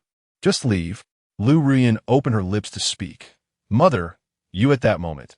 A knock at the door interrupted the tension between mother and daughter. Zhao Yinyan pressed her hand against her painful chest. "Sun Ting, bring me the emergency heart pills." "Of course," Sun Ting replied, hurrying to Zhao Yinyan's side and retrieving a bottle of pills from her pocket. Since Song Xingzhou departed from the Liu group, the frequency with which Zhao Yinyan relied on these pills had increased dramatically. Taking a deep breath to quell her inner turmoil, she asked, "What brings you here?" Sun Ting nervously glanced at Liu Ruyan before responding, "President, Mr. Yang is downstairs waiting for you, holding 99 red roses." Liu Ruyan's eyes widened in surprise as she approached the floor-to-ceiling window to look down. Yang Tianyu stood beside a red Ferrari, dressed in casual white attire, a large bouquet of red roses in hand, surrounded by a throng of onlookers. The image of Yang Tianyu on the stretcher lingered painfully in Liu Ruyan's mind as she shouted, "Tell him to leave." Zhao Yinyan joined Liu Ruyan at the window, looking down as she instructed Sun Ting, "Send security to drive him away." Sun Ting hesitated. "Chairwoman, Yang Tianyu told me that if the president does not come down, he will wait there indefinitely until she agrees to see him." Zhao Yinyan's blood pressure spiked. "Liu Ruyan, look at your own judgment. How could you ever have fallen for such a scoundrel?" Liu Ruyan's heart ached, filled with regret for her previous impulsiveness. "I will go down immediately to chase him away." When Yang Tianyu caught sight of the graceful Liu Ruyan, his eyes sparkled with delight. After leaving the Gemini Manor, he had been bedridden in the hospital, recovering from his injuries. During those days, he struggled to sleep, haunted by the arrogant face of Song Xingzhou whenever he closed his eyes. He craved revenge. He devised numerous schemes for retaliation, ultimately deciding that the most effective approach would be to win over Song Xingzhou's beloved. If he could make Liu Ruyan fall for him, how enraged would Song Xingzhou be? It was a well-known fact within the affluent circles that Song Xingzhou adored Liu Ruyan to the extent of sacrificing his own life, while Liu Ruyan treated him like a mere plaything, summoning him at will and dismissing him just as easily. He sought to possess both the body and soul of Liu Ruyan, leaving Song Xingzhou to regret for a lifetime. A radiant smile graced Yang Tianyu's face as he knelt on one knee, presenting a rose to Liu Ruyan. "Ruyan, I love you. Be with me." The onlookers erupted into cheers, chanting, "Together, together." The man was handsome and charming, while the woman was breathtakingly beautiful. They made a striking couple. Walking down the street, they would undoubtedly create a splendid scene. However, Liu Ruyan detested such morally coercive declarations of love. She did not accept the red rose, a symbol of love, and replied, "I am sorry, but the one I love is Xingzhou, not you." Chapter 61. The illusion of Yang Tianyu shattered. The onlookers erupted in derisive jeers. They had anticipated a formidable character, only to discover a defeated soul. Although the man possessed striking features, his mind was fraught with ulterior motives. By professing his feelings before such a crowd, he sought to morally coerce the enchanting lady into his embrace. Alas, his eyes revealed not an ounce of affection, but rather a web of calculation. This man, despite his average appearance, was unworthy of the exquisite lady's grace. Yang Tianyu's countenance darkened, resembling that of charred coal, as he shot a fierce glare at the stranger who had unveiled his faade. "Stay calm, Yang Tianyu," he whispered to himself. "Your acting skills are exceptional. Liu Ruyan is merely a romantic fool. She cannot escape your grasp." He raised his gaze, filled with feigned passion, and addressed Liu Ruyan. "Have you forgotten the promise you made at my bedside? You claimed that only I understood you, that only I loved you, and that you would marry no one but me." The crowd's mocking stares pierced Liu Ruyan's skin like needles. In a defensive tone, she retorted at that time, "You refused treatment, and I resorted to kind-hearted lies to shield you. After a month of reflection, I have come to realize that my heart now belongs to Xingzhou, not to you. Please cease your pursuit." Yang Tianyu, incredulous, chuckled in disbelief. "Liu Ruyan, do you take me for a fool? If you do not love me, why would you secretly go to the airport to meet Song Xingzhou? If you do not love me, Why would you personally select my intimate garments? If you do not love me, why would you abandon Song Xingzhou on our engagement day to return to my side? No matter how you attempt to deceive, your heart cannot be misled.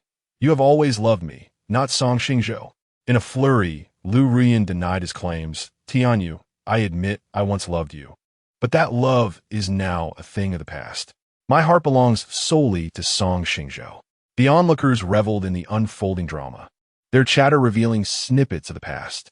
Tianyu and Ruyan had once been a couple, but their relationship had frayed, leading her to date Xingzhou. Yet, her restlessness had her entangled with her former lover. Had she indeed betrayed Xingzhou?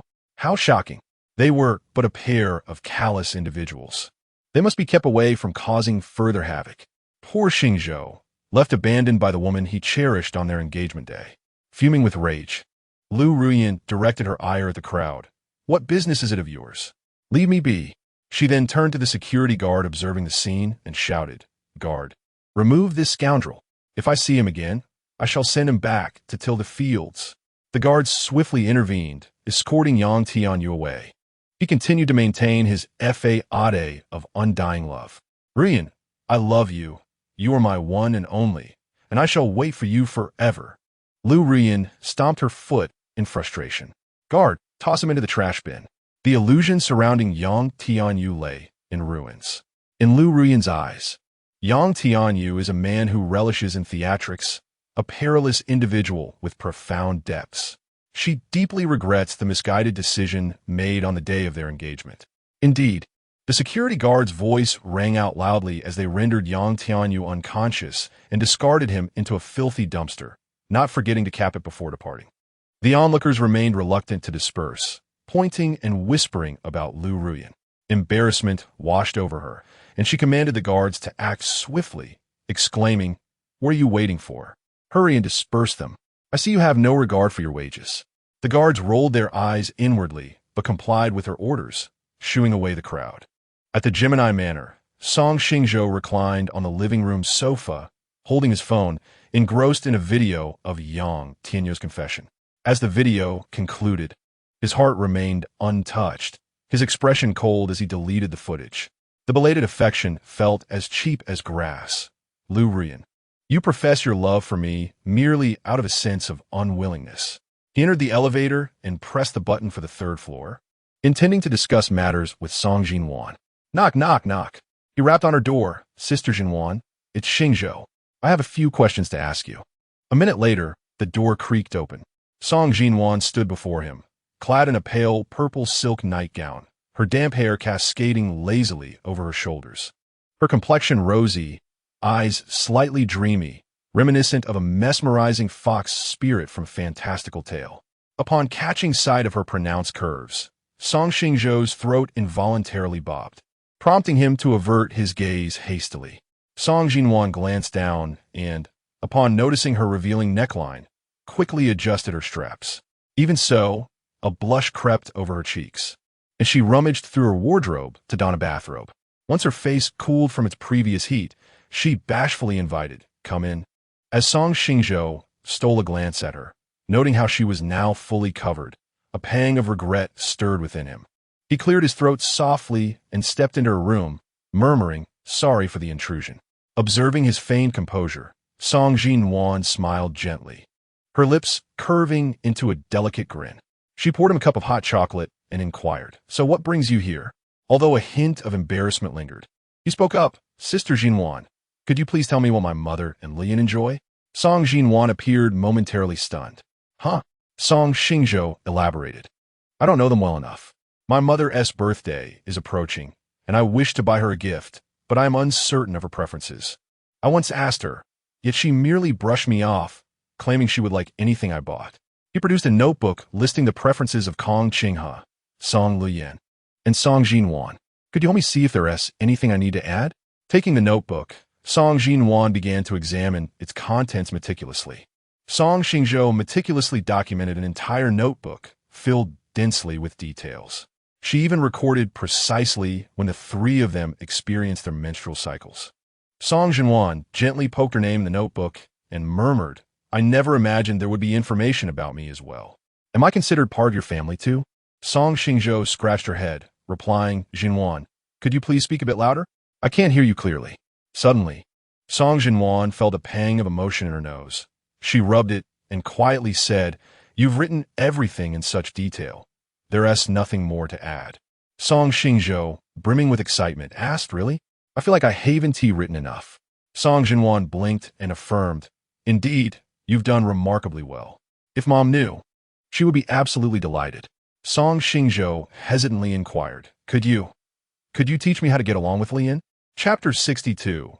Brother Xingzhou is the best brother in the world. Song Xinhuan's eyelashes fluttered slightly, her eyes reflecting a hint of confusion.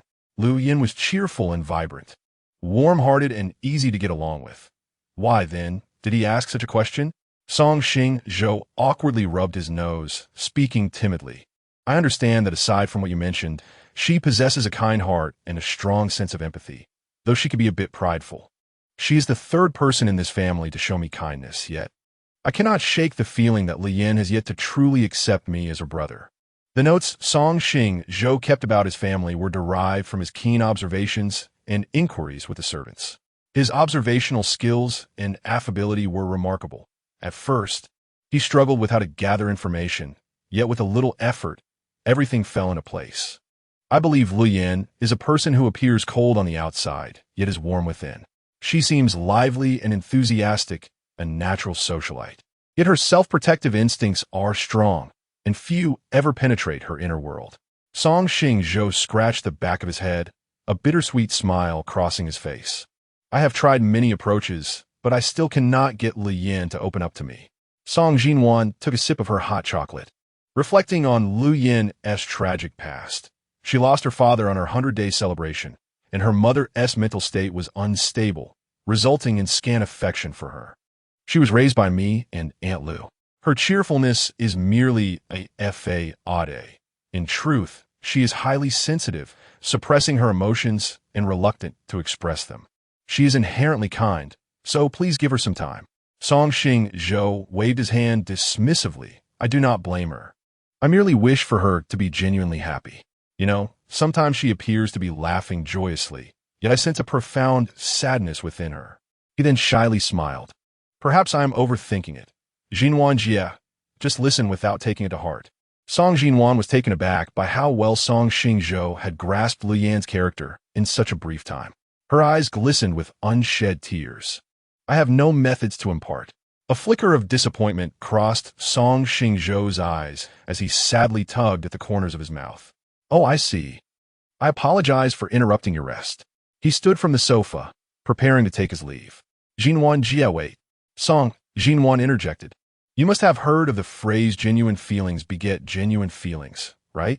Song Xingzhou returned to the sofa, shifting closer to her. Of course, I have heard of it. I sincerely wish her well, harboring no ill intentions whatsoever. From my perspective, Liu Yan initially did show some resistance toward you.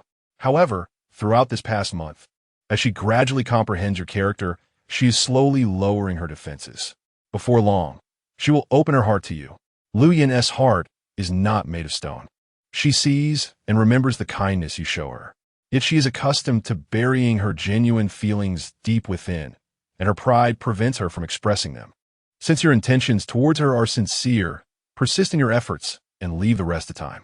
A ripple of gratitude flickered in Song Xingzhou's eyes as he responded. Thank you, Sister Xinhuan. Song Xinhuan gently shook her head. No need for thanks. Should you have any uncertainties in the future, do not hesitate to consult me. Rising to his feet, Song Xingzhou replied, All right, goodbye. As Song Xinhuan escorted him to the door, she reminded him, Liu Yan has a notable weakness in her studies, particularly in mathematics and physics. With a knowing smile, Song Xingzhou replied, Mathematics and physics are my strongest subjects. I can tutor her. Song Xingzhou was a man of action. After warming a cup of milk in the kitchen, he knocked on Song Lian's door. He knew she would still be engrossed in her homework at this hour. Shortly thereafter, Song Lian opened the door. With her hair in a tousle bun, she donned a white pajamas adorned with strawberry patterns, and a pair of black-framed glasses perched on her nose, giving her an adorably naive appearance. Song Xingzhou initiated the conversation. I heard your sleep quality has been poor lately, so I brought you some more milk. Absorbed in her mathematical quandaries, Song Lian absent-mindedly replied, "Thank you, Brother Xingzhou."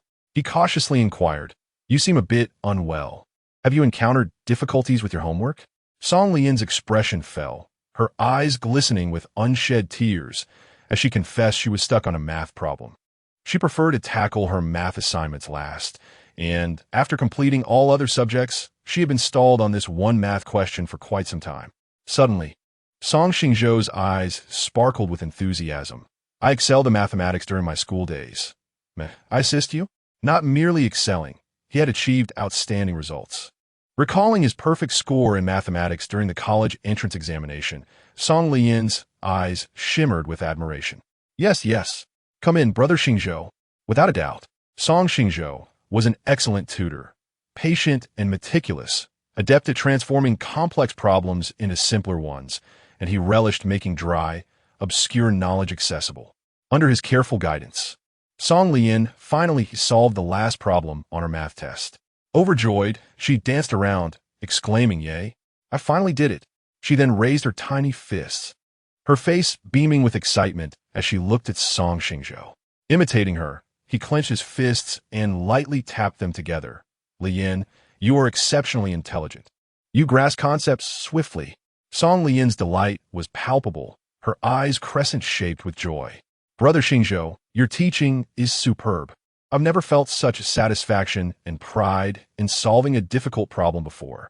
My results in the college entrance examination were quite commendable. Feel free to reach out to me whenever you encounter challenges." As a top achiever in the college entrance examination, Song Xingzhou's academic prowess was remarkable. Song Lian hesitated. Am I being too much of a burden? With his investment company in a critical preparatory phase, Song Xingzhou often returned home late, around 7 or 8 in the evening. He gently stroked her hair and said earnestly, "You are my sister. I never find anything related to you burdensome." Song Lian was deeply touched.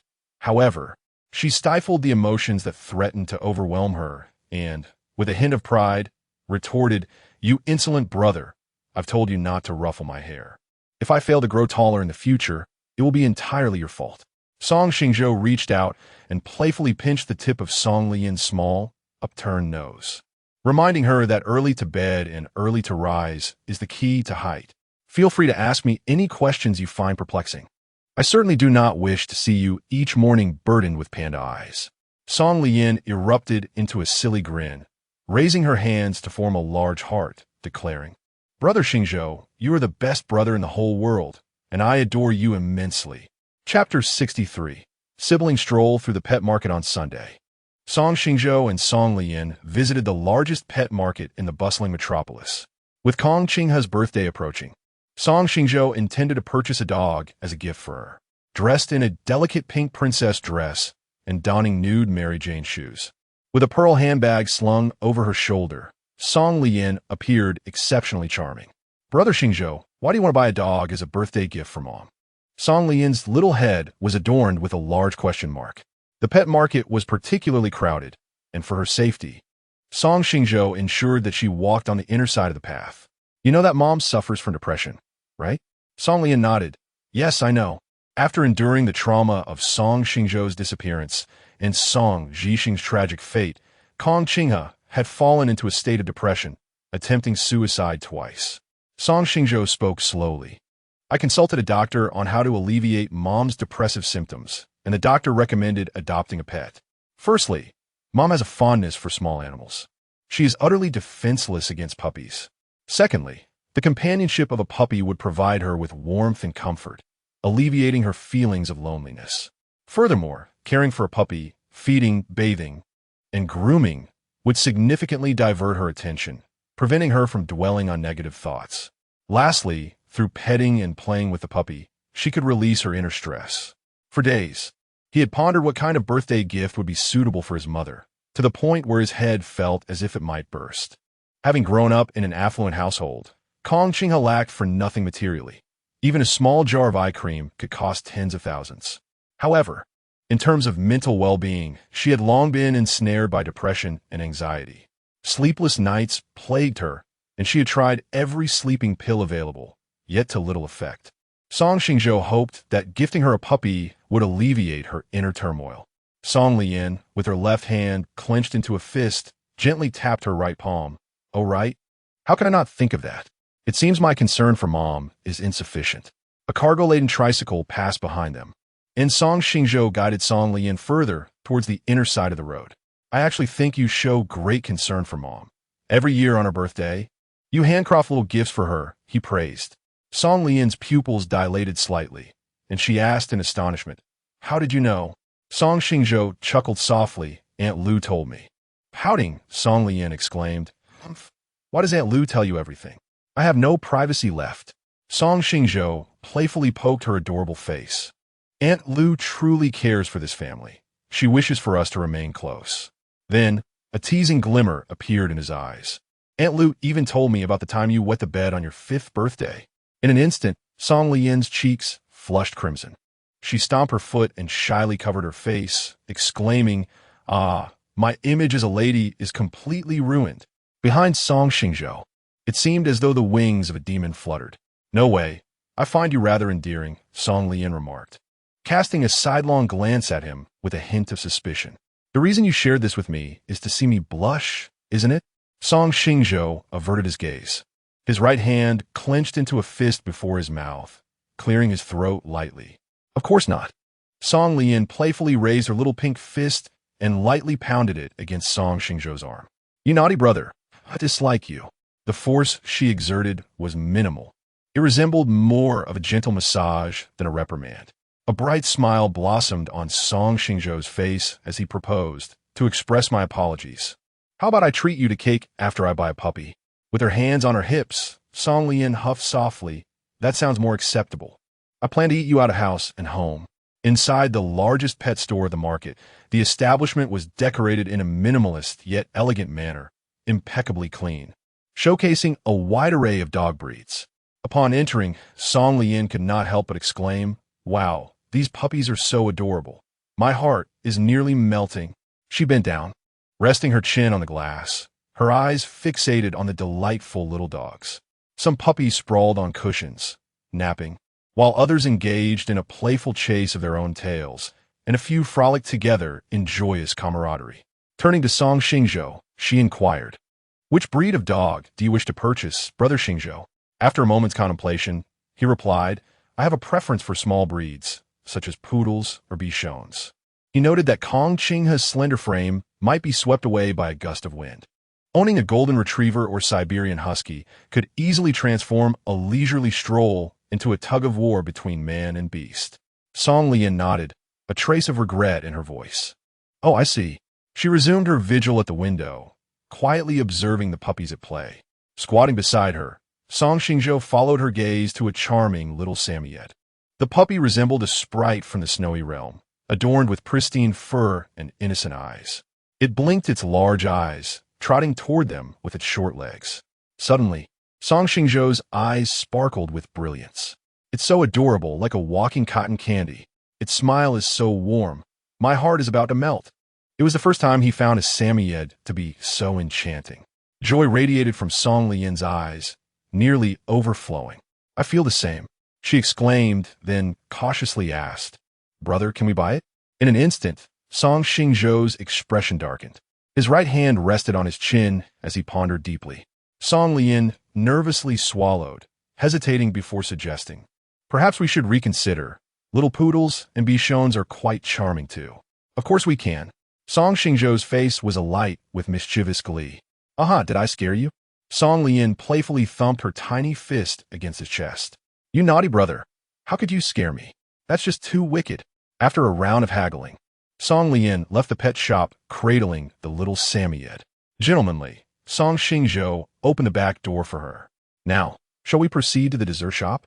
Song Lian leaned down to plant a gentle kiss on the little Samoyed, saying, We'll do whatever you say, dear. Oh my, the little Samoyed was simply too adorable. Her heart felt as though it might melt away. Inside a trendy dessert shop, the cashier greeted them with a sweet and charming smile. Welcome. May I take your order? Her eyes caught sight of the little Samoyed in Song Lian's arms, and an expression of sheer delight spread across her face. Wow, the puppy is so cute. Chapter 64. She habitually uses a smile to conceal her sorrows in the depths of Song Lian's eyes, Admiration shimmered, as if she were saying, "Sister, you possess such exquisite taste." Her cherubic face radiated pride. This was the birthday gift purchased by her brother for their mother, inspired by her suggestion. The cashier, displaying keen insight, promptly complimented, "Wow, your taste is truly remarkable. Your mother will undoubtedly cherish this gift." Song Lian's eyes squinted with joy, recalling how her brother had initially intended to buy a teddy bear or a bichon frise for their mother. However, upon encountering the adorable little Samoyed, she fell in love at first sight, prompting her brother to acquire it. The cashier continued to extol, "Your brother is wonderful. Not only is he handsome, but he also dotes on you. Unlike my brother, who only knows how to bully me." Song Lian's cheeks flushed a rosy red, akin to a ripe tomato. As she giggled, "He is simply the best." The direct praise from Song Lian gradually tinted Song Xingzhou's earlobes with a subtle crimson hue, prompting him to clear his throat. "Miss, I would like to place an order for a mango millefeuille and a tiramisu, along with 2 coconut lattes, with half the sugar, please." The cashier responded with an approving OK sign, affirming her understanding. The 2 siblings, possessing extraordinary good looks, drew the attention of everyone in the CAF as they gracefully made their way to a secluded corner. They were accustomed to such gazes and settled into their chairs with an air of indifference. As soon as she sat down, Song Lin eagerly pulled out her phone, intent on capturing countless photos of the little Samoyed. Had it not been for her desire to surprise Kong Qinghe, she would have already shared the pictures on her social media. "Let me help you take a group photo," Song Xingzhou suggested. Elated, Song Lian handed him her phone, exclaiming, "Thank you, brother." During his courtship with Liu Ruyan, Song Xingzhou had honed various photography skills, experimenting with diverse angles and heights to capture many beautiful images. Upon viewing the photos, Song Lian genuinely marveled, "Brother, your photography skills are exceptional. I can post these without any editing." Modestly scratching the back of his head, Song Xingzhou replied, "They're just average." Song Lian then placed the little Samoyed into Song Xingzhou's arms and switched to camera mode, declaring, "Now, it's my turn to take the photos." Her thoughtful gesture was akin to a stone thrown into a tranquil lake, creating ripples in Song Xingzhou's serene heart. During his romance with Liu Ruyan, it had always been Song Xingzhou capturing moments of her. She had never once taken a photo of him. He felt a profound sense of reciprocity for the affection he bestowed upon Song Lian, though she exhibited a touch of pride and hesitated to voice her feelings. Her actions spoke volumes about her sentiments. A gentle smile graced Song Xingzhou's lips as he replied, "All right." Being a perfectionist, Song Lian strove for excellence in every photograph, directing her brother to pose in various positions and strike multiple actions. It was only when the server arrived with the cakes and coffees that they finally managed to capture the perfect shot. With a shy smile, Song Lian apologized, "Brother, I'm so sorry. We've spent the entire morning at the pet market, and you must be exhausted, yet I've kept you here for so long taking photos." Song Xingzhou meticulously divided 2 16-inch cakes into 4 portions. "It brings me immense satisfaction and happiness to capture moments for my family." Subsequently, he placed a quarter of the mango millefeuille and tiramisu onto a plate, remarking on the renowned reputation of their desserts, urging her to indulge. Song Lian's eyes glistened with unshed tears as she accepted the cake, expressing her gratitude. Opposite the pet market stood a delightful dessert shop where they could dine. Yet Song Xingzhou had discreetly inquired about her preferences, leading her to the most illustrious dessert establishment in the city. His thoughtfulness and attentiveness deeply moved Song Lian. Acting had become an inseparable part of Song Lian's life. She had grown accustomed to masking her sorrow and vulnerability with a smile. Initially, it was to spare her mother-esque worry, but as she performed more, the fade became an inseparable part of her identity. Gradually, she found it challenging to distinguish between genuine joy and mere pretense. All she understood was that everyone adored her smile. If her smile could elicit happiness and delight, why not continue to wear it? The deeper her sadness, the brighter her smile became. She envisioned herself as a lively, cheerful girl with a hint of playful pride. Over the years, apart from her mother, sister Jinwan, and Aunt Lu, no one had truly penetrated the depths of her heart. However, under Song Xingzhou's sincere devotion. The walls she had built around her heart were slowly crumbling. She was uncertain if this was a positive development, but recognized that regardless of her transformation, Song Xingzhou would unconditionally embrace her. A spark of joy flickered in Song Lian's eyes as she sweetly said, "Brother Xingzhou, thank you." Song Xingzhou keenly sensed the sudden disappearance of the barrier between them, responding with a gentle smile, "No need to thank me." He then raised his phone, asking if they needed to capture more photos. Song Lian nodded enthusiastically, of course. He rearranged the cake and coffee, directing the camera towards her. 1, 2, 3 cheese. Understanding her penchant for documenting life's minutiae through social media, he had diligently studied photography tips the previous night, finally finding an opportunity to put them into practice. To him, Song Lian was family. Even if she wore a smiley fade for a lifetime, he would comprehend, cherish, and accept her. At Twin Pines Manor, Lian, "Where are you taking me?" A white ribbon covered Kong Qingha's eyes as she clutched Song Lian's hand tightly.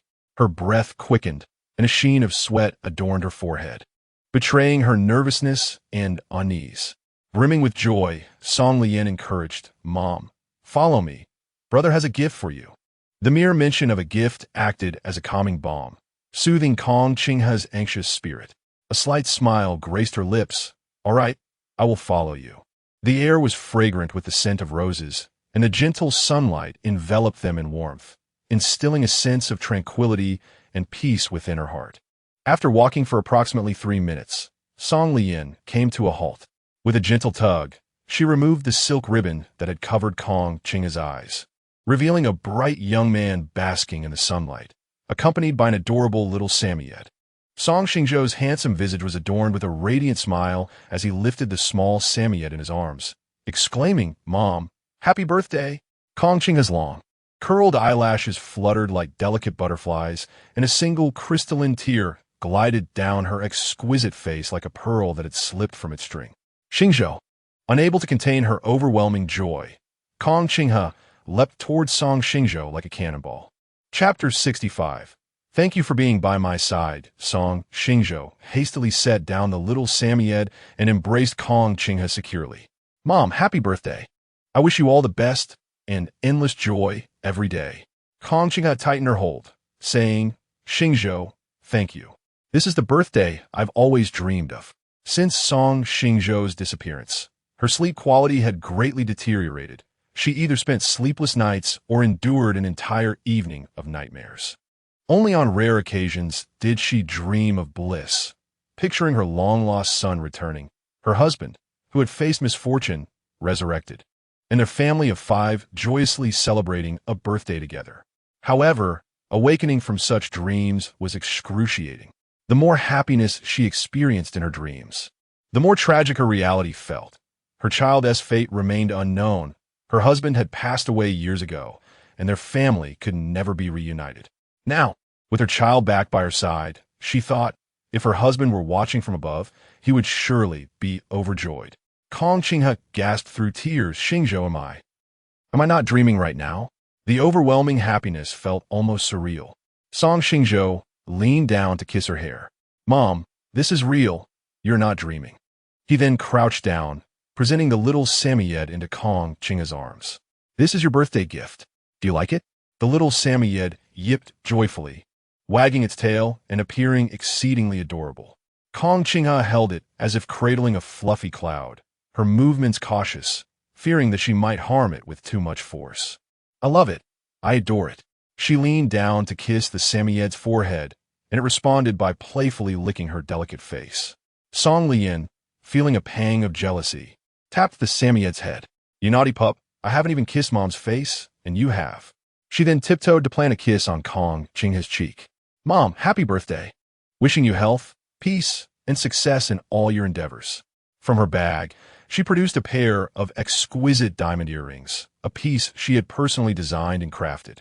Song Xingzhou kissed the other cheek of Kong Qingha, declaring, "Mom, the 3 of us will always be by your side."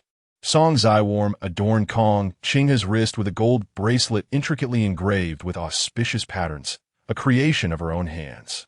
"Mom, may all your wishes come true and may you find happiness in every moment." She then placed a gentle kiss on Kong Qinghe's smooth forehead.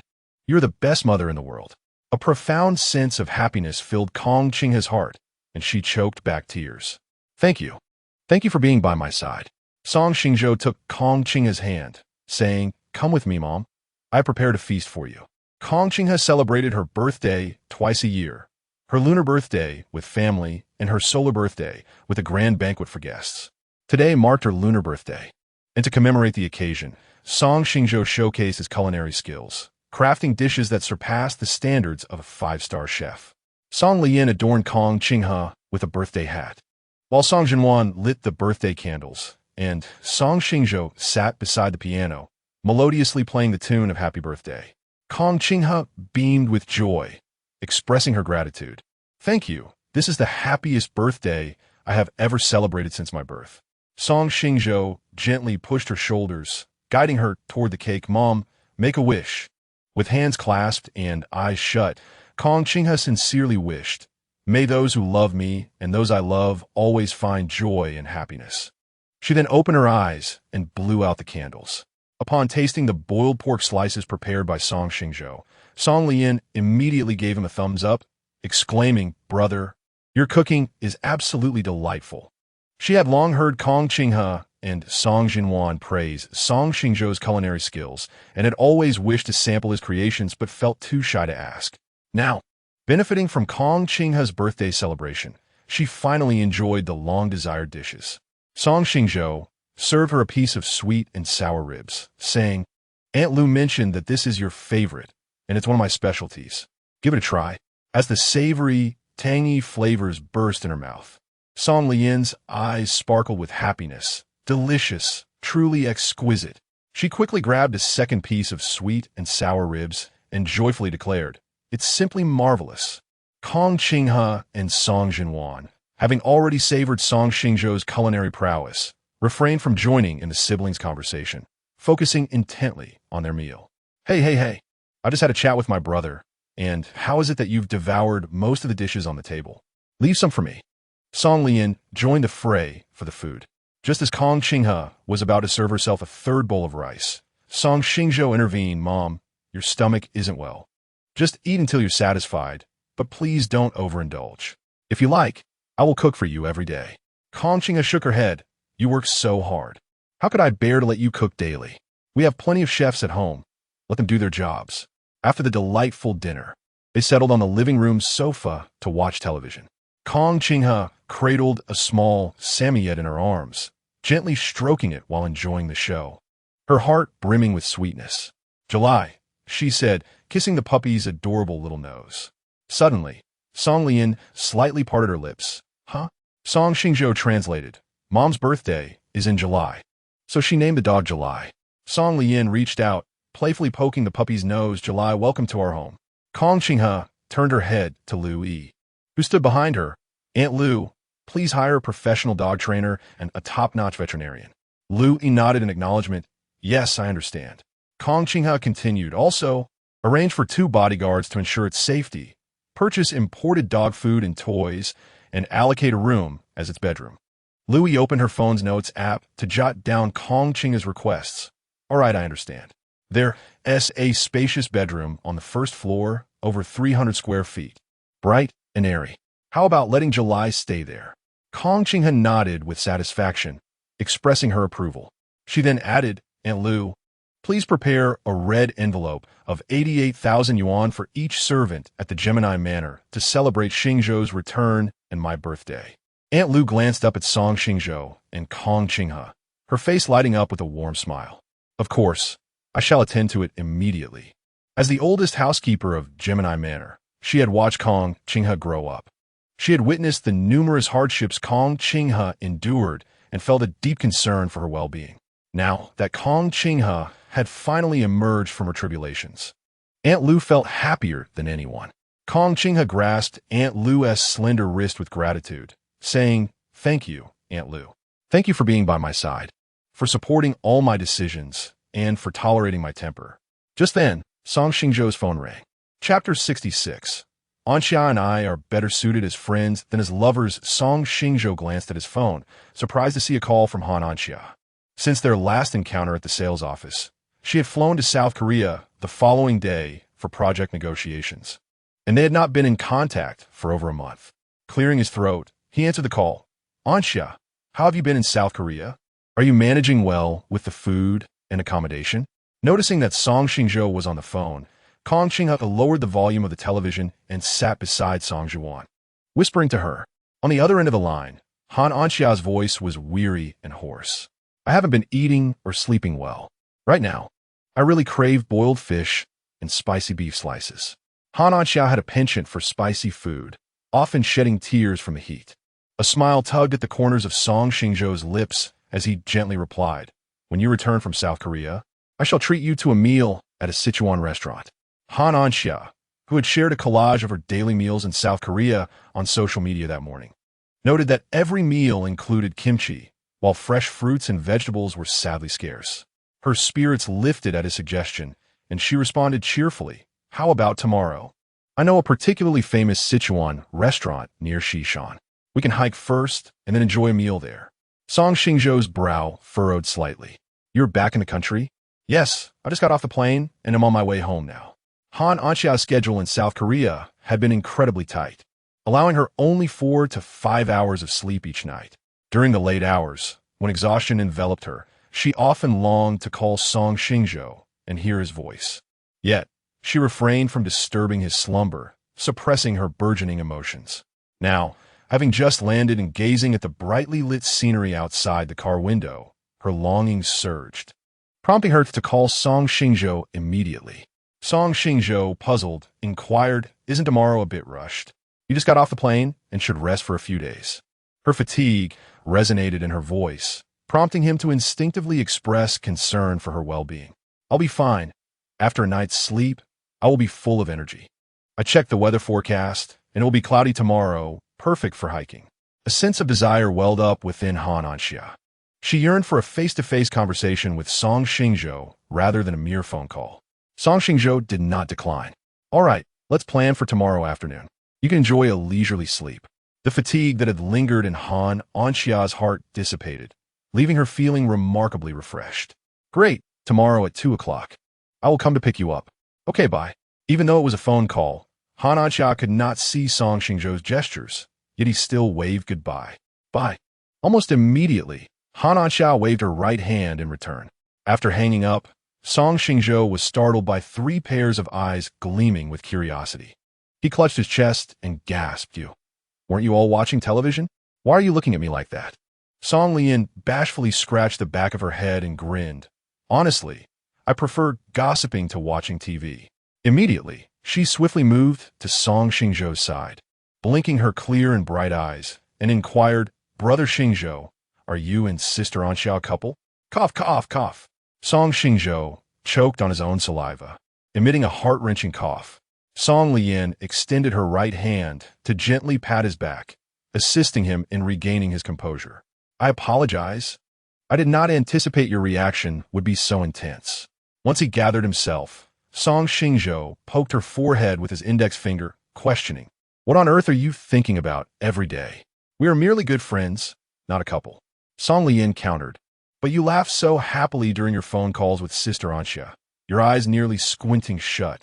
Song Xingzhou touched the corners of his eyes and turned to look at Kong Qinghe and Song Zhuan, inquiring with curiosity, is that so? Both Kong Qinghe and Song Zhuan nodded solemnly. Song Xingzhou clarified, I often laugh like that when chatting with a long-lost friend. Anxia is on a business trip in South Korea. We haven't seen each other in over a month. Kong Qinghe recalled the deep affection in Han Anxia's gaze when she looked at Song Xingzhou, and a thought crossed her mind to bring the two together. She and Han Anxia's mother were close friends, and she had watched Han Anxia grow up, knowing her well. The two were remarkably well-matched in terms of family background and appearance. If they could unite, it would indeed be a splendid affair. Xingzhou, that girl Anxia is both intelligent and beautiful. If you two were to be together, mother would. Song Xingzhou raised both hands in front of his chest, forming a large cross. Stop right there, just stop. Mother, I have known Anxia for over a decade.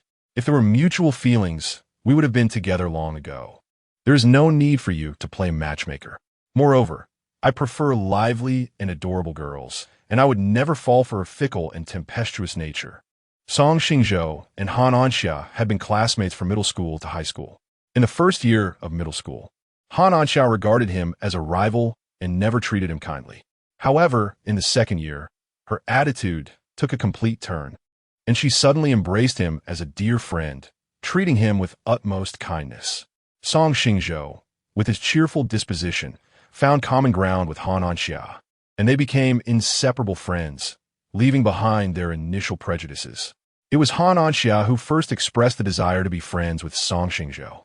Little did they know that this precious friendship quietly transformed over the years as Han Anxia developed feelings for him, unbeknownst to Song Xingzhou. It was not until that unexpected kiss after the college entrance examination that Song Xingzhou realized Han Anxia harbored romantic feelings for him. Beautiful and from a well-off family, Han Anxia had many students eager to win her favor at school, yet her pride led her to disregard them all, resulting in her having no friends besides Song Xingzhou. Throughout their interactions, Song Xingzhou discovered that although Han Anxia appeared cunning and unpredictable on the surface, she was, in fact, kind-hearted and remarkably considerate.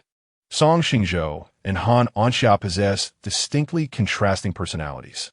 Song Xingzhou radiates vivacity and cheerfulness, akin to a warm sun. In contrast, Han Anxia is astutely deep-minded, reminiscent of a cunning fox. When Han Anxia's mischievous whims arise, she can incite Song Xingzhou into a fit of exasperation. With a victorious grin, Han Anxia conceals her laughter, much like a little fox clutching a piece of fried tofu in its mouth, swaying its tail in delight as it revels in Song Xingzhou's flustered state. Once Han Anxia has savored the moment, she deftly employs heartfelt apologies and irresistible gifts to enchant Song Xingzhou, who, in a state of amusement, finds herself forgiving her. Song Xingzhou sincerely expresses, "Anxia and I are truly suited for friendship rather than romance." Chapter 67. Speaking of which, you and Anxia are childhood betrothed, Kong Qinghe promptly inquired. Why? Song Xingzhou raised her hand to touch her nose, her thoughts profound, leaving me perplexed about her inner feelings. If the two of us were to be together, the guessing game would be exhausting. Even now, Song Xingzhou remained bewildered by Han Anxia's sudden confession, unsure whether it was sincere or merely a jest. Kong King mused silently. If Anxia were to hear this, she would undoubtedly be very upset. With persistence, she asked, if she were completely honest with you, would you accept her? Song Xingzhou lowered her head in contemplation before slowly shaking it. Probably not. She then looked up at Kong Qinghe, stating, firstly, she is not my ideal type. I harbor no romantic feelings for her. Secondly, she is my dear friend. If I were to reluctantly agree to be with her, and later we found ourselves incompatible, we might not even remain friends. Kong Qinghe nodded in understanding, realizing the situation. She then teased, speaking of which, you and Anxiao are still childhood betrothed. Song Xingzhou's eyes widened in disbelief, exclaiming, are you joking? I have been friends with Han Anxia for over a decade, and she has never mentioned anything about a betrothal. Kong Qinghe tucked a strand of hair behind her ear and assured her, I am not joking. Anxiao's mother, Shun Qing, and I have been close friends for over 30 years. We married in the same year. Shortly after our marriages, I became pregnant, and a month later, Shun Qing was also expecting. We agreed that if we had a son and a daughter, we would unite you in marriage.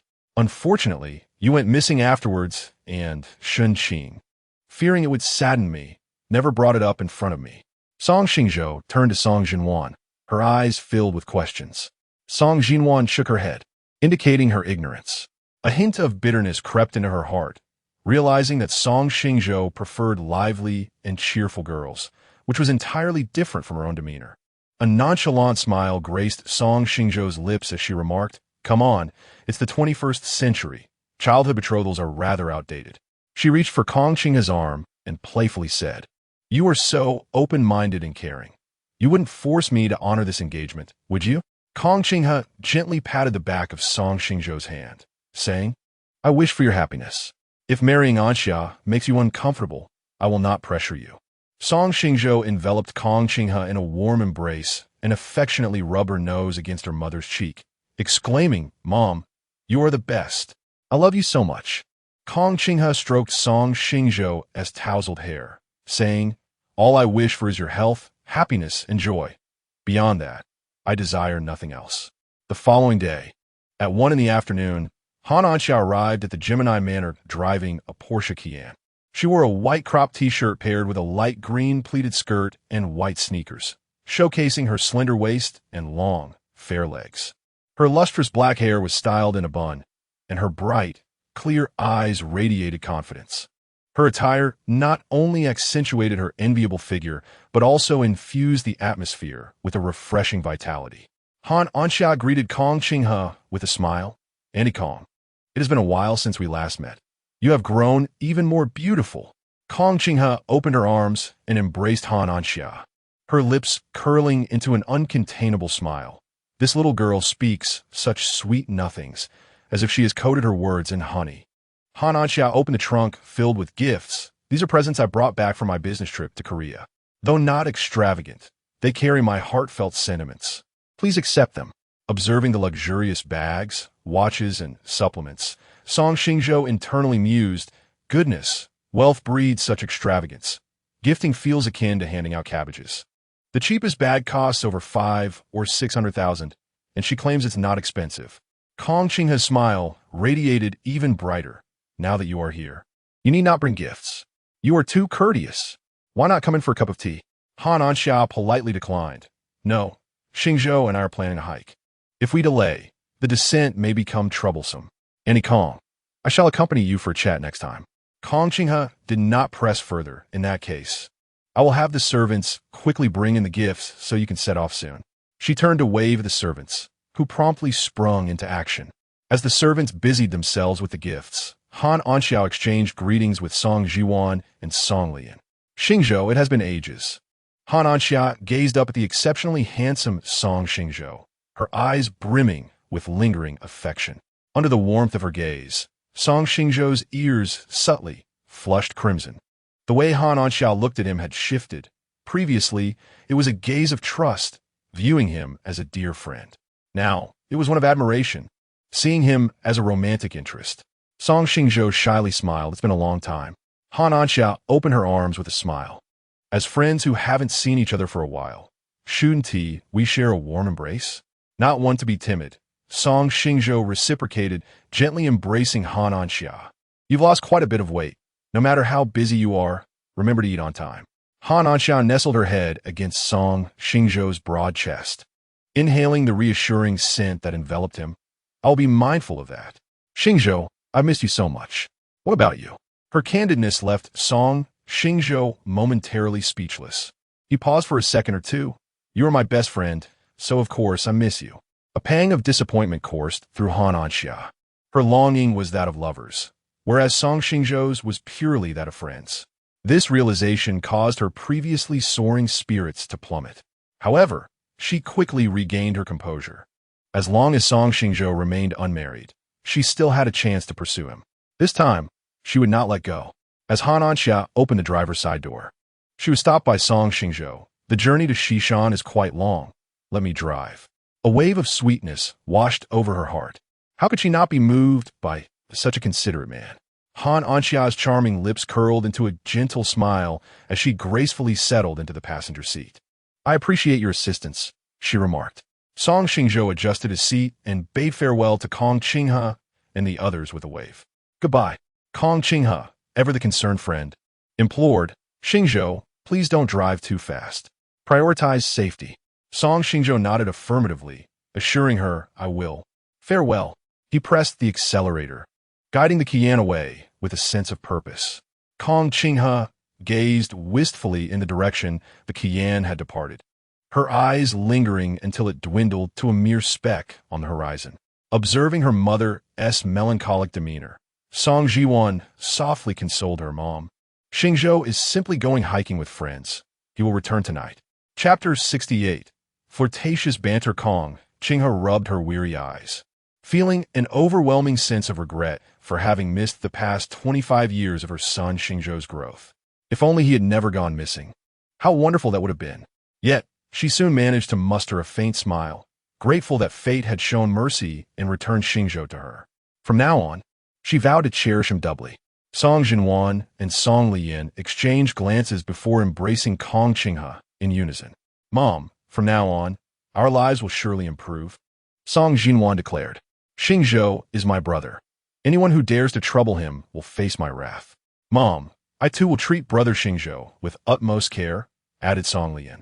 Kong Qinghe pressed gentle kisses to her daughter's foreheads, remorse washing over her as she realized how deeply she had been ensnared in her own anguish these years, neglecting them. I am sorry, she whispered. Song Xinhuan shook her head softly. This is the fault of the traffickers, not yours. You need to apologize. Song Liyan kissed Kong Qinghe's fair cheek. You are the best mother in the world. In my next life, I still wish to be your daughter. Tears of gratitude brimmed in Kong Qinghe's eyes as she tightened her embrace around her daughters. In my heart, you three are treasures bestowed upon me by the heavens. My love for you has never waned. With their eyes glistening, Song Xinhuan and Song Liyan buried their faces in Kong Qinghe's neck, their warm tears soaking her thin garment. Song Xingzhou navigated the Qian to a traffic light, awaiting the green signal. Since they had entered the car, Han Anxia had been gazing upward at the sharp contours of Song Xingzhou's profile, making him feel quite bashful under her scrutiny. In his mind, Song Xingzhou counted to 3 before swiftly turning to face Han Anxia. Caught in the act, she showed no sign of embarrassment. Instead, she laughed heartily and teased. Have you gained weight recently? Song Xingzhou shook his head in denial. No, I'm just the same as before. With a playful wink, Han Anxia replied. Then why do you seem to weigh more in my heart? A shiver ran through Song Xingzhou, and he instinctively reached out to touch Han Anxia's forehead, finding her temperature normal, devoid of any fever. Han Anxia swatted his hand away. I'm perfectly clear-headed and not speaking nonsense. Song Xingzhou gently pinched her smooth cheek. Have you been possessed by someone? Rolling her eyes dramatically, Han Anxia retorted. You're the one who's been possessed. I like you. Is it a crime to pursue you? Confusion sparkled in Song Xingzhou's expressive eyes. There are countless who seek you. Why have you taken an interest in me? Han Anxia met his gaze directly. I just found myself liking you without realizing it. There needn't be so many reasons. But when we first met, you couldn't stand me. You even found it unbearable to share the same air with me. What changed? Song Xingzhou recalls the midterm examination of the first semester in junior high, where he secured the top position in his grade, while Han Anxia came in second. Han Anxia approached him, her cheeks puffed in indignation, and scolded him vehemently. At that time, they were not even friends, merely strangers in the same class who had never exchanged a word. Being unjustly berated ignited a flame of anger within Song Xingzhou, and just as he was about to retort, he noticed Han Anxia in tears, her face a picture of grievance. The classmates cast reproachful glances at him, as though he had committed some heinous act. How absurd. He was the one who should feel wronged, yet here she was, the instigator, weeping so freely. The fire within him was suddenly extinguished, and he awkwardly offered a tissue to comfort the sobbing Han Anxia, who was struggling to catch her breath. Later, he learned that her tears were shed over losing her first place to him in the exam. He found Han Anxia both pitiable and endearing. It was pitiful that such a simple midterm exam could provoke such distress. After all, it was not the crucial entrance examination. She could simply strive to outdo him next time without resorting to tears. Yet, she was undeniably adorable in her weeping, evoking a desire to comfort her, alongside an urge to tease her. Han Anxia vehemently shook her head, insisting that it was not truly like that. In that moment, she had lost her composure and lashed out at him. You are wonderful, truly extraordinary. There is no one in the world quite like you, she exclaimed, her words becoming increasingly disjointed. I have 3 older brothers. Both my second and third brothers excel academically, consistently ranking first in their examinations. They're my role models, and I vowed to myself that I would follow in their footsteps, achieving the top position in every exam. Before entering junior high, I had always been first in my grade. However, after starting junior high, I lost to you in a mere midterm exam.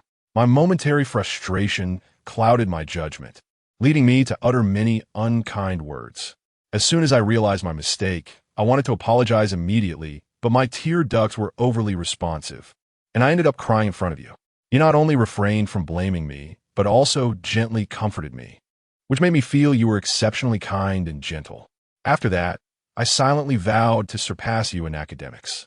Yet, no matter how diligently I studied, I could not outshine you. When I recognized that I had invested too much of my thoughts into you, I found myself hopelessly enamored. Thus, she endeavored to draw closer to him, wholeheartedly wishing to be kind. Song Xingzhou countered, "Then why didn't you confess your feelings back then? Had Han Anxiao expressed her feelings during their junior high days, perhaps everything would have been different." Han Anxiao let out a soft huff. "We weren't even friends back then. If I had recklessly confessed, you would have surely rejected me. I wanted to be your friend first and wait for the right moment to reveal my feelings, but then you fell for someone else." Han Anxiao vividly recalled the moment Song Xingzhou informed her of his feelings for Liu Ruyan. It felt as though the world had come crashing down. What was once a vibrant, colorful existence was suddenly rendered gray and desolate. In an instant, her heart surged with the desire to conceal Song Xingzhou, wishing for him to gaze solely upon her. However, upon witnessing the foolish smile he directed at Liu Ruyan, she instantly dispelled that thought. Rather than allowing Song Xingzhou to languish in melancholy, she yearned for his peace and happiness, even if the object of his affection was not herself. Song Xingzhou inquired once more, "Why did you suddenly confess before going abroad?" Han Anxiao fixed her gaze upon him, her eyes brimming with unwavering love. For she knew that if she did not confess now, she would lose her chance forever. Chapter 69. Han Anxiao. "Xingzhou, are you Doraemon?" Song Xingzhou wished to continue his inquiries, yet the abrupt honking of a car horn interrupted him. He glanced up at the traffic light, noting that the green light had illuminated, prompting him to start the vehicle. Han Anxiao raised her hand to smooth her hair, reflecting on her parents' decision to send her abroad for further studies after the college entrance examination. She confided, "I intended to confess my feelings to you during our high school reunion, to finally fulfill a long-held wish. Although you were fond of Liu Ruyan back then, you were not yet together, and I believed I still had a chance. If I do not express my feelings now, I will be plagued by regret in countless sleepless nights to come."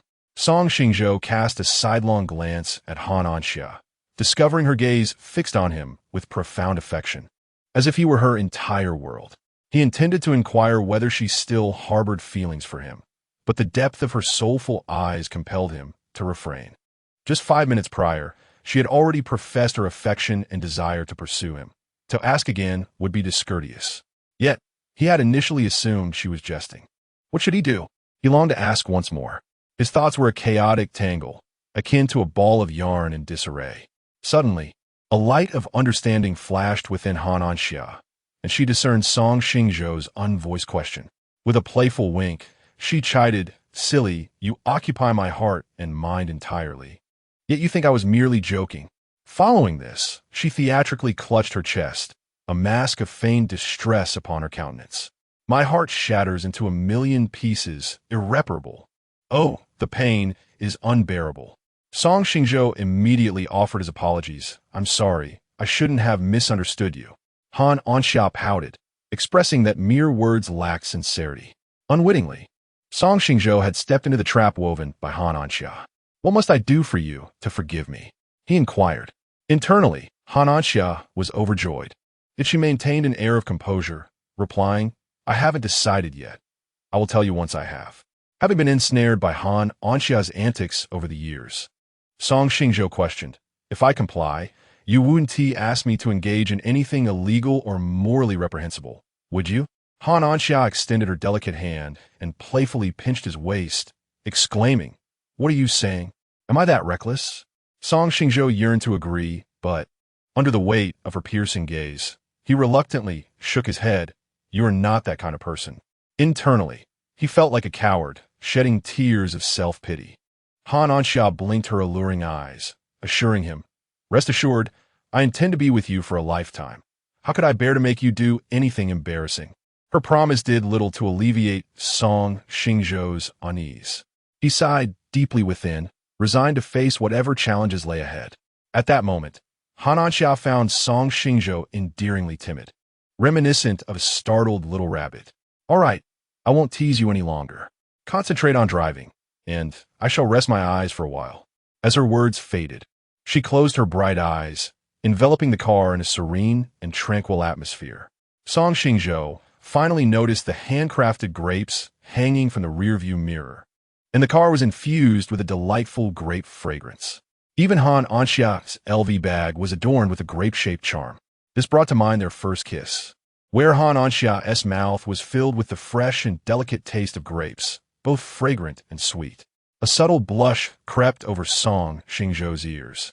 Just then, Han Anxia began to playfully tease him.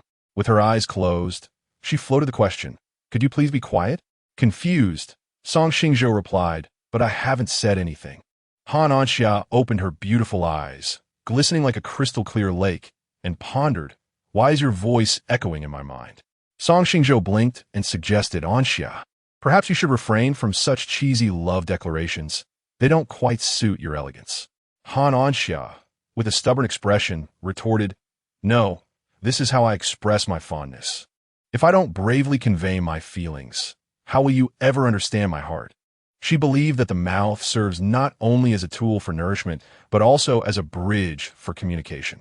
If one harbors affection, it must be articulated boldly. Otherwise, bottling it up could lead to complications. Feeling a surge of pride at being openly confessed to by such a stunning beauty, Song Xingzhou decided to shift the conversation to prevent Han Anxia from detecting his inner turmoil. "How about we listen to some music?" he proposed, and he turned on the car stereo, which was playing Jay Chou's classic song Calixiang. After listening to 6 or 7 songs, he realized they were all his favorites and exclaimed, "Anxia, I didn't expect you to enjoy old songs too. All of these are among my favorites." With a fond smile, Han Anxia replied, "I created a playlist from the songs you shared on your moments. Every time I drive, I play the songs from that list." Feeling a bit embarrassed, Song Xingzhou scratched his cheek and laughed. "Really? It seems you are quite infatuated with me." However, he quickly sensed the awkwardness of his words and slapped his own mouth. Chuckling, "Forget what I just said. Don't take it to heart. Song Xingzhou, if you can't articulate your thoughts, it's better to remain silent. No one thinks of you as mute," Han Anxia teased lightly. "Indeed, I've liked you for over a decade," she added playfully.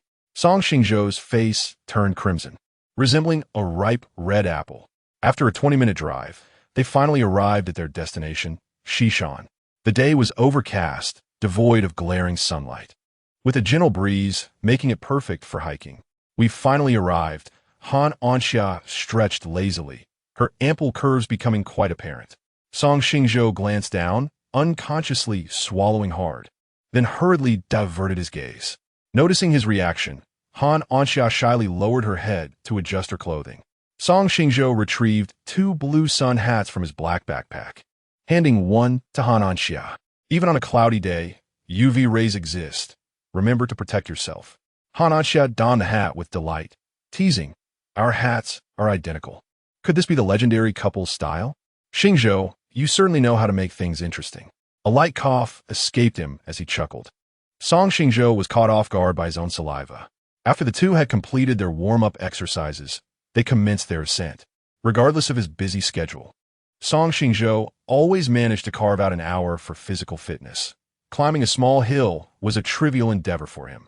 In contrast, Han Anxia had neglected her exercise regimen, resulting in diminished stamina and endurance.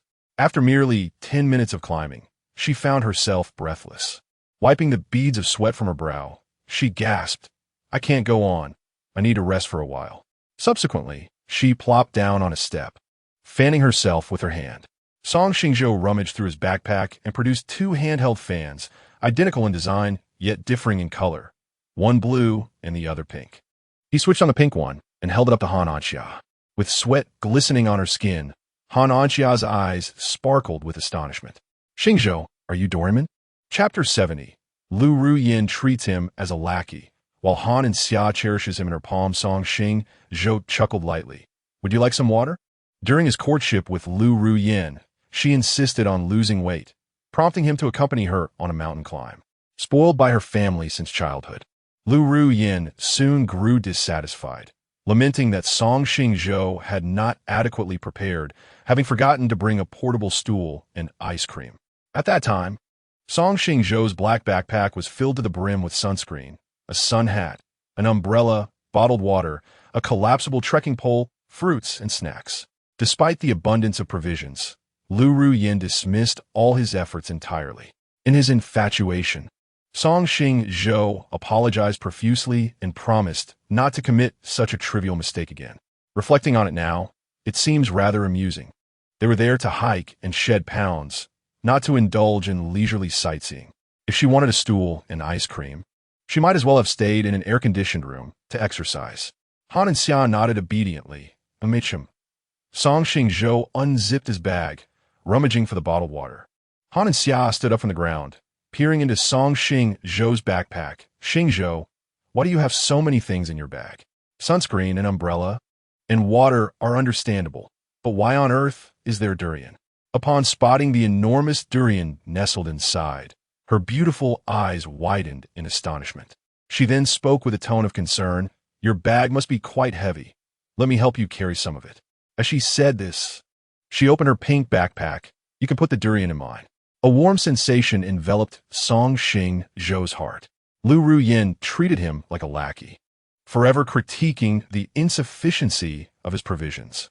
In contrast, Han and Xia held him dear, expressing concern over the weight he bore. Song Xingzhou waved his hand. No need. These items aren't heavy at all.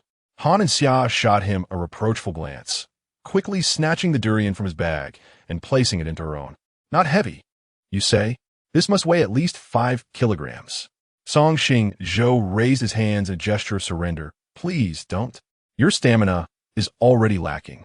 If you carry the durian too, we might not make it down before nightfall. Han and Xia rolled her eyes. Then let us just eat the durian and climb afterward.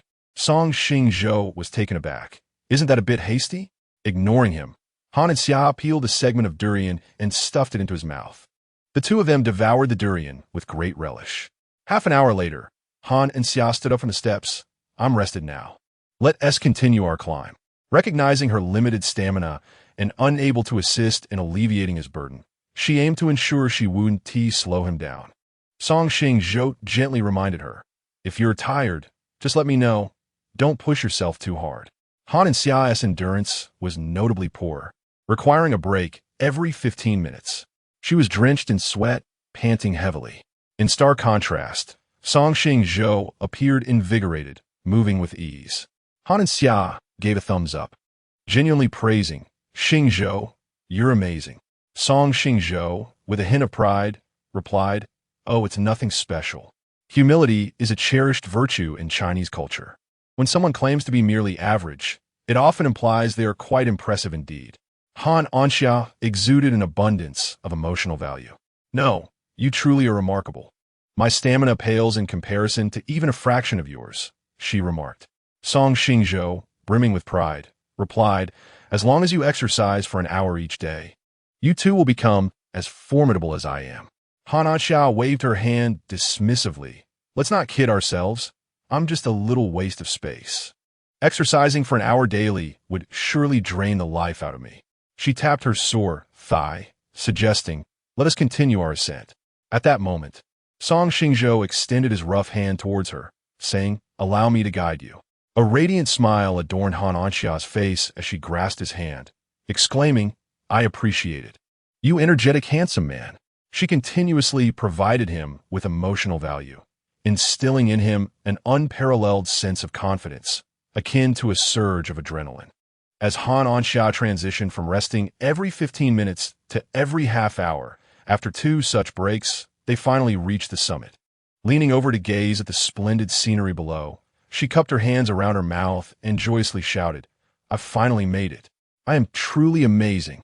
In comparison to the majestic Huangshan and Taishan, Xishan was merely a gentle slope, yet for the unaccustomed Han Anxia, conquering it was a considerable challenge.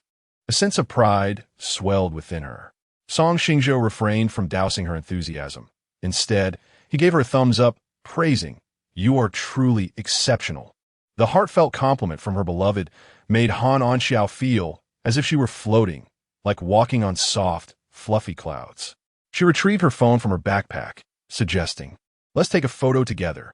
The endorphins and dopamine from their hike enveloped Song Xingzhou in an unprecedented wave of joy and comfort. Due to their height difference, Song Xingzhou positioned himself on the left, while Han Anxia stood on the right on the third step. He extended his arm, holding up the phone. 1, 2, 3, cheese. No sooner had he finished speaking than Han Anxia, with the speed of lightning, planted a kiss on his right cheek, leaving him in a state of astonishment. Click! The moment was flawlessly captured by the phone. In a daze, Song Xingzhou touched the spot where Han Anxia had kissed him, unable to regain his composure for a long while. Han Anxia set the photo as her phone wallpaper, then linked her arm with Song Xingzhou's, exclaiming, "I'm nearly exhausted. Let us sit over there for a moment." They settled on a bench, and Song Xingzhou pulled a bottle of mineral water from his bag, tossing it to Han Anxia. "Here, have a drink." With quick reflexes, she caught it, playfully declaring, "Han Anxia has successfully caught the mineral water," deducting one lowest score and one highest score. That is a perfect 10. Her exuberant demeanor brought laughter to Song Xingzhou. "In just a month, how have you become so lively? You seem quite different." Han Anxia's exquisite beauty magnified before him. They were in close proximity, and Song Xingzhou caught a whiff of her fresh and subtle fragrance. It appeared Han Anxia had a genuine fondness for grapes, as even her perfume bore that scent. Curiously, she inquired, "What was I like in your eyes before?" Song Xingzhou paused for a moment in contemplation, likening you to a wilting little fox, brimming with endless pranks. Han Anxia playfully tapped Song Xingzhou's nose, correcting him, "No, it is not about tricking others. It is solely about teasing you. From beginning to end, you are the only one I have ever toyed with." Song Xingzhou felt akin to a floundering swimmer, nearly submerged by the tide of Han Anxia's sweet nothings. He cast a glance at the nearly empty bottle of mineral water in Han Anxia's hand and gestured towards the beverage vending machine ahead. "I shall procure some drinks. What would you like?" Han Anxia replied candidly, "Grape-flavored soda." Chapter 71. Han Anxia, my apologies. "My boyfriend is a jealous soul," Song Xingzhou remarked with a hint of astonishment. "It appears you have a profound fondness for grapes." He counted on his fingers, noting that the charm hanging from the rearview mirror was a cluster of grapes. The keychain on her bag featured a grape-shaped doll. The car's air freshener was grape-scented. Her perfume bore the essence of grapes, and even her beverage of choice was grape-flavored. "I've never seen you so enamored with grapes before. Aren't you weary of them?" Han Anxia's fox-like eyes sparkled with a twinkle. "Of course, I'm not weary. I used to be indifferent to grapes. But who could resist when the lip balm I wore on the day we kissed was grape-flavored? Since that moment, I've become an ardent devotee of grapes." The sound of her heartbeat echoed in Song Xingzhou's ears, akin to 1,000 drums resounding with fervent melodies. "Calm yourself, Song Xingzhou. Do not fall prey to Han Anxia's sweet trap." He pinched the palm of his hand, realizing that such vending machines rarely offered grape-flavored soda. "Perhaps choose another flavor?" Han Anxia's eyelashes fluttered delicately as she curled her crimson lips. "Whatever you drink, I shall drink as well." Song Xingzhou's gaze darted about, avoiding direct contact with Han Anxia's enchanting eyes. "All right, wait here. I shall fetch it for you." Han Anxia's thighs ached notably as she clenched her small, delicate fists to alleviate the stiffness in her muscles. Despite the overcast sky, the humidity was oppressive. Even seated, she was drenched in sweat. A rosy glow adorned her fair complexion, while the outer corners of her fox-like eyes blushed slightly, exuding an alluring blend of innocence and seduction that was utterly captivating. A middle-aged man, wearing black-rimmed glasses and possessing a rather unsavory demeanor, approached her with brazen audacity. "Hello, beautiful. You are stunning. May I add you on WeChat?" In an instant, Han Anxia's spring-like gaze turned icy. "I'm sorry, but my boyfriend is an exceedingly jealous soul. He does not permit me to add strangers." The middle-aged man's gaze lingered indecorously on Han Anxia's figure as he persisted. "It's merely adding a contact. Why is your boyfriend so stingy? Lacking generosity? Rest assured, I won't bother you after adding you. If I become a nuisance, you can simply remove me with a flick of your finger." Disgusted by his lewd stare, Han Anxia emanated an air of authority, her eyes piercing like swords as she parted her lips to utter a single word: leave. Though it was the height of summer, the middle-aged man felt as though he had been thrust into a frigid winter, trembling with cold. Feeling the urge to retreat, he stammered, "All right, I'm going. However, as he turned to leave, a foot tripped him, causing him to tumble clumsily to the ground. From above, Song Xingzhou regarded him with disdain and revulsion. "Keep your distance. Do not appear before us again, or you shall not fare well." Shaking with trepidation, the middle-aged man scrambled to his feet, murmuring, "I understand." He then fled down the hill as if pursued by ravenous wolves. Han Anxia fluttered her alluring fox-like eyes and exclaimed, "Wow, Brother Xingzhou, you are so handsome. I'm utterly in love with you." Song Xingzhou's lips curved into a smirk that was harder to suppress than a firearm. He feigned profundity and replied, "It's all right, just moderately handsome." He lifted a bottle of Fanta and pressed it against Han Anxia's flushed cheek, adding, "I took a look around and ended up buying your favorite Fanta." The coolness against her cheek alleviated Han Anxia's inner turmoil, and she thanked him. Song Xingzhou, ever considerate, unscrewed the bottle cap for her, saying, "No need to thank me." As Han Anxia sipped her Fanta and hummed a tune, she appeared utterly content. Song Xingzhou took a sip himself and gazed into the distance. Suddenly, Han Anxia placed her elegant legs on Song Xingzhou's lap and said, "Xingzhou, I wish to invoke the promise you made to me in the car. My legs are sore. Could you please massage them?" Song Xingzhou looked at her incredulously. "Is that it? Are you sure?" Given his understanding of Han Anxia, he anticipated she might push him to transgress moral boundaries, perhaps suggesting something outrageous like running naked in the street at night. To his surprise, she had made such a modest request. Han Anxia nodded affirmatively. "Yes, just that." Song Xingzhou's face lit up with joy. "As you wish." Han Anxia's legs were long and graceful, with patches of sunlight filtering through the thick clouds, casting a radiant glow upon her skin, rendering it even more elongated and sculptural. Song Xingzhou gently pressed on the acupoints of her legs, alleviating her muscle soreness. Han Anxia closed her eyes in comfort and remarked, "Xingzhou, your massage feels wonderful." Song Xingzhou chuckled lightly, "Your Majesty, it is my honor to offer you this massage. Please enjoy it at your leisure." Han Anxia rummaged through her backpack and produced a black gift box, declaring, "This is a token for you. Please accept it." Song Xingzhou had merely jested, not expecting Han Anxia to take it seriously. Upon seeing the Patek Philippe logo on the box, he hurriedly said, "I was merely fulfilling a prior agreement. There's no need for such an extravagant gift."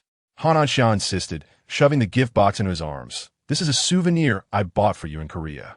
Also, congratulations on reuniting with your family." A warm sensation enveloped Song Xingzhou's heart, akin to basking in gentle sunlight. "Thank you," he replied.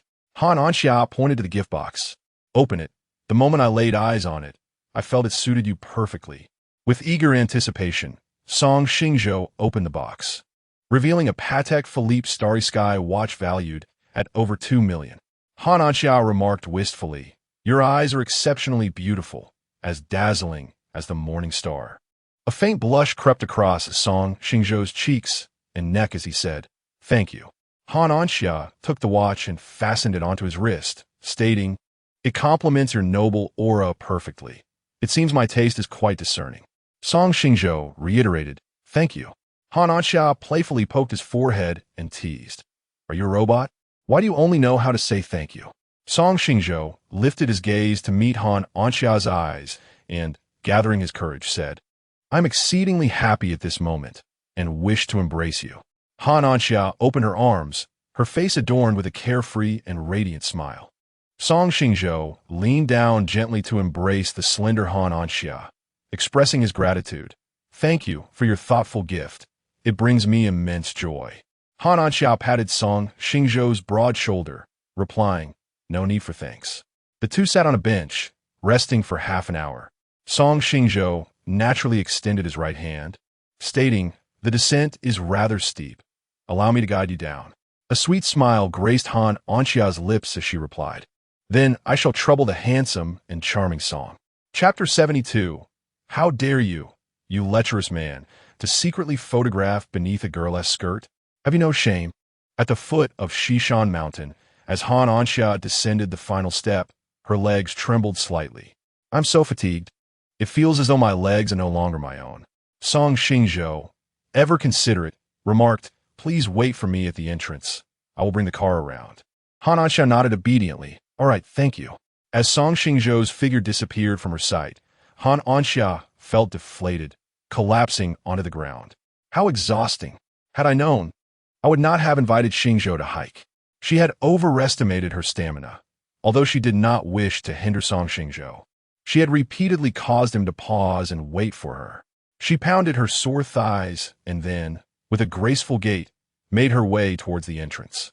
Upon reaching the door, she was met with an infuriating sight. A girl in a red skirt was engrossed in a phone call, while a middle-aged man, whom she had encountered at the summit, lurked behind her. Seizing the moment while the girl was distracted, the man slyly positioned his phone beneath her skirt to capture illicit images. Without hesitation, Han Anxia retrieved her phone from her bag to document the evidence and shouted, You vile man, how dare you take pictures beneath a girl's skirt in broad daylight? Do you not possess any shame? She swiftly removed her sun protection jacket and wrapped it around the waist of the girl in red, standing in front of her to shield her from the man's lecherous gaze. The middle-aged man, though cowardly, threatened, mind your own business, or I will make you feel the sting of a slap. Smack! Han Anxia struck the man across the face. How does that feel? Would you like another taste? Although he bore a repulsive demeanor, his tall, muscular frame suggested that a physical confrontation would not bode well for Han Anxia. Yet, her innate sense of justice compelled her to intervene rather than stand idly by. She slapped him again and, taking advantage of his momentary shock, grasped the hand of the girl in red and sprinted towards the direction where Song Xingzhou had gone. Only by his side would they be truly safe. The middle-aged man, his eyes aflame with anger, pursued them, muttering, Where do you think you're going, you filthy wenches? Just because the tiger does not roar. Do you assume I'm a sickly cat?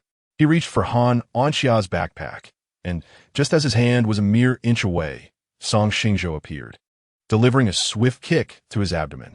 Goodness! The middle-aged man clutched his stomach and collapsed to the ground. Xingzhou! Han Anxia's eyes sparkled with gratitude. She regarded him as her pillar of support.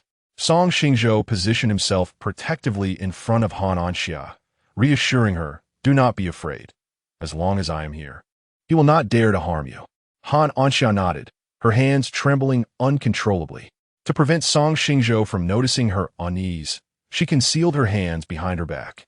The girl in a red skirt grasped Han Anxia's hand and comforted her. Do not be afraid. I am here with you. She had merely been making a phone call when the lecherous man attempted to photograph her, and fortunately, this brave sister had stepped in to protect her. Otherwise, the outcome could have been dire. The middle-aged man regained his composure and swung his fist towards Song Xingzhou's face, exclaiming, I swear, I will not let you leave here alive. His profanities incensed Song Xingzhou, who deftly caught his fist with his right hand while delivering a powerful blow to his nose with his left. Blood gushed from the man's nose like a fountain. Song Xingzhou then delivered a forceful kick to the man's abdomen, causing him to break into a cold sweat, pleading, I was wrong. Please spare my life. A wise man does not suffer needless losses. Preserving one's life is paramount, and revenge can wait. Song Xingzhou's fist connected with the man's right cheek as he declared, I abhor anyone who speaks ill of my mother. You have stirred my wrath today, akin to kicking a steel plate. In his youth, the absence of his mother made him intolerant of any derogatory remarks involving mothers.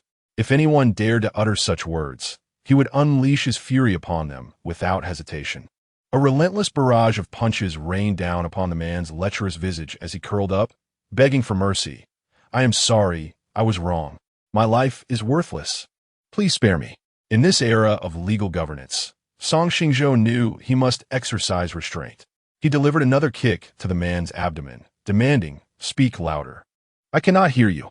The man's ribs shattered under the impact, and he coughed up blood, exclaiming, I apologize, I was wrong. Please, show mercy and spare this wretched life. Meanwhile, Han Anxia seized the opportunity to snatch the man's phone while he was begging. The middle-aged man was a habitual voyeur, and his phone contained not only illicit photos of a girl in a red dress, but also over 200 other inappropriate images. Furious, Hananxia Uriet Xingzhou. We cannot let him escape. He is a repeat offender, and his phone is filled with indecent photographs. We must take him to the police. The man's eyes glinted with malice as he plotted to retaliate against this troublesome woman who repeatedly thwarted his schemes. He reached for Han Anxia's ankle, attempting to unbalance her and make her fall. However, Han Anxia screamed and swung her backpack at the back of his head. The contents of the bag, heavy and unknown, struck him with force, causing him to see stars. As Han Anxia's cries echoed, she shouted, "You scoundrel! Do not touch me with your filthy hands." She continued to rain blows upon him until Song Xingzhou embraced her, urging her to stop. "Anxia, it's enough. He has already lost consciousness. Do not let his blood stain your hands." Crying softly in Song Xingzhou's arms, she lamented, "I am so scared." A wave of fear washed over her. Had she not reacted swiftly, it would have been her lying there. Song Xingzhou tenderly stroked her hair, saying, "Anxia, you were incredible. Despite being a delicate girl, you stood up to protect others." The girl in the red dress swallowed nervously. Not only was this sister beautiful, but her strength was formidable as well. She timidly expressed her gratitude. "Thank you, sister. If it weren't for you, the harm I endured would have been far greater." Song Xingzhou lifted her right leg and pressed it firmly against the middle-aged man's abdomen to prevent his escape, promptly retrieving her phone to dial the authorities. "Anxia, I have already called the police." Han Anxia clung tightly to Song Xingzhou, and through the thin layers of fabric, Song Xingzhou sensed Han Anxia's body trembling violently. The middle-aged man, stubborn as a rock, retorted, "You are using excessive force. I will sue you." In response, Song Xingzhou kicked the man squarely in the mouth, knocking out 2 of his front teeth. Silence. Chapter 73. Kong Qinghe. I shall ensure that Chun Jie, this lecherous man, cannot thrive in the metropolis. The commotion here attracted a considerable crowd of onlookers, who expressed their indignation at the despicable conduct of the middle-aged man. "Lecherous man, do not distort the truth. I witnessed everything clearly. Not only did you harass young girls, but you also threatened them, and when your threats failed, you resorted to physical violence. How shameless of you to bully frail young women with your towering stature. During our mountain excursion, this lecherous man was right in front of me, and I saw him harass beautiful girls multiple times. Yes, I saw it too. These 2 young ladies were also victims. The girl in white was relentlessly pursued for her WeChat, while the girl in red was surreptitiously photographed beneath her skirt. This lecherous man deserves to be punished. And I even feel the punishment was too lenient. Handsome gentlemen and beautiful ladies, I captured the unfolding scene on my phone. When the police arrive, I shall present them with the video. Yes, I can testify that this was merely an act of self-defense, not the absurdity of excessive force. You all are remarkable. In today's society, many choose to protect themselves in the face of injustice. Yet you are different. I can also vouch for you, and so can I." The voices of the outraged crowd warmed the hearts of Song Xingzhou and Han Anxia. After approximately 5 minutes, 2 police officers arrived at the scene. The crowd immediately surrounded them, clamoring to speak, causing their heads to spin. One officer was stout, named Zhou Wei, a middle-aged man in his 40s, while the other was slender, named Wu Tao, a handsome young man in his 20s. Zhou Wei bellowed, "Please, everyone calm down. Speak one at a time. We cannot hear amidst this chaos." Wu Tao inquired, "Who called the police?" Song Xingzhou retracted his feet, raised his hand, and indicated, "I did." The middle-aged lecher, Chun Jie, upon seeing the police, immediately hid behind them as if they were his saviors, lamenting, "Officers, you have finally arrived. I am merely an ordinary man climbing a mountain. Yet this person is beating me mercilessly. You must uphold justice for me." Zhou Wei glanced at Chun Jie and then at Song Xingzhou. Had he not been briefed on the situation beforehand, he might have been deceived by Chun Jie, whose face was swollen like a pig's head, while Song Xingzhou appeared remarkably composed. Zhou Wei uttered some formal reassurances. "Rest assured, we will conduct a thorough investigation. We will not wrong an innocent person, nor will we let a villain escape."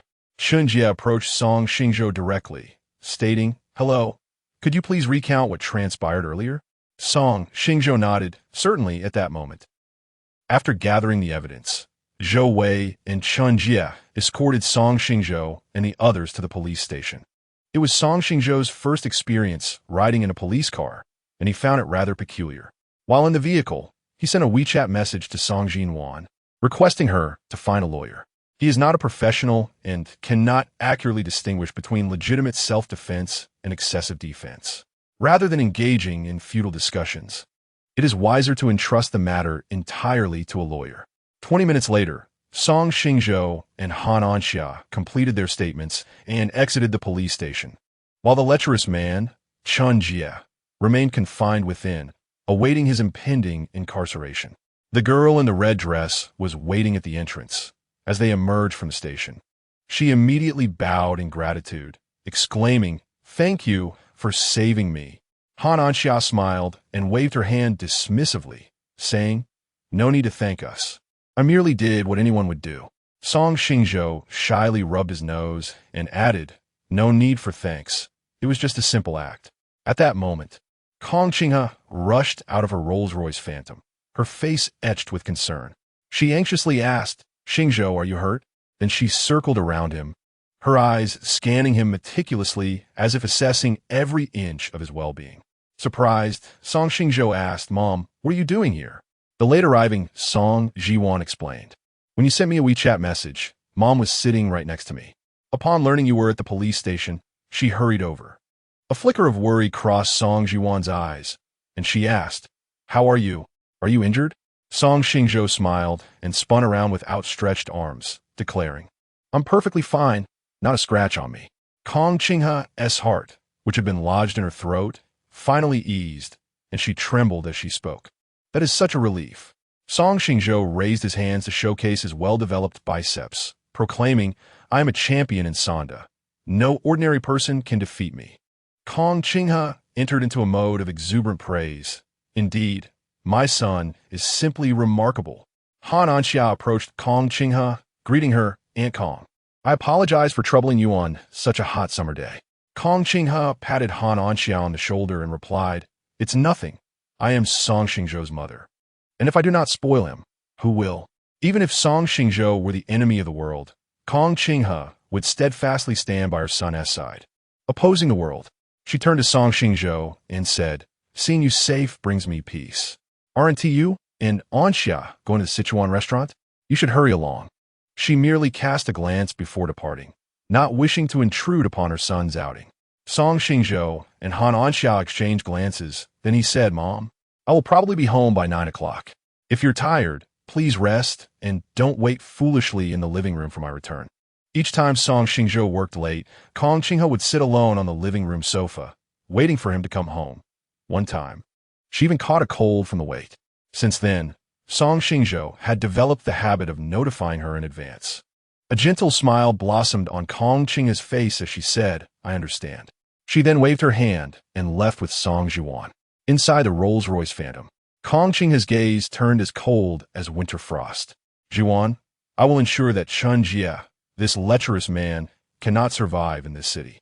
Song Jiwan exuded a chilling aura as she replied, "I have already instructed my subordinates to take care of it." In the early hours of Saturday, as the vast majority of individuals remained nestled in their beds, Song Lian donned a delicate pink nightgown and made her way to the kitchen. She clasped the arm of Aunt Lu, the housekeeper, and implored, "Aunt Lu, I wish to prepare a pot of congee for my family. Would you kindly teach me how to make it?" Aunt Lu inquired, "My dear young lady, are you not the one who relishes sleeping in on weekends? What has prompted this sudden desire to cook congee?" With a playful chuckle, Song Lian replied, "Brother Xingzhou can prepare a grand feast, and I wish to emulate him." Aunt Lu responded, "Your brother Xingzhou cooks out of necessity, while you have grown up in a life of luxury. There is no need for you to compete with him. In families with numerous children, it is common for siblings to compare themselves with one another." Song Lian stamped her foot in playful defiance, exclaiming, "I want to do it too. I want to surprise my family by cooking for them, just like brother Xingzhou." Chapter 74. Song Lian prepares congee. Song Lian pouted, a veil of mist clouding her clear, bright eyes. "Aunt Lu, you are biased. You only favor brother Xingzhou and not me. I am no longer your cherished little cotton-padded jacket." Aunt Lu hurriedly replied, "Oh, my dear little ancestor, both you and young Master Xingzhou, as well as Miss Jinwan, are all dear to my heart. It's merely kanji. Let me teach you." The mist in Song Lian's eyes vanished, replaced by a triumphant grin. "Hee, thank you, Aunt Lu." 50 minutes later, the kitchen was filled with the acrid scent of burnt food. On the countertop lay 5 or 6 clay pots emitting plumes of black smoke, remnants of Song Lian's failed attempts at kanji. Aunt Lu's face was etched with frustration. "Lian, shall we call it quits?" Song Lian, stirring the bottom of the pot with a spoon, immediately raised her eyebrows at Aunt Lu's suggestion. "No way. I detest giving up halfway." She was currently preparing seafood clay pot kanji, and besides the addition of shrimp and vegetables, she had also included astragalus and cotinopsis. Above the clay pot hovered skulls, ominously representing her culinary journey. As a 5-star chef, Aunt Lu was untroubled by Song Lian's methodical approach. It was the innovation that concerned her. Despite the simplicity of seafood clay pot kanji, Song Lian insisted on adding medicinal herbs, claiming it was to nourish the family. Whether it would truly provide nourishment was uncertain to Aunt Lu. All she knew was that consuming it could very well lead to a trip to the ICU. Aunt Lu suggested, "How about we prepare another pot of kanji? This time, I will handle the ingredients, and you can do the cooking." A confident glow radiated from Song Lian's delicate face. "No need. I have a strong premonition that this pot will surely succeed." Aunt Lu smacked her forehead in regret, lamenting the trials of encountering such stubborn individuals. At that moment, Song Jinwan emerged from the elevator, clad in a black silk camisole nightdress. Her seaweed-like long hair cascaded lazily over her shoulders, and the dress, made of luxurious silk, accentuated her alluring collarbone and enticing curves, evoking vivid imaginations. Upon entering the kitchen, she sneezed. "What are you cooking? It's so pungent."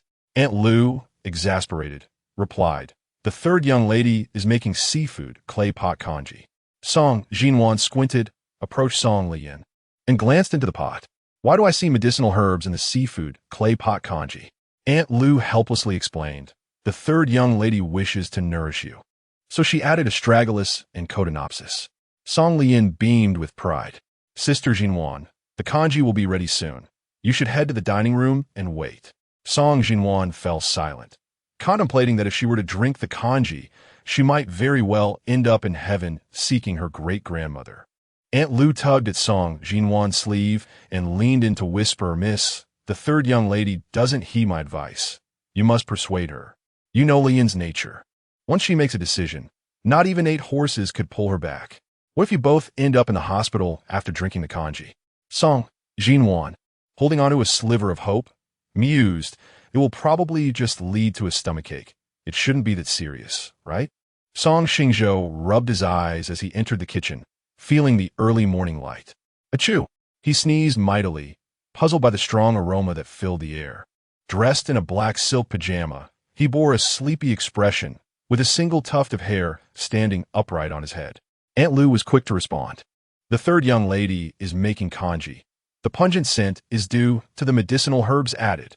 Song Lian, with a hint of pride illuminating her face, chimed in, "Brother Xingzhou, this is my first time making kanji. You are in for a treat." For a moment, Song Xingzhou's expression froze. Then he hurried to Song Lian's side, urging, "Lian, stir it quickly with the spoon, otherwise it will stick to the bottom." Caught up in their conversation, Song Lian had forgotten to stir the kanji in the pot. Upon hearing him, she promptly took the spoon and stirred vigorously. However, her excessive force caused the boiling kanji to splatter. As the hot mixture threatened to splash in her eyes, Song Xingzhou swiftly pulled her back several steps. Splash, splash. The kanji bubbled more energetically in the pot. Song Xingzhou quickly grabbed the spoon and lid from Song Lian's hands, partially covering the pot while stirring the bottom rapidly. After approximately 3 minutes, he turned off the gas stove. Gazing at the dark concoction in the pot, a bead of cold sweat trickled down the back of his neck. Could this kanji be consumed? In a flash, Song Lian dashed to his side, exclaiming, "Brother Xingzhou, you are amazing. I hadn't even realized what was happening when you pulled me back. If you had been a moment later, my eyes would have been in danger. I certainly do not wish to become blind so soon." Her voice brimmed with pride as she declared, This kanji is specially made for you. I put in a great deal of effort, so you must have a few more bites. She then raised a finger, insisting, no, you must have an entire bowl.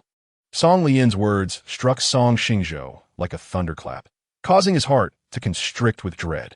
At that moment, Kong Qinghe, adorned in a black suit and red-soled heels, gracefully entered the kitchen, inquiring about the commotion. Song Lian scampered over to her, affectionately linking her arm with Kong Qinghe's, seeking praise. Mom, I learned to make kanji. Am I not impressive? Kong Qinghe cast a glance at the dark kanji, feigning astonishment. You can actually cook kanji? You have truly surprised your mother. Song Lian then ushered everyone out of the kitchen. Quickly take your seats in the dining room. I will serve the kanji to cool down. The four of them sat in the dining room, exchanging wide-eyed glances. Suddenly, Song Xingzhou turned to Aunt Liu, who was seated nearby, asking, Aunt Liu, do we have any stomach medicine at home? Aunt Liu replied softly, yes, we not only have stomach medicine, but also digestive tablets. If it becomes unbearable, there is a private hospital just 200 meters away. Feeling somewhat reassured, Song Xingzhou responded, that's good to know. Moments later, Song Lian emerged from the kitchen, carrying a tray laden with 5 bowls of steaming, dark seafood kanji. The four of them stared at the seafood kanji, none daring to make the first move with their chopsticks. In Song Lian's eyes sparkled a glimmer of anticipation. Hurry and drink up. If it cools, it won't taste as good.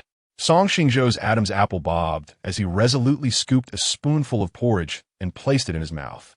The bitter flavor spread throughout his palate, and without even chewing, he swallowed it down. Song Lian inquired eagerly, how does it taste? Is it delightful? Song Xingzhou replied with a hint of reluctance, it's tolerable. Aunt Liu, somewhat skeptical, responded, really? I don't believe it. She took a small spoonful, only to immediately spit it out, exclaiming how bitter it was, exceedingly bitter. She stuck out her tongue and waved her hand frantically in front of her mouth. Unperturbed, Song Lian insisted, that can't be. I followed Aunt Liu's method to prepare it. Chapter 75. The anniversary of Song Xingzhou and Liu Ruyan's romance. Song Lian scooped a generous spoonful and placed it in her mouth. Within a second, she instantly spat it out, coughing violently. It's so bitter. I have never tasted such a bitter porridge in my life. Aunt Liu sighed, third miss. I cannot teach this student of yours. Perhaps you should seek more capable guidance. I advise you against adding astragalus and codonopsis, but you chose not to listen. What you have brewed is seafood porridge, not medicinal kanji. Song Jinwan, intrigued by their reactions, wondered just how terrible it could be. She had encountered many unpalatable porridges before, but none that were this difficult to swallow. She had to give it a try. The moment it touched her tongue, she felt as if she were confronting the spirits of her deceased parents. Song Xingzhou hastily shook Song Jinwan's body. Sister Jinwan, you must spit it out. Caught off guard, she rolled her throat and swallowed it whole.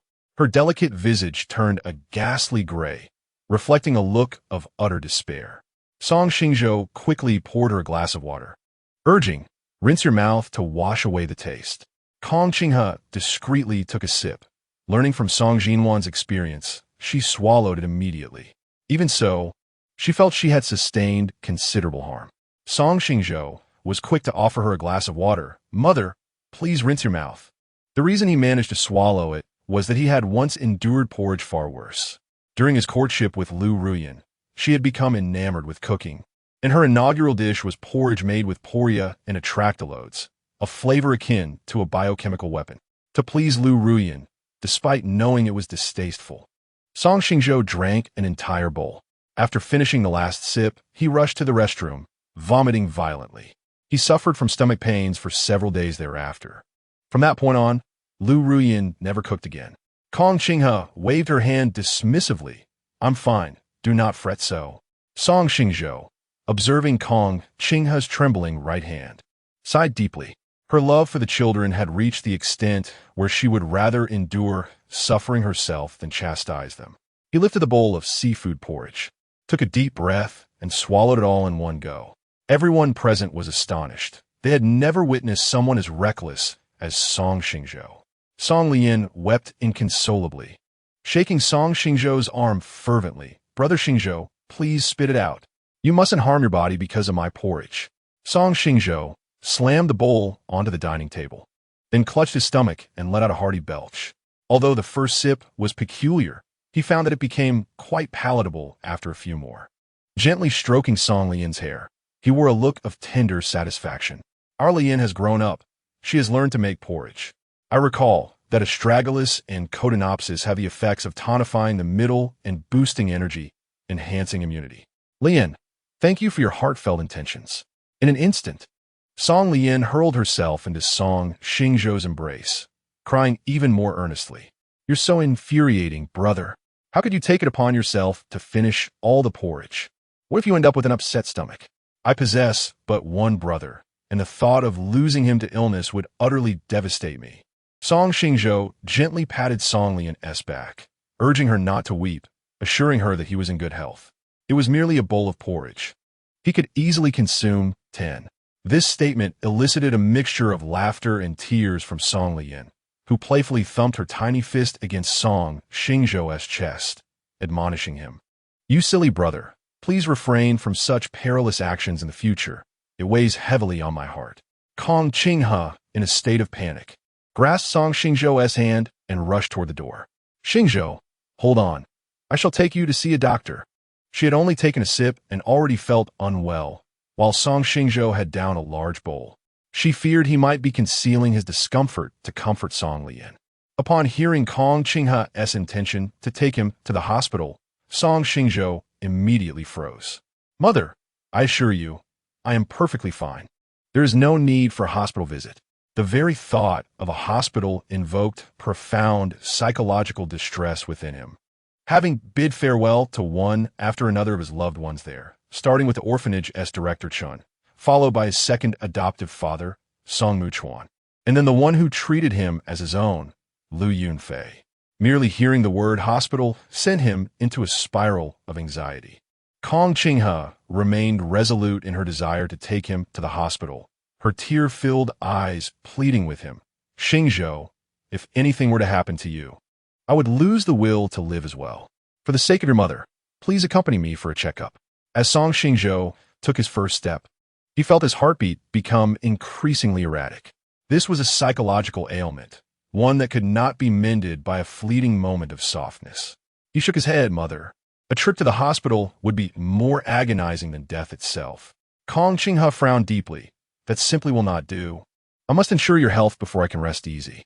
Song Jinwan proposed a compromise. How about this? I can arrange for a doctor to come to our home for an examination. Initially, Song Xingzhou intended to refuse, but upon seeing the hopeful expression in Kong Qinghe's eyes, he found himself unable to voice his objections. As long as he did not have to go to the hospital, he was amenable to anything. Kong Qinghe turned to Song Jinwan, instructing her, please ask Dr. Li to come over. Song Jinwan pulled out her phone and called Dr. Li, requesting that he bring his medical equipment and hasten to the Gemini Manor. After Dr. Li's thorough examination, he confirmed that Song Xingzhou was in excellent health, which provided Kong Qinghe with a measure of relief.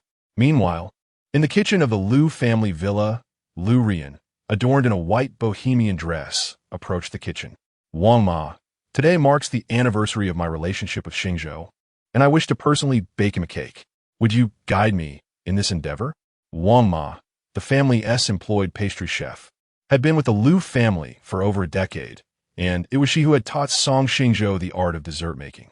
At that moment, Wang Ma was washing dishes. She dried her hands with a towel and asked, Miss, what type of cake do you wish to create? Liu Ruyan smiled shyly. Xingzhou's favorite is mango millefeuille. I want to make it for him with my own hands. Wang Ma stands as a witness to the romance between Song Xingzhou and Liu Ruyan, harboring a deeper desire than anyone for their reconciliation. If only Xingzhou knew you crafted this cake for him, he would undoubtedly be overjoyed. A gentle smile graced Liu Ruyan's lips as she replied, one can only hope. At present, her confidence in rekindling her relationship with Song Xingzhou had dwindled to nothing. She could only navigate through each moment as it came. She had contemplated surrendering, yet the thought of never finding another who treated her with such kindness as Song Xingzhou did was unbearable. To give up would mean living with regret for a lifetime. Wang Ma meticulously explained the process of creating a mango millefeuille, and Liu Ruyan grasped the instructions with ease. However, understanding did not equate to proficiency. After several failed attempts, she finally crafted a flawless mango millefeuille. As she gazed at the dessert housed in its transparent box, a tender smile appeared on her face, knowing that Xingzhou would surely be delighted by it. Chapter 76. Liu Ruyan employs a strategy of self-inflicted suffering on the anniversary of their romance. Song Xingzhou meticulously crafted a commemorative cake for Liu Ruyan. However, she consistently refrained from indulging, citing her desire to lose weight. Now that they have parted ways, she fully comprehends the arduousness of Song Xingzhou's solitary endeavor in cake making. During the process, her fingers were inadvertently cut by the knife, and several blisters formed on the back of her hands. The phrase 10 fingers connected to the heart resonated deeply within her. When her fingers were injured, she truly felt disheartened. As the pampered daughter of the Liu family, her hands were accustomed to signing significant documents rather than laboring in the kitchen to prepare meals for Song Xingzhou. Yet, since their last encounter at the cinema, she had not seen him for quite some time, and her longing for him intensified. At the Gemini Manor, Liu Ruyan emerged from the rear of a Maybach, clad in a cream-colored, fitted dress and perched upon wedge sandals. "Uncle Zheng, please return the car," she instructed the driver. Uncle Zheng hesitated. "Miss, the Liu family villa is quite distant from Gemini Manor." Before he could finish, Liu reinterjected, "Uncle Zheng, Xingzhou has a vehicle. He can take me back." It was the height of summer, and the scorching sun blazed upon the earth, enveloping the air in waves of heat. Merely standing under the sun resulted in beads of sweat forming swiftly. Over the past few days, Liu Ruyan had contemplated ways to win back Song Xingzhou's heart, ultimately deciding on the strategy of self-inflicted suffering. "Rest assured, Uncle Zheng, if I require a car, I will call you immediately," she assured him, with her words firmly stated. Uncle Zheng could only nod in acquiescence. Before departing, he handed her an umbrella. "Miss, the sunlight outside is quite blinding. It would be prudent to use this." Liu Ruyan declined, saying, "No need, I shall be entering soon." Unable to persuade her otherwise, Uncle Zheng drove away. Liu Ruyan adjusted her hair and attire, ensuring everything was perfect before ringing the doorbell at Gemini Manor. 3 minutes later, a bodyguard clad in a black uniform approached the intricately designed gate. "Who are you seeking?" he inquired. Liu Ruyan softly replied, "Hello, I am Song Xingzhou's fiancé. I have matters to discuss with him. Could you kindly inform him?" The bodyguard retorted loudly, "Which impudent fraud dares to cause a ruckus here? Our master Xingzhou remains single and has no fiancé. Leave at once." Liu Ruyan raised an eyebrow in disbelief. "You truly do not recognize me?" She was, after all, the renowned Liu Ruyan, daughter of one of the 4 great families of Magic City. The bodyguard squinted at her for a moment before shaking his head. "No, I do not." Liu Ruyan's anger flared, feeling her dignity had been insulted. "I am Liu Ruyan, the president of Liu Group." The bodyguard's voice was laced with derision. Such audacity in today's deceivers, even daring to impersonate a well-known president. He waved his hand dismissively. "Leave quickly. This is not a place for your antics." Liu Ruyan extracted her identification card from her Chanel handbag and, pointing an accusatory finger at the bodyguard, vehemently berated him. "Open your eyes wide and behold. I am Liu Ruyan, a name I shall never change. Hurry and report my presence." The bodyguard, glancing at her ID several times for confirmation, finally inquired, "Do you have an appointment?" Liu Ruyan was momentarily taken aback. "No. Then you must call young Master Xingzhou. If he consents, I shall allow you entry." Xingzhou had long since blocked Liu Ruyan's contact number, leaving her with no recourse but to seek her fortune at the Gemini Manor. "He has me blocked," she replied. A look of derision crossed the bodyguard's face. "Our young Master Xingzhou is exceptionally good-natured. He wouldn't hastily block anyone without cause. You must have committed an unforgivable offense for him to do so. You are not welcome here. Be gone." With that, he turned and walked away. Liu Ruyan had never encountered such indignity. She stamped her foot and took out her phone to call Song Jinwan. Previously, during the business dealings between Liu Corporation and Kong Corporation, Liu Ruyan had exchanged numbers with Song Jinwan, often calling during festivals to strengthen their bond.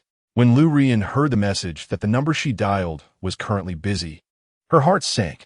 Song Xingzhou had blocked her. What was she to do now? Continue to wait at the entrance or retreat home? The weather was scorching, and after merely 2 or 3 minutes, a fine sheen of sweat adorned her forehead. Clenching her fist, her red-polished fingers dug into her palm.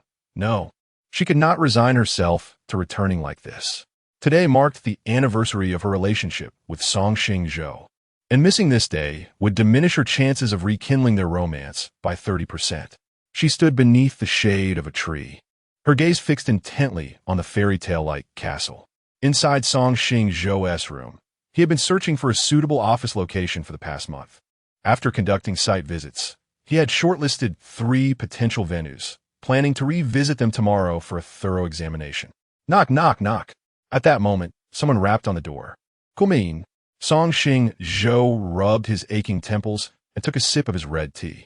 Aunt Liu entered the room, clad in a light green modified qipao. Young master, Miss Liu Ruyan is waiting for you at the front gate. Would you like to meet with her? Song Xingzhou promptly declined no. To him, Liu Ruyan was an adversary, not a friend. Merely seeing her face filled him with visceral aversion. For the sake of his health, it was best to avoid her. Aunt Liu nodded gently, understood. Young master, I shall leave you to your work and attend to other matters. Liu Ruyan waited from 2 in the afternoon until 7 in the evening. The gates of Gemini Manor opened twice, but each time she attempted to slip inside, the bodyguards shooed her away like a bothersome fly. Her meticulously applied makeup had smeared, and her dress clung uncomfortably to her body. The overpowering scent of perfume mingling with the odor of sweat, assaulting her senses. Liu Ruyan's heart plummeted to despair. Just as she turned to leave, the door of the Gemini Manor swung open unexpectedly. Upon seeing the dashing Song Xingzhou, a flame of hope reignited within Liu Ruyan's eyes. Xingzhou, you have finally deigned to see me. Song Xingzhou, with a frosty countenance, cast a disdainful glance at Liu Ruyan and raised his right hand to cover his nose. What manner of beggar is this? Hurry and drive her away. The bodyguard behind him immediately stepped forward and seized Liu Ruyan's hand. She struggled fiercely, exclaiming, I am the eldest daughter of the Liu family. Do not lay your filthy hands upon me. Chapter 77. Song Xingzhou. Liu Ruyan, then go die. The bodyguards did not care about her background. They simply dragged her out by the arm. Wait. Kong Qinghe approached Song Xingzhou with a stern expression. Liu Ruyan, you and Xingzhou have already broken up. Why do you still cling to him? Wasn't the lesson from last time sufficient? Liu Ruyan's pupils constricted sharply as she nervously swallowed. Aunt Kong, I truly love Xingzhou. I want to win him back. The last time Kong Qinghe terminated all collaborations between the Kong group and the Liu group left Liu Ruyan apprehensive, fearing that her words might provoke this ruthless figure again. Yet, Liu Ruyan was unwilling to accept defeat. She could have been the young mistress of the Kong family, basking in endless wealth and luxury. A minor misstep had unraveled years of her efforts. She had devoted her most beautiful youth to Song Xingzhou over the course of 6 years. He had simply declared their engagement off and walked away, leaving nothing behind. Those 6 years were her most precious moments. Did he not owe her compensation for the loss of her youth? Moreover, Song Xingzhou was not only handsome but also doted on her, never daring to defy her wishes. If she married him, she would be the happiest bride in the world. Fortune favors the bold. She resolved to take a gamble. Liu Ruyan steadied herself, gazing at Song Xingzhou with tender, longing eyes. Xingzhou, Yang Tianyu, is a malicious person. He manipulated me into caring for him in the hospital, causing me to miss our engagement banquet. I beg you for another chance. I will love you well. Liu Ruyan was a selfish individual, and when she erred, she shifted all the blame onto others, never reflecting on her own actions. She then proudly waved the mango millefeuille in her hand, her eyes sparkling with anticipation. Xingzhou, today marks 6 years since we began our relationship. I made your favorite mango millefeuille myself. Song Xingzhou stood silently, his eyes devoid of any emotion, as if Liu Ruyan were a complete stranger. Liu Ruyan felt like a fool. Liu Ruyan, the colder Song Xingzhou is to you, the more composed you must remain. Think of the endless wealth and the diverse network of connections. Think of Song Xingzhou, who obeys your every command. Would you willingly relinquish all this? A faint smile crept onto Liu Ruyan's lips. Xingzhou, Yang Tianyu is a thing of the past. I love only you now. I implore you to come back to me. I will treat you twice as well. No, not just twice. I will love you to the core. Even if you want the stars from the sky, I will find a way to bring them down for you. A disdainful smile appeared on Song Xingzhou's face. Liu Ruyan, we are both cunning foxes. What are you playing at here? Your intentions are all too transparent. If I weren't the second young master of the Kong family, you wouldn't even want to cast a glance my way. Liu Ruyan's heart sank momentarily, yet she feigned composure. Xingzhou, why do you speak of me in such a manner? We have been together for 6 years. Do you not truly understand me? Once I love someone, it is a lifelong commitment. My heart belongs solely to you now, and even if you do not reciprocate, I shall love you unceasingly until my last breath. Her pure gaze was clouded with a mist of sorrow, emanating an aura of poignant vulnerability. Liu Ruyan took a few steps towards Song Xingzhou, presenting the mango mill fight before him. Xingzhou, regardless of your grievances, you must take a bite of this cake. I crafted it with my own hands. In pursuit of the perfect mango mill fight, I cut my fingers and burned my hands. Given my earnest efforts, please just taste it. In response, Song Xingzhou forcefully swatted the cake from her hands. Liu Ruyan, put away that self-righteous demeanor of yours. Do you believe you are the center of the universe? That the world must revolve around you? Liu Ruyan reached out in an attempt to catch the cake, but alas, she was a moment too late. It splattered upon the ground, much like their irretrievable relationship. An air of tragic disintegration enveloped Liu Ruyan, as tears cascaded down her cheeks like pearls slipping from a broken string. Xingzhou, even if you despise me, the cake is innocent. Are you not the one who abhors wastefulness? This cake, in both appearance and taste, is truly one of a kind. How could you have overturned it? Song Xingzhou scoffed coldly. Liu Ruyan, I am allergic to mangoes. You have miscalculated. Your incessant declarations of love ring hollow when you do not even know of my allergy. Is this how you demonstrate your affection for me? His eyes glimmered with a frigid intensity, regarding Liu Ruyan as if she were an inanimate object. Her face bore an expression of grievance. I did not know. During our time together, you always imposed your preferences upon me, believing that what you cherished should be mine as well. Your eyes only see yourself. Never me. Leave me at once. Do not linger in my sight. Song Xingzhou turned abruptly, resolutely striding toward the door. Liu Ruyan stepped forward, grasping his arm. Xingzhou, it is not like this. In the past, I was at fault for taking your kindness for granted. But now, my heart and my gaze are filled solely with you. I shall not love another. If I have erred in any way, tell me, and I shall amend it. I implore you, grant me another chance. Song Xingzhou forcefully shoved Liu Ruyan away. Do not lay your filthy hands upon me. Liu Ruyan lost her balance and fell onto the cement ground, now stained with cake remnants.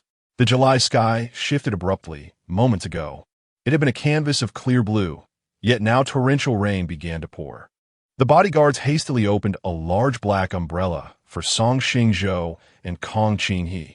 The deluge soaked Liu Ruyan to the bone, transforming her exquisite visage into a disheveled visage, her expensive gown resembling a rag, evoking the image of a beggar who had wandered for years. Liu Ruyan continued her desperate attempt to retain Song Xingzhou, her high heels clicking as she staggered towards him. Xingzhou, I love you. Without you, my life will be eternally shrouded in darkness. Without you, my existence holds no meaning whatsoever. I implore you, return to my side. A sardonic smile curled at the corners of Song Xingzhou's lips, his voice chillingly cold. Then go die. The bodyguards positioned themselves before Song Xingzhou, preventing Liu Ruyan from advancing even a step closer. Her lips devoid of color, she gazed at Song Xingzhou in disbelief. Xingzhou, how can you be so heartless? The 6 years of our passionate love mean nothing to you. Chapter 78. Song Xingzhou disposes of Liu Ruyan. Song Xingzhou remarked with a hint of indifference. To you, I am merely a dispensable substitute and a devoted admirer. For the past 6 years, I have existed in a world devoid of light and hope. You have shamelessly relished all that I have sacrificed, never once willing to invest a modicum of affection. Over these 6 years, I have languished in a ceaseless nightmare. Now, it is time to awaken from this dream. With a wave of his hand, he signaled to the bodyguards behind him, "There's a pile of refuse at the entrance.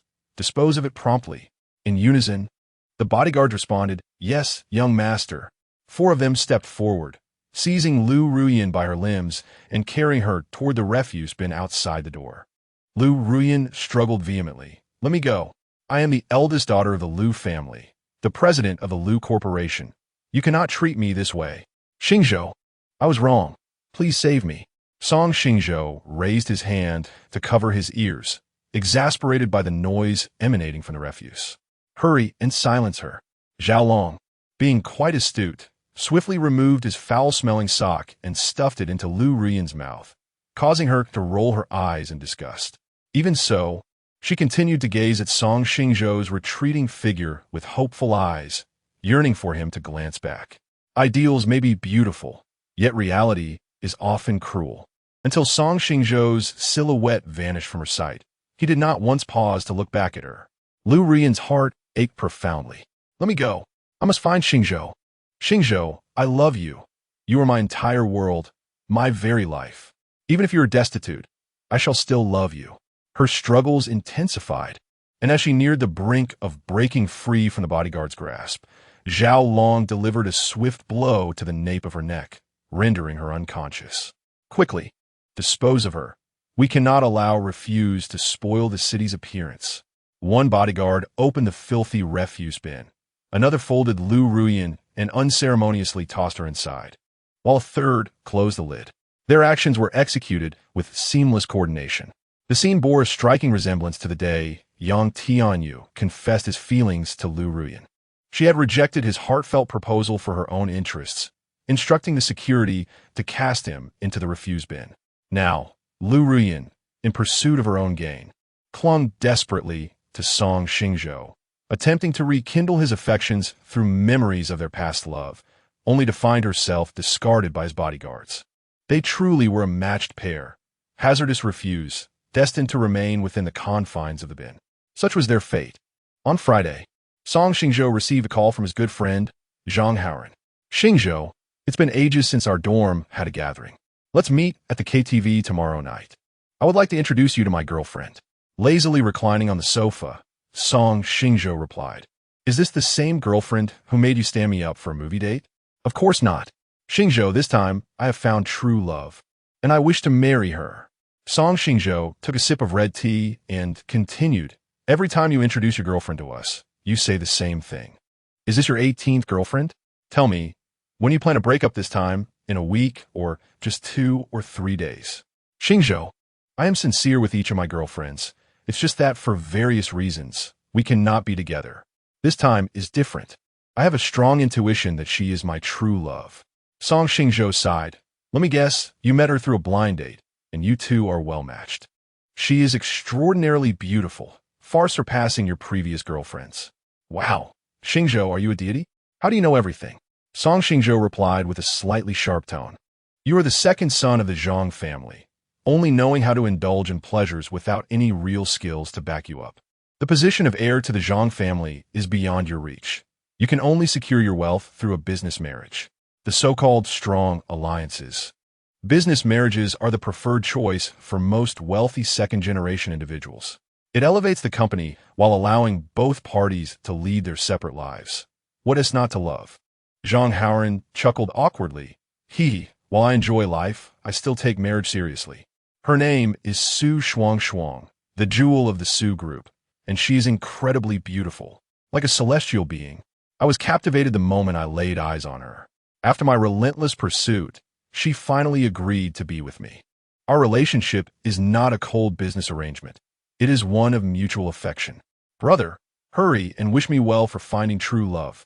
Song Xingzhou responded nonchalantly, "Congratulations, congratulations."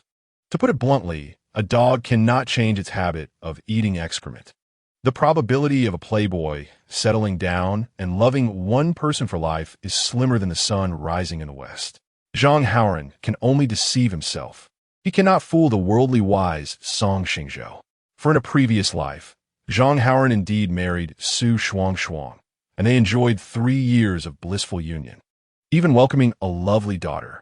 Unfortunately, their happiness was short-lived, as Zhang Haoran reverted to his old ways and cheated on Su Shuangshuang. She divorced him, taking custody of their child. Perhaps heaven could no longer bear to watch. Not long after living a carefree life, Zhang Haoran realized that Su Shuangshuang was his one true love and began chasing after her once again. Zhang Haoran pursued Su Shuangshuang for 5 years, during which time he never developed feelings for any other woman. Furthermore, after the divorce, he discovered that the circumstances surrounding his infidelity were more complicated. He had been set up by deceitful individuals. Before Song Xingzhou's passing, they held a grand wedding once more. It remains uncertain how long this marriage will last. Haha, you're just jealous of my flourishing love life. Hee, I have the most girlfriends in our dormitory, Zhang Haoran boasted. Song Xingzhou threatened. It seems I need to have a serious talk with your future sister-in-law to ensure she is not kept in the dark. Zhang Haoran grew anxious. Hey, are you still my good brother? Why are you only thinking of ruining my happiness? I must sound a warning. Should you divulge my past romantic escapades to Shuangshuang, there will be consequences. The bond between Song Xingzhou and the charming Zhang Haoran is forged from Zhang's unwavering loyalty and generosity towards his friends. In a previous life, when Song Xingzhou was in dire need of capital to launch his venture, Zhang Haoran lent him his entire savings without hesitation. Now, in this renewed existence, motivated by the affection he holds for Zhang's delightful daughter, Song Xingzhou has resolved to extend a helping hand. Having meticulously crafted his plans in his mind, he spoke with a grave tone. I am not one to indulge in idle gossip. Rather than concerning yourself with me, you should redirect your worries towards the other two. Zhang Haoran, suddenly enlightened, realized his oversight and promptly decided to contact them.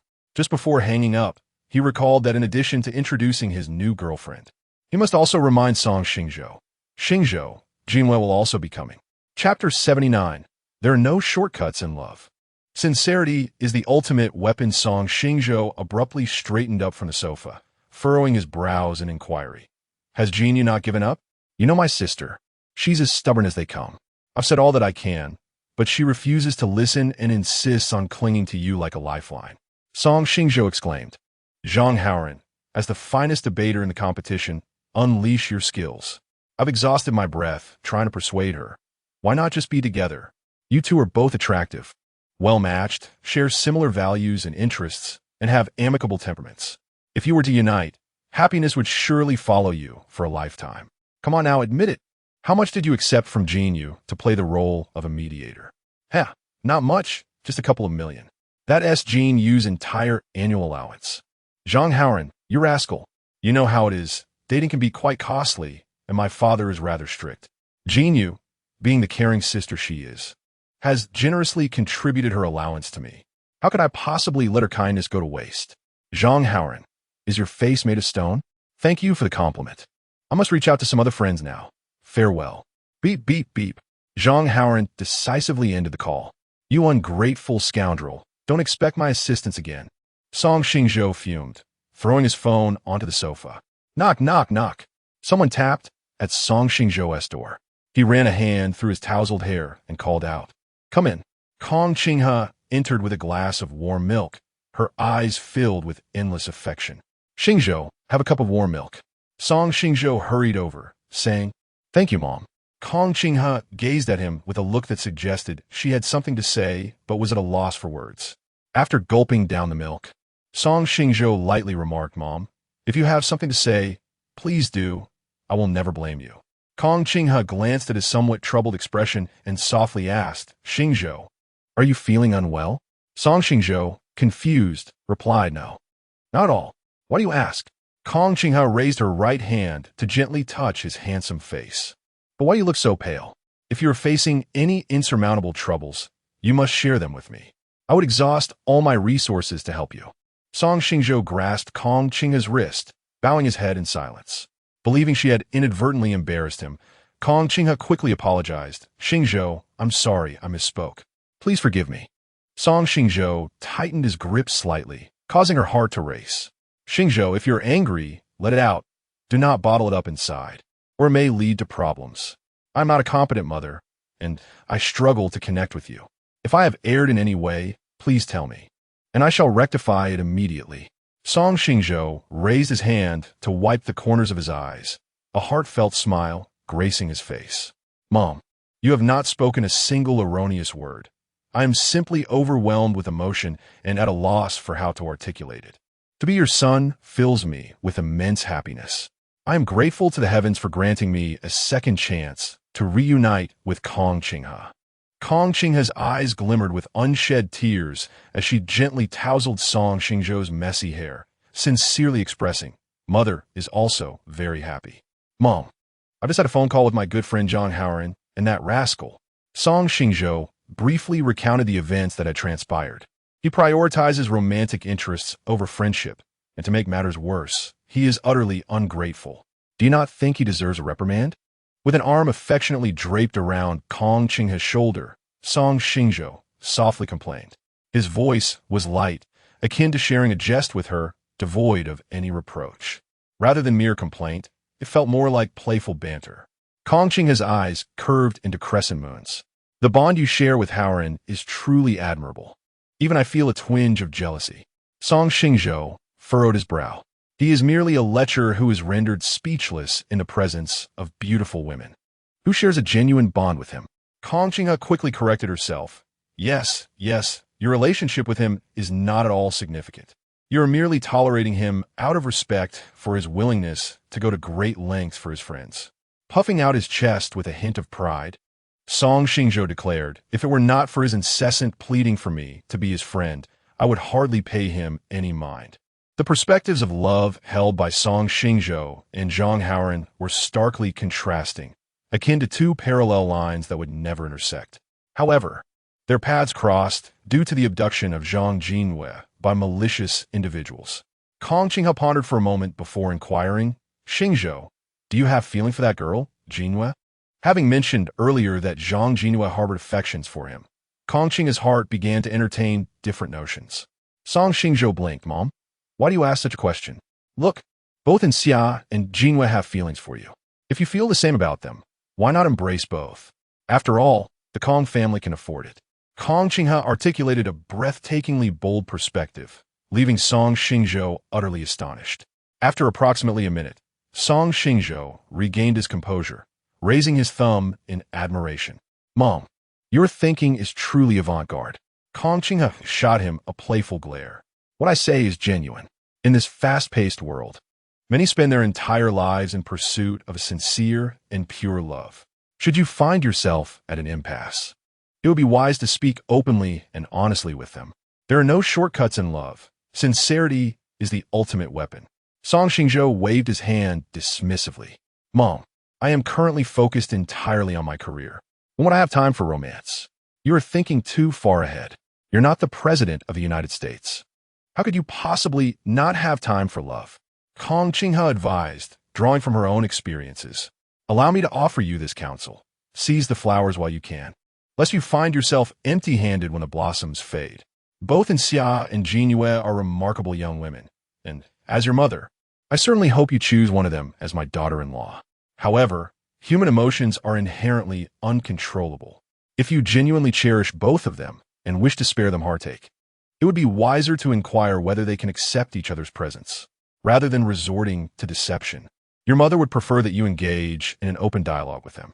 Song Xingzhou nodded, understanding that in matters of love, "You wish for me to embody honesty and refrain from misleading those who sincerely care for me. Am I correct?" "Indeed, my son is exceptionally remarkable, naturally attracting the affection of many young ladies. I hope for your sincerity, as deceit resolves nothing." Song Xingzhou assured her, "Rest assured, Mother, I shall not betray your expectations." Chapter 80. University Reunion. Kong Qinghe interjected, "I merely wish to remind you that even if the person you fancy possesses nothing, I shall not hinder your affections. However, should the object of your affection harbor ill intentions, do not blame me for intervening. It is better to endure a brief pain than a prolonged suffering. Rather than allow my son to endure a lifetime of anguish, I would prefer to assume the role of the villain as a mother." Song Xingzhou's heart was a tumult of emotions. If he had recognized Kong Qinghe in his past life, Would everything have unfolded differently? Kong Qinghe rose from her seat, noting the late hour. You should rest well, she advised. Song Xingzhou stood as well, escorting her to the door. Before closing it, he enveloped Kong Qinghe in a warm embrace, exclaiming, Mom, I love you. A radiant smile illuminated Kong Qinghe's exquisite features. Mom loves you too. No matter how you change, you will always be my most treasured gem. At Starlight KTV, the most renowned establishment in the bustling metropolis, and a venture of the Kong Group, Song Xingzhou entered a private room clad in a crisp white shirt, light blue jeans, and white sneakers. The collar of his shirt was slightly unbuttoned, revealing a glimpse of fair skin. This seemingly casual ensemble exuded an air of refined taste. As soon as he stepped inside, Zhang Haoran embraced him tightly, exclaiming, Son, it's been ages. I missed you dearly. I missed you too, Dad. Song Xingzhou replied, playfully ruffling Zhang Haoran's meticulously styled hair. Zhang Haoran released him with a grin. You ungrateful child. How dare you mess up the hairstyle? I spent an hour perfecting. You've turned the heavens upside down. He then poured a generous glass of beer, declaring, If you down this, I shall forgive you. Song Xingzhou accepted the glass, raising it high. Cheers! Cheers! Zhang Haoran clinked his glass against Song Xingzhou's, and they both drank heartily. Zhang Haoran possessed a strikingly handsome visage, being the second most attractive in their dormitory, just behind Song Xingzhou. Despite his lackluster academic performance, his eloquence and loyalty made him the beloved mascot of their group. Shuang, come over here. Zhang Haoran beckoned to a pure and beautiful girl seated on a leather sofa. Xingzhou, this is Su Shuang, my girlfriend. Shuang, this is Song Xingzhou, my good buddy. Song Xingzhou extended his right hand. Hello. Su Shuang smiled gently, extending her hand for a brief, delicate handshake. Hello. Her long hair cascaded gracefully, her face resembling a perfectly shaped egg, with eyes as clear as water and lips tinted a soft pink akin to peach blossoms. She radiated an innocent charm, akin to a crystal-clear spring in the wilderness, captivating all who beheld her. Song Xingzhou playfully draped an arm around Zhang Haoran's neck, teasingly stating, You rascal. You truly are blessed with good fortune. Zhang Haoran chuckled foolishly. I think so, too. Feng Qian, come sit over here. What are you doing standing by the door? Playing guardian? Feng Qian, towering at 6 feet 3 inches, sported a buzz cut, his dark skin and muscular physique reflecting his dedication to fitness. Feng Qian, long time no see. How have you been lately? Song Xingzhou approached Feng Qian, raising his clenched fist to the level of Feng Qian's heart. Feng Qian lightly tapped his fist, responding nonchalantly, just the same, working 9 to 6 every day, either at work or asleep. After graduating, Feng Qian joined a large internet company, where he became a diligent programmer. Zhang Haoran interjected, and don't forget the sweet moments with Li Tong. He placed his right hand on Feng Qian's shoulder, inquiring, You and Li Tong have been together for over 6 years. When do you plan to marry? Feng Qian brushed Zhang Haoran's hand away, replying with irritation. Let's not talk about it. We broke up. Zhang Haoran's face was filled with astonishment. Wait, wasn't your relationship quite stable? Just last week, I saw you two holding hands shopping at Honglong. What happened? Feng Qian downed his beer in one gulp, saying, Let us not discuss it. It was all about the betrothal gifts. First of all, her family expects me to buy a house in Shanghai and add Li Tong's name to the deed. Secondly, they want me to purchase a car worth no less than 500,000. Finally, I will need to pay them 280,000 in betrothal gifts and 180,000 as a fee for changing my address. You know my family situation. We are an ordinary working-class family, and we barely managed to buy a small 60-square-meter apartment in Shanghai with all our efforts. I asked Li Tong for 3 years to earn enough for the car and the gifts, but she said her youth is too precious to waste waiting for an uncertain future. Zhang Haoran blinked in surprise. Is her brother up to some mischief again? Li Tong was born into a family that valued sons over daughters. Her parents made a living through farming, while her brother dropped out of middle school and spent his days gaming at home. Feng Qian covered Li Tong's university tuition and living expenses through part-time jobs. Feng Qian nodded. Yes, her family has arranged a marriage for her brother. They only need to provide 500,000 in betrothal gifts for the girl to agree to marry him. Zhang Haoran chuckled in disbelief. So, They have only 40,000 in savings, and the remaining 460,000 is all on you? He then shook his head. No, that's not right. They've upped the ante and want you to buy a car worth over 500,000. Even if the registration of the car has Li Tong's name. I suspect she will let her brother drive it. Feng Qian, her family is treating you like a fool. Wei Zhe clenched his fists and punched Zhang Haoran's shoulder, saying, Feng Qian is having a tough time. If you can't say anything supportive, just stay silent. Wei Zhe, who struggled with social anxiety, was a reclusive otaku. After graduating from university, he stayed home writing novels, with an income that fluctuated wildly, sometimes earning tens of thousands a month, and other times just 1,000 or 2,000. Feng Qian gave Zhang Haoran a thumbs up, exclaiming, Haoran, you're absolutely right. I'm just a big fool.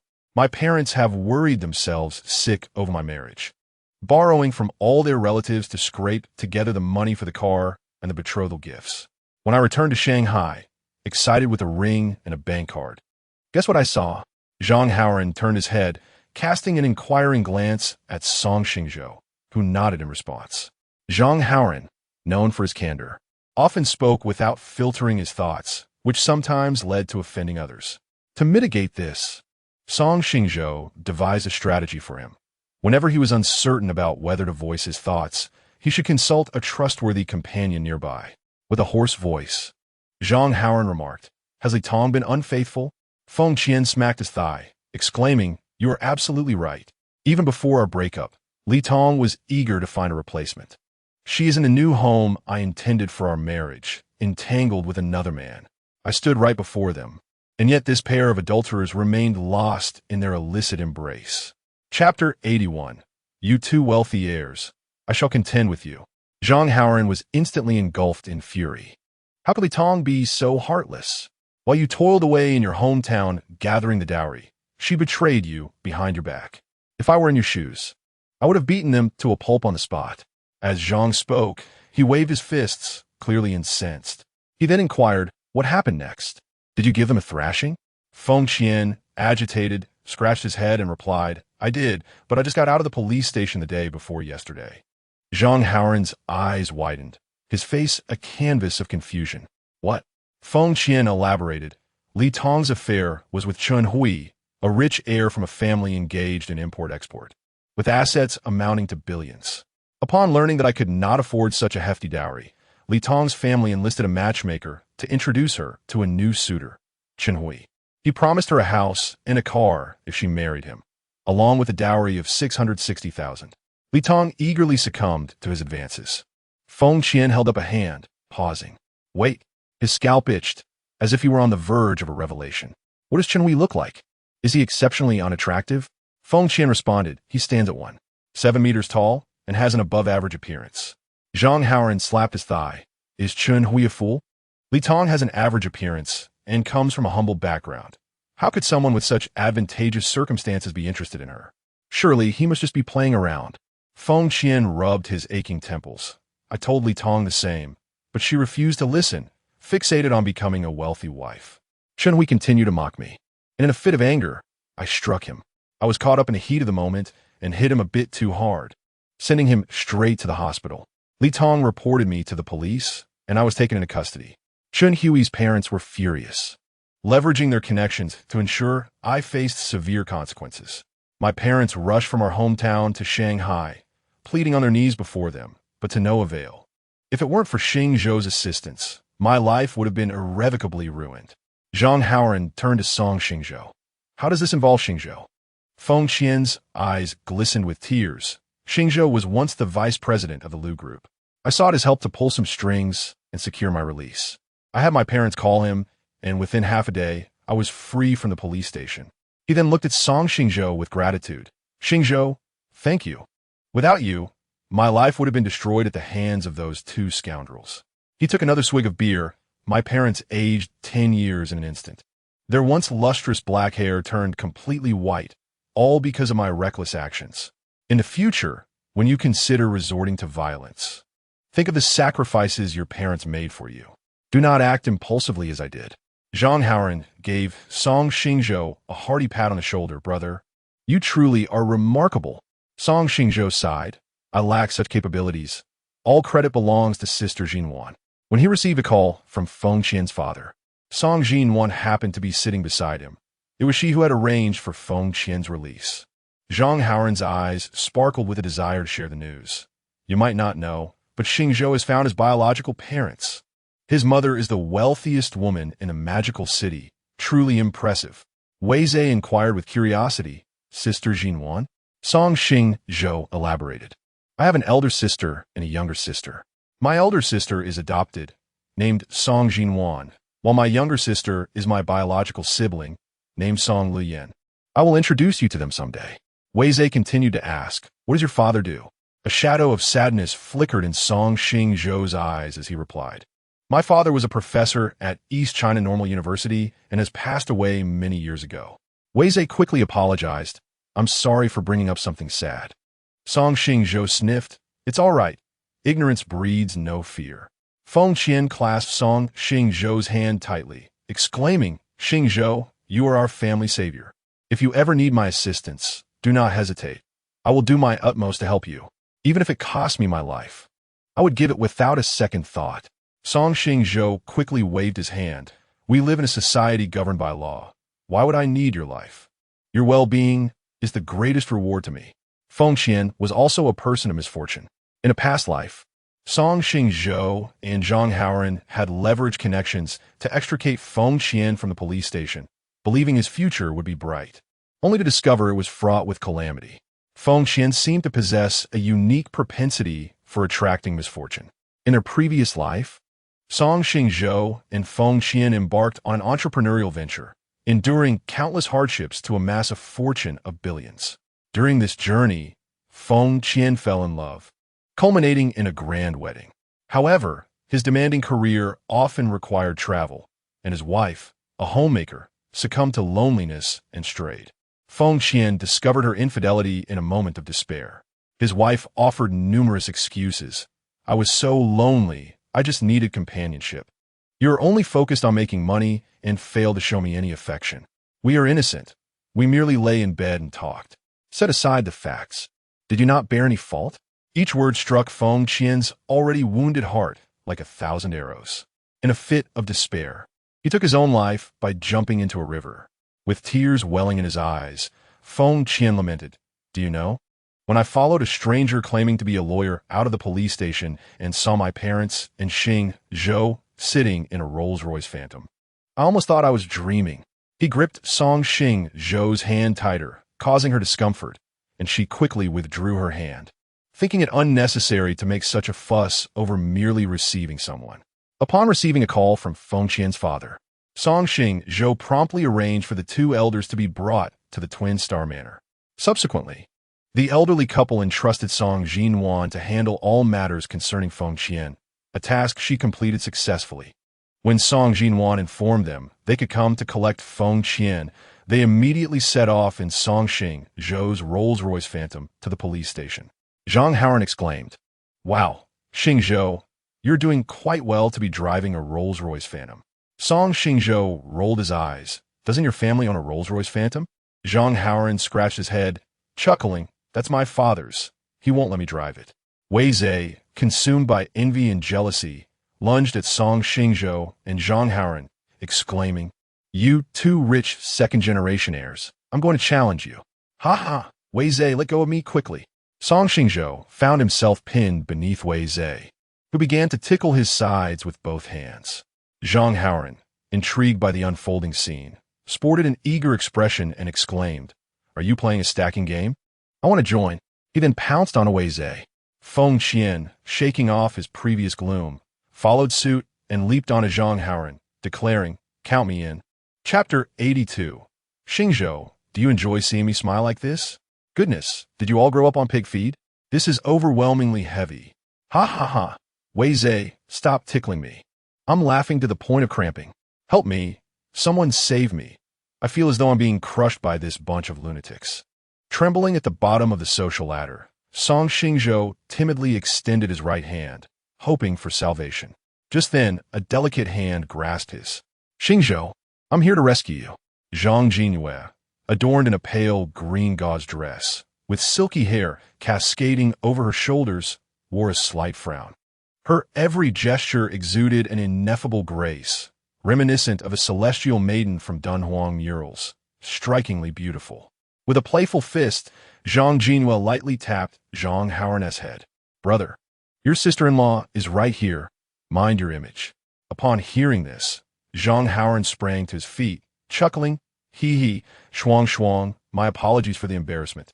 Su Shuang Shuang smiled softly. "It's nothing. The camaraderie among you roommates is truly enviable.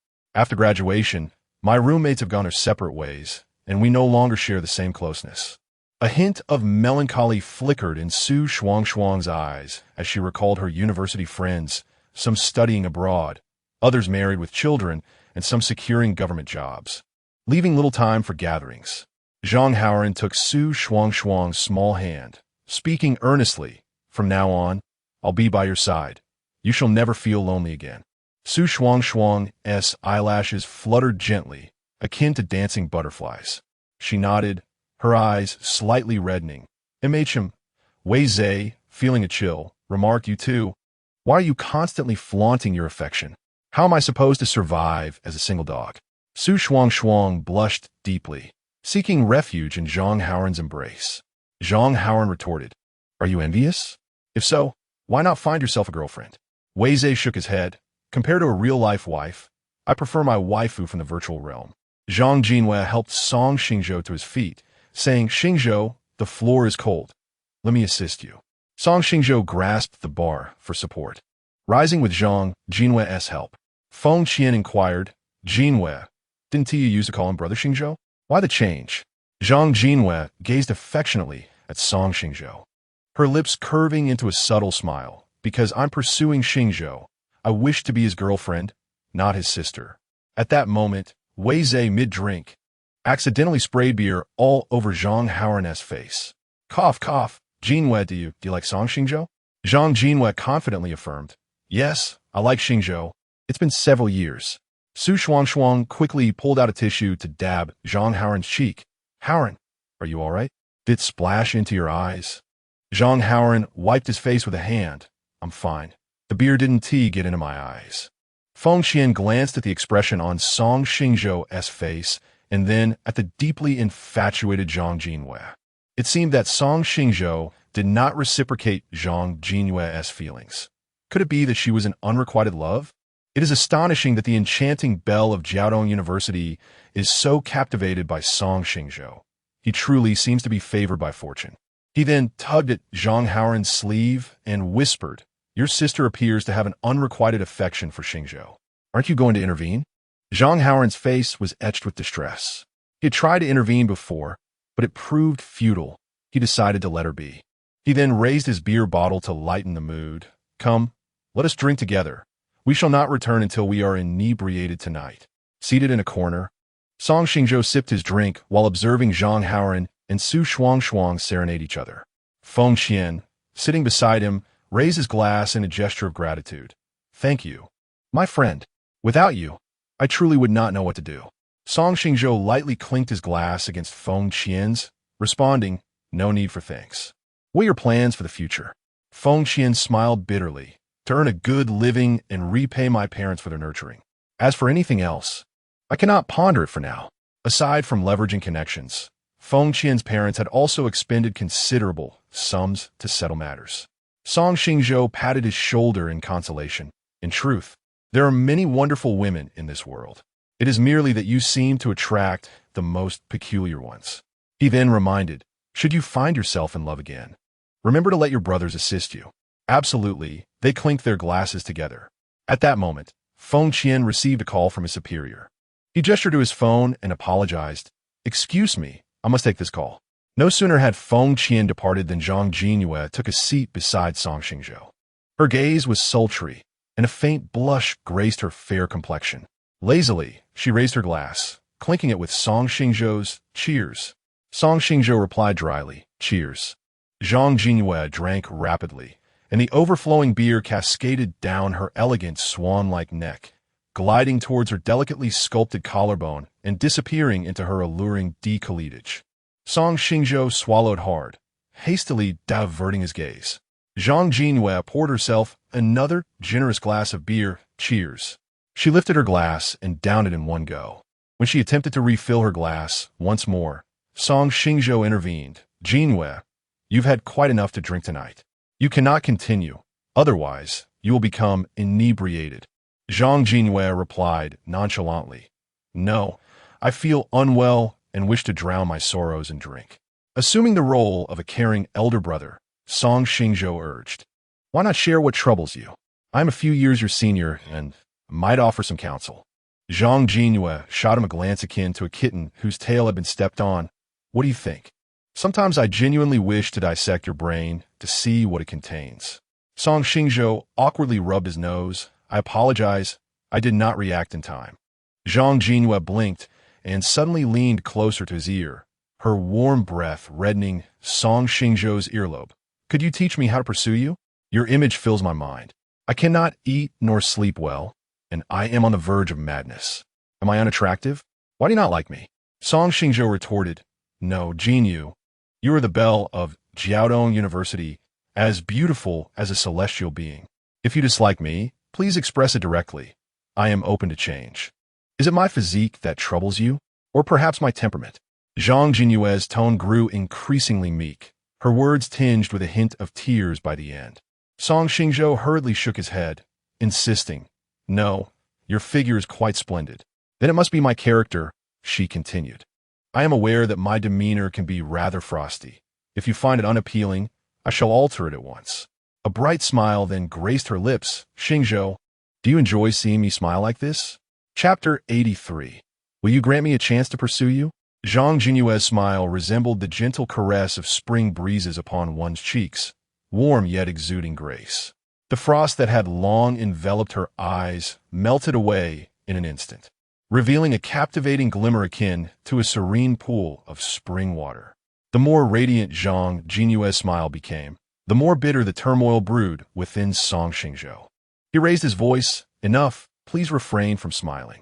With a playful wink, Zhang Jinwei retorted, do you not favor lively and cheerful girls?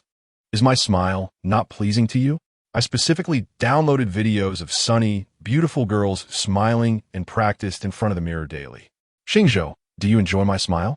Song Xingzhou placed his glass heavily upon the coffee table, causing the beer within to splash onto his hand. His eyes brimmed with tenderness as he said, Jinyue, your beauty, figure, and character are utterly perfect. There is no need for you to change anything for me. He gently caressed her cheek, asserting, simply be yourself. There is no need to cater to my desires. Laugh if you wish, cry if you feel the need. Tears glistened on Song Xingzhou's hand. Yet you do not truly like me. You only prefer vivacious and cheerful girls, not someone as cold as I.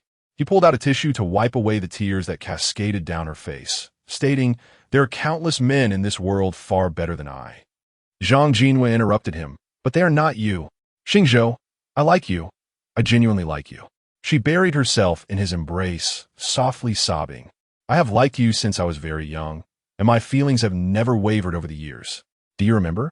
I once declared my desire to be your bride.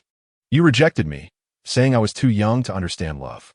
But now I have grown, and I comprehend the essence of love. It is a complex tapestry of flavors, a blend of sweet, sour, bitter, and salty that ensnares one's heart, leaving them entranced and unable to escape. Xingzhou, I like you. Will you be with me? Zhang Jinyue, with tear-filled eyes, lifted her gaze and offered him a passionate kiss. But Song Xingzhou turned his head aside. Jinyue, please do not do this. Two streams of tears flowed like a gentle brook down Zhang Jinyue's exquisite face, ultimately disappearing into her collar. She retreated step by step. Initially, she longed for Song Xingzhou to fall in love with her. Later, she wished to carve out a small space in his heart. Now, she pleaded for an opportunity to pursue him. Xingzhou, could you not regard me as a sister, but simply as an ordinary woman, and accept my pursuit? Gazing into Zhang Jinyue's sorrowful yet enchanting eyes, Song Xingzhou felt his heart constrict. He insisted, continuing down this path will only bring you pain. I understand, yet I wish to try. Life is so fleeting. If I do not even dare to attempt, I shall surely regret it when I grow old. Zhang Jinwei looked up at the man she adored with hopeful eyes. Xingzhou, would you grant me a chance to pursue you? Song Xingzhou gazed deeply into Zhang Jinyue's eyes, where he perceived an abundance of affection and longing. Ultimately, he took a step back and proposed, "Let us set a time frame. I shall grant you 1 year. If I find myself enamored by you, we shall be together. Should my heart remain indifferent, we shall revert to being ordinary friends. During this interval, you are strictly prohibited from employing self-harming methods to coerce me into a relationship. Should you resort to such measures, our friendship will be irrevocably severed. Now, do you still wish to pursue me?" Zhang Jinyue's beautiful eyes sparkled with radiant starlight. "I am willing. Song Xingzhou, I leave for just a moment, and you have already made my sister cry." Zhang Haoran exclaimed angrily as he struck Song Xingzhou with a punch, which Song Xingzhou deftly caught. Zhang Jinyue positioned herself protectively behind Song Xingzhou, glaring at Zhang Haoran. "Brother, Xingzhou is the one I cherish. You shall not bully him." Zhang Haoran, both amused and exasperated, poked Zhang Jinyue's forehead. "Jinyue, I am your brother. Why are you turning your elbow outward?" Rubbing her swollen forehead, Zhang Jinyue retorted, "Xingzhou is infinitely better than you. It is only natural that I support him." Zhang Haoran turned his gaze to Song Xingzhou. "What spell have you cast on Jinyue that has her so devoted to you?" Song Xingzhou shrugged. "I'm not quite sure." Su Xuangshuang handed 2 microphones to Song Xingzhou and Zhang Jinyue. "I have selected a song. You two should sing together." Zhang Haoran, puzzled, asked Xuangshuang, "Why are you getting involved?" Su Xuangshuang raised an eyebrow. "Is that a problem?" Realizing his faux pas, Zhang Haoran quickly remedied, "No, of course not." He then turned to warn Song Xingzhou, "I have only one sister. If you make her sad, I shall not spare you."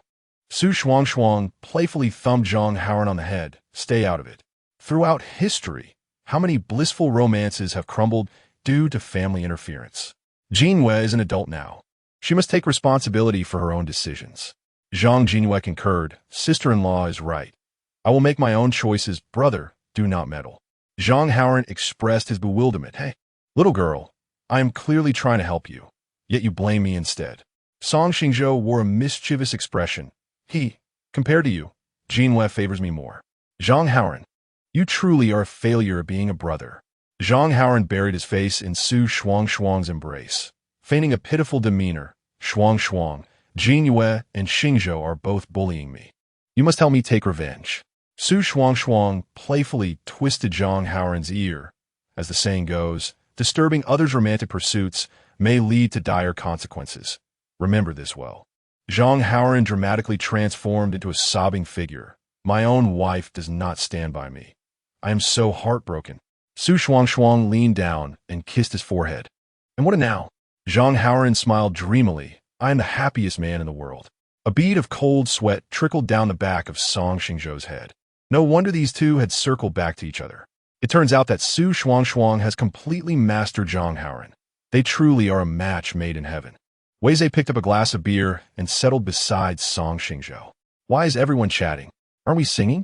Zhang Haoran hastily pulled Song Xingzhou to his feet. "Sing. Let's welcome Song Xingzhou and Zhang Jinyue to serenade us." Song Xingzhou shook his head in exasperation. "You truly are a character." Zhang Jinyue approached Song Xingzhou, her heart fluttering with unease.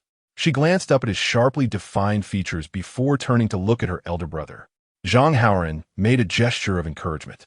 "Go for it. Brother will always support you." Chapter 84 Feng Qian. How dare you speak ill of Tong Tong? I shall not let this slide.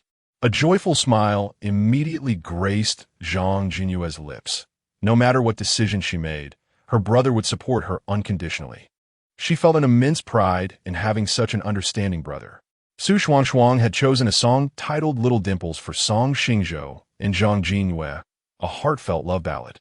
As they sang together, their unparalleled harmony revealed a tender affection that wafted through the air like a gentle drizzle, inevitably immersing listeners in endless reveries of beautiful love. Wei Zhe, keeping time with a lively rhythm, lightly tapped his knees, thoroughly enjoying their performance. Zhang Haoran playfully hooked his arm around Wei Zhe's neck, teasing, "Are you envious? Jealous? Should I introduce you to someone special?" With a look of disdain, Wei Zhe replied, "Forget it. Watching others in love is far more delightful." As for my own romantic endeavors, well, isn't my paper doll wife enough? As the song concluded, Zhang Haoran erupted into enthusiastic applause, exclaiming, "That was fantastic. This song was tailor-made for you." Song Xingzhou and Zhang Jinwu exchanged glances and shared a knowing smile. The air around them was imbued with a hint of romance, inevitably evoking memories of sweet and innocent first love. Zhang Haoran nudged Wei Zhe, "Son, it's your turn now. The next song is the one you chose." Wei Zhe flicked his hair back and struck a cool pose, announcing, "The future music deity has arrived. Please give me a warm round of applause." Although Wei Zhe struggled with social anxiety, he revealed a humorous side in the company of close friends. Song Xingzhou and Zhang Haoran cheered, "Music deity, music deity, music deity." Wei Zhe selected a challenging song titled Parting Song, and by the end, his voice had grown hoarse. Feng Qian entered the room with a grim expression. Concerned, Song Xingzhou asked, "What's wrong? Why do you look so unwell?" Feng Qian took a large gulp of beer and sighed. "The company has terminated my employment." Zhang Haoran looked astonished. "Weren't you promoted to supervisor due to your outstanding performance? How could they just fire you?" Feng Qian's face was etched with fatigue. What other reason could there be besides offending someone? Zhang Haoran's displeasure was palpable. That Chun Hui has quite the vindictive streak. How dare this petty rich kid act so arrogantly? I must teach him a lesson someday. The Zhang family was one of the 4 prominent families in Shanghai. Despite being a reckless youth, Zhang Haoran had extensive connections, ensuring he could make this issue right. Song Xingzhou took a sip of beer. Feng Qian's dismissal from the internet giant mirrored the events of his previous life. The subsequent developments saw Feng Qian struggling to find work in the city, leading him, in a fit of anger, to start a business alongside his friend. Song Xingzhou extended an olive branch. "Feng Qian, would you like to join my company?" Feng Qian looked at him in confusion. "You started a company?" Nodding, Song Xingzhou replied, "The Kong Group is establishing an investment subsidiary, and I am the head of that subsidiary. Would you like to work with me?" During their university years, Song Xingzhou and Feng Qian pursued dual degrees in computer science and finance, while Zhang Haoran and Wei Zhe opted for a singular focus on finance. Feng Qian expressed a hint of hesitation, stating that after graduation, he sought a position as a programmer, having only theoretical knowledge of the investment field. Song Xingzhou encouraged him, saying, "It matters not. You are a genius with an acute instinct for investments. I firmly believe you shall succeed." In their previous lives, Song Xingzhou and Feng Qian had founded an investment company where their robust expertise and keen business acumen rendered them formidable in the investment realm. Song Xingzhou's affirmation served as a powerful morale booster for Feng Qian, who confidently declared, "All right, let us boldly venture forth." With clenched fists, Song Xingzhou cheered him on. "Let's go." Feng Qian reciprocated by tapping his fist against Song Xingzhou's, echoing the sentiment. Zhang Haoran inquired, "Xingzhou, does your company still require investment? Perhaps I could contribute some funds?" Song Xingzhou shook his head, replying, "Unless you join us in this venture, it is out of the question." Zhang Haoran hesitated, stating, "I am the second son of the Zhang family, and you are the second son of the Kong family. It might not be appropriate for us to start a company together." "Why should that matter? The Zhang and Kong families have always maintained a cordial relationship. Establishing a company together would be quite beneficial. It is not as if we would be bound to perpetual collaboration. As the saying goes, there are no eternal enemies, only eternal interests. Are you not concerned that the Zhang and Kong families might turn against each other for the sake of profit? Would you allow familial conflicts to sever our friendship?" Zhang Haoran promptly denied, "Of course not." With a smile, Song Xingzhou asked, "Then what are you worried about?" After a moment of contemplation, Zhang Haoran took a hearty sip of beer and replied, "The reason I appear so carefree is that I do not pose any threat to the position of heir. Once I achieve success, I fear my elder brother might suspect me of usurping power, leading to adverse consequences for me." Song Xingzhou advised, "Haoran, do you believe that relinquishing the heir's position will grant you peace of mind? As long as your parents are alive, your elder brother would not dare act against you. However, once they are gone, do you truly believe your brother would willingly support you? You have relied on dividends for your livelihood. What if one day your brother desires the shares you hold? How would you contend with him?" Zhang Haoran's handsome face turned pale as Song Xingzhou's incisive words pierced through his hidden anxieties. In affluent families, it is not uncommon for brothers to become bitter adversaries. Although Zhang Haoran's brother currently shows no interest in his shares, there is no guarantee this sentiment will persist. Su Shuangshuang gently placed her delicate hand over Zhang Haoran's, assuring him, "No matter what you decide, I will unwaveringly support you." Zhang Haoran leaned down and kissed her hand, saying, "Shuang, I truly adore you." As Song Xingzhou observed the affectionate couple, a flicker of concern crossed his eyes. In their past lives, Zhang Haoran's brother had resorted to nefarious means to seize the shares held by Zhang Haoran, ultimately leading to their separation and placing Zhang Haoran in peril. Had it not been for Song Xingzhou and Feng Qian dispatching individuals to safeguard him, he would have long since met his demise at the hands of his own brother. Zhang Haoran resolved, "Xingzhou, I shall stand alongside you." Wei Zhe made his own vow, stating that if ever there arose a need for his assistance, they should not hesitate to ask. Song Xingzhou smiled gently, replying, "Then allow me to express my gratitude in advance, future esteemed author." In his previous life, Wei Zhe had authored several best-selling novels, amassing a fortune from a sale of their rights. Flattered by the praise, Wei Zhe chuckled, "Oh, you flatter me." Just as they were deliberating the company's strategy, an uninvited guest forcefully kicked open the door to the private room. "Feng Qian, how dare you speak ill of Tong Tong? I will not let this slide." Chapter 85. Zhang Jinyue's dominant protection of her husband suddenly.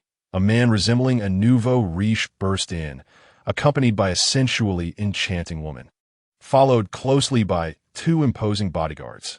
The man, named Chen Hui, sported a slicked-back hairstyle and adorned himself with gold chains, his entire attire emblazoned with conspicuous designer labels, as if he were a walking advertisement for wealth.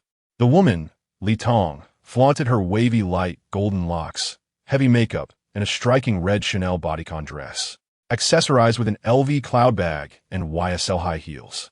The air around her was rife with a certain sultriness, a stark contrast to her previously pure and dignified image. Upon Chen Hui's arrival, Song Xingzhou and the others immediately rose from the sofa, sensing the hostility emanating from him. Li Tong cast a disdainful glance at Feng Qian, her eyes brimming with loathing, wishing him to vanish at once.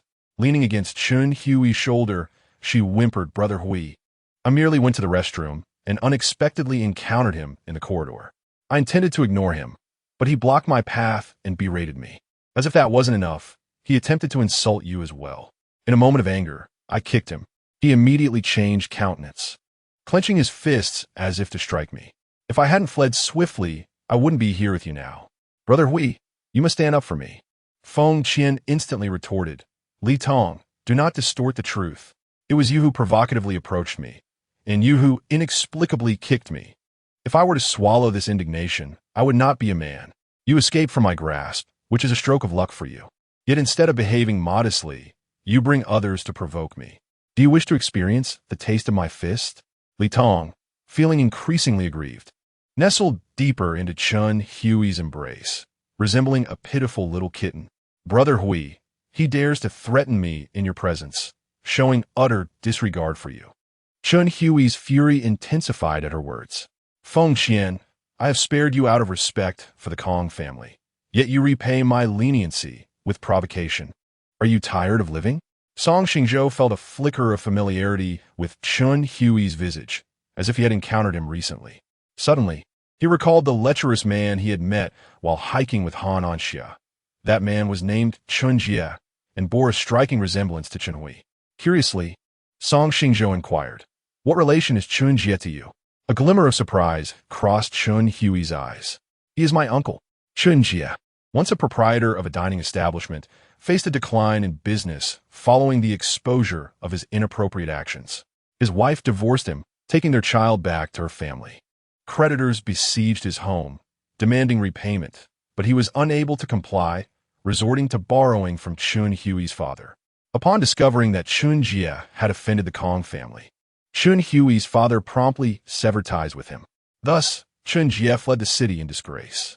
Understanding dawned upon Song Xingzhou as he nodded. "No wonder you both exude a similar lecherous air. It seems you are uncle and nephew. Chun Hui, now seething with rage, exclaimed, "How dare you, you little punk? Do you wish to test my patience? I'll make you regret those words." Disliking the vulgarity, especially the profane mention of mothers, Song Xingzhou swiftly grabbed a beer bottle and hurled it at Chun Hui's head. Unexpectedly, Zhang Jinyue was quicker than him, splashing the beer from her cup onto Chun Hui. "Who do you think you are? You have no right to insult him. Damn it! How dare you splash me? Are you tired of living?" Chun Hui glared at Zhang Jinyue with a face full of fury, but as he caught sight of her breathtakingly beautiful face, his expression morphed into one of greed. "Hey, you're not bad looking at all." He rubbed his hands together, his eyes filled with a predatory glint as if he intended to strip her of her garments. "How about this? If you spend the night with me, I'll spare their lives." Zhang Jinyue, shedding her usual aloof and cold demeanor, snatched the beer bottle from Song Xingzhou's hands and brought it down forcefully upon Chun Hui's head. "Take a good look at yourself. Do you think you deserve this?" A large gash opened on Chun Hui's head, blood streaming profusely. Li Tong screamed, pointing an accusatory finger at Zhang Jinyue. "You vile woman. Brother Hui offered you a chance to be with him out of respect, and instead of showing gratitude, you injure him. Prepare for the Chun family's retaliation." Upon entering the private room, Li Tong immediately spotted the ethereal beauty of Zhang Jinyue, and a sense of foreboding washed over her. Chun Hui possessed the baser instincts of men. When faced with beauty, he lost all composure. No matter how well she dressed, she paled in comparison to Zhang Jinyue. If Chun Hui were to pursue someone else, her brother's dowry would be at stake. Initially intending to sow discord, she was taken aback when Zhang Jinyue struck Chun Hui. Haha, the goddess of victory still favored her. Li Tong shouted to the bodyguards behind her, "What are you all standing there for? Brother Hui has been attacked by this shameless woman. Retaliate immediately." Li Hui waved his hand dismissively. "I'm fine. Don't act on your own accord." He wiped his face and regarded Zhang Jinyue with an exploratory gaze, as if she were a novel toy. "Woman, you have successfully captured my attention. Will you be my girlfriend?" Song Xingzhou and the others looked at the bloodied Chun Hui with expressions of disbelief. He might look presentable, but his intellect was clearly lacking. In a flash, Zhang Jinyue seized the beer bottle from the coffee table and hurled it at Chun Hui's head. "Get lost." Song Xingzhou tugged at Zhang Haoran's sleeve and whispered, "Your sister is too ruthless." Zhang Haoran wore a bitter expression. "My sister can't hold her liquor. When she gets drunk, she becomes wild." Chun Hui has walked right into a trap. Chun Hui was thoroughly enraged, shouting, "You filthy woman. I'll let it slide this time because you're pretty. Don't mistake my restraint for weakness." He then called to the bodyguards, "Give them a thorough beating." "Yes." The bodyguards nodded in agreement. One of the bodyguards clenched his fist and charged at Zhang Jinyue, only to have his fist intercepted by Song Xingzhou. "You dare to strike such a celestial beauty? Don't you know to cherish delicate flowers?" The bodyguard, unwilling to engage in further conversation with Song Xingzhou, raised his other fist to strike at Song Xingzhou's abdomen, but Song Xingzhou caught it with his other hand. Subsequently, he lifted his leg and delivered a powerful kick to the bodyguard's knee, causing the bodyguard to stumble. At that moment, Song Xingzhou heard Zhang Jinyue's urgent voice, "Xingzhou, be careful behind you." Another bodyguard seized a beer bottle from the coffee table, aiming to strike Song Xingzhou on the back of his head. The bodyguard, poised to deliver a blow mere centimeters from his target, found his attack thwarted by Zhang Jinyue's intervention. With a swift motion, Song Xingzhou tilted his head to the right, narrowly evading the lethal strike. Zhang Jinyue raised a tray from the coffee table and swung at the bodyguard's head, exclaiming, "How dare you harm Xingzhou? I will not let you escape unscathed." Song Xingzhou was her beloved, and she could scarcely bring herself to utter a harsh word against him. How dare this bodyguard lay a hand on him? She was determined to ensure that the assailant would pay a grievous price for his actions. Chapter 86. Who on earth dared to disturb the ground beneath the Tai Sui? Caught off guard, the bodyguard was struck squarely by Zhang Jinyue.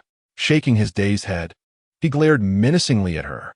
Zhang Haoran tugged at Zhang Jinyue's arm, pulling her behind him protectively. He provocatively challenged, "What kind of skill is it to hit a woman? If you have the guts, take me on instead." The bodyguard clenched his fists, a sinister expression overtaking his face as he lunged toward Zhang Haoran. As Zhang Haoran ducked to evade the attack, he instructed Zhang Jinwei, quickly go find the KTV staff with Shuang Shuang. He understood all too well that his meager skills were no match for a trained bodyguard. This KTV was a property of the Kong Group, and the young master of the establishment could not be humiliated in his own territory. The staff would not let this transgression go unpunished. Moreover, Zhang Jinwei and Su Shuang were merely defenseless girls. Remaining here would only entangle them further in conflict. It was far wiser to leave promptly. Chun Hui pounced on Zhang Jinwei like a rabid dog, exclaiming, "You think you can just hit me and run away? There is no such easy deal in this world. Get away from me." Zhang Jinwei furrowed her brow and kicked towards Chun Hui's vulnerable region. Chun Hui let out a cry, collapsing to the ground while clutching his groin.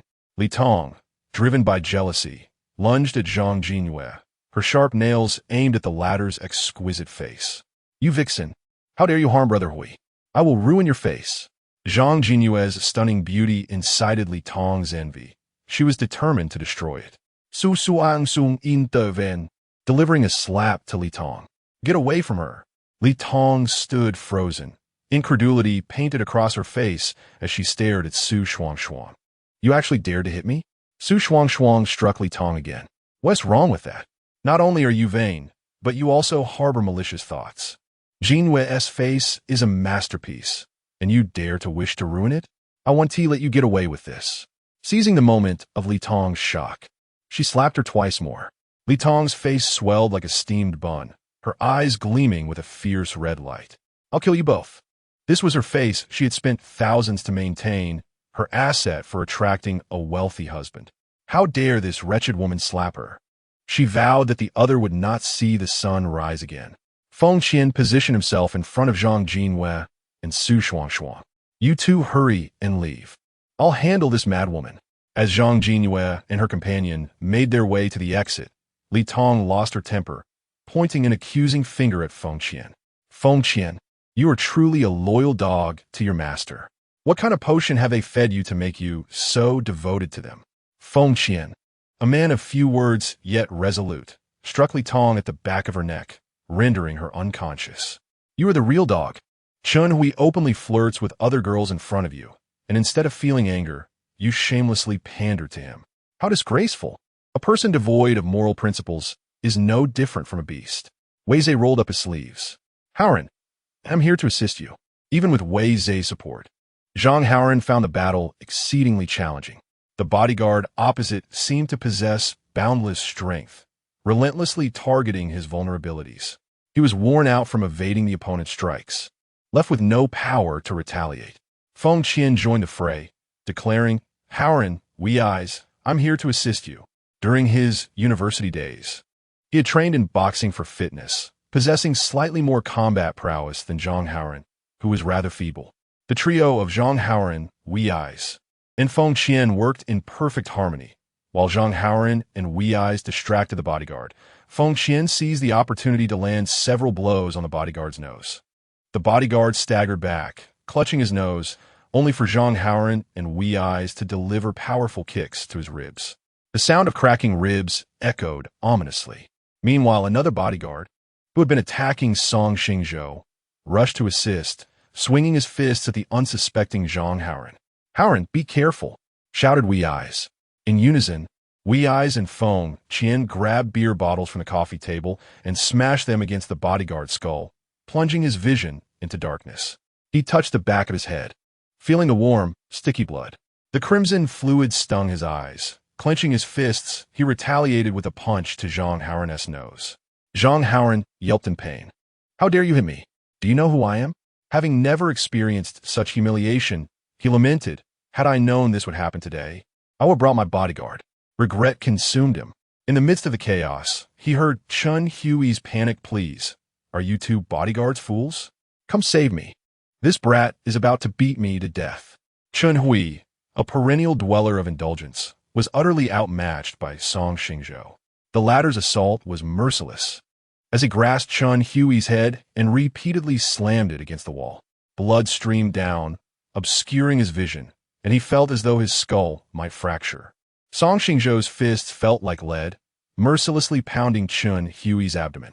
Chun Hui spat blood and shouted in desperation towards the bodyguards, "Hurry and come help me. I'm going to be killed." Responding to his cries, the two bodyguards rushed in, aiming blows at Song Xingzhou's back. Swiftly, Song Xingzhou switched places with Chun Hui, resulting in the bodyguard's fist striking Chun Hui instead. Enraged, he bellowed, "I hired you to protect me, not to beat me." Improperly, using Chun Hui as a human shield, Song Xingzhou found himself momentarily shielded from the bodyguard's attacks. Wei Eyes and Feng Qian took advantage of the confusion to launch a surprise attack, granting Song Xingzhou a moment to regroup. Seizing Chun Hui's head, he forcefully slammed it against the wall, employing all his strength. Chun Hui let out a harrowing scream, collapsing to the ground in a heap. Turning his attention to the remaining bodyguards, Song Xingzhou thrust his index and middle fingers sharply into one bodyguard's eye, blinding him instantly. Blood poured from the sockets like tears. The other bodyguard hesitated for a brief moment, and Zhang Haoran seized the chance to tackle him. "Xingzhou, this guy hit my nose. Teach him a lesson." Without hesitation, Song Xingzhou lunged forward, grasping the bodyguard's head and smashing it against the ground with a resounding thud. A crisp sound intertwined with the fervent melodies, creating an oddly harmonious sensation. At that moment, Zhao Long and Zhao Hu burst in, exclaiming, "Young master, we have come to assist you." Initially, they intended to stay close to Song Xingzhou. However, the latter deemed the KTV a stronghold of the Kong family, asserting that no one would dare challenge him, thus instructing his brothers to wait in the car. While Zhao Long ventured to the restroom, he noticed Zhang Jinhua anxiously rushing towards the front desk. Sensing something amiss, he quickly approached to inquire about the situation. Upon learning that there was a commotion in Song Xingzhou's private room, a surge of fury ignited within Zhao Long. Who on earth is the fool that dares to disturb the tranquility in such a sacred place? Chapter 87. It's all that scoundrel Li Tong's fault for tempting me. He immediately called Zhao Hu, and the two rushed into the private room to protect Song Xingzhou. By the time they burst in, the battle had reached its conclusion. Li Tong lay unconscious at the doorway, while Chun Hui and two bodyguards groaned in agony on the floor, clutching their wounds. Zhao Long and Zhao Hu exchanged glances and quickly approached Song Xingzhou to offer their apologies. Zhao Long said, "Young master, we're truly sorry for our tardiness." Zhao Hu added, "Young master, are you injured? Do you need me to summon a doctor?" As they fussed over Song Xingzhou's well-being, Zhang Jinhua, like an arrow released from a bow, pushed past the two burly men to reach his side. Her face was etched with concern as she anxiously inquired, "Xingzhou, how are you? Are you hurt anywhere?" Song Xingzhou smiled lightly, appearing nonchalant. "Me fine." Zhang Jinhua remained unconvinced, her beautiful eyes wide with worry as she scrutinized him from head to toe. Upon noticing the redness in his finger joints, she exclaimed, "Your hand is injured." Song Xingzhou raised his hand to take a look and casually replied, "It's merely a bit of redness. It's a normal reaction after striking someone. It will subside shortly." Zhang Jinhua, still skeptical, asked, "Is that true?" "Indeed. If you don't believe me, would you like to check for yourself?" Zhang Jinhua's anxious demeanor prompted Song Xingzhou to tease her. She carefully examined his right hand, and apart from the redness, it appeared no different than usual. She bent his index finger slightly. The joints moved freely without any dislocation. Song Xingzhou demonstrated the flexibility of his fingers before her, saying, "See, my fingers are perfectly agile. There's nothing wrong." Only then did Zhang Jinhua feel reassured. She threw herself into his embrace, trembling as she said, "Xingzhou, I'm so relieved you're okay. I rushed to the front desk with all my might, terrified something dreadful might happen to you." That was the fastest she had ever run. Once she confirmed Song Xingzhou was unharmed, she realized her thighs were sore and heavy. Zhang Haoran complained, "Sister, you're such a color-loving person. I'm injured, and yet you don't show any concern for me." Zhang Jinhua rolled her eyes internally, thinking, "I certainly don't want to interrupt your romantic escapades with Shuang Shuang." Su Shuang Shuang helped Zhang Haoran to the sofa, then pressed a tissue against his bleeding nose. "Haoran, besides your nose, are there any other injuries?" Zhang Haoran feigned pity. "I'm in pain all over. Had you been even a moment later, you wouldn't have seen your dear husband anymore. Su Shuang's expression was filled with concern. Darling, I'll take you to see a doctor right away. Just as the young couple exchanged tender words, Chun Hui sprang up from the ground and dashed towards the door with all his might. Just a step away from the exit, Li Tong grabbed his pant leg and pleaded, Brother Hui, take me with you. Without hesitation, Chun Hui kicked him away, shouting, Get lost. Li Tong lay on the ground, despairingly watching Chun Hui's retreating figure. Hui Ge, you promised you would marry me. How could you treat me like this? Chun Hui, in a state of panic, had scarcely taken a few steps before he encountered the arriving security personnel. Zhao Long shouted, Catch him. The security team acted in unison, swiftly apprehending Chun Hui. Chun Hui threatened, I am Chun Hui. My father is Chun Jiangwo, the chairman of the Chun Group. Let me go if you know what's good for you. Zhao Hu scoffed dismissively, Chun Jiangwo. Who is that insignificant nobody? I've never even heard of him. Zhao Long pondered momentarily, recalling, I seem to remember a name. Wasn't it one of the young master's friends who ended up at the police station after Brawl? That must be him. Zhao Hu exclaimed in surprise. Really? Could it be this kid? Chun Hui sensed something amiss. What? What is your connection to the Kong family? Chun Jiangwo was deeply fond of his son. Upon seeing Chun Hui, battered and bruised, he felt a pang of sorrow and vowed to make Feng Qian pay dearly. However, Song Xingzhou, the president of the Kong Group, approached him, hoping he would show leniency for the sake of their business ties. The Kong Group was a premier enterprise in Modu, with countless companies eager to collaborate. If they could ally with such a powerful entity, the future of the Chun Group would be limitless. Chun Jiangwo promptly acquiesced. Shen Yui, unable to contain his anger, caused a scene at home. Chun Jiangwo slapped him, warning him not to provoke Feng Qian, who had the Kong family backing him. The Kong family was the foremost among the four great families of Modu, wielding a complex web of connections in both political and business realms. Over the years, those who had offended the Kong family had met with dreadful fates, some never to rise again, while others lost their very lives. Zhao Long patted Chun Hui's face. You fool. You should have understood the situation before throwing punches. Now you've angered the king of hell, haven't you? Chun Hui's face drained of color. The young master you speak of. Is he from the Kong family? Who else could it be? Chun Hui crumpled to the ground, realizing it was all over. He then knelt on both knees, bowing deeply to Song Xingzhou. I did not know you were the second young master of the Kong family. Ignorance is no excuse for a crime. Please, spare me. Song Xingzhou regarded Chun Hui as if he were air, stepping around him to sip from a glass on the coffee table. Seeing that Song Xingzhou was ignoring him, Chun Hui quickly shifted his focus. With a sycophantic smile directed at Feng Qian, he said, Qian Ge, I was blind to your stature and did not realize you were a friend of the young Master Song. I sincerely apologize for my actions. I should not have entangled myself with your girlfriend, nor should I have troubled you. I beg you to spare my life. My family has immense wealth. We can offer you anything you desire. Please, speak a good word for me in front of young Master Song and let me live. Feng Qian casually mentioned a figure. I want 10 billion. Will you give it to me? Shen Yui hesitated, realizing that Feng Qian was asking for an exorbitant sum that the Chun family's accounts simply did not possess. Unless the company is sold, the sum cannot be gathered. His face blossomed with a smile akin to a chrysanthemum. 1 billion is excessively extravagant. Could it not be reduced? Feng Qian mocked, so? It turns out your life is worth less than 1 billion. Chun Hui chuckled awkwardly. Indeed, indeed. My life is even less valuable than that of a dog. How about 100 million? If you agree, I shall immediately have my father generate the funds. To Feng Qian, this rustic fellow was being generously regarded by receiving such an amount. Were it not for his close association with the second son of the Song family, he would have long since perished in prison. His father had instructed him to ensure that Feng Qian suffers a torturous demise behind bars. A flicker of disdain crossed Chun Hui's eyes, swiftly noted by Feng Qian's keen gaze.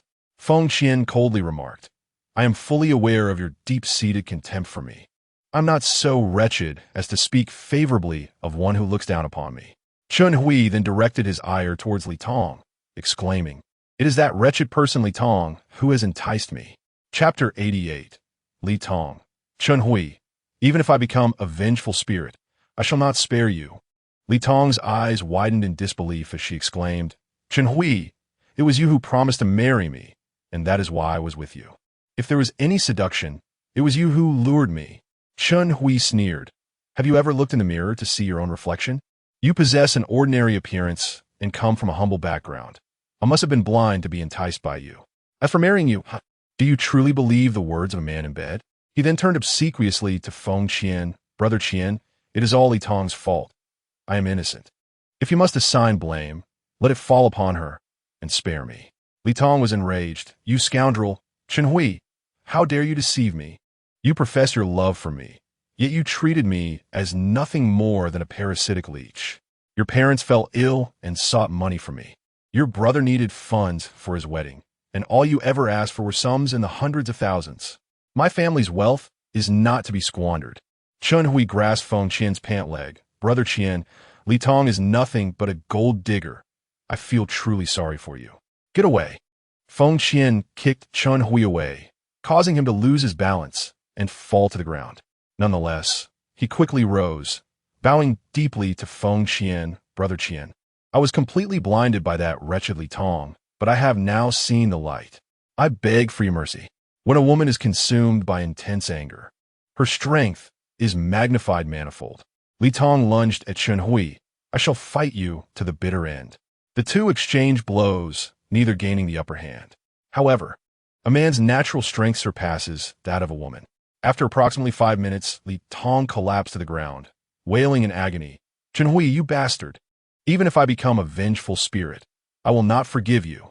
Chen Hui, invigorated by the altercation, retorted, You are nothing but a harbinger of misfortune.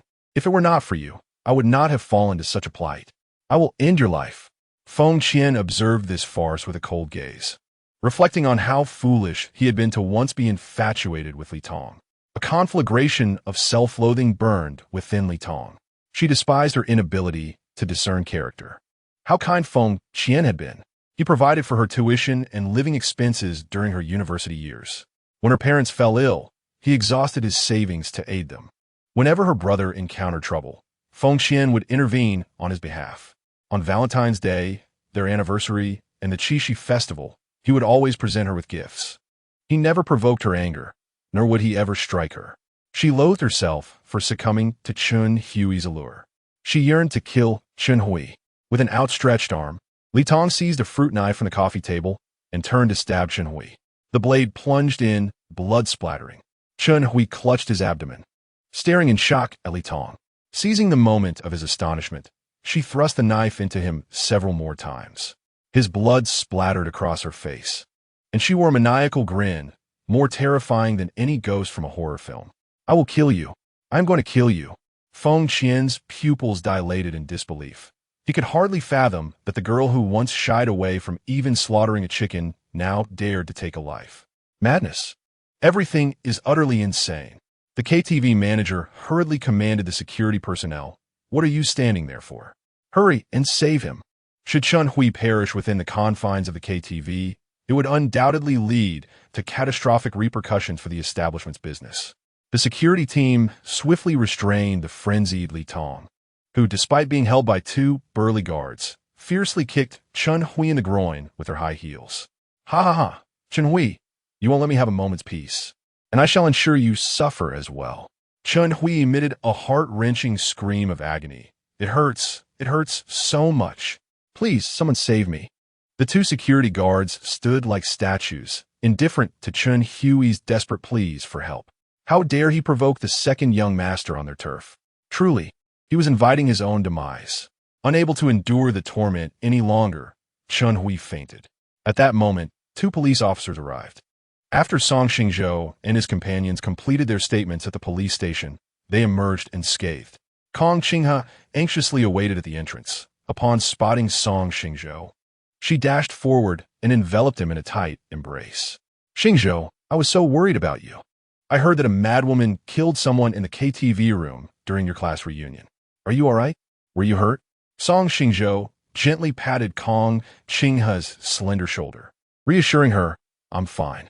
Within a week, Song Xingzhou found himself at the police station twice, feeling somewhat unfortunate and considering visiting a temple to pray for good fortune. Li Tong's frenzy surpassed his expectations. The petite Li Tong, driven by fury, unleashed an unprecedented strength, stabbing Chun Hui over 20 times. Even when restrained, she continued to kick at Chun Hui's groin repeatedly. In Song Xingzhou's eyes, even if Chun Hui miraculously survived, his manhood would likely be irreparably damaged. Zhang Haoran approached Song Xingzhou. Xingzhou, em sore. Song Xingzhou looked at Zhang Haoran in confusion. It's not your fault. Why are you apologizing? Zhang Haoran scratched the back of his head. I chose Xinghua KTV as the venue. Had I known this would happen, I would have selected otherwise. I'm truly sorry for affecting your good mood. As the second young master of one of the 4 prominent families in the city, Zhang Haoran understood well the formidable nature of Kong Qinghe. Rather than allowing her to direct her anger towards the Zhang family after learning the details, it was wiser to preemptively apologize. Kong Qinghe, being astute, grasped the implications of Zhang Haoran's words. Haoran, Xinghua KTV is the finest in the city. Your choice as a gathering place is entirely justified. I want to hold you accountable. Zhang Haoran exhaled in relief. That's a relief. He then turned to Song Xingzhou. Given the tumultuous events today, everyone is weary. Let us reschedule our gathering for another day. Song Xingzhou nodded in agreement. Zhang Jinhua examined Song Xingzhou's hand closely. Upon noticing the fading red marks on the back of his hand, her exquisite face blossomed into a warm smile, which had previously vanished. Song Xingzhou nodded, remarking, "See? I haven't deceived you." His prowess in combat was remarkable. Whether facing one opponent or a multitude, he exhibited no fear. Zhang Jinhua placed a hand over his lips, expressing her hope for his well-being. A gentle smile graced Song Xingzhou's lips as he replied, "Very well, I shall prioritize my safety henceforth." Satisfied, Zhang Jinhua smiled warmly and waved goodbye, saying, "Xingzhou, until next time." Song Xingzhou waved back, echoing, "Until next time." Zhang Haoran, Zhang Jinhua, and Su Shuang then entered the Maybach that had come to collect them. As soon as Zhang Haoran settled into his seat, he promptly called his father, stating, "In any case, that's the situation. Dad, the Chun Group is merely a small company worth a few $100 million, yet they dare to act recklessly on the Kong family's territory. They clearly do not regard the Zhang family highly. It is time to show them our strength." Chapter 89. I share no affinity with you wealthy individuals. Song Jinwan and Song Liu Ruyan approached Song Xingzhou. With genuine concern, Song Liu Ruyan inquired, "Brother Xingzhou, are you all right? I heard that someone went on a rampage in your private room. Were you affected in any way?" Song Jinwan scrutinized Song Xingzhou, noting his slightly disheveled hair, unblemished face, intact limbs, and unscathed attire, exuding an aura that commanded respect. Song Xingzhou's previously fierce demeanor softened a bit as he reassured them, "I am fine. There is no need for concern." A flicker of doubt crossed Song Liu Ruyan's eyes. "Are you certain?" With a playful gesture, Song Xingzhou gently tapped her nose. "Of course, it's true. Would I deceive you?" He then stretched his limbs. "See, I am neither missing an arm nor a leg, and I bear no scars. You can rest easy." Song Liu Ruyan placed her hand over her heart, exhaling deeply. "That is such a relief. I was almost beside myself with worry in the car, fearing for your safety." The tension in Song Jinwan's heart finally eased. It was a relief to hear he was unharmed. Feng Qian and Wei Zhe approached Kong Qing. He to greet her. Feng Qian said, "Aunt Kong, I am Feng Qian, and this is Wei Zhe. We are university roommates of Xingzhou.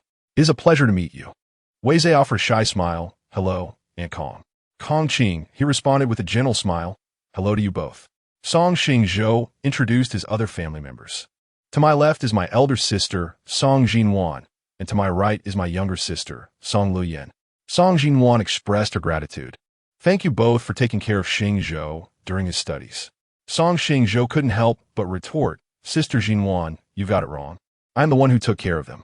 Feng Qian playfully covered Song Xingzhou's mouth while Wei Zhe chuckled. "We're just good friends living in the same dormitory. Looking after each other is only natural." Song Liu Ruyan stifled a laugh. Song Xingzhou hastily swatted Feng Qian's hand away. "Pa. Feng Qian, have you washed your hands after using the restroom? Your hands smell foul." Feng Qian, feeling embarrassed. wished he could vanish into thin air. Gritting his teeth, Song Xingzhou, if you keep talking, no one will mistake you for mute. Wei Zhe quickly defended his friend. Feng Qian is famously tidy in our dorm. Don't listen to Song Xingzhou's nonsense. Song Ruyan burst into laughter. Haha, brother, your two roommates are quite amusing. Feng Qian playfully draped his arm over Song Xingzhou's shoulder. Xingzhou, your family members are as lovely as stars. You truly are fortunate. Song Xingzhou puffed out his chest with pride. Of course, I am quite handsome myself. My family's looks must be equally remarkable. Wei Zhe playfully punched Song Xingzhou's chest. You keep inflating your own ego. Exchanging glances, Feng Qian and Wei Zhe silently conveyed their intention to depart. Feng Qian said, Xingzhou, we are leaving now. Let us gather again another day. Wei Zhe added, next time, let us choose an auspicious day to indulge ourselves. Kong Qing, he inquired, how will you be getting back? Feng Qian replied, we will take a taxi. Kong Qing, he glanced at her watch, noting that the hour hand pointed toward 11 o'clock. It is already 11 o'clock in the evening, and it is quite difficult to hail a cab. If you do not mind, I can have a driver take you home. Kong Qinghe pointed to the Rolls-Royce Phantom parked on the opposite side of the road. Feng Qian and Wei Zhe quickly waved their hands in refusal. Song Xingzhou stretched out his arm over their shoulders, urging, please do not decline. Do not forget to message me when you arrive home safely. Feng Qian replied, you have only one car. If you let us use it, how will you get back later? No sooner had he spoken than a stretched Lincoln pulled up behind the Rolls-Royce Phantom. Song Xingzhou pointed to the Lincoln, saying, of course, we will take a car back. Feng Qian gritted his teeth, declaring, I cannot stand being in the company of you wealthy individuals. Wei Zhe playfully kicked Feng Qian, laughing. Feng Qian loves to make cold jokes in front of us. Just ignore him. Kong Qinghe smiled. We reside at the Gemini Manor. Do come by often. Vajan nodded enthusiastically, absolutely, Auntie, goodbye. The Rolls-Royce Phantom slowly approached them. Feng Qian and Wei Zhe waved before getting into the back seat. Gongqing remarked, Xingzhou, your roommates are quite the characters. Song Xingzhou scratched the back of his head bashfully. They are quite troublesome. I apologize for the embarrassment. At Gemini Manor, Song Xingzhou knocked on Kong Qinghe's bedroom door. The one who opened it was Song Lian, dressed in a pink nightgown. Surprised, she exclaimed, Brother Xingzhou, why are you still awake at this hour?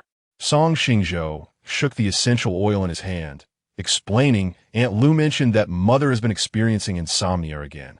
So I wanted to help her with a massage. Song Lian glanced at the unmarked essential oil in Song Xingzhou's hand and thought to herself that their mother suffered from severe insomnia. And essential oil massages would have no effect. Only sleeping pills could assist her. Song Xingzhou nodded, I'm aware of that. But Mother has developed a tolerance to sleeping pills, and long-term use is detrimental to her health. I wish to explore other methods of aiding her sleep. This essential oil is my own formulation, and with my precise massage technique, it will surely provide her with restful sleep. Song Lian blinked her large, puzzled eyes, questioning, just this little essential oil? Song Xingzhou responded earnestly, indeed. Song Lian cautioned, brother, perhaps you do not fully grasp the severity of Mother's insomnia. She once invited the most renowned female masseuses globally to help her, and it had no effect. Please do not tire yourself. Song Xingzhou remained resolute, stating, I want to give it a try. Song Lian tousled her messy hair and stepped aside, conceding, do as you wish, but if it does not work, do not come crying to me. Amused, Song Xingzhou patted her head, I understand. Thank you for the reminder. Song Lian playfully glared at Song Xingzhou, saying, oh, I told you not to pat my head.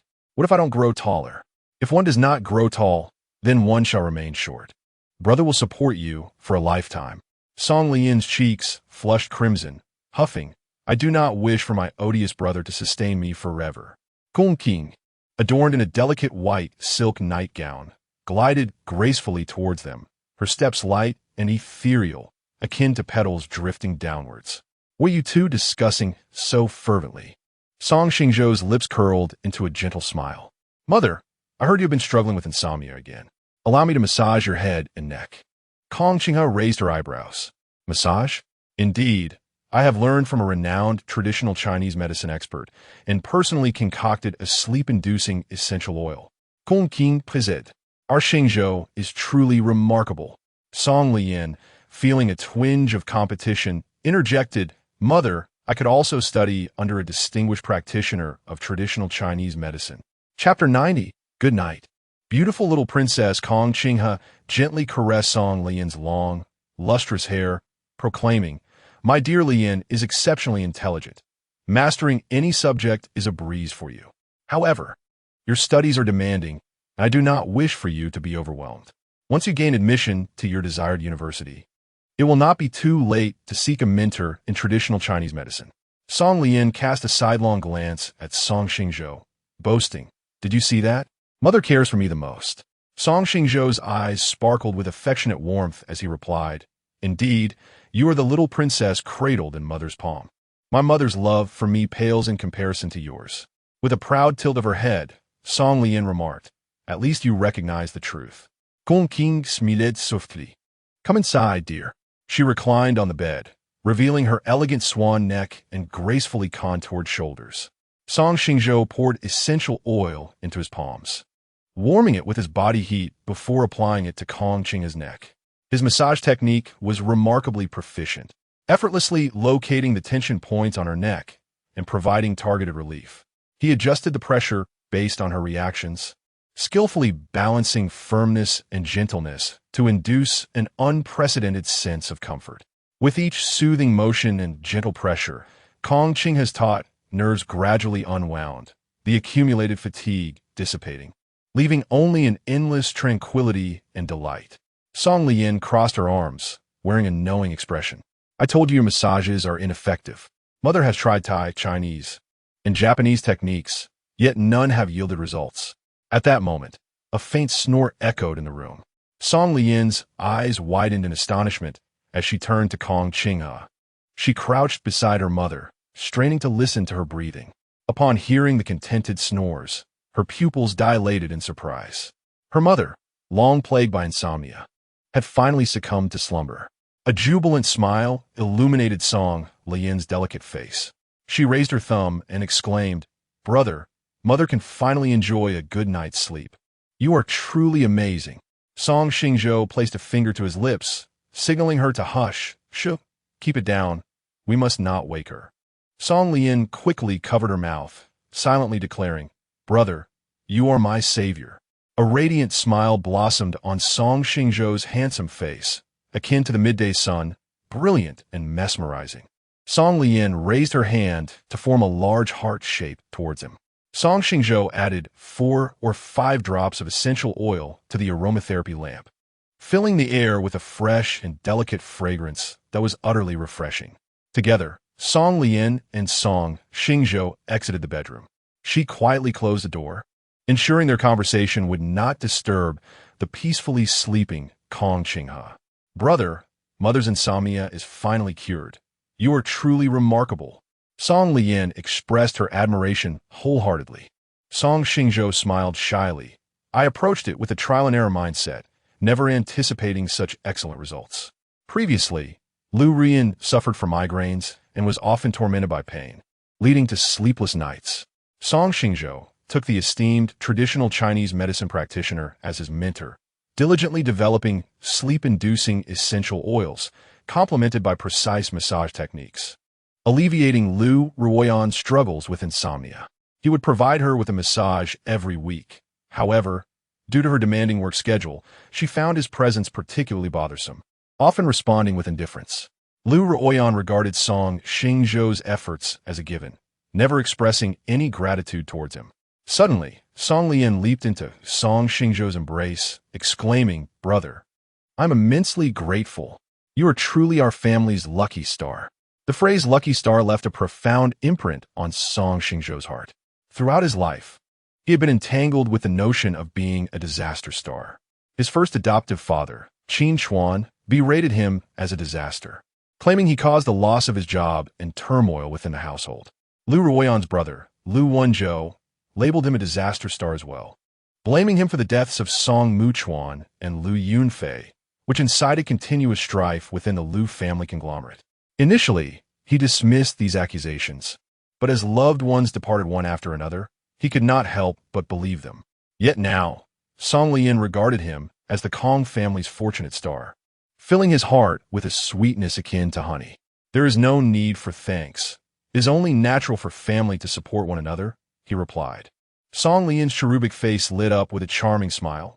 Hee, Brother Xingzhou, I've been under tremendous study pressure lately and haven't been sleeping well. Could you give me a massage? Of course. Would you like me to assist you now? Song Lian's eyes sparkled with excitement. Absolutely. Brother Xingzhou, I adore you. Song Xingzhou felt an immense sense of satisfaction and said, Then let us go. As he walked towards her room, he listened to her praises. After half an hour of massage, Song Lian had drifted into a gentle slumber. Song Xingzhou tenderly ran his fingers through her tousled hair and carefully tucked the blanket around her. Just as he withdrew his hands, she grasped his wrist and whispered, Brother Xingzhou, these past 2 months have felt like a dream. You returned, my studies have improved, and Mother has shown me more affection. Her insomnia seems to be alleviated. Truth be told, these 2 months have been more vibrant than any dream. Our lives will continue to flourish, Song Xingzhou reassured her gently. A flicker of doubt crossed Song Lian's eyes. Brother Xingzhou, could it be that what I've experienced is merely a dream within a dream? He playfully poked her forehead. Silly girl, was the pain from the massage just now a figment of your imagination? Song Lian suddenly realized, oh right, it was quite painful. If it were a dream, I would have woken up from the discomfort long ago. She then pouted, you biased brother. Why are you so gentle with Mother during her massages? Yet so firm with me? Everyone has different thresholds for pain. Mother is sensitive, but you, my dear, you have tough skin and flesh. If I don't apply sufficient pressure, it won't be effective. Is that really true? Absolutely, more genuine than gold. However, by the end of the massage, I felt incredibly comfortable. Song Xingzhou added 4 or 5 drops of essential oil to the aroma lamp by the bedside. It was getting late, time to sleep. As you have class tomorrow. Song Lian hesitated and said, Brother, could you wait until I fall asleep before you leave? Since the age of 3, she had been sleeping alone. She longed for the companionship and affection of her parents, yet they were always too occupied for her to voice her feelings. Now, however, she felt an overwhelming sense of comfort and relaxation.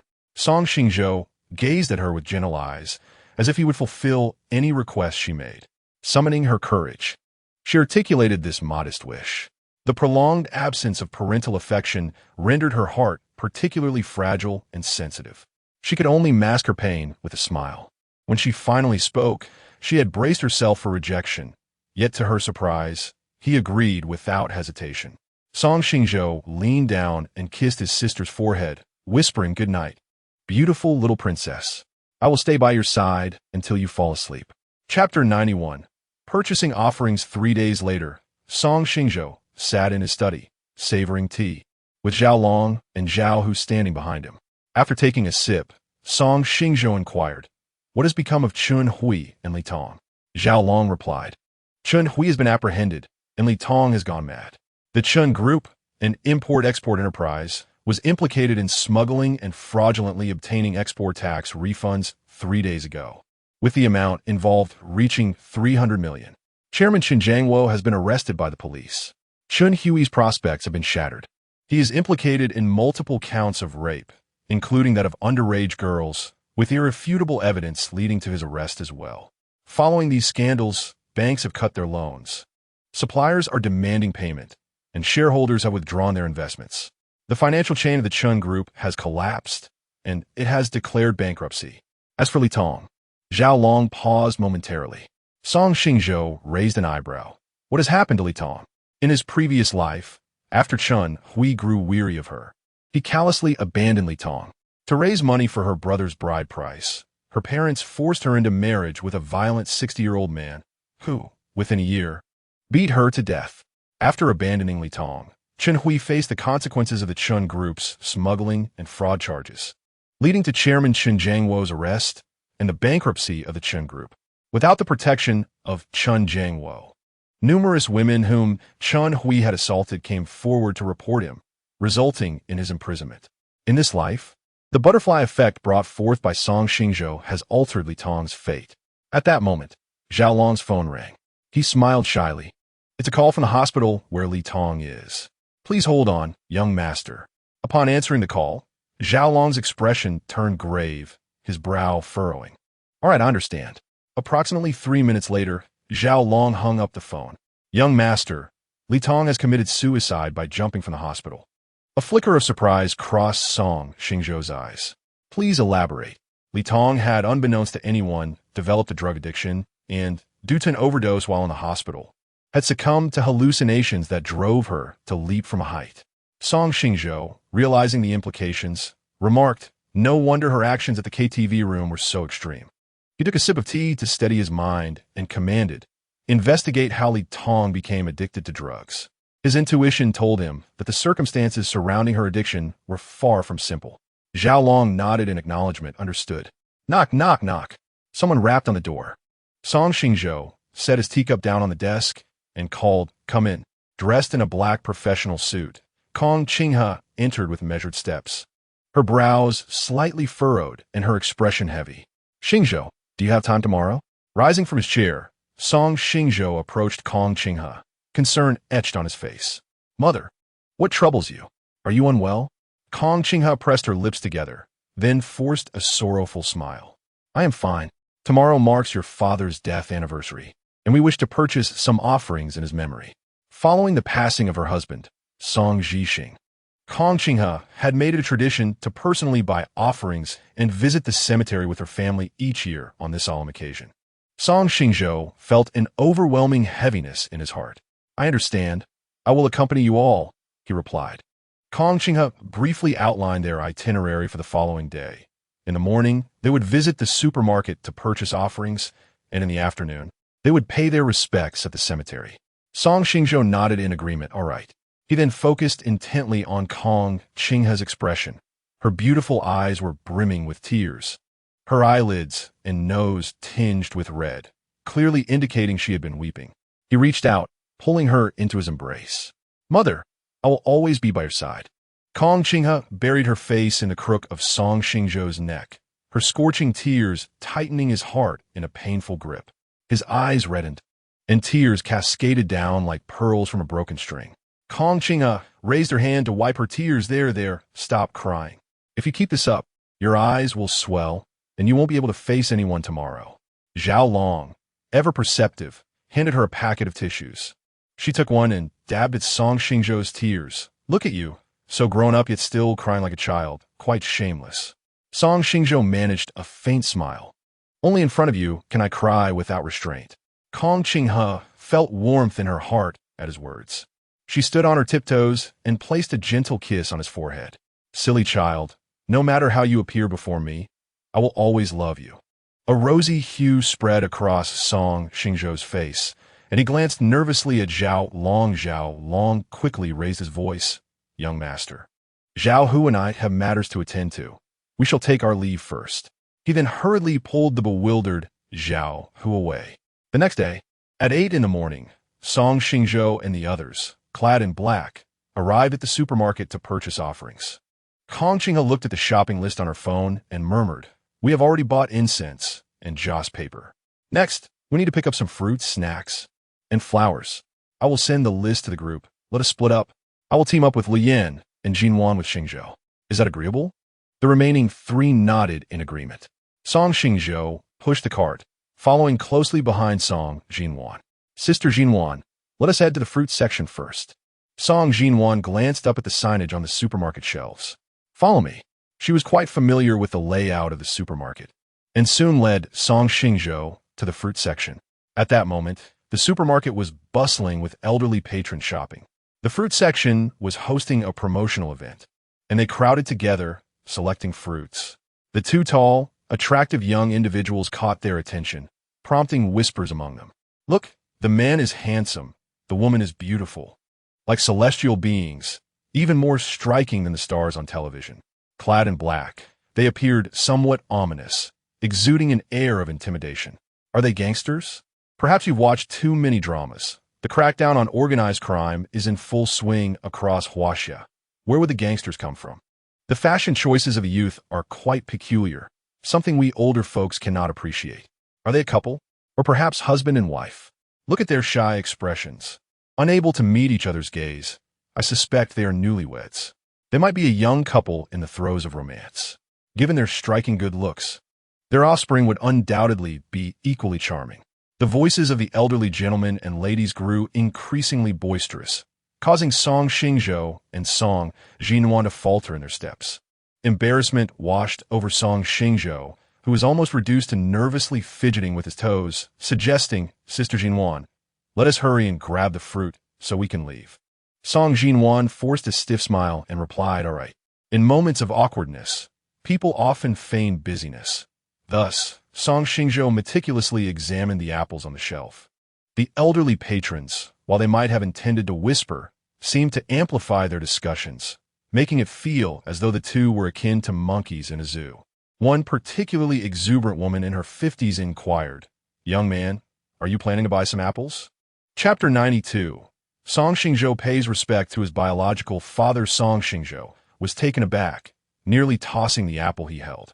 He inhaled deeply and replied nonchalantly, "Indeed." The elderly lady suggested, "The apple in your hand is not only expensive but also somewhat sour. Look over there, the apples on that shelf offer better value." She pointed towards the apples on the opposite shelf, surrounded by several elderly men and women. Gratefully, Song Xingzhou set down the apple. "Thank you. We shall visit that section shortly." The lady's eyes sparkled with curiosity. "Are you two a couple?"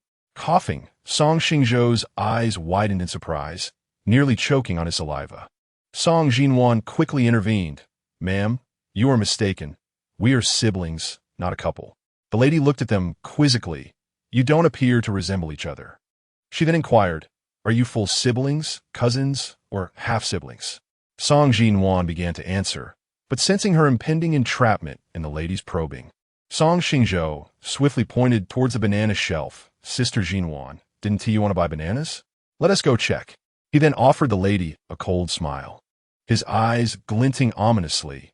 "Madam, is your curiosity particularly excessive? Perhaps you should find a fan to cool yourself." The lady recoiled, a chill running down her spine.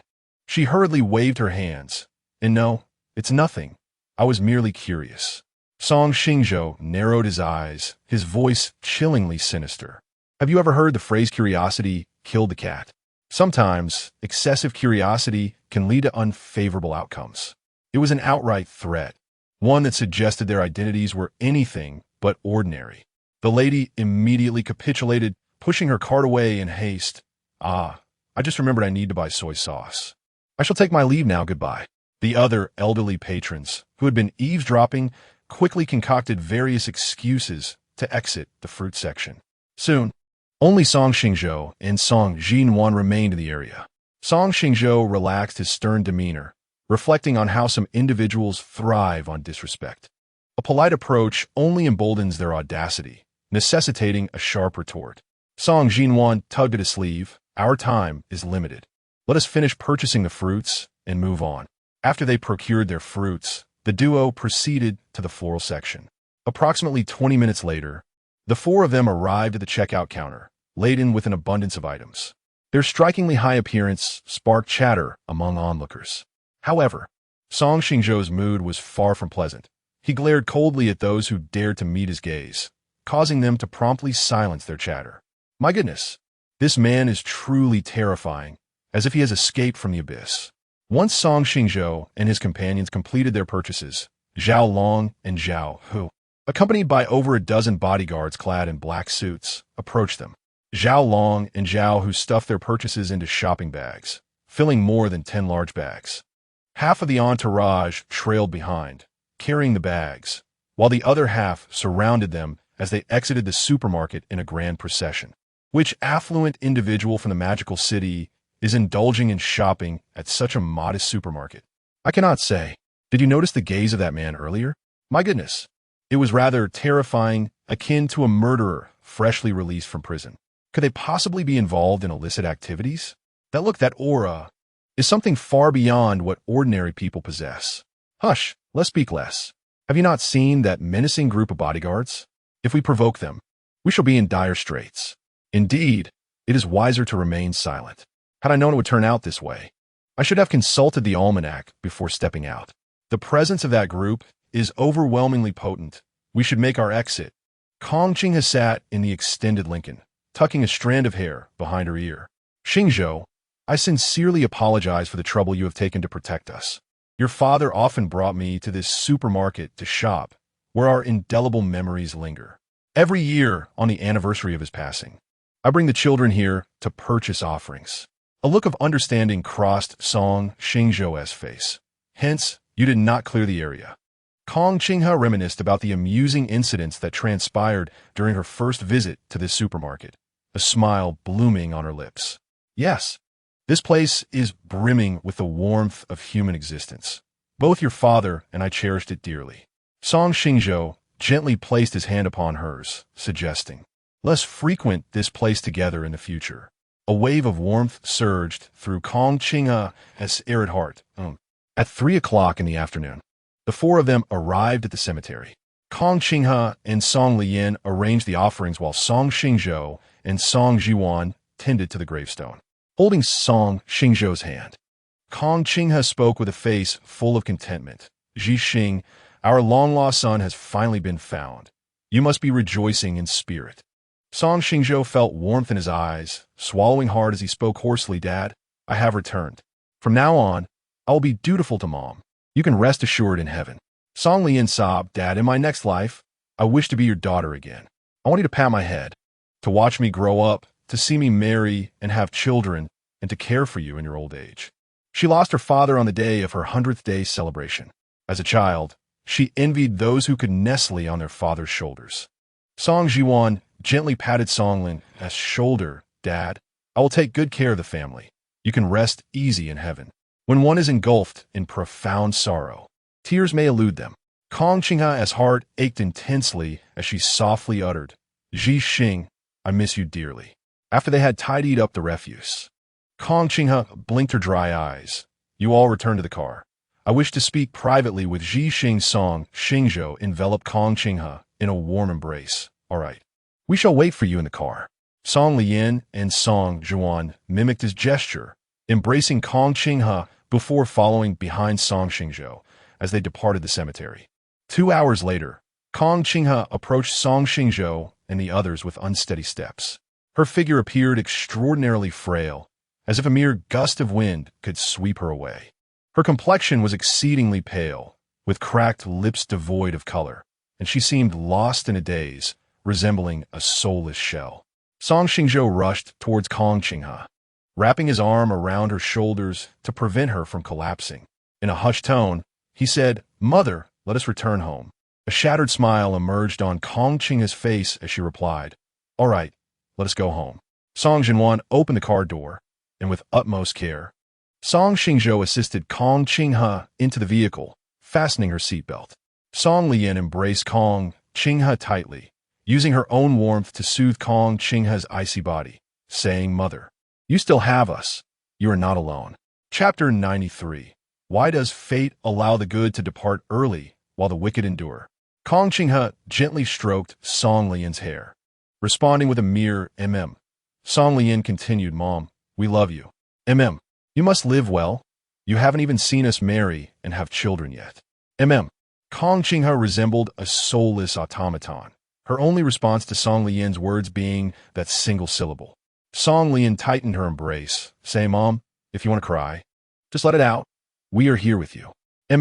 Soon, the stillness of the vehicle was pierced by the sound of Kong Qinghe's muffled sobs. Song Liyan gently patted her frail shoulders, urging her to cry, suggesting that catharsis would bring relief. Song Xingzhou's heart was laden with anguish, as if a colossal hammer were mercilessly pounding his heart into a pulp. In 2 lifetimes, he had never had the chance to see his biological father again. Song Jiwan wiped away the torrent of tears streaming down her face. Song Ji Xing was a wonderful teacher and a devoted father. She recalled the first day she arrived at the Twin Star Manor, when Song Ji Xing lifted her high to pluck blossoms from the branches. She remembered him sitting by her bedside, tenderly reciting fairy tales. She remembered the joy of visiting amusement parks, where he accompanied her on bumper cars and treated her to cotton candy. She had 2 fathers, one biological, one adoptive, both remarkable men who had tragically departed from this world in the prime of their lives. Fate was indeed unjust. Why should the virtuous suffer early while the malevolent flourish? Tears soaked the fabric of Song Jiwen's blouse, her white shirt clinging to her, revealing hints of the black lace beneath.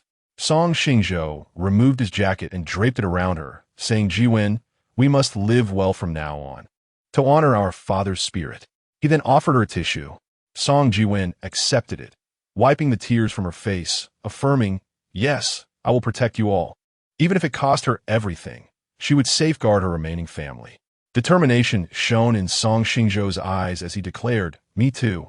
Anyone who dares to harm my family will find existence more unbearable than death.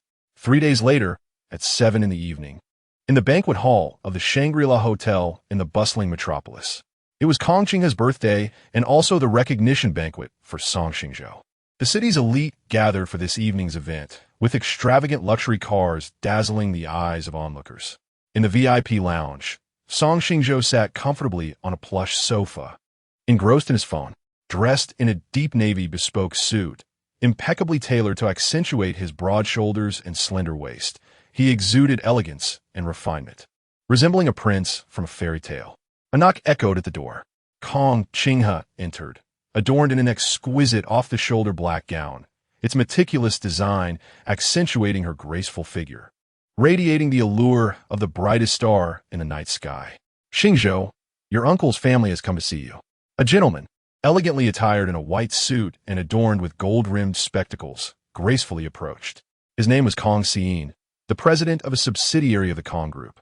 With a warm smile, he addressed Xingzhou, apologizing for the delay in their meeting, explaining that his commitments abroad regarding a multi-billion project had prevented his return until now.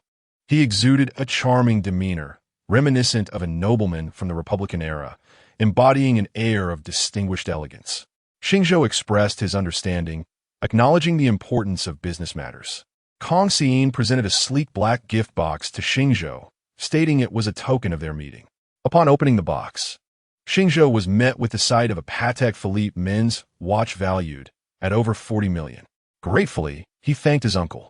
Standing beside Kong Xiyin was a stunning woman, clad in a red fitted gown, her exquisite makeup accentuating her alluring beauty. Kong Xiyin gestured with his right hand, and she naturally moved closer, placing her delicate hand in his palm. This is my wife, Yanqi, he introduced. With a playful tone, Yanqi greeted, hello, I am Yanqi, and handed Xingzhou a red gift box. I heard boys adore luxury cars and fine watches. Since my husband has bestowed a watch upon you, allow me to offer you a car. Inside was the key to a Pagani Huayra, valued at over 30 million, parked in the hotel's garage. Xingzhou sincerely expressed his gratitude, thanking his aunt. Kong Xiyin then summoned 2 young men in their 20s to join them. These are my 2 less-than-stellar sons. My eldest, Kong Maoyuan, and my youngest, Kong Mingli. Kong Maoyuan, dressed in a fitted black suit, appeared rather carefree as he extended his right hand. Hello, I am Kong Maoyuan, 28 years old. Xingzhou shook his hand lightly, replying, hello, cousin. However, Maoyuan tightened his grip, holding on firmly as Xingzhou frowned, momentarily taken aback by this juvenile display of strength. With a determined effort, Xingzhou reciprocated, causing Maoyuan to wince in discomfort and swiftly release his grip. Beside him, Kong Mingli awkwardly interjected, Xingzhou, my brother is quite childish and enjoys pranks. Please do not take it to heart. Maoyuan shot him a sidelong glance, dismissing his brother's concern. The relationship between the siblings appeared strained. Kong Mingli, in a light blue suit, presented himself with a refined air, extending his hand. Hello, I am Kong Mingli, 27 years old. Hello, cousin, Xingzhou responded, reflecting on his previous encounters with the Kong family. Kong Xiyin and Yanqi's marriage was one of business alliance, resulting in 2 offspring. The eldest, Kong Maoyuan, was a frivolous dilettante, while the younger, Kong Mingli, was a cunning schemer.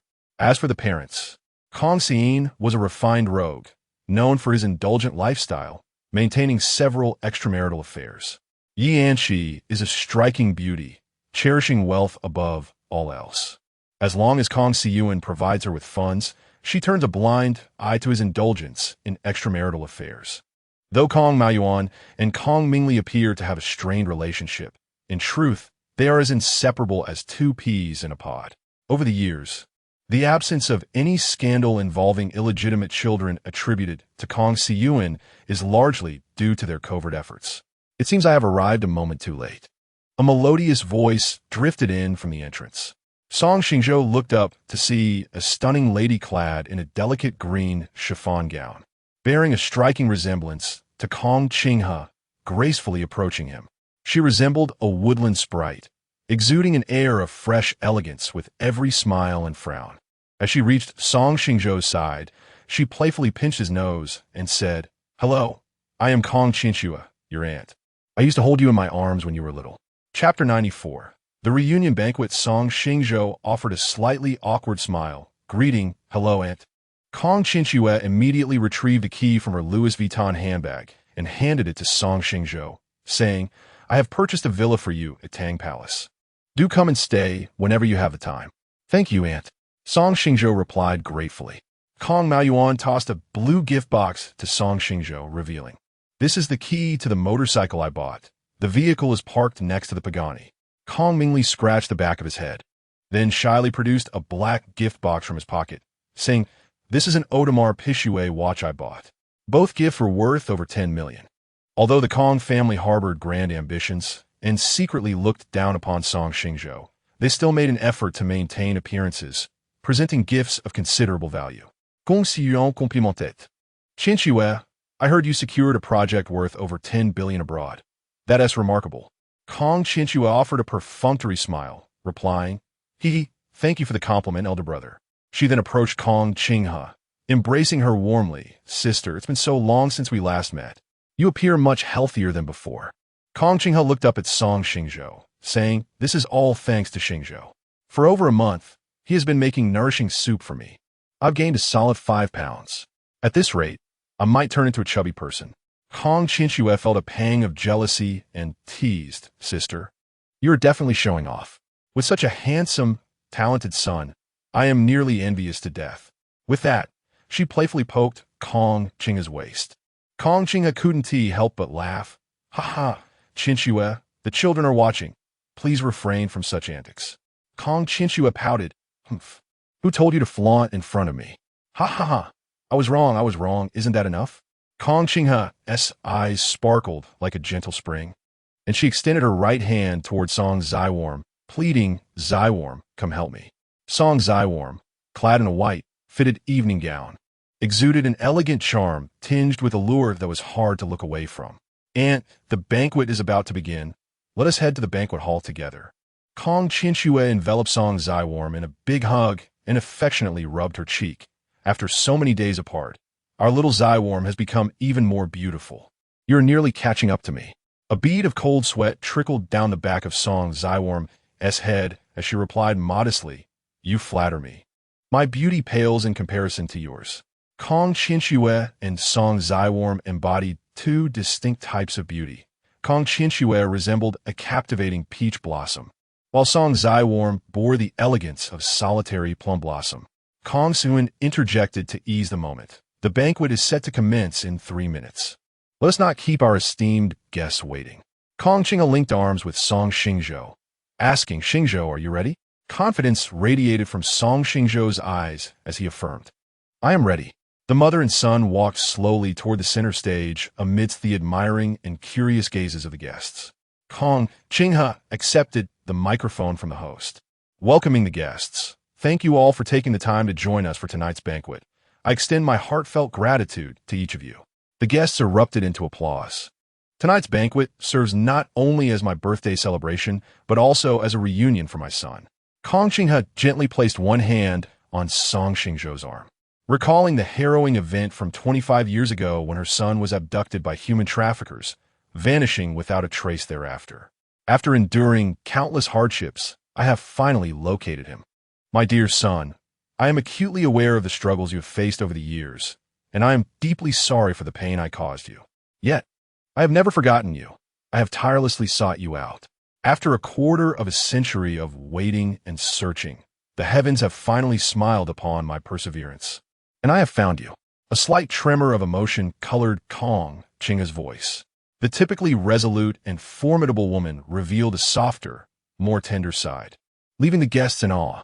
Her heartfelt expression brought tears to the eyes of many parents present. Wiping away a tear from the corner of her eye, she promised, "My son, I shall strive to care for you doubly henceforth, ensuring you live a life free from want, healthy and content."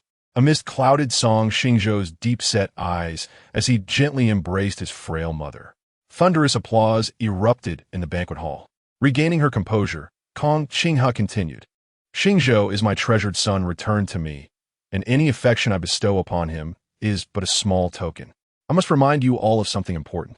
In the realm of open business competition, I shall not interfere. If Xingzhou triumphs, it is his fortune, and should he falter, it is merely a reflection of his capabilities. However, should anyone resort to underhanded tactics, rest assured, I will not hesitate to act decisively." The guests instinctively turned their gazes toward the Kong Xiyuan family of four. Previously, the rivalry over succession had soured relations between Kong Xiyuan and Kong Qinghe. If anyone harbored intentions to harm Song Xingzhou, it would undoubtedly be Kong Xiyuan.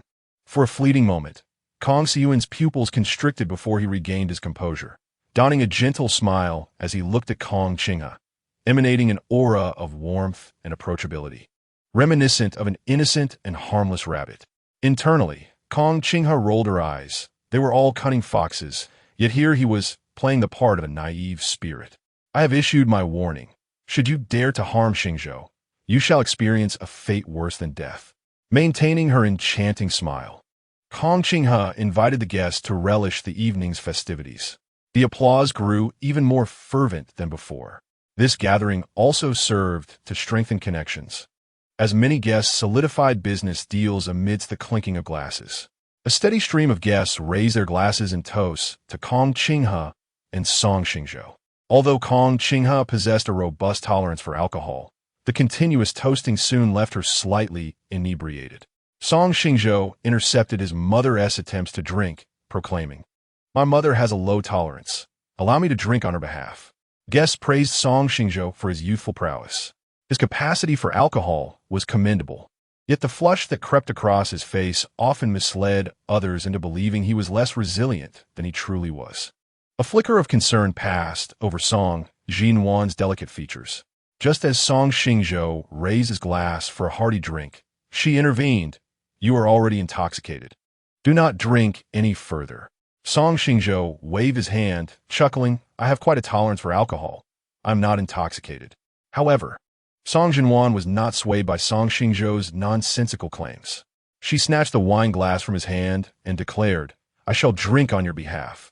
You may simply observe." Song Lian approached with a tray, upon which rested a bottle of exquisite wine and a glass. "The wine has arrived," she teased, winking at Song Xingzhou, who responded with a smile, unsure of her intentions.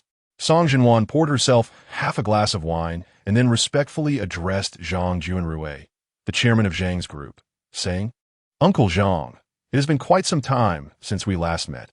You still carry yourself with such distinguished grace." Chapter 95. Song Xingzhou, how unfortunate you all are to have collided with my gun, remarked Song Xingzhou. Zhang Junrui, the chairman of the Zhang group and father of Zhang Haoran, was the subject of investigation by Zhao Long, which revealed that the Chun group had collapsed within 3 days, orchestrated by the Zhang group and the Kong group. It was evident that, after returning home, Zhang Haoran must have shared something with Zhang Junrui that incited his actions against the Chun group. Zhang Junrui casually commented, "Truly, talents emerge from every generation. Congratulations to the Kong group for acquiring another formidable asset. Their future development is bound to ascend to greater heights." He then turned to Song Xingzhou, saying, "Xingzhou, not only are you strikingly handsome, but you are also exceptionally wise, having made notable achievements in the investment realm. Unlike my son, who spends his days indulging in revelry and causing trouble, providing me with no peace of mind." With that, he cast a disapproving glance at Zhang Haoran, embodying a sense of disappointment. "From now on, you should refrain from frivolities and seek guidance from Xingzhou. Understood?" Zhang Haoran inwardly scoffed. "Father, while you praise Xingzhou, must you also belittle me? Where am I to place my dignity?" He nodded repeatedly, acknowledging, "Understood. From now on, if Xingzhou instructs me to go east, I shall not dare to venture west." Zhang Juanrui playfully gave him a light smack on the head. "You little rascal, what nonsense are you spouting?" Song Xinhuan, with a glimmer of amusement in her cool gaze, remarked, "Uncle Zhang, the bond between you two is truly heartwarming." Zhang Juanrui chuckled, scratching the back of his head. "Ah, forgive me for making you laugh." Zhang Haoran raised his glass towards Song Xingzhou. "Xingzhou, congratulations on reuniting with your mother." Zhang Juanrui quickly followed suit. "Cheers." As Song Xingzhou raised his glass, he was halted by Song Xinhuan. With a playful smile, she said, "Uncle Zhang, Xingzhou cannot hold his liquor. I shall drink this on his behalf." Before Zhang Juanrui could react, Song Xinhuan downed a glass of wine in one swift motion. As the sweet and sour taste of the grape juice flooded her mouth, her eyelashes fluttered delicately. The clever Song Lian had substituted wine with grape juice, ensuring there was no risk of inebriation. Seeing Song Xinhuan consume a glass of wine without a change in her demeanor, Zhang Juanrui could not help but exclaim, "Ms. Song truly has a remarkable tolerance for alcohol." Song Xinhuan smiled lightly. "Your tolerance is commendable as well." She discreetly gestured a thumbs up to Song Lian, who beamed with crescent-shaped eyes. Observing the interaction between the two sisters, Song Xingzhou turned his attention to the tray of wine. Could there be something amiss with this bottle? Once Zhang Juanrui and his son departed, Song Xingzhou quietly inquired of Song Lian, "Lian, did you tamper with that bottle of wine?" With a playful wink, Song Lian replied, "Indeed, I swapped the wine for grape juice, so you needn't worry about getting drunk." Kong Qinghe praised, "Our Lian is quite clever." Song Xingzhou gave her a thumbs up. "You are truly impressive." Song Xinhuan softly added, "When I realized I was drinking grape juice, I nearly revealed the secret, but fortunately I managed to react in time." "Lian, you are truly remarkable to have conceived such an excellent idea." The praise from her family made Song Liu Yan's chest swell with pride. "Indeed, I am the most astute among the Kong family." Kong Qinghe, observing the flushed cheeks of Song Xingzhou, inquired with concern, "Xingzhou, will you be able to manage the toasts later? Would you like to rest in the lounge for a while?" Song Xingzhou shook his head. "No need. Despite my rosy complexion, my tolerance for alcohol is particularly robust, and I am currently quite clear-headed." Kong Qinghe cautioned, "If you find yourself unable to continue, you must inform me. Do not force yourself." With a playful salute, Song Xingzhou replied, "Yes, madman," eliciting a knowing smile from Kong Qinghe. Subsequently, as they faced the guests' toasts, Song Xingzhou and Kong Qinghe navigated the situation with remarkable ease. After half an hour, Song Xingzhou excused himself to the restroom. Upon returning, he fortuitously overheard a group of wealthy heirs disparaging him. What luck has befallen Song Xingzhou, who was once an orphan? His biological mother turns out to be the wealthiest in the metropolis. It is a plot that even television dramas would shy away from depicting. He was merely a pawn in the Liu household, discarded once they had exhausted his utility. It was presumed he would languish in obscurity, yet he has unexpectedly risen from the ashes. However, given his infatuation with Liu Ruyan, it is certain that should she beckon, he would follow without hesitation. Ha ha! A dog remains a dog, unable to shed its penchant for servitude. Indeed, within the circles of affluence, who is unaware of Song Xingzhou's deep affection for Liu Ruyan. Yet she abandoned her engagement to pursue her first love, leaving Song Xingzhou humiliated and a laughingstock among the elite. Was it not said that Song Xingzhou later annulled the engagement? Liu Ruyan's judgment is rather poor. She has forsaken a fortune for a mere trifle.